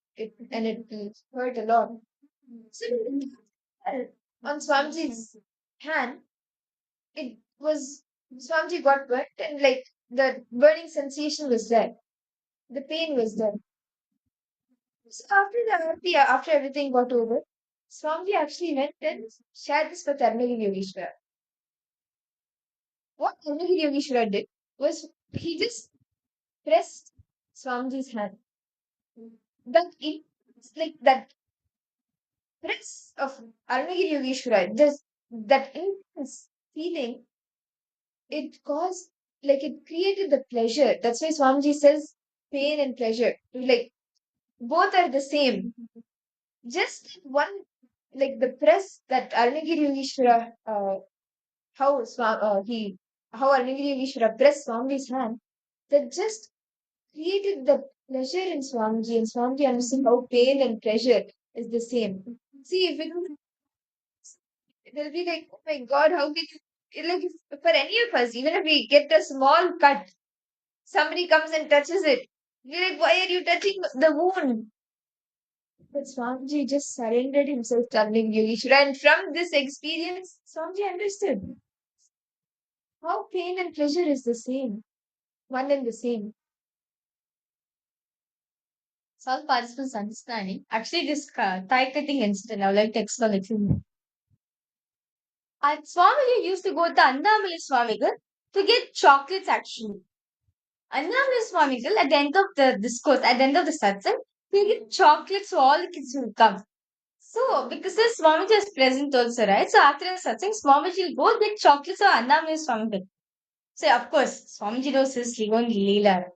So, of course, for the chocolate, he goes to sees Annamali Swamigal. So, one day, Annamali Swamigal was expanding on about truths about life. How the Atman does not feel pain or suffering. Atman cannot be destroyed. Pain is a lie. There's no such thing called pain even existing. Swami is like, really? How is it even true that pain is not there? When I cut my hand, I feel pain, right? When my mother beats me, hits me, of course I do feel the pain, right? So, say that I do feel pain. So I'm just like, okay, let me try. Let me go ahead and try it. Such understand, only with such courage, only with such dhira. You could even you can even master, you can even try, test on such truths like this. So what happened is Swamiji went and as my mother was saying, right? Swamiji took the blade, the razor blade of his father, which is his father uses, Swamiji's father uses for shaving his beard. That he takes. And all of us know what happened next. He cuts his thumb and he's in pain. Swamiji is fundamentally in pain, right? And of course, he's experiencing pain, and Swami Amma comes and he sees this pouring like anything, it's profusingly pouring. And of course, Swamiji is still experiencing the pain. The pain is still there for us. Swamiji is feeling that too.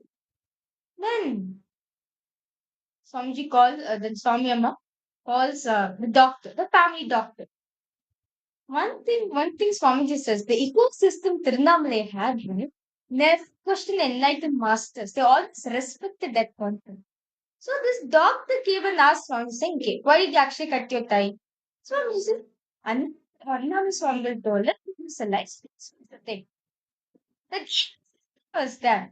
And the doctor said, okay, there's reason for it. There's reason for it why he said. Go and ask him. Swamiji's father was Swamiji said, okay, this is the what they said. What is Swami? Truth. What he says.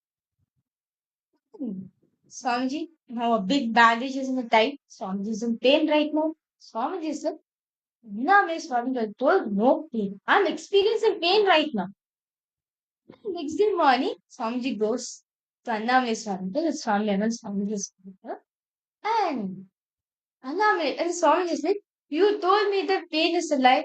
When I cut my thumb, I'm having pain right now. Right now, I'm having pain.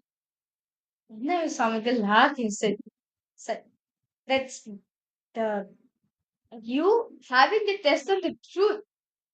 That itself will lead you to the answer.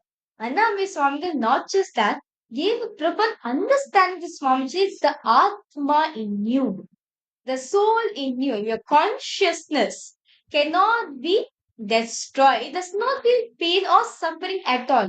The consciousness which is there in your body, that is responsible. That is only does not feel experience. That is only that does not feel the pain and experience pain and suffering at all. And Annamale Swamigal also gave a technique for Swamiji to meditate upon on source of the pain. From where does the pain come from? Why am I experiencing the pain? What exactly is making me for me to feel the pain? Swamiji was intensely seeking on these questions. All these basic questions Swamiji was intensely seeking on him. And of course,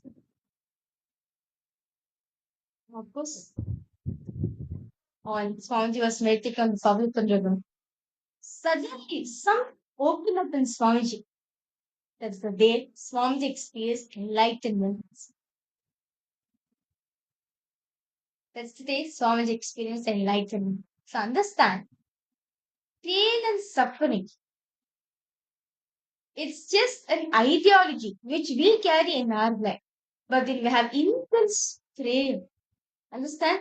Just by having intense prayer to Swamiji, gratitude to Swamiji, that intense prayer will actually help you to come across any suffering, any pain that you're experiencing in your life. Understand? All the 633 Shaiva saints, right? It's not that all of them had like a very blissful life and all of them reached Shivaloka, Mahakailasa. No, of course, to test their devotion. Paramashiva tested, put them to different tests. But at that time, the only which saved them is their life. Pure faith. Instant spray to Paramashiva. That's the only secret. Where all the 69 Mother Shaiva saints, right? Where all of them were able to experience. At the end of the day, they are in Mahakailas. So understand, in prayer will liberate you from any pain, any suffering which is coming in your life. It is just this one decision you need to have. Let me decide to have intense prayer to Swamiji. And of course, the right time. During the time when Swamiji is gone. Right now, he is available for each and every one of us. He is available for everyone, for all the beings. Right now, all of us can connect to him. Have the intense prayer towards Swamiji. Thanks, Swamiji. Guide me to come out from my suffering. You will see, you will find the solutions for you to come out from your suffering. Can I request all participants to post if you have any questions, any doubts? If you have any questions or any clarification or you want to share your experience also, do feel free to post in the chat section as we're now going to be entering into a very exciting session right now. So as all of us listen to this beautiful story, right? How Swamiji came across the how Swamiji went beyond pain and suffering. And right now, they invoke the intense devotion within ourselves. We are going to be having a Sankirtana, a bhajan, where we are going to be having an intense prayer, getting in that mode of bhakti, devotion, and creating an intense prayer to Swamiji, connecting with him with a beautiful Sankirtana.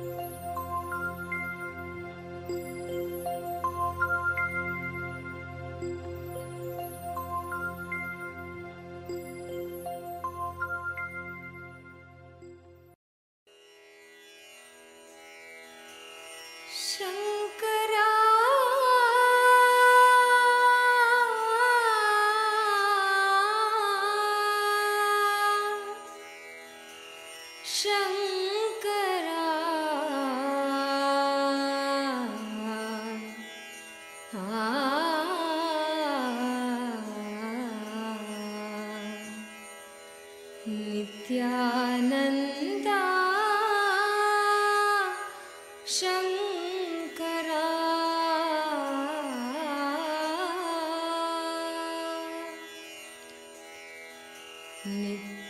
Nityananda Shankara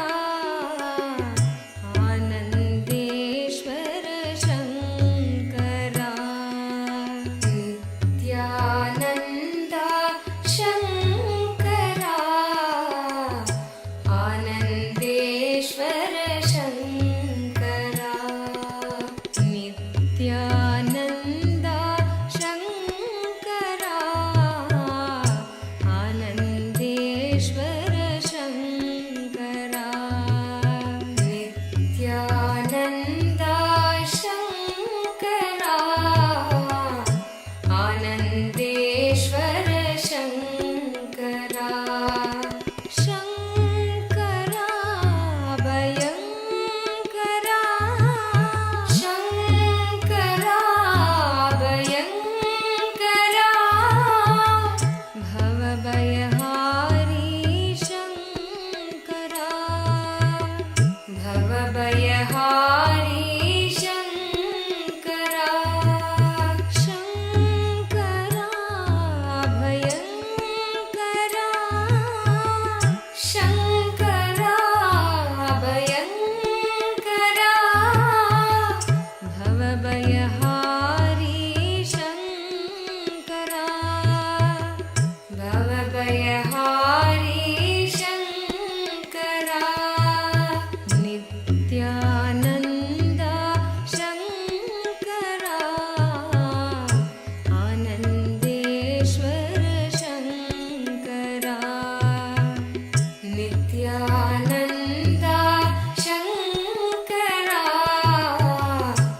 Anandeshwar Shankara Nityananda Shankara Anandeshwar Shankara Nityananda Shankara Anandeshwar Shankara Shankara भयङ्करा Shankara भयङ्करा भवभयहारी Shankara भवभयहारी Shankara Nityananda Shankara Anandeshwar Shankara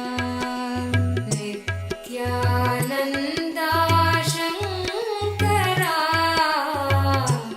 Anandeshwar Shankara परमात्मा शिव शङ्करा पावन पुरुषा शङ्करा परमात्मा शिव शङ्करा पावन पुरुषा शङ्करा परमात्मा शिव शङ्करा पावन पुरुषा शङ्करा परमात्मा शिव शङ्करा पावन पुरुषा शङ्करा नित्यस्वरूपा शङ्करा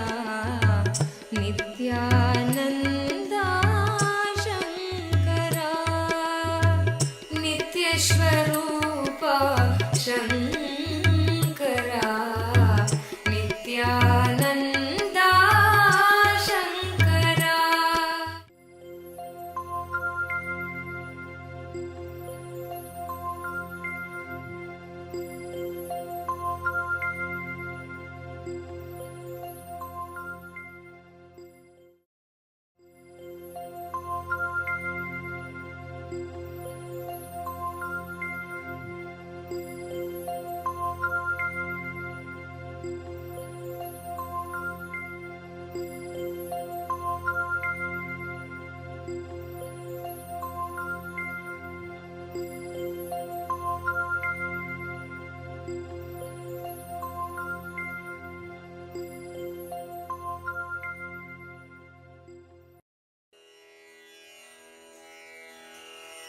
ಶಂಕರ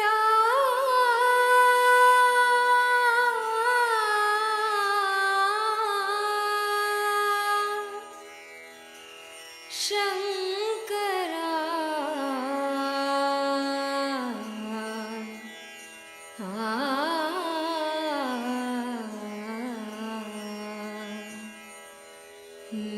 ನಿತ್ಯಾನಂದ ಶಂಕರ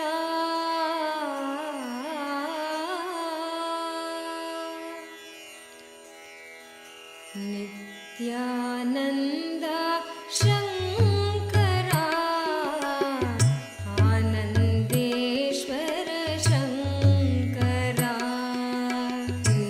ನಿತ್ಯಾನಂದ ಶಂಕರ ಆನಂದೇಶ್ವರ ಶಂಕರ ನಿತ್ಯಾನಂದ ಶಂಕರ ಆನಂದೇಶ್ವರ ಶಂಕರ ನಿತ್ಯಾನಂದ ಶಂಕರ ಆನಂದೇಶ್ವರ ಶಂಕರ ಶಂಕರ ಭಯಂಕರ ಶಂಕರ ಭಯಂಕರ ಭವಭಯಹಾರಿ ಶಂಕರ ಭವಭಯಹಾರಿ ಶಂಕರ ಶಂಕರ ಭಯಂಕರ ಶಂಕರ ಭಯಂಕರ ಭವಭಯಹಾರಿ Shankara ಭವಭಯಹಾರಿ Shankara Nithyananda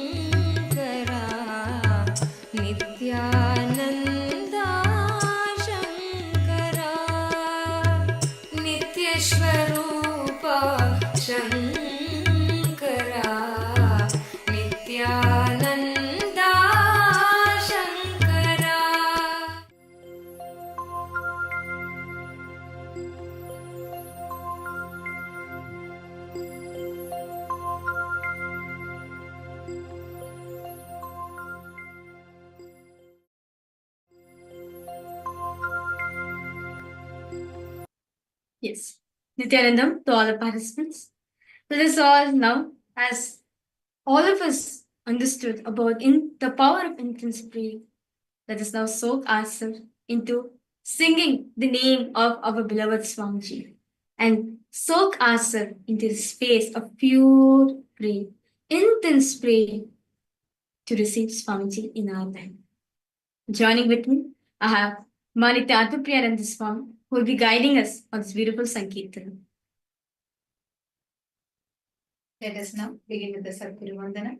I request everyone to please sit straight with folded hands and invoke Swamiji. Nithyanandam Paramasukadam Kevalam Jnanamurtim Dvandvatintam Gaganashadrisham Tattvamasyadilaksham Ekam Nityam Vinalamachalam Sarvadi Sakshi Bhutam Bhavatitam Trigunarahitam Satgurum Tam Namami.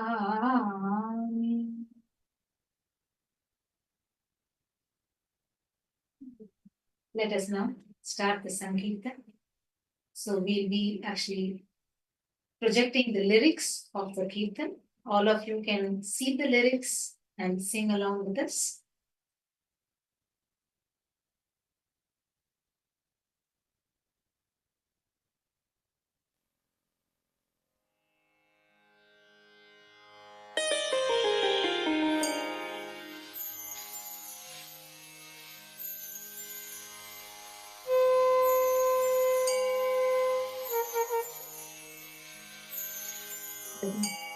Of devotion and feeling connection with Jayanti.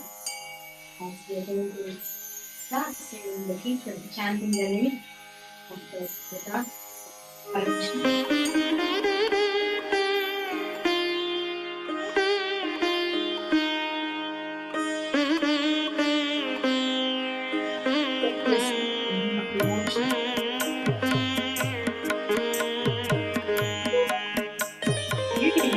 Guru Ishwar Paramaha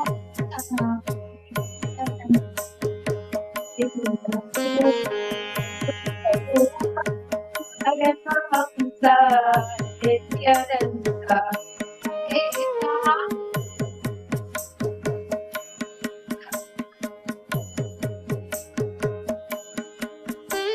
God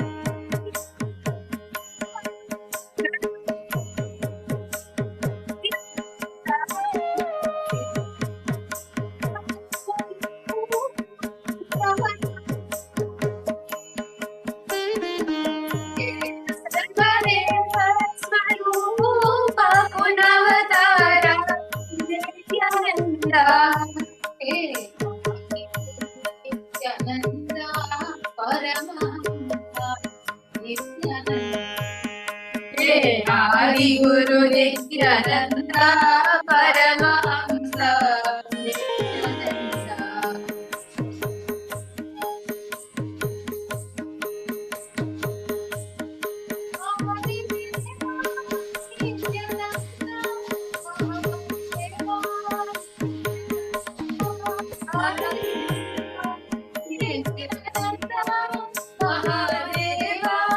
Nithyananda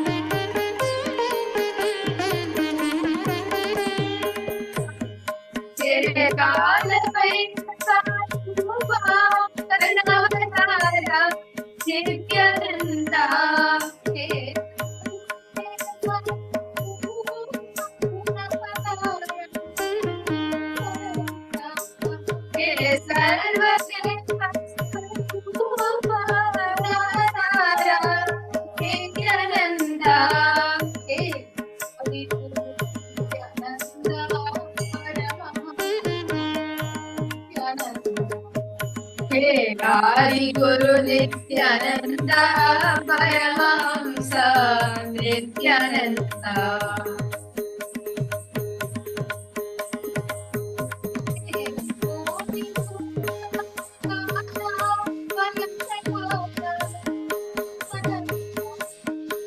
Koti Surya Prakasha Payangar Kamasha Nithyananda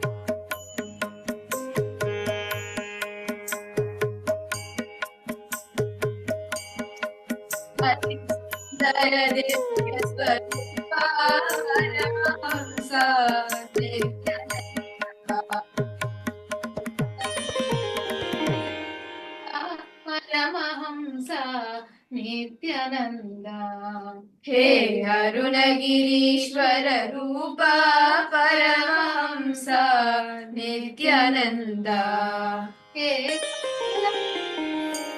Rupa Karnavatara Nithyananda Rupa Karnavatara Nithyananda He Swarupa Punavadara Nithyananda He Sarvadeva Swarupa Punavadara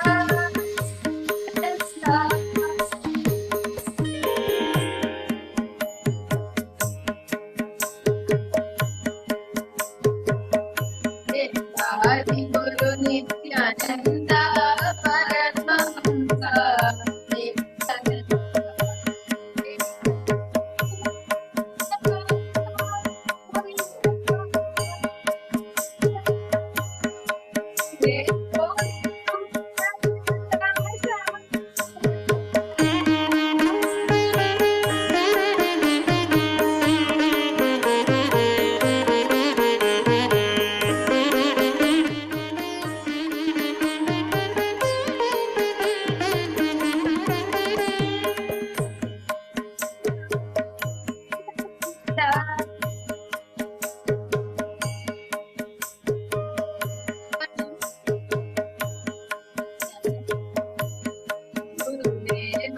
Nithyananda Paramahamsa Nithyananda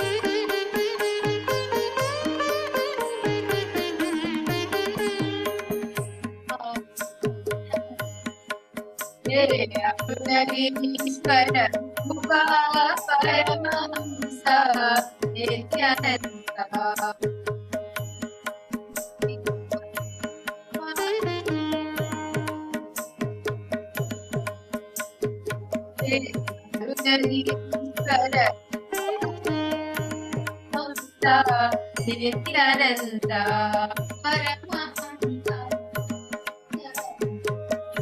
Paramahamsa Nithyananda.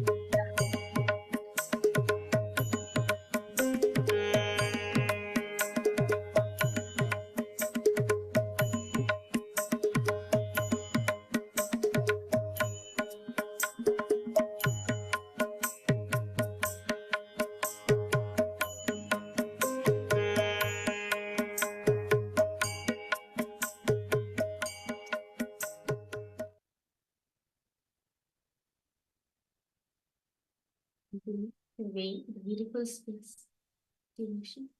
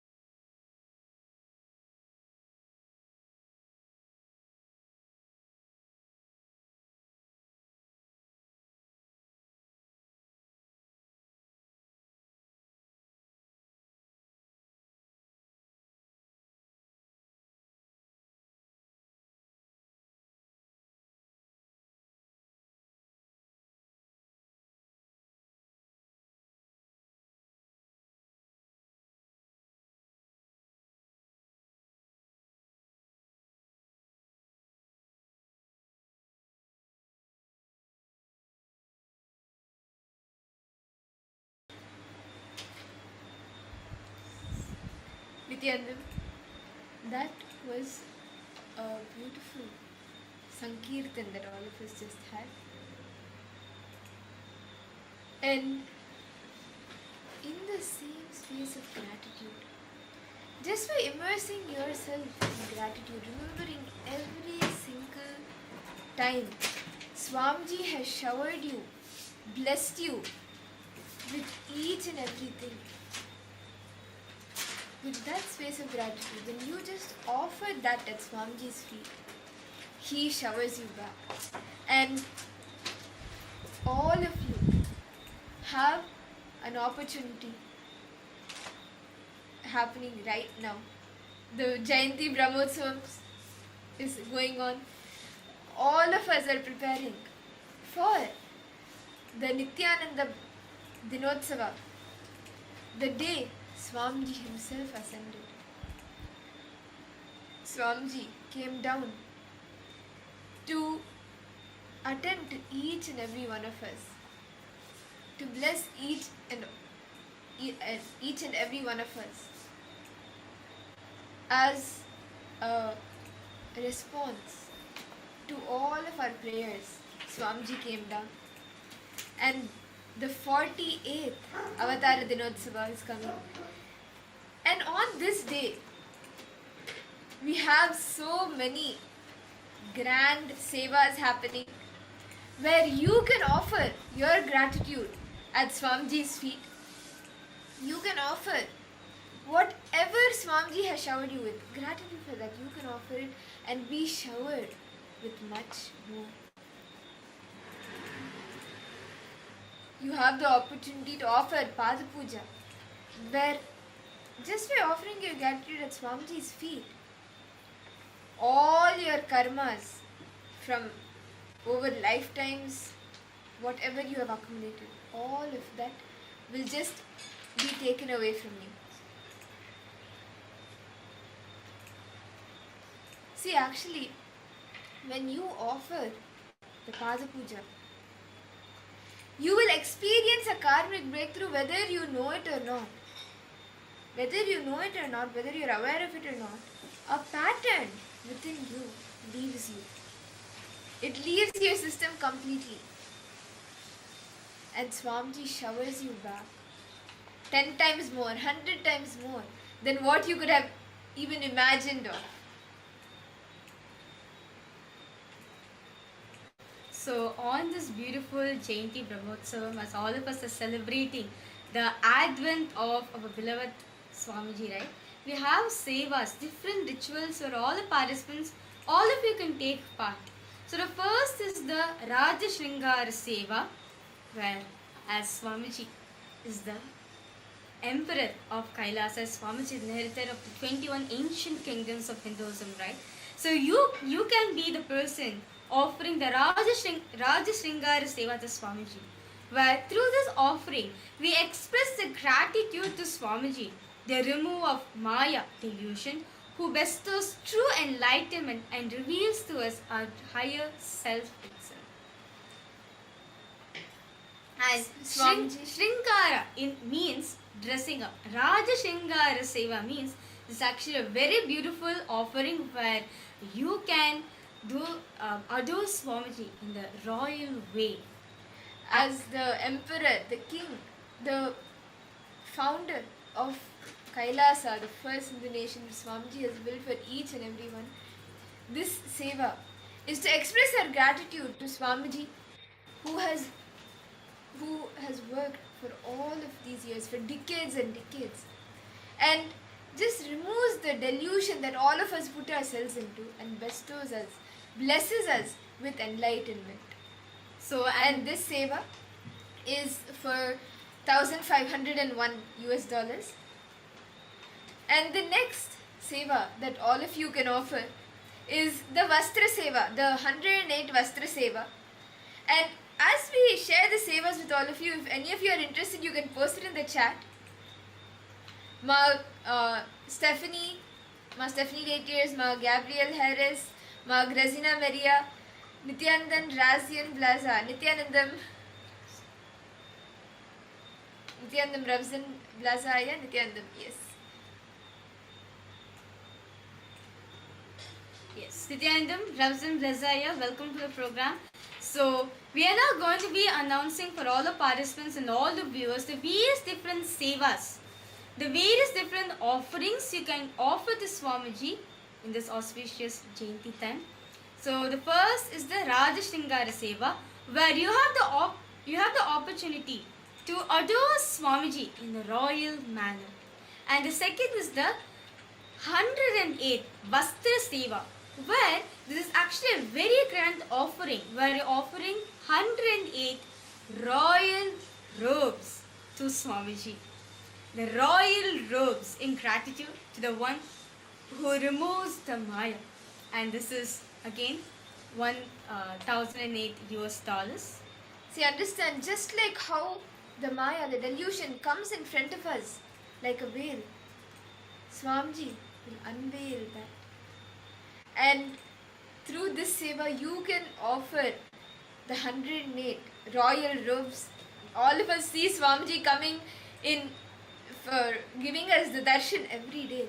Understand, offering this seva, you will be able to see your gratitude there in the royal robes that Swamiji is wearing. And the next seva we have for all the participants is the Pratyaksha Pada Puja, where offering your gratitude at the divine lotus feet of our beloved Swamiji. Understand one thing, worshipping the feet of the Master is equivalent to you worshipping the feet itself. Actually, this very offering Pada Puja reminds me of one beautiful story which happened. So, what happens is, Vishnu has the Shankha and Chakra, right? So, of course, Parandama Mahavishnu, he's, of course, the Shankha and Chakra is his weapons and also the sandals. So, when Parandama goes for Samadhi, he leaves the Padukas house and he goes. And Shankha and Chakra also, understanding anything in Hinduism, of course, anything which is touched by divine, it is considered like divine. It's a representation of God. It's a representation of that very form itself. So the Shankha and Chakra was kind of like teasing at the Padaka, saying, look at you. Parandama is leaving you outside and going, but look at us. Paramash was taking Parandama taking us and going into the Mahasamadhi. And the Padakas, right? Of course, the Padakas had intense gratitude to Mahavishnu. It was of course, it felt bad that he couldn't be with Parandama at such a time. Of course, Parandama knows everything, right? He's the sustainer of the universe. He knows everything that's happening. And he told Prapadika saying, it is only through you people can worship me. Understand? The Padukas of the Lord. It is considered, when you're worshipping the Padukas, it is considered you're worshipping the divine form itself. So understand, it is through you only people can worship me. It is through you only people can even attain me. So understand, if the sandals of the Padukas are less, what about the feet itself, the form? Understand, this offering, the Pratyaksha Pada Puja, it's a very beautiful offering where you can offer your heartfelt gratitude to Swamiji for him manifesting in our life at this auspicious time. And the cost for is this 1008 US dollars. And if you want to, there's so many sevas which all of the participants, all of you can participate. And the next is the coronation seva, where this will be part of a grand happening, the blessings to be able to contribute to the coronation of Swamiji. And this is again 1008 US dollars. The next is the Vaijayanti Mala Seva, the Victory Mala offering. It's not just any normal mala, but it is the Victory Mala, the Vetri Malai, the Vaijayanti Mala. This is the Mala of victory. The next is the Nithyananda Nabavali Archana, which is the chanting of Swamiji's divine name. And just by listening to each of the names that are chanted during the Archana, by offering the Nithyananda Namavali Archana, each of the qualities that each name holds, see, every name that is given is based on one quality. When the Archana is offered, each of the qualities that is held in that name, those qualities will start manifesting in you. So just by offering the Nithyananda Namavali Seva, the Archana, you will start manifesting the different qualities of Swamiji through you. Yes. So these are the various different sevas and all the participants, all of you can offer. And if you're interested in offering either of these sevas, so you can head to ecitizen.info / You can head to you can head to events.kailasa.org / payment. And after heading to this link, you can sign up and offer the seva that you would like to offer, and offer your gratitude towards Swamiji.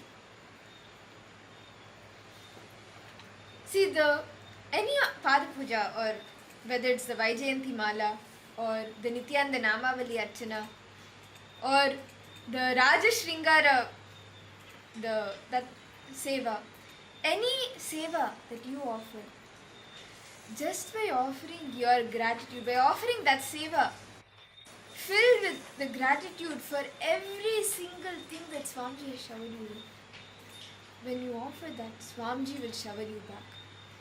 And you will have a breakthrough. You will manifest your reality. Okay, Ramzan Blaza, yeah, you're interested in offering the seva. Can I request you, which ritual, which are the sevas are you interested in offering? We have so many sevas which are listed out to you. Which are the sevas are you interested to offer, Like you're saying that you're interested to offer. So which of the ritual you want to offer, Yes, so once you fill the form at events.kailasa.org / payment, you will receive the details and the team will connect to you to help you with the payment. Okay, see, it's not about donations or everything, no. It is about out of your pure gratitude you are doing to Swamiji.